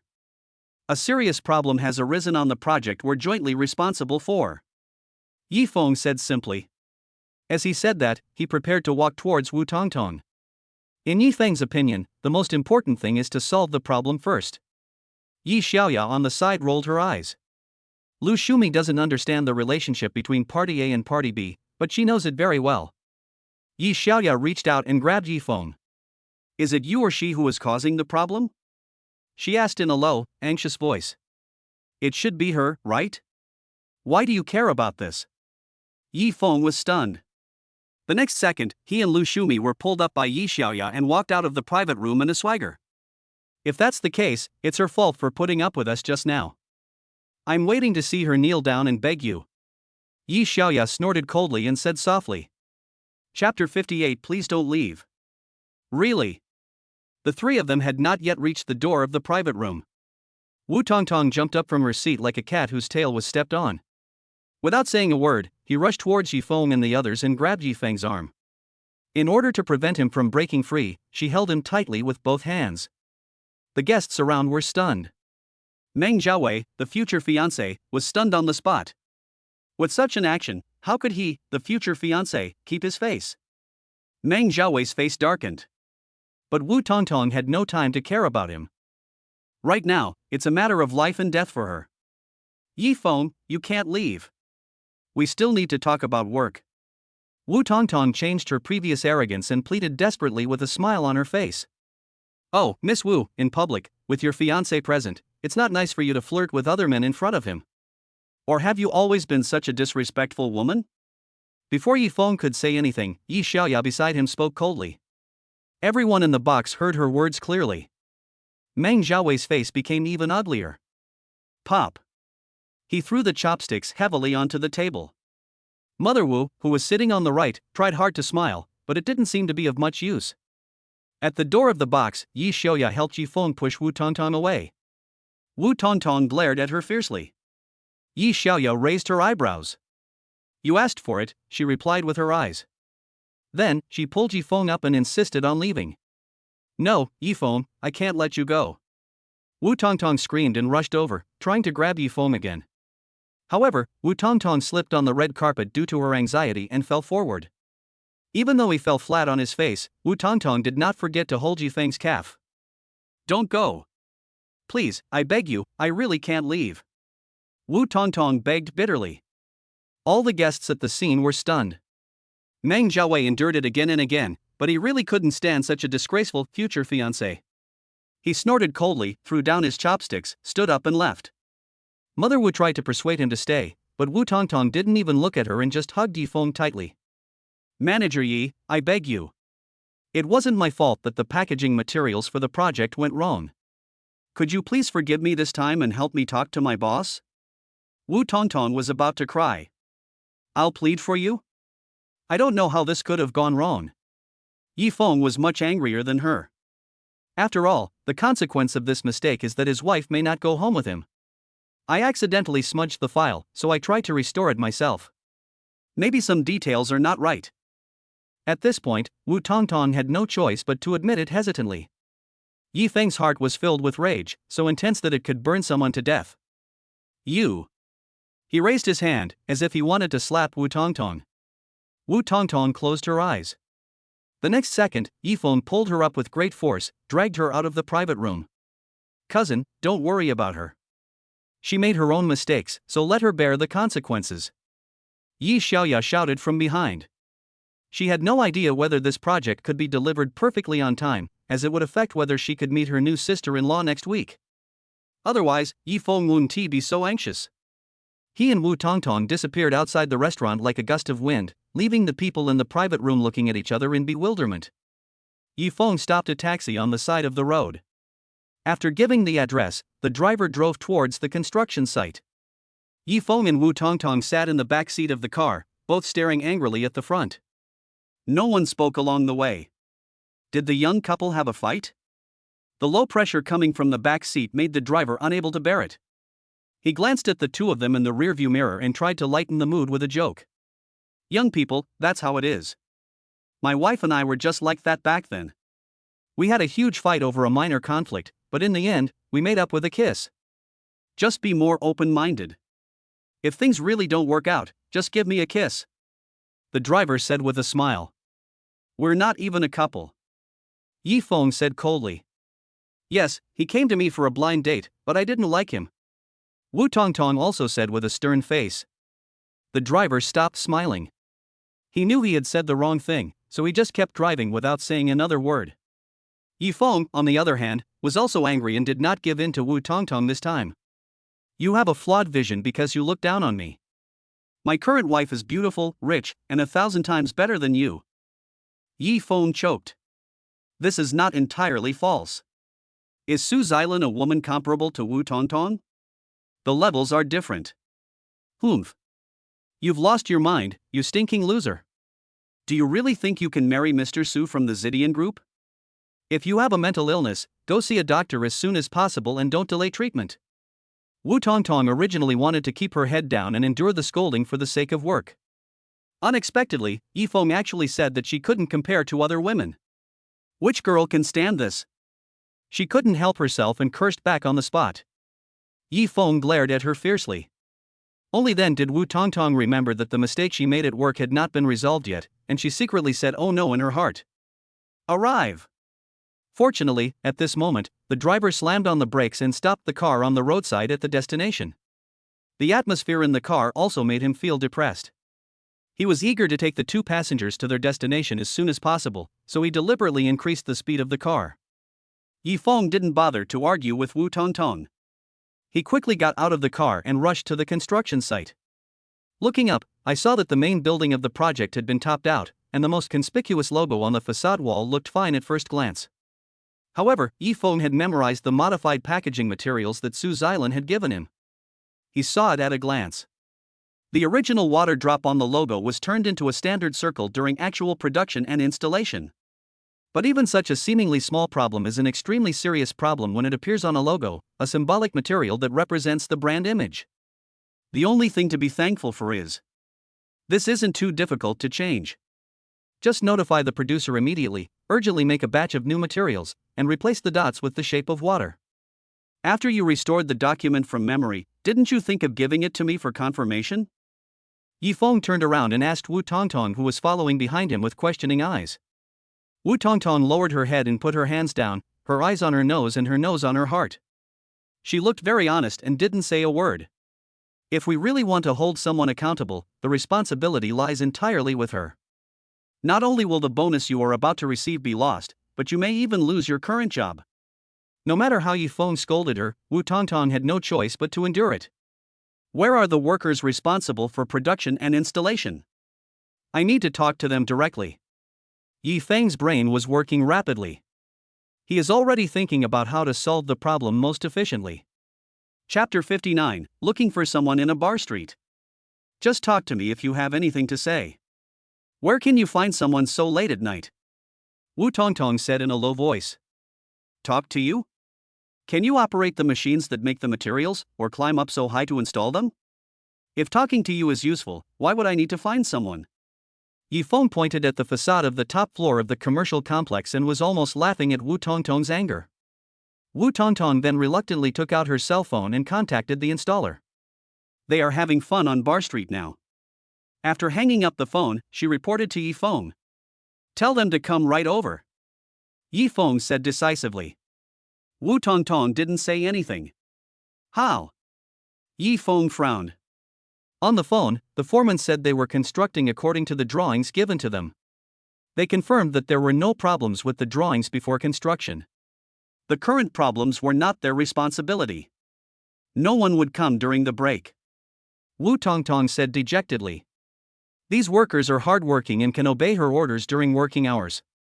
If she wants to call them back after work, she must pay them in full. This installation error had nothing to do with their construction party, and the foreman directly rejected Wu Tongtong's request to come back to work overtime. What now? Wu Tongtong looked at Yi Feng with a bitter face, at a loss. What else can we do? If they don't come over, we'll go over there. Yi Feng turned around and went to stop a truck outside the construction site. At this time, the rush hour has long passed. There are much fewer vehicles on the road. Su Xilan dragged her tired body back to the villa. She was surprised to find that the villa, which was usually brightly lit, was now completely dark. Yi Feng? Su Xilan opened the door and tentatively called into the house. During this period, she had unknowingly gotten used to having someone waiting for her when she returned home every day. Maybe it's not a deliberate wait. However, this kind of homely atmosphere cannot be experienced by living alone. Are you going to bed so early today? Su Xilan was confused. She looked down at the shoe cabinet. Yi Feng's shoes were not there, and his coat was not hanging on the hanger. It was so late and he still hadn't come back. Where did you go again? Su Xilan was confused when she heard the roar of a car behind her. Squeak! The car arrived at the door and braked suddenly. The front door opens. Su Shangxue and Lu Xiaoke got out of the car, one on the left and one on the right, and both stood stiffly in front of Su Xilan. What's up? Su Xilan could tell from their expressions that what they brought was not good news. There's a problem with the project. Su Shangxue confessed honestly. Ever since they discovered the problem with the logo, she and Lu Xiaoke have been trying to remedy the situation. However, as time was dragging on and they were about to hide it no longer, they had no choice but to confess to Su Xilan. After listening to Su Xianshue's brief explanation of the error, Su Xilan frowned tightly. So, although strictly speaking, the problem lies with Party B, Yi Feng, as the person in charge of Party A, is also to blame. Su Xilan never cares about the process when working. In her opinion, whoever is assigned the task should be held accountable if any problems arise. As for how the problem arose, it was no longer within her scope to ask. Just look at the results. Sister, don't be angry. This is Yi Feng's first time holding such an important position. It's not his fault that he has no experience. Su Shangxue persuaded Su Xilan and wanted to speak for Yi Feng. Su Xilan gave her a cold look. The look was like ice. He confirmed that the drawings he handed over were all right? Right. Then why didn't he check the finished product in time after it was made? This. Facing Su Xilan's questioning, Su Shangxue was speechless for a moment. Call Yi Feng and ask him to come back. Su Xilan ordered.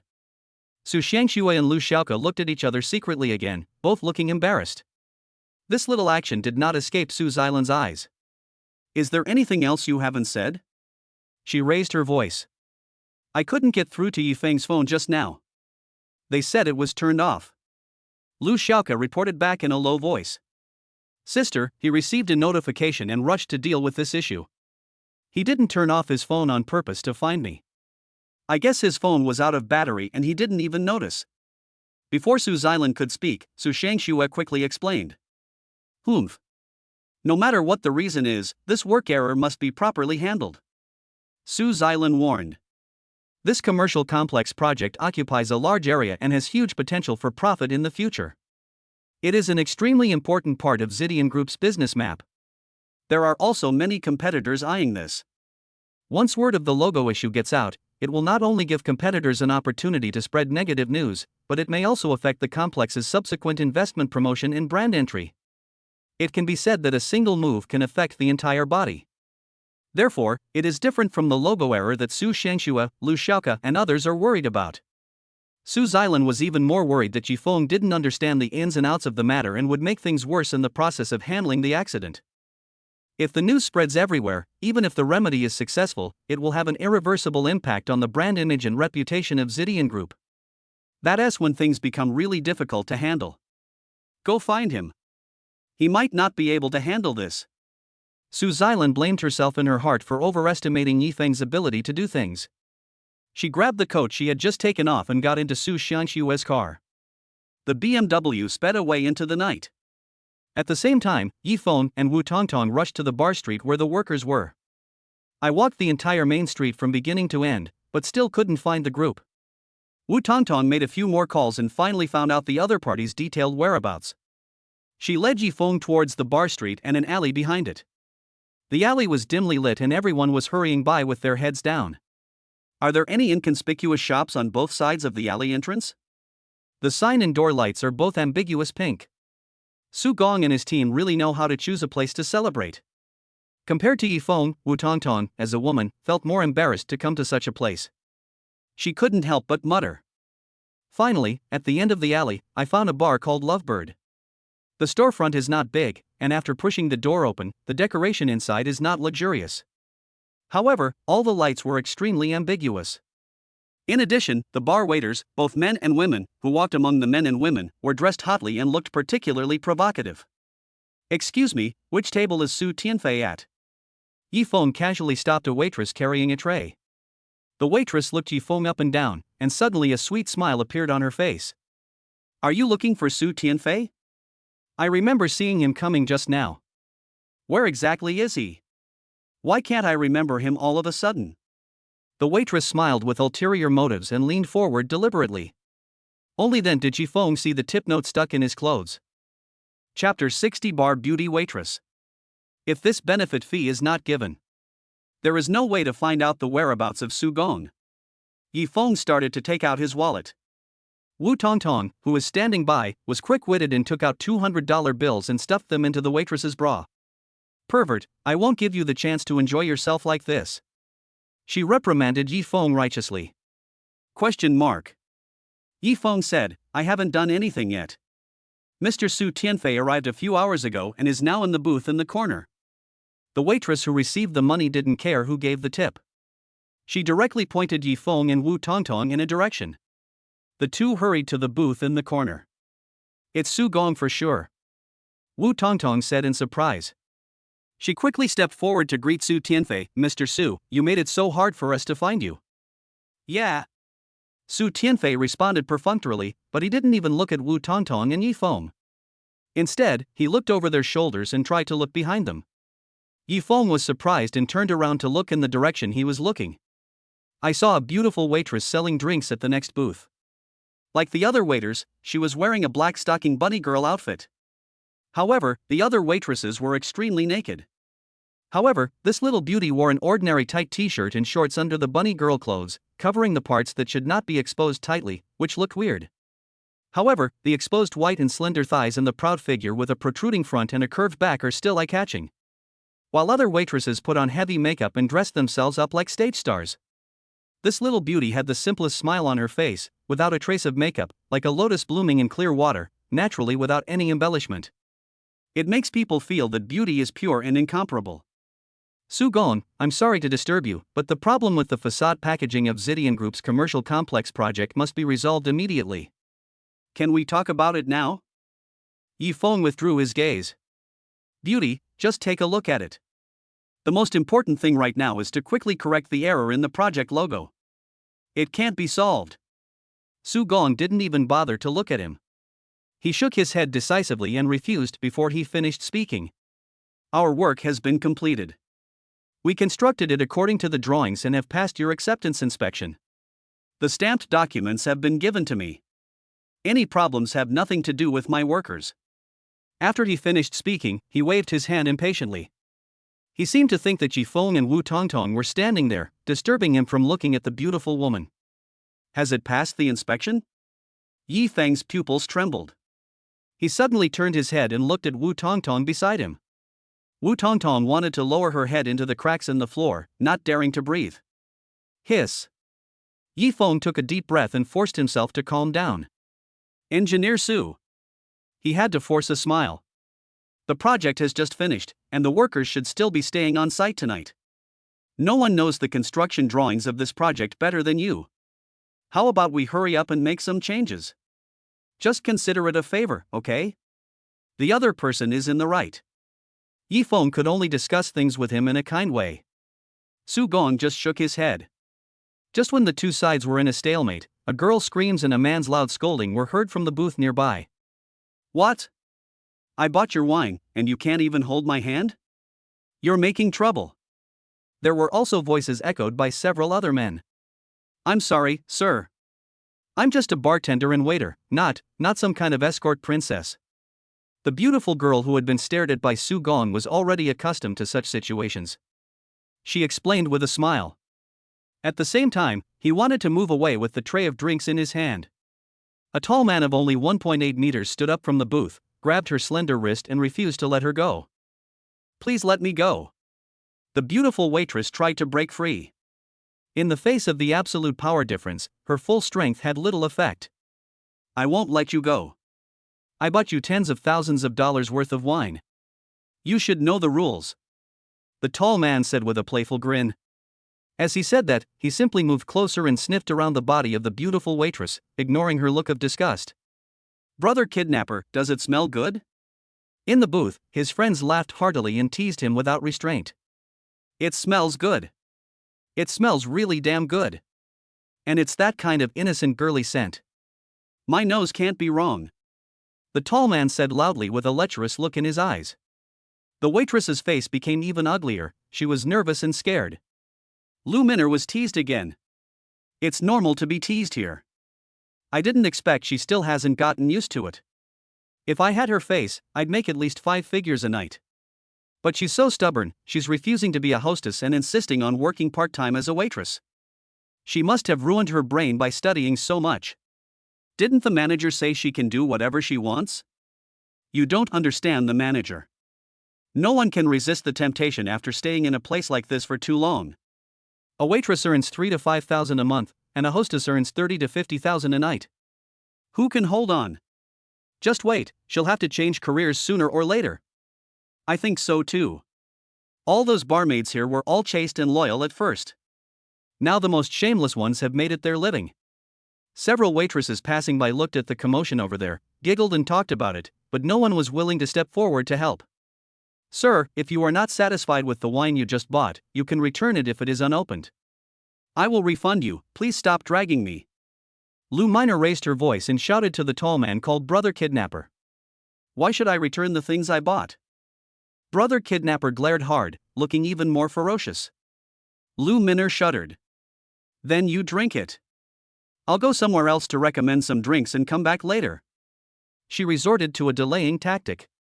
The gangster-like demeanor of these people in front of her made her realize that if she didn't leave now, she might not be able to leave. But this one move was too immature for this group of thugs.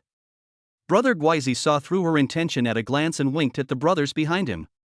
The group of thugs in the booth stood up one after another and surrounded Lu Minor. What are you going to do? Lu Minor was really scared this time, and her voice began to tremble. Little beauty, what are you afraid of?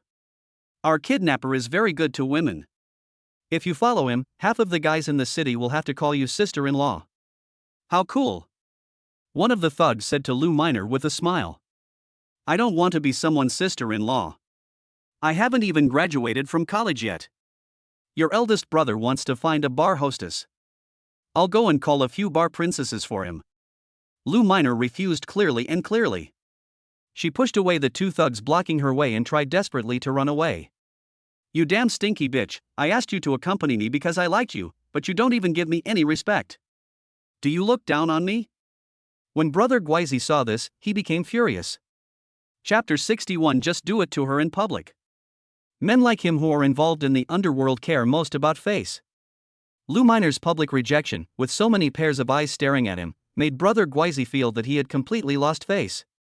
In a rage and humiliation, he grabbed the wine bottle next to him and threw it hard in the direction of Lou Minor. Snap! Crash! The wine bottle was smashed and the glass fragments shattered. Lou Minor screamed in fear and didn't move a step. Big brother, please talk it over nicely, don't use violence. Finally, someone nearby couldn't stand it anymore and stood up to speak up. If you dare to say another word, I'll hit you next, believe it or not? Brother Gwizy picked up another wine bottle and shouted at the man who was speaking. The young man who came forward shrank his neck and stepped back obediently. In a bar, where whoever has the stronger fist is the boss, there are many unreasonable places and no one will uphold justice here. And he was helping a woman he didn't know. There are definitely men who want to be heroes and save the damsel in distress, but after learning of Brother Kidnapper's identity, they all chose to remain silent. After all, it is human nature to protect oneself. The name of Brother Kidnapper may sound unfamiliar to ordinary people at first. However, speaking of his sworn brother, Brother Lei, he is known to everyone in the entire Yunqing, and no one dares to offend him. The crowd of onlookers quickly dispersed, leaving Lou Minor standing there trembling. Fine beads of sweat appeared on her forehead. A pair of beautiful big eyes, like Bambi, looking around nervously. Helpless and pitiful. Okay, now that all the nosy people have been driven away, just stay with me. Brother Kidnapper turned to Lou Minor, his smile becoming even more playful. He even boldly reached out and put his arm around Lou Minor's shoulders. Lou Minor twisted her body to avoid his movements. Couldn't dodge it. The beggar's arm rested smoothly on her shoulder, and his hand even stretched downwards on purpose, about to touch the towering thing below her collarbone. Pervert! Hooligan! Lou Minor cursed instinctively. Bang! This slap was a completely subconscious action. The slender palm stopped on Brother Gwizy's face, and Lou Minor herself was stunned. There was complete silence all around. Big Brother was slapped in the face by a woman? After a while, a little brother next to him murmured in disbelief. His words were like pouring a bucket of hot oil into the stagnant atmosphere. Brother Kidnappy finally came to his senses. You stinky woman, you dare to hit me? He pushed Lou Minor away. The force is great. Lou Minor sat down directly on the ground. I originally just wanted you to accompany us for a drink, put on a smile, and make us brothers happy. Damn it, you dare to hit me? You're not going to have a good night tonight. I'll torture you to death. Brother Gwizy roared furiously and was about to kick Lou Minor hard, but was stopped by the younger brother next to him. Brother Kidnapper, how can beating her satisfy your anger? A disobedient woman like this should be fucked. If you fuck her, she will submit to you and will never dare to disobey you again. The younger brother advised. But the advice was not good. What do you want to do to me? I told you from the beginning, I'm not some kind of hostess. Lou Minor broke down and burst into tears. She wanted to escape, but she couldn't. I wanted to find someone to help, but all I saw were indifferent and watching eyes. Lou Minor has never felt as helpless as today. If time could go back. She wished she hadn't walked into this bar, hadn't worked as a waitress for the thousands of yuan higher salary than in ordinary restaurants, hadn't been so lucky as to think she wouldn't run into bad people. How can there be so many ifs in the world? Even if the probability is 1 in 10,000, if it happens to you, it is 100%. Whoa, who will save me? Whoa. Lou Minor was crying, tears streaming down her face. Such a dispute had long interrupted the discussion between Yi Feng and Su Tianfei next to them. Su Tianfei had stood up long ago. Every time he saw Lou Minor being bullied, he clenched and unclenched his fists. I wanted to rush forward to help, but I didn't dare to do so because I thought I had the strength. Not to mention that the other party is Brother Lei's sworn brother. Take the gangsters who have been begging for a living in the underground world for years, for example. Su Tianfei didn't dare to offend them alone. Otherwise, Lu Min'er might not be rescued, and he himself would be beaten up by that group of thugs. Seeing that the situation was getting out of control, Brother Kidnapper seemed to have no intention of letting Lu Min'er go. Su Tianfei was as anxious as an ant on a hot pan.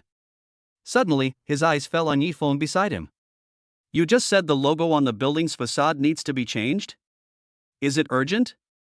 Su Tianfei suddenly turned to Yifeng and spoke. Ah, yes, it's urgent.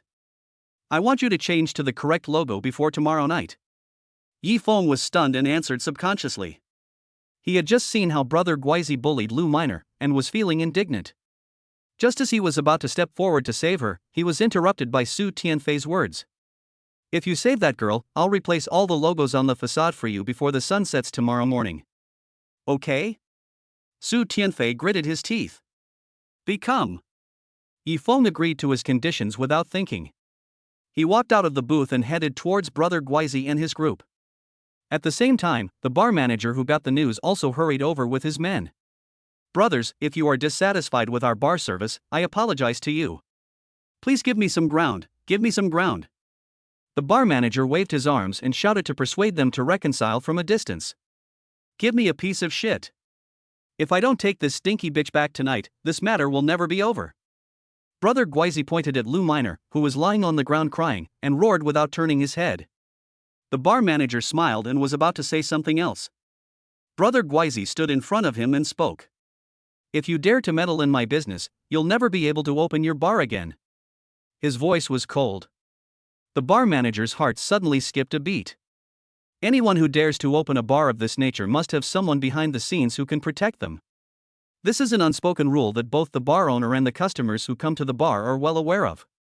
Usually, whether you can cause trouble in a bar depends on how strong the other party's background is. Any young man who causes trouble in a bar out of sheer bravery will be beaten to a pulp and thrown out. Only a big boss with real background would shout like this in front of the bar manager.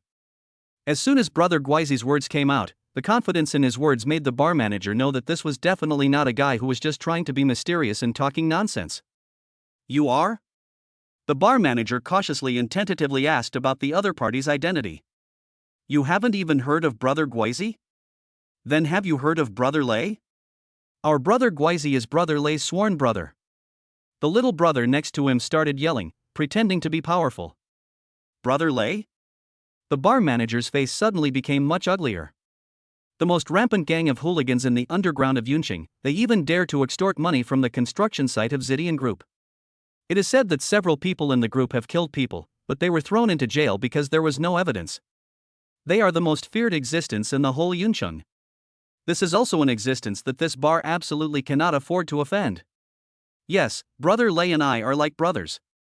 If you interfere in my affairs, you are actually interfering in his affairs. How about I let Brother Lei come to talk to you in person? The kidnapper threatened the bar manager with a sneer. No, of course I don't dare to interfere in Brother Lei's affairs. The bar manager was so scared that he waved his hands repeatedly.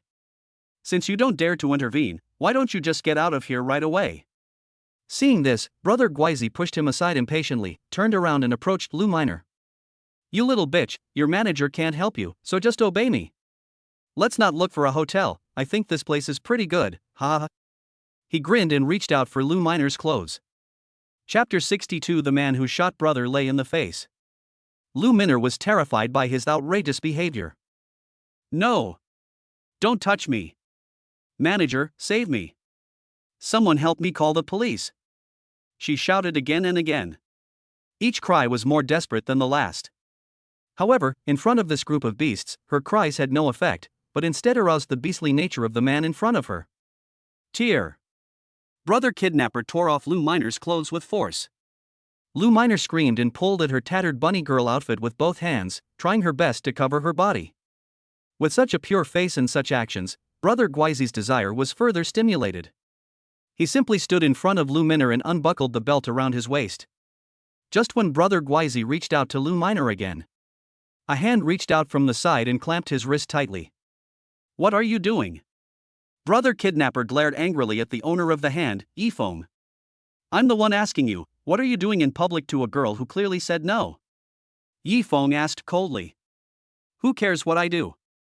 If you dare to stop me, I'll make your head explode. Brother kidnapper threatened arrogantly. Yifeng was not as frightened as the bar manager just now. He frowned.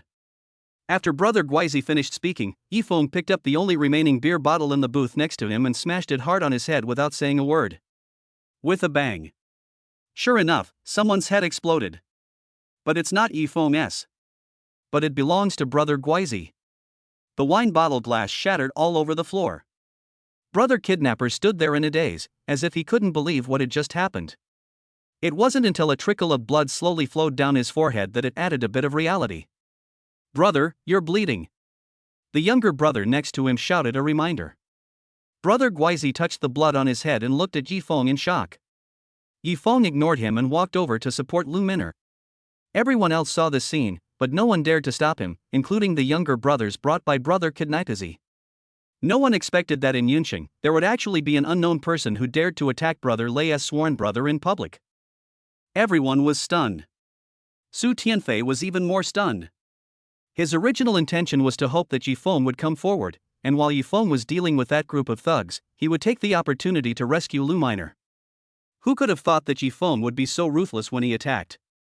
Wu Tongtong's pupils also trembled. This might have been the first time she realized that security guards also have their strengths. At least such skills and decisive attitude are full of convincing courage for any woman. You dare to hit me, and you dare to snatch the woman I like? After half a minute, Brother Guizi spoke incoherently. Someone nearby handed him a towel and covered the wound on his head. The white towel was soon stained blood red. What are you still standing there for? He's already started, why don't you just beat him to death? When Brother Guizi saw the blood, he became even more crazy and yelled at the younger brothers beside him. Let's go together and beat him up. The group of thugs immediately rushed towards Yifeng. Everyone took turns to use the turtle punch. In Yifeng's eyes, this was so amateurish and vulnerable. He protected Lu Min'er behind him with one hand while dealing with the thugs who rushed over. After 3 punches and 2 kicks, the person who fell to the ground was not Yifeng. But they are a group of gangsters with a large number of people. Big brother, you are so awesome, thank you for saving me. Seeing the situation turn around, Lu Min'er finally breathed a sigh of relief and thanked Yifeng repeatedly. If you don't want to encounter this kind of thing again, don't work in a place like this in the future. Some customers here don't understand what people say. Even if you say no, they won't respect you. Yifeng persuaded her earnestly. Thank you for the reminder. Lu Min'er smiled bitterly and looked away. I have my own difficulties, she added softly, whispering. Yifeng noticed that she avoided his gaze and couldn't help but sigh in his heart. Yes, if there were no absolute difficulties, which girl would be willing to work in such a place? Keeping oneself clean is probably the bottom line that Lu Min'er sets for herself. If you don't know they're suffering, don't advise them to do good. Yifeng stopped trying to persuade him. Kind brother, please leave quickly. They seem difficult to deal with, and I don't want you to get into trouble by saving me. Seeing that Yifeng was such a good person, Lu Min'er began to worry about him. Walk? After seeing Yifeng's skills, the beggar man next to him no longer dared to confront him head-on. Instead, he threw away the towel wrapped around his head and took out his mobile phone. Do you think you can get away? My sworn brother is in a nearby bar. He'll come the moment I call him, and if he does, you'll be dead. As Brother Kidnapper spoke, he had already dialed the number. After a few words, he hung up the phone and stared at Yifeng arrogantly. Brother Lei will be here soon, you can't leave. He threatened word by word. I didn't mean to leave in the first place. Yifeng shrugged.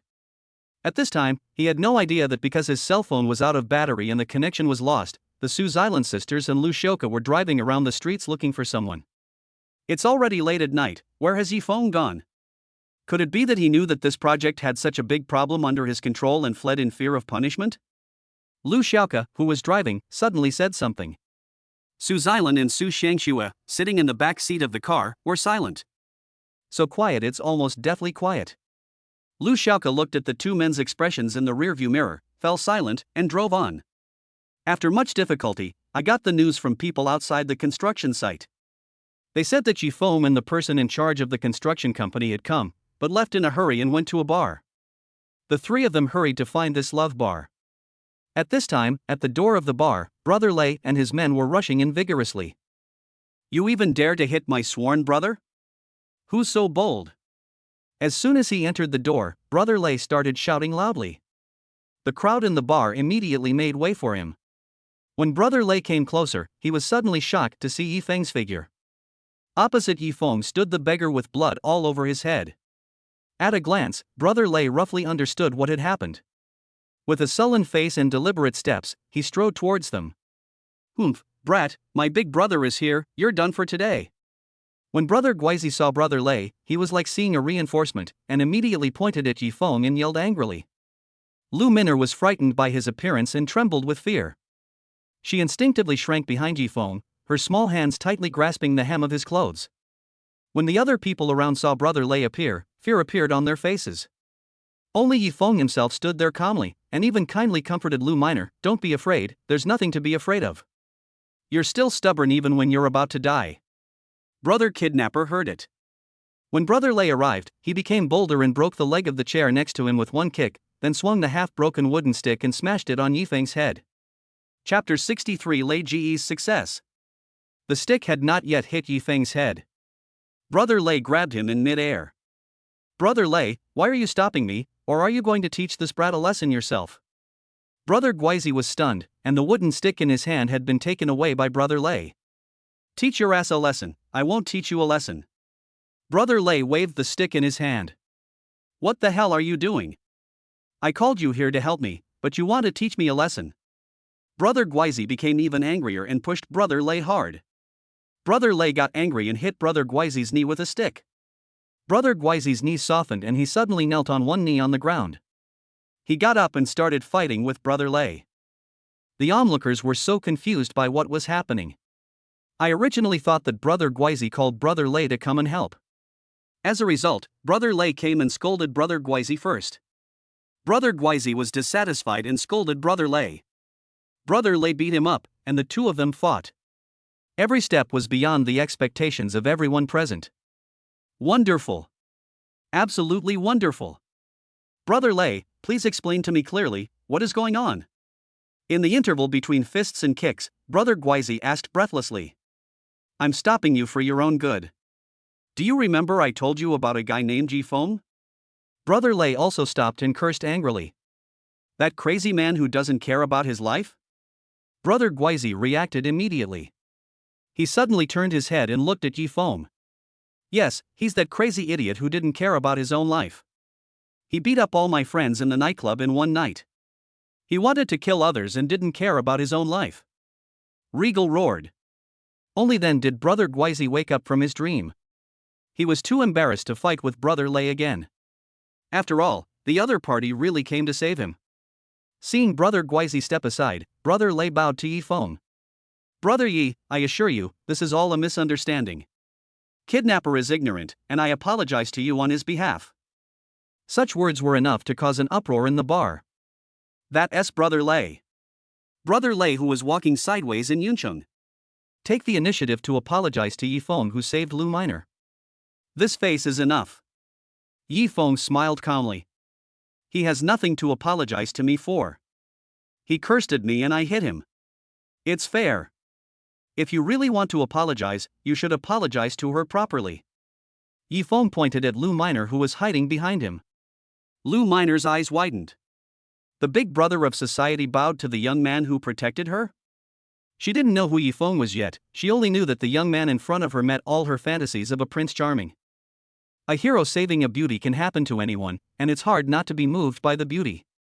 Even if it is not love, just gratitude is enough to produce a subversive goodwill. Apologize, apologize, everyone who needs to apologize must apologize. Kidnapper. Brother Lei tried to smooth things over and pulled Brother Guizi over. Hold on a little, hold on a little. Brother Guizi didn't even look at Lu Min'er, and just mumbled something as an apology. The arrogant look just now was gone. Lu Min'er admired Yifeng even more. A smile can erase all grudges, a drink can dispel all sorrows. I've given everyone a great time today. I'll pay for today's drinks, everyone, have fun. Brother Lei raised his hand and cheers immediately broke out in the bar. That's why they say that older ginger is spiciest. After he said that, the people present could not say anything after they left because they felt that they were grateful for the favor they received. Thinking it was just a dispute between brothers caused by a flood that washed away the Dragon King temple, the onlookers dispersed. Brother Lei held Brother Guizi with one hand and Yifeng with the other, walked into the booth and sat down, then asked the bar manager to serve a dozen good drinks. No fight, no acquaintance. I'll drink first as a sign of respect. Brother Lei opened a bottle of wine, poured himself a full glass, and drank it all in one gulp. He had done his best to save face, so Yifeng and Guizi had nothing more to say and raised their glasses. During this period, Brother Lei briefly asked about the ins and outs of the conflict between the two. It turned out to be just a woman selling alcohol. Even heroes can't resist beauty. Brother Lei laughed out loud and glanced at Lu Minor intentionally or unintentionally. Lu Minor was already following Yifeng nervously. She had already realized that in this bar, Yifeng was the only person who was capable and willing to protect him, and she must not leave his side easily, otherwise she would encounter some danger. Lei Go looked at her. She moved closer to Yifeng. Brother Lei didn't misunderstand her meaning, and immediately threw out a thick stack of red banknotes, almost hitting Lu Minor in front of her. Beautiful lady, please take good care of my brother Yi. These are just greetings, he said carelessly. Lu Minor hesitated to speak. She's just a waitress here, she doesn't do that kind of work. Yifeng had already taken the initiative to explain for her. It would be better if he didn't speak. By saying this, it seemed that he was more willing to protect her, which caused the brothers brought by Brother Lei to make a fuss. See? The hero is protecting the beautiful girl. Oh my, you're so affectionate. Do you really think others can't see it? The girl didn't say anything, so that means she agrees. Do you understand? Amidst the noisy chatter, the words of defense from both Yifeng and Lu Minor were completely drowned out. The two of them could only look at each other awkwardly and smiled at the same time. The bar manager interrupted at the right moment. You two, the private room is ready. If you want to drink, the environment over there is better, he said with a broad smile. When he said this, he was only looking at Yifeng and Lu Minor. This guy is also very good at business. I know that the crisis tonight was resolved thanks to Yifeng's appearance. Book a private room to show your filial respect, even if it is out of gratitude, it is also out of favor. I didn't ask for a private room? Yifeng was surprised. Lu Minor gently pulled him. When Yifeng turned around, he saw Lu Minor trying hard to cover her body by pulling the torn cloth on her body. He suddenly realized. Then let's go to the private room for drinks in the second half. Yifeng nodded to the bar manager. Brother Lei and the others applauded and cheered. Amidst applause and cheers, Yifeng took Lu Minor with him. Lu Minor reached out to pull her clothes and lowered her head, following him hurriedly to the private room. Only when the door of the private room was closed did Lu Minor finally breathe a sigh of relief. She stood at the entrance of the private room somewhat awkwardly, looking at Yifeng with nervous but not fearful eyes. You can tell whether someone has evil thoughts by looking at their eyes. Although Yifeng drank a lot of wine, his expression remained calm and there was no evil in his eyes. Lu Minor knew that he agreed to come to the private room just to help her out. Please put on my coat first. Yifeng took off his coat and handed it to her. Thanks. Lu Minor thanked him softly and quickly took it and put it on. Compared to her petite figure, Yifeng's coat was very loose, like a long nightgown that went over her hips, covering exactly where it needed to be covered. Lu Minor put on her clothes and finally straightened her back. Outside the private room, Brother Guizi and Brother Lei were complaining, drinking and chatting, while Su Tianfei, who was sitting in the booth next to them, slumped dejectedly on his seat. He saw with his own eyes the goddess of his dreams following Yifeng into the box, and heard Brother Lei and Brother Guizi talking about increasingly obscene things as they speculated about the situation in the box. He felt like his heart was about to break. Chapter 64, Erotic Spring Scenery, Unexplainable. But Wu Tongtong was fanning the flames. Oh, others are trying to steal your love, but you are just giving it to her. You are truly the most generous man I have ever met. She spoke in a sarcastic tone. Su Tianfei felt even more uncomfortable. They can only place their hopes on Yifeng, believing that he is not an unreasonable hooligan like Brother Guizi, and will not easily touch Lu Minor. If it really moves. Su Tianfei didn't dare to think about it anymore. Waiter, another dozen beers. He suddenly raised his hand, called the waiter, and started drinking alone, one glass after another. Wu Tongtong looked at him mockingly, and suddenly, out of the corner of her eye, she noticed two dazzling women walking in from the door of the bar. What happened to them? Wu Tongtong thought she was dazzled and rubbed her eyes hard. Look again. Those two peerless beauties turned out to be Su Xilan, the president of Zidian Group, and Su Shangxue of Zifu Advertising. In addition, there was Lu Xiaoke, who followed behind the two of them with a respectful look on his face. Su Gong, come out and let me sit inside, hurry up. Without saying a word, Wu Tongtong grabbed Su Tianfei's collar and pulled him up. Without saying a word, she sat in the innermost seat and grabbed a piece of advertising paper to cover her face. These two women shouldn't be in this bar under any circumstances. Wu Tongtong just thought they were there to hold her accountable, and she wished she could find a hole in the ground to crawl into. In fact, Su Xilan and Su Shangxue didn't notice her existence at all. As soon as they entered, they went straight to the bar manager's office. A few minutes later, no one knew what tricks Su Xilan used, but the bar manager, who was supposed to protect the privacy of the guests, hurriedly led the way and led them to the private room where Yifeng was. In the private room, Lu Min'er had just put on Yifeng's clothes. While buttoning them, she shyly thanked Yifeng. Yifeng didn't even have time to utter the words "You're welcome."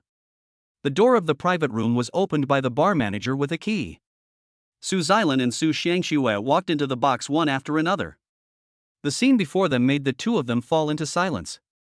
Wow, this is something we didn't anticipate, future brother-in-law. I think you have to explain the situation clearly, otherwise, your life will be in jeopardy. Su Shangxue looked at Yifeng, who was shirtless, and then at Lu Min'er, who was wearing Yifeng's shirt and exposing her snow-white long legs, especially the sexy high heels that matched the bunny girl costume on her feet. She opened her mouth wide for a long time before she squeezed out these words. Yifeng looked at Su Xilan. She could almost see the flames rising above her head. Su Xilan's eyes suddenly turned cold.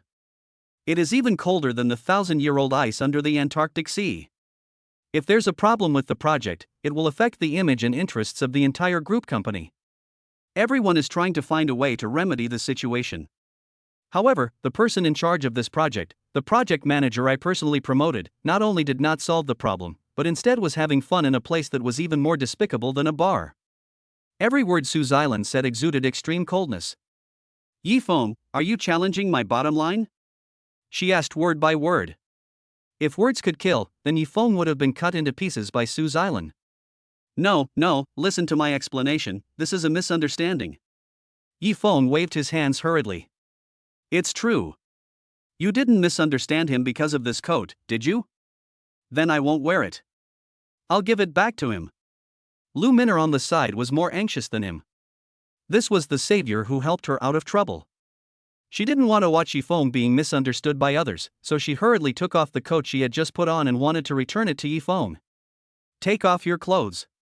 The private room was dead silent again. Wow, I'm afraid no one will believe your explanation this time. After a while, Su Shangxue said meaningfully to Yifeng.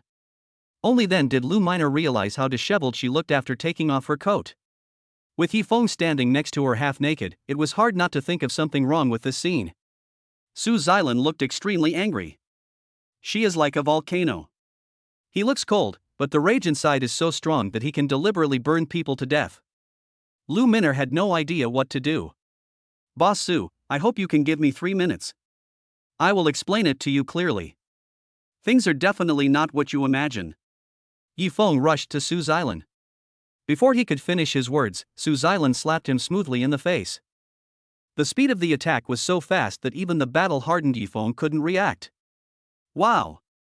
This was the third sigh Su Shangxue uttered tonight. Su Xilan, the ice beauty in my memory, who never showed any emotional fluctuations, actually hit a man? Su Shangxue was very surprised. Even for her, this was the first time she had seen her cousin lose control of her emotions. Knowing you is the most disgusting thing that has ever happened to me. Su Xilan looked into Yifeng's eyes and said. She turned to leave, but Yifeng grabbed her hand. Let go, don't touch me. You used the hands that ripped other women's clothes to touch me, which makes me feel really disgusted. Su Xilan shook his hand away. Boss Su, you can't leave. Even if you want to leave, you have to listen to my explanation, okay?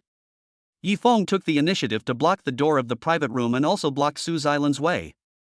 Su Xilan looked up at him silently. It seemed like saying one more word to him would be redundant. Yifeng, just say whatever you want to say. From what I know about my cousin, her patience won't last a minute. Su Shangxue, who was watching the fun from the side, reminded without thinking that it was too much. Yifeng ignored her. He looked straight into Su Xilan's eyes. Let me emphasize first, I'm not here to have fun, but to fix the error in the project logo. Yifeng started talking. Su Xilan sneered, her laughter was harsh and clear. Bang bang bang. Su Shangxue shook her head and clapped her hands. That's brilliant. This is the most outrageous excuse I've ever heard, bar none. She looked at Yifeng's face and felt a kind of sympathy for the mentally retarded. I know you're trying to use work as an excuse to appeal to my sister's sympathy, but that's so lame. She added with regret, if you can't explain right now what the connection is between this woman and the project logo, and you'd better not tell us that she's the worker who can modify and install the logo, I guarantee no one will believe a word you say from now on, not even me. Su Xiangshue's words were recognized by Su Xilan. I'll give you a chance to say one sentence. Tell me, how is that disheveled woman going to fix the error in the project logo? Su Xilan looked at Yifeng and asked coldly. Yifeng was speechless. How can such a long story be explained in one sentence? Just as he was trying to find the language. 1 second has passed. Disappointment appeared in Su Xilan's eyes. She pushed him away and left without looking back. Chapter 65. The criminals really came. Su Shangxue stuck out her tongue at Yifeng and trotted to catch up with her cousin. Lu Xiaoke, who was waiting at the door, stretched his head to take a look at Lu Minor in the room, curled his lips, made an expression of helplessness to Yifeng, and left decisively. Boss Su, please stay. Yifeng didn't care about Lu Minor and hurriedly chased after her. Lu Minor was left alone in the box, watching Yifeng's departing back. She thought that she had not left any contact information for him, and that it was possible that they would just meet by chance in this life. Complex emotions appeared in her eyes. The angrier Su Xilan was, the faster she walked. Wait for Yifeng to chase out of the bar. She had already ordered Lu Xiaoke to start the car. Before Yifeng could rush to the front of the car, the BMW drove away at a whirlwind of speed. Damn, how come this car performs so well? It accelerates so quickly. Yifeng cursed with gritted teeth and quickly stopped a passing taxi. Master, catch up with the car in front of me. If you can force it to stop, I will give you more money. Yifeng stuffed his wallet directly under the driver's nose. Are you a plainclothes police officer? The driver didn't know if he had watched too many police and gangster movies. He excitedly stepped on the accelerator and rushed out. I've seen people like you handle cases, and you often requisition vehicles from the public. What's going on? Who's in that car up front? A drunk driver running through a checkpoint, or a murderer and arsonist? The driver asked excitedly while driving. You'll know if you stop it. Yifeng said absent-mindedly. His eyes were fixed on the BMW's taillights, worried that after turning a few more intersections, the BMW would disappear from sight. In that case, I wonder if I can catch Su Xilan when I return to the villa. After all, the Su family's properties are spread all over the country, so it is easy for Su Xilan to move to another place.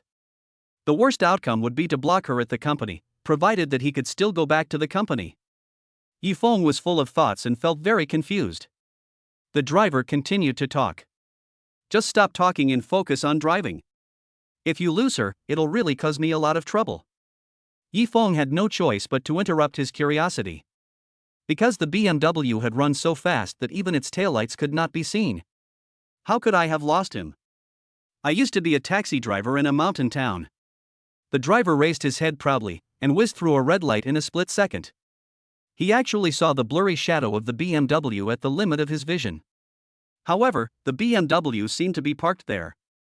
Yifeng thought he had seen it wrong.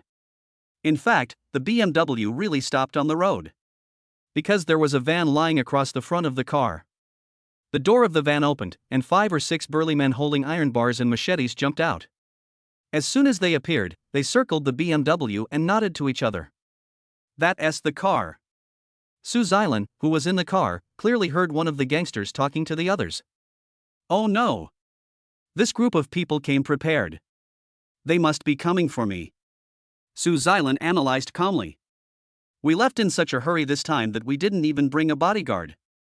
It's too late to notify them to come and rescue us now. What should we do now? Su Shangxue and Lu Xiaoke were already frightened out of their wits. Just now they were looking for me through the car window. I guess I was their only target. Su Xilan is the calmest among the three. She comforted the other two while quietly directing them. Get ready and listen to my instructions later.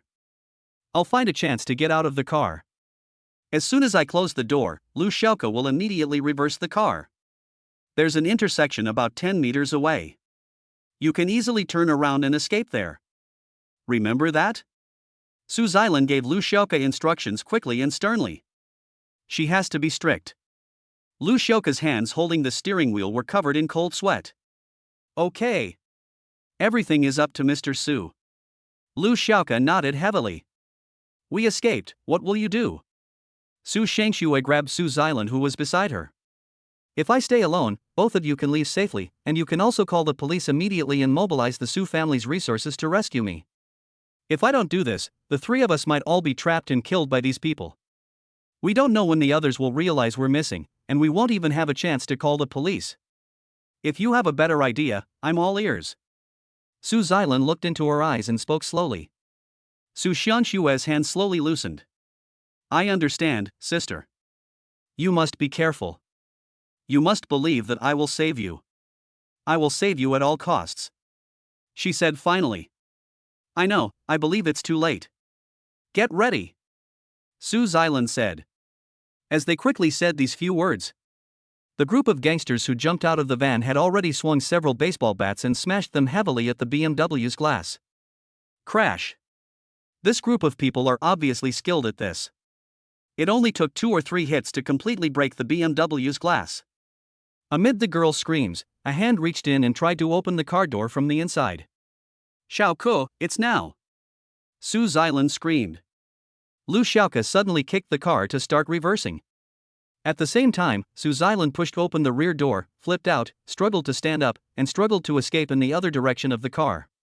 The gangsters were caught off guard by the BMW that suddenly reversed. Several people fell to the ground, and the rest subconsciously chased after the fleeing Su Xilan. Lu Xiaoke seized this opportunity keenly. The reversing speed is very fast. It only took her a few seconds to retreat to the intersection behind and escape in time by turning the direction. Even if the criminals discovered her intention, they would not be able to stop her with the van that had not yet started. Everything went so smoothly. Until the taxi that Jifeng stopped caught up at this moment and stopped steadily behind the BMW. The sound of the 2 brakes was alarmingly harsh. The rear of the BMW almost kissed the front of the taxi. Damn it, I miscalculated, they have reinforcements. Su Xilan had been caught up by the gangsters. She heard the sound of brakes and looked back, her heart sank. When she looked clearly again and saw that it was Yifeng who got out of the passenger seat of the taxi with a confused look on his face, she cursed him 180 times in her heart. This stupid man. He actually chased after them and blocked Su Shangxue and Lu Xiaoke's escape route. This also blocked Su Xilan's way to seek help. It is not too much to be cut into pieces. Still want to run? Let's see where you can run. One of the gangsters grabbed Su Xilan's arm with a grin. Chapter 66, Fight off the gangsters, Yifeng is injured. Sis, be careful. Su Shangxue screamed and reminded. Su Xilan didn't bother to blame Yifeng. She pulled her arm back suddenly and squatted down to kick him. Ouch. The gangster was kicked in the knee by Su Xilan's long legs and suddenly knelt on one knee on the ground. Su Xilan took the opportunity to roll past him. Although her professional attire was stained, she looked even more heroic. Humph. My sister has been sent to learn self-defense fighting techniques since she was young. You think you can subdue her with violence? You're dreaming. Su Shangxue patted her chest with her small hands and breathed a sigh of relief after the false alarm. Lu Xiaoke turned his head and looked at her trembling face. We both have the surname Su, but why is it that this one can only show off in words and is so different from Su Xilan? Why are you looking at me? My family sent me to study back then, but I didn't have the talent, so I didn't make it. Su Shangxue saw Lu Xiaoke's unspoken thoughts, glared at her arrogantly, and said with a cold snort. As she spoke, she began to feel guilty. If he hadn't been so lazy that he couldn't get up and skipped classes every day, why would he be huddled in the car shivering like this today, watching Su Xilan fighting alone against a group of big men? Just in the brief few minutes that Su Shangxue and Lu Xiaoke were talking. Two of the gangsters surrounding Sue's island were already lying down. Sue's island did not feel happy about this. After just a few moves, she knew clearly in her heart that the skills of these men were definitely not ordinary street thugs. Both their physical fitness and attack methods have been specially trained. Moreover, after realizing Sue's island's resistance, the intensity of their attacks quickly escalated. The gangster who was first kicked to the ground by Sue's island has stood up again. He stretched his arms and legs and gave Sue's island a cold look. When he rushed towards Sue's island again, his sharp movements made it seem like he was a completely different person, and his expression became much more serious. Sue's island suddenly turned sideways and dodged his first grab. Before she could turn around, the gangster changed his tactics and turned behind her with a wrong step. Ouch! Sue's island couldn't help but let out a cry of pain. The gangster grabbed Sue's island's wrist as he spun around, and pressed her shoulder with his other hand, twisting one of her arms behind her back and pressing her upper body to the ground. No matter how agile Sue's island was, the enemy she faced was a tall man in his prime. She had no way to resist such a powerful suppression. At the moment when she was being pinned down like a prisoner, another gangster picked up a baseball bat at hand, slapped it on his palm twice, held the bottom of the club with both hands, and swung it upwards with force towards Sue's island's face. The wind whipped up by the bat whistled. If this stick hit Sue's island's face, it would definitely disfigure her. Sue's island was suppressed to the point that she couldn't even straighten her back. Someone's hand was firmly placed on the back of her neck, preventing her from even shaking her head to avoid it. Sue's island closed her eyes. I felt despair in my heart. Out of the corner of her eye, she seemed to see a figure rushing towards her. The bat did not hit Sue's island's face, but it hit the man's suddenly outstretched arm. A dull thud. The next second, there was the clear sound of a fist hitting the face and the cheekbone breaking. It was almost like it was right next to Sue's island's ear. The gangster holding the baseball bat dropped the metal bat to the ground with a clang. He covered his nose with both hands and backed away repeatedly without opening his eyes. There was a sharp sound of wind passing behind Sue's island's head, accompanied by a scream of pain. Sue's island felt that the force suppressing her body disappeared. She immediately bent down and moved aside. Yifeng was seen fighting with the remaining gangsters. The gangster who was holding a baseball bat just now had his nose crooked and his facial bones broken by Yifeng's punch. He spat out a few fallen teeth. Another gangster was also knocked down by Yifeng with 3 punches and 2 kicks. His accomplice attacked Yifeng from the back, rushed over and jumped onto Yifeng's back, trying to strangle his neck with his arms. Yifeng carried him on his back and shook him twice but failed to get him off. Suddenly, he gathered strength in his arms, bent his elbows, and hit the back of his head with a heavy elbow. It hit the man's unprotected soft spot on the side of his abdomen. The gangster was forced to let go and rolled to the ground. Yifeng caught up with him and kicked him in the head. Such a heavy blow to the temple would cause even the strongest man to faint. Swish! As soon as Yifeng made a move, the 3 gangsters lost their fighting power. This made the other robbers afraid to continue the fight. "Boss, we've already wasted too long." One of the gangsters shouted a warning to the leader without even turning his head. "If you miss, you'll escape unscathed. Go!" The leader gave an order. All the remaining criminals fled in all directions in an instant. They rushed back into the van like the wind. The van was still running. As soon as they got in, they stepped on the accelerator and drove away. Yifeng stood there and let them escape. Don't pursue a desperate enemy. What's more, he needs to protect not only himself, but also the Su sisters and Lu Xiaoke. Once he chases out, the safety of these 3 girls cannot be guaranteed. Don't even think about escaping. He didn't chase after her, but Sue's island did. She rushed to the van closest to her. The van had just started and before the door could be closed tightly, Sue's island grabbed the clothes of the gangster closest to the door, scaring him. Yifeng was also shocked. "Boss Su, what are you doing?" He quickly rushed towards Sue's island. The gangster in the van pulled his clothes hard. "Drive! Drive quickly!" He roared wildly, pulled out a dagger from his waist, and chopped it hard at Sue's island's wrist that was holding his clothes. Yifeng bumped into her from the side and knocked Sue's island away with his shoulder. At the same time, the van accelerated instantly. With a sizzling sound, the clothes were torn. Sue's island was only holding a handful of fabric from the hem of her clothes in her hand, and she was almost knocked to the ground by the van.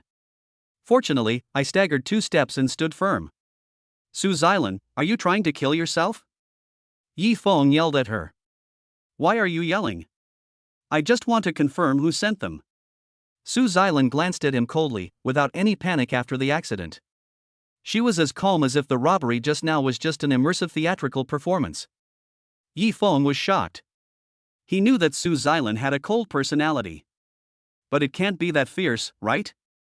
Su Shangxue, who has been with Su Xilan day and night for decades, is much more accepting of this matter. Sister, did you want to chase them just now because you figured out who they were? When she saw that all the criminals had escaped, she got out of the car, walked to Su Xilan and asked. Chapter 67 The Mastermind. I saw the security uniforms they took off in the car. They looked like they belonged to Song's enterprise. Su Xilan whispered to her. She handed the security uniform fabric she had torn off to Su Shangxue. Su Shangshue's expression suddenly turned serious. Oh my god, blood, Yi Feng, hurry up and get in the car, I'll take you to the hospital. Behind them, Lu Xiaoka's scream was heard. Su Xilan and Su Shangxue were startled and turned back to look at Yi Feng. Yi Feng was seen covering the forearm of his other arm with one hand. Blood was dripping from between his fingers.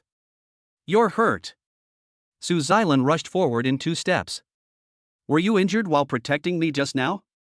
A trace of heartache and anxiety could not be concealed between her beautiful brows. I was stabbed by a knife. It's just a minor skin injury. It's not a big deal. Yi Feng raised his palm, glanced at the wound briefly, and covered it casually. That's not important, he said to Su Xilan, I have something more important to tell you. What? Su Xilan responded immediately before she could come to her senses. After the logo for the commercial complex is modified, can you please stop making excuses and come back with me to see my mom? Yi Feng looked at Su Xilan and said seriously. Su Xilan was shocked.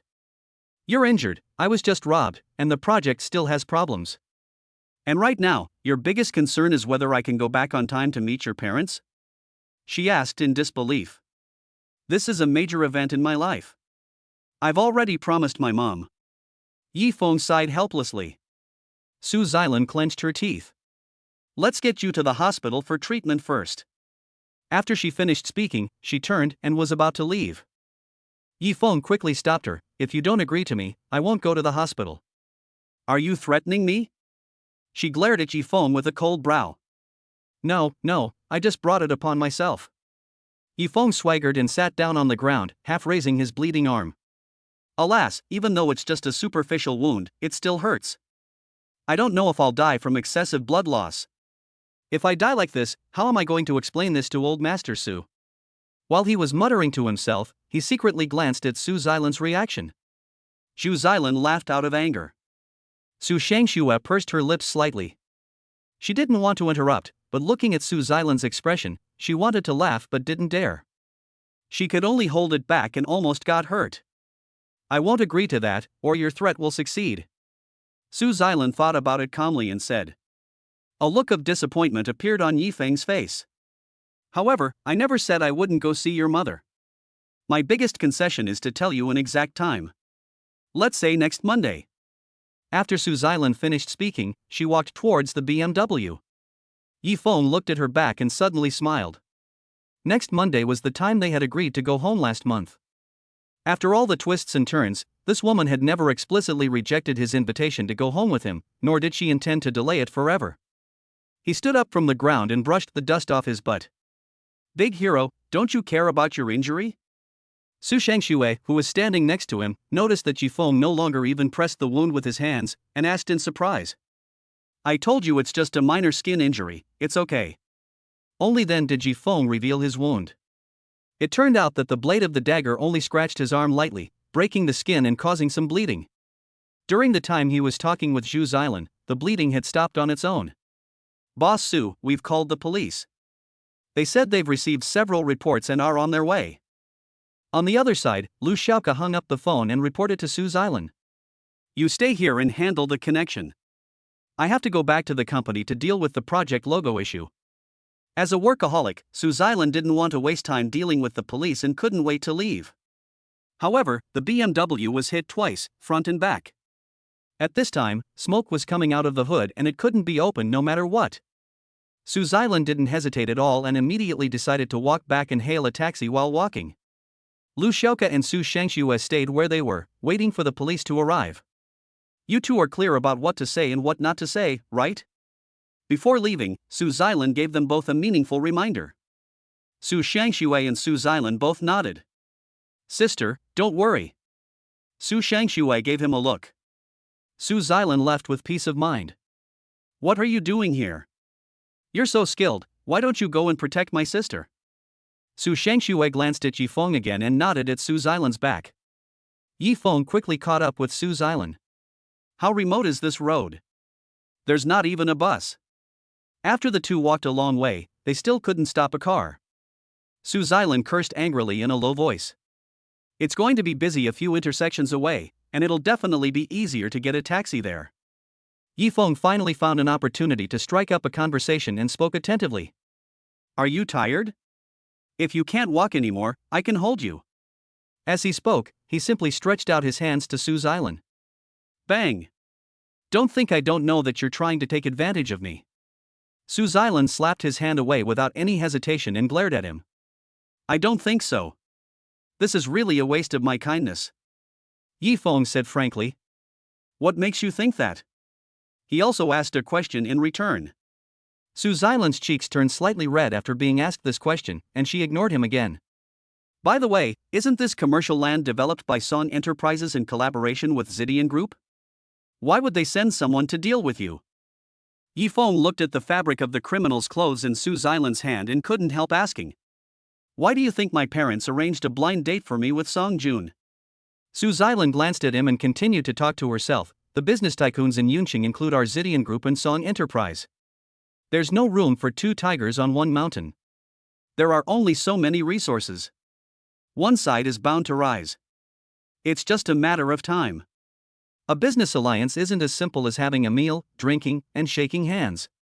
You're on guard against me, and I'm on guard against you. The safest measure is for the two heirs to marry and become one family. Then there's no need to be on guard against each other. I firmly rejected their marriage alliance, thus laying the groundwork for a future of hostility. If they don't take action, we will eventually have to, but we won't resort to such direct and violent means. Su Xilan spoke of the other party's robbery with a rather disdainful attitude. Yifeng understood. In the blind date not long ago, Su Xilan insisted on bringing him to meet her parents and Song Jun. Not only did she reject a blind date, but she also invisibly ignited a war between the two companies. Business war is like a jungle. You fight with me, the strong prey on the weak. Once it is determined that you cannot fully trust the other party and form an alliance with them, counterattack and annexation became the only way to protect oneself. No wonder Su Xilan is so anxious to solve the problem of the logo for the commercial complex project, so as to avoid gossip and being caught by the other party. If there is an error in the huge project logo at tomorrow's completion ceremony, no matter who is responsible, Zidian Group, as the main investor and landowner, and as the party making the appearance, will definitely be the most criticized and accused, and will also become the laughingstock of its peers who gloat over the misfortune. At this time, Su Xilan finally got a car. Yifeng got into the car before her. Master, let's go to Bar Street, now. Without waiting for Su Xilan to speak, he told the driver the destination. Chapter 68. A head full of yellow garbage. Don't listen to him, go to the Zidian Group headquarters building. Su Xilan frowned and immediately asked the driver. Handsome guys and beautiful girls, where are you going? Can you please decide first and then tell me? The driver dropped his hands from the steering wheel. Bar Street. Yifeng emphasized again. Yifeng. Su Xilan said angrily. It's already this late, and you're still thinking about that dirty crap. Can you be more serious? She scolded angrily. Boss Su, you didn't listen to my explanation just now. Now I can tell you very clearly that I went to Bar Street because Su Gong was there. I know you don't know XCMG, but let me put it this way, all the packaging materials for the project are installed by his people. He knows better than anyone where to install the logo and how to modify it. It's too late to change the team or find workers at short notice, so I have to find him. The material production company has already been notified early this morning. Judging from the production speed, the revised logo materials are probably all finished now. We just need to replace them in time. If we need a replacement, we need Shu Gong. So, rather than going back to Zidian Group headquarters to make a phone call, our top priority is to find Shugong and get his team working immediately. Have I explained it clearly enough? Yifeng spoke a long string of words in a positive and steady tone. The logic is clear and the facts are clear. After hearing this, Su Xilan realized that Yifeng's disappearance in the bar street was a misunderstanding and was also related to work.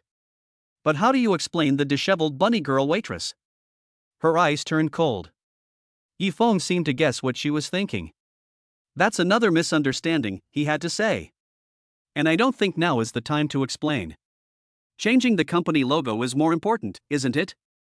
He spread his hands and looked at Su Xilan frankly. In her heart, Su Xilan had actually accepted his explanation, although her expression remained cold. Driver, go to Bar Street. She instructed the taxi driver. That's more like it. The driver stepped on the accelerator. Soon, Yifeng got off the car at the entrance of the bar street. He saw Su Xilan also preparing to follow down. Master, please send this lady back to the Rosewood Garden Villa. He leaned out of the window and spoke to the taxi driver. Su Xilan looked at him in confusion. I'll take care of it. Mr. Su has encountered a lot of things today. It's better to go back and rest early. After Yifeng finished speaking, he reached out and patted the roof of the car. Don't wait for me, go to bed early. He gave Su Xilan a brief instruction. The taxi drove away. Su Xilan looked at Yifeng's figure from the car window. That slender and broad figure looked as reliable as he would be in today's fight with the robbers. During the work communication in the car, Su Xilan finally figured out the ins and outs of the logo problem. It turns out that it was never a problem of Yifeng's workability. It's not his responsibility or reason. However, when problems arose and accountability began to be pursued, he did not even make a single excuse to shirk responsibility, and from the very beginning he was immersed in the action of how to solve the problem. This kid is actually a man of action. Su Xilan couldn't help but let a faint smile appear on the corner of her mouth. Compared to those men and subordinates who are eloquent and full of sweet words, she feels more satisfied with the capable and action-oriented people. After Su Xilan returned to the villa, she actually went to bed directly as Yifeng had instructed. Leave unfinished business behind. This may be the first and only time since Su Xilan entered the workplace. Su Xilan herself didn't know why. She usually suffers from insomnia, but this time she slept exceptionally soundly. In her dream, she saw Yifeng's back again. That feeling of security came over me. She smacked her lips in her sleep, turned over and fell asleep again. The next day. The sun is rising. Su Xilan woke up naturally. Oops, completion ceremony. When she looked at the time and missed calls on her phone, she cried out inwardly, oh no, and quickly got up and rushed to the company. Lu Xiaoke was as anxious as an ant on a hot pan. The completion ceremony is about to begin. The ceremony venue was filled with colorful flags, loud gongs and drums, and bustling crowds. But she couldn't find the most important spokesperson, Su Xilan. No one answered the phone. Just when Lu Xiaoke was worried that something might have happened to Su Xilan at home, Su Xilan appeared at the venue in a professional suit. At the host's invitation, she went straight to the stage and delivered an inspiring speech without a script. Behind and above her, the commercial complex's brand new logo sparkled in the sunlight. Lu Xiaoke, who was sitting in the audience, watched Su Xilan speaking on the stage, holding the unused speech manuscript in his hand, and breathed a sigh of relief. Yifeng was not present at the completion ceremony. Fortunately, there was no part of the completion ceremony scheduled that required him to appear. The chair in the front row with his name tag on it was always empty. After Su Xilan stepped down from the stage and took her seat, she would glance at the empty chair from time to time, then quickly look away. 2 hours later, the completion ceremony ended. Everyone in the venue dispersed. Su Xilan also returned to Zidian Group. It was lunchtime. After lunch break, the group's employees walked out of the company building and rushed to the cafeteria. Only one figure was going against the current. Yifeng, with drooping shoulders and yawning, rushed to the company half asleep. Are you awake? He was walking on the side of the road. Su Xilan's car suddenly braked next to him, scaring him. Well, I stayed up all night yesterday and woke up to find it was this late. Ah, yawn. Did you see the new logo? Yifeng smiled at Su Xilan, who had lowered the car window. So you slept at home all morning? Su Xilan spoke casually. Yes, but don't worry about me being tired. I have a very good recovery ability. I will be refreshed after a good sleep.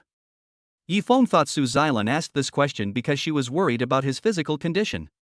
He was trying hard to explain to comfort Su Xilan. Then he heard Su Xilan interrupt him and said coldly, Lu Xiaoke, record Yifeng is absent from work once. Plus, for missing the completion ceremony, the deduction will be doubled. Got it, President Su. The Rolls-Royce Cullinan sped away. Yifeng was left alone, stunned. Is this woman humane or inhumane? Why is it that every time I think my opinion of her is changed, that unkind Mr. Su comes back? Yifeng was also angry. Anyway, I've already been marked absent from work this morning. He simply didn't go to the company to punch in and went directly to the cafeteria to report.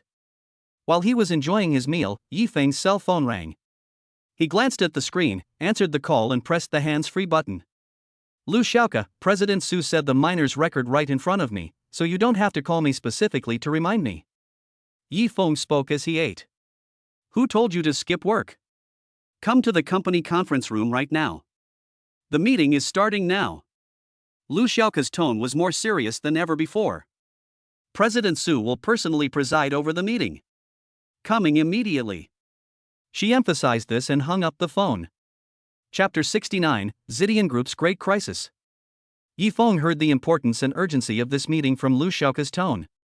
He hurriedly swept away the remaining food and rushed back to the top-floor conference room of the Zidian Group's headquarters building.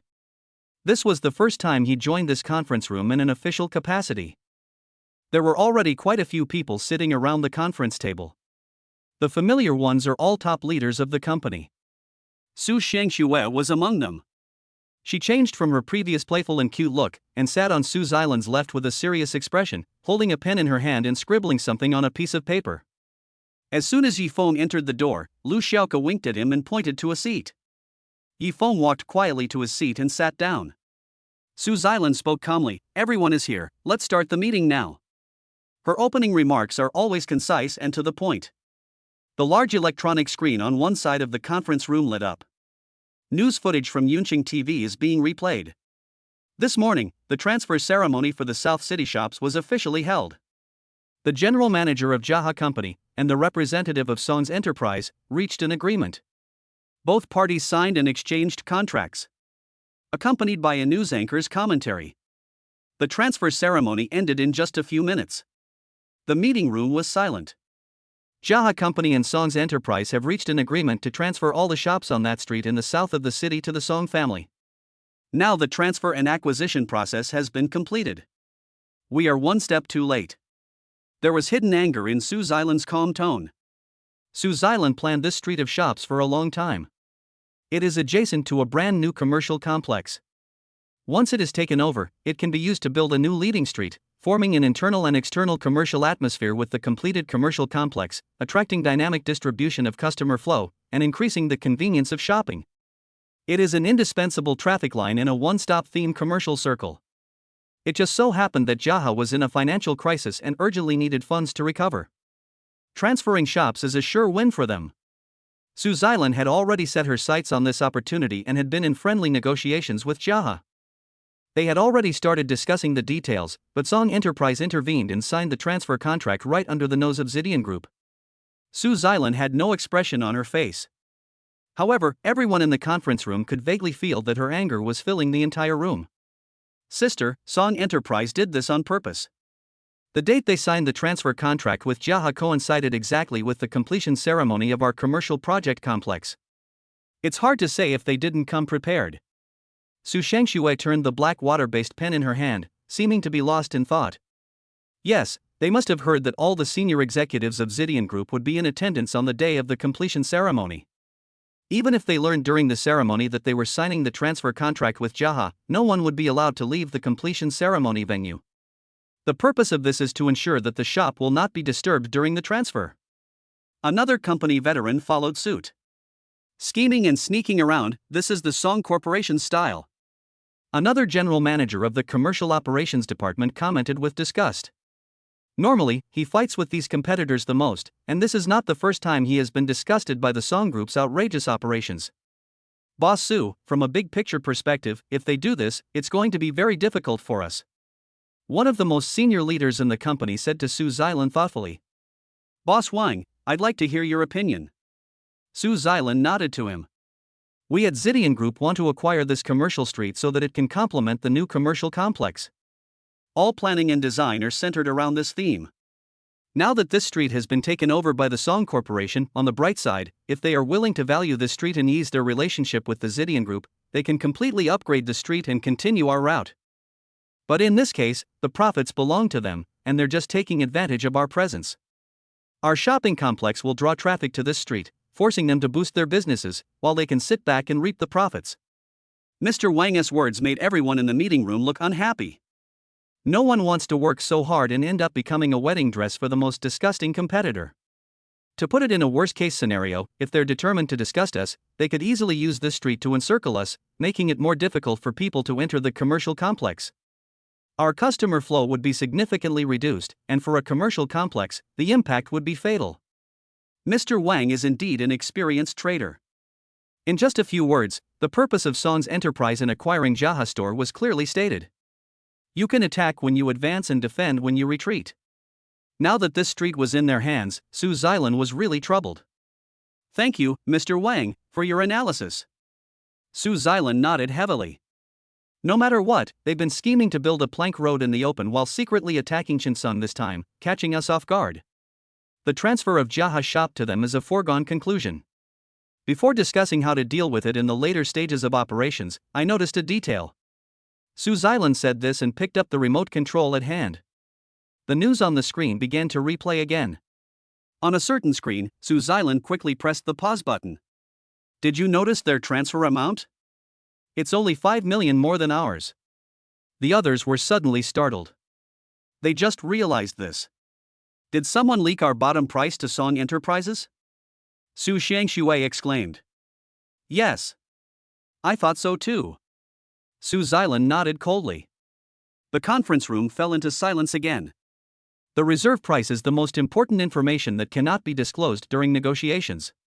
Those who knew this secret in Zidian Group should be the most trusted employees of the company, and they should not leak the bottom price under any circumstances, especially to a competitor company. This is undoubtedly the greatest betrayal. The question now is, who betrayed us internally? Suspicion and tension continued to spread throughout the conference room. Su Xilan was silent for a while. I know that calling the company my home is just empty talk. Everyone here has their own family, and our current work is all about working hard for that small family. But I hope everyone has a scale in their hearts. If there are some things that go against conscience, they should not be done. And once they do them, they should be prepared to bear the consequences. I will not let any traitor who betrays the company go easily. Everyone, remember this. She finished speaking very slowly, her eyes slowly sweeping across the faces of everyone in the conference room. Everyone must submit a completed project report to me before the end of tomorrow's workday. Please hurry up. The meeting is now dismissed. Let's go. Su Xilan slammed the table lightly. The participants filed out. Yi Feng and Su Xiangxue walked at the end. He saw that after most people left, Su Xilan leaned back tiredly in the boss's chair, with a bad look on her face. It must feel bad to be betrayed by your own people. Yi Feng was thinking about whether to go over and comfort her. Su Xiangxue walked up to him and gently pulled him. My sister is very tired. The company has encountered such a big thing. She needs some time alone to sort out her thoughts. Please don't disturb her. She reminded him quietly and pushed Yi Feng out without saying anything. Chapter 70. Is there a traitor? The whole afternoon, Yi Feng wanted to comfort Su Xilan, but he had no way to do it. There is always someone reporting to her in her CEO's office. There were always people queuing outside the door looking for her. Everyone looked hurried and serious. Lu Xiaoke didn't even have the mood to joke with Yi Feng. He ran tiredly between various departments and printers. This was also the first time Yi Feng felt the tension at work. Occasionally, when he went to the lounge to get some water, he could hear all the employees discussing the failed acquisition. It's only 5 million more than our reserve price? Impossible. It goes without saying, there must be a traitor, but we don't know who it is. Wow, this would be interesting if there's a traitor. The person who knows the bottom price is either a senior leader or a relative of the Su family. If this is discovered, wouldn't it set off a bloody storm? It has nothing to do with us low-level employees anyway, so let's just eat some melons. It's related. Our department is very busy preparing a report, but we definitely have to work overtime today. You're talking like no one needs to work overtime. Damn the song group, what are they robbing? Now all the plans have to be redone. It's so annoying. Well, some employees were filled with righteous indignation, some watched the fun and ate melons, and some felt sorry for Sue's Island. Wait for them to leave with their coffee cups. Yi Fengkai slowly walked into the tea room. It turns out that Song's intervention this time has such a huge impact on the entire company. Sue's Island is the person in charge of the entire company. The pressure she is under must be unprecedentedly terrible. I finally waited for the overtime get-off work to end. Yi Feng finally met Sue's Island in the descending elevator. Sue's Island's usually radiant face was filled with fatigue and lethargy, as if she didn't even have the strength to lift her eyelids. Have a good rest. After thinking about it, Yi Feng could only give a reminder. He really didn't know what to say. Any words of comfort seemed so pale and powerless under such pressure. Only the heartache is real. Sue's Island responded with a faint smile, almost imperceptible. Ding dong. The elevator stopped at the second underground floor. The elevator door opened and Sue's Island hurried towards her beloved car. Yi Feng followed behind her. Lu Xiaoka's work was completely full today. The driver was temporarily borrowed by other departments, and the task of driving Sue's Island home fell on Yi Feng. Suddenly, Sue's Island, who was walking in front, stopped abruptly. What are you doing here? She asked coldly. Yi Feng hurried 2 steps to catch up. The person standing not far away from Sue's Island was actually Song Jun. Song Jun leaned on the hood of his own Mercedes-Benz, the cigarette butt in his hand flickering. Xiaolan, you're finally off work. I've been waiting for you for a long time. When he saw Sue's Island appear, he came up to her with a grin. Don't call me so intimately, we are not that close. Sue's Island said coldly. Song Jun's hostile eyes fell on Yi Feng, who was beside Sue's Island. Are you still pestering Sue's Island? He asked contemptuously. It has nothing to do with you, Yi Feng, let's go. Sue's Island spoke before Yi Feng. Zilan, why are you so cold to me?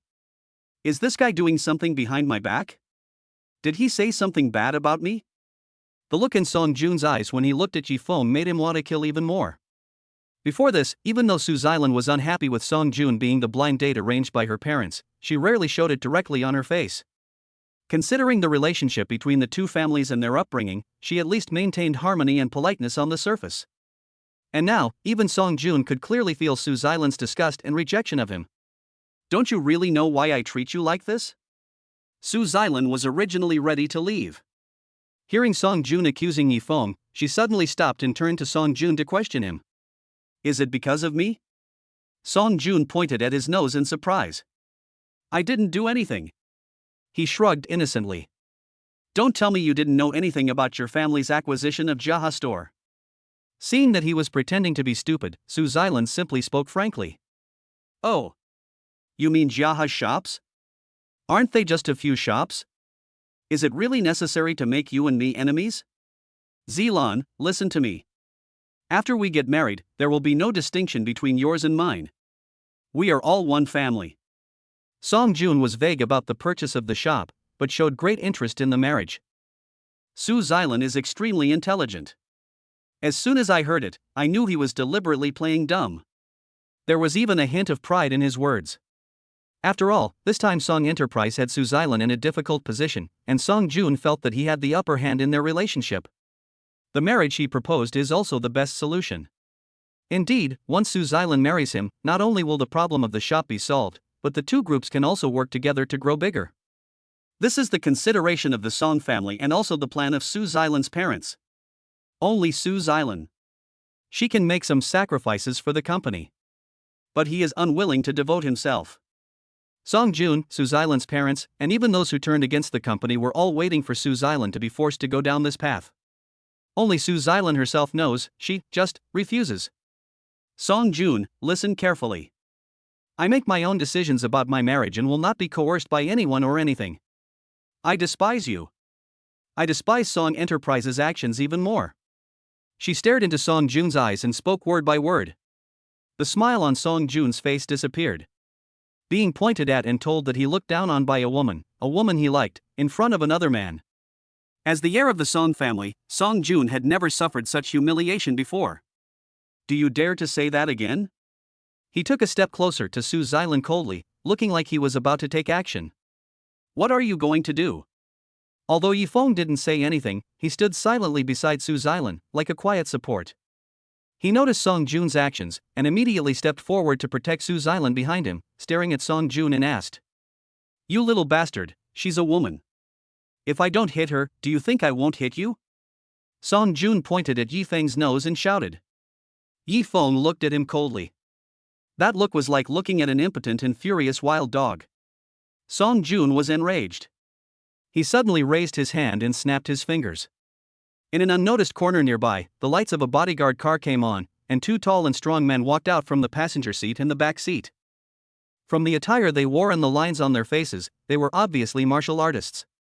The two bodyguards quickly walked to Song Jun's side and stared at Yifeng with murderous eyes. 2 against 1, do you think you can beat 2 mercenaries coming off the battlefield? Song Jun smiled smugly at Yifeng. Who said it was 2 against 1? At this moment, a loud shout suddenly came from the stairs nearby. A group of people came running towards this side.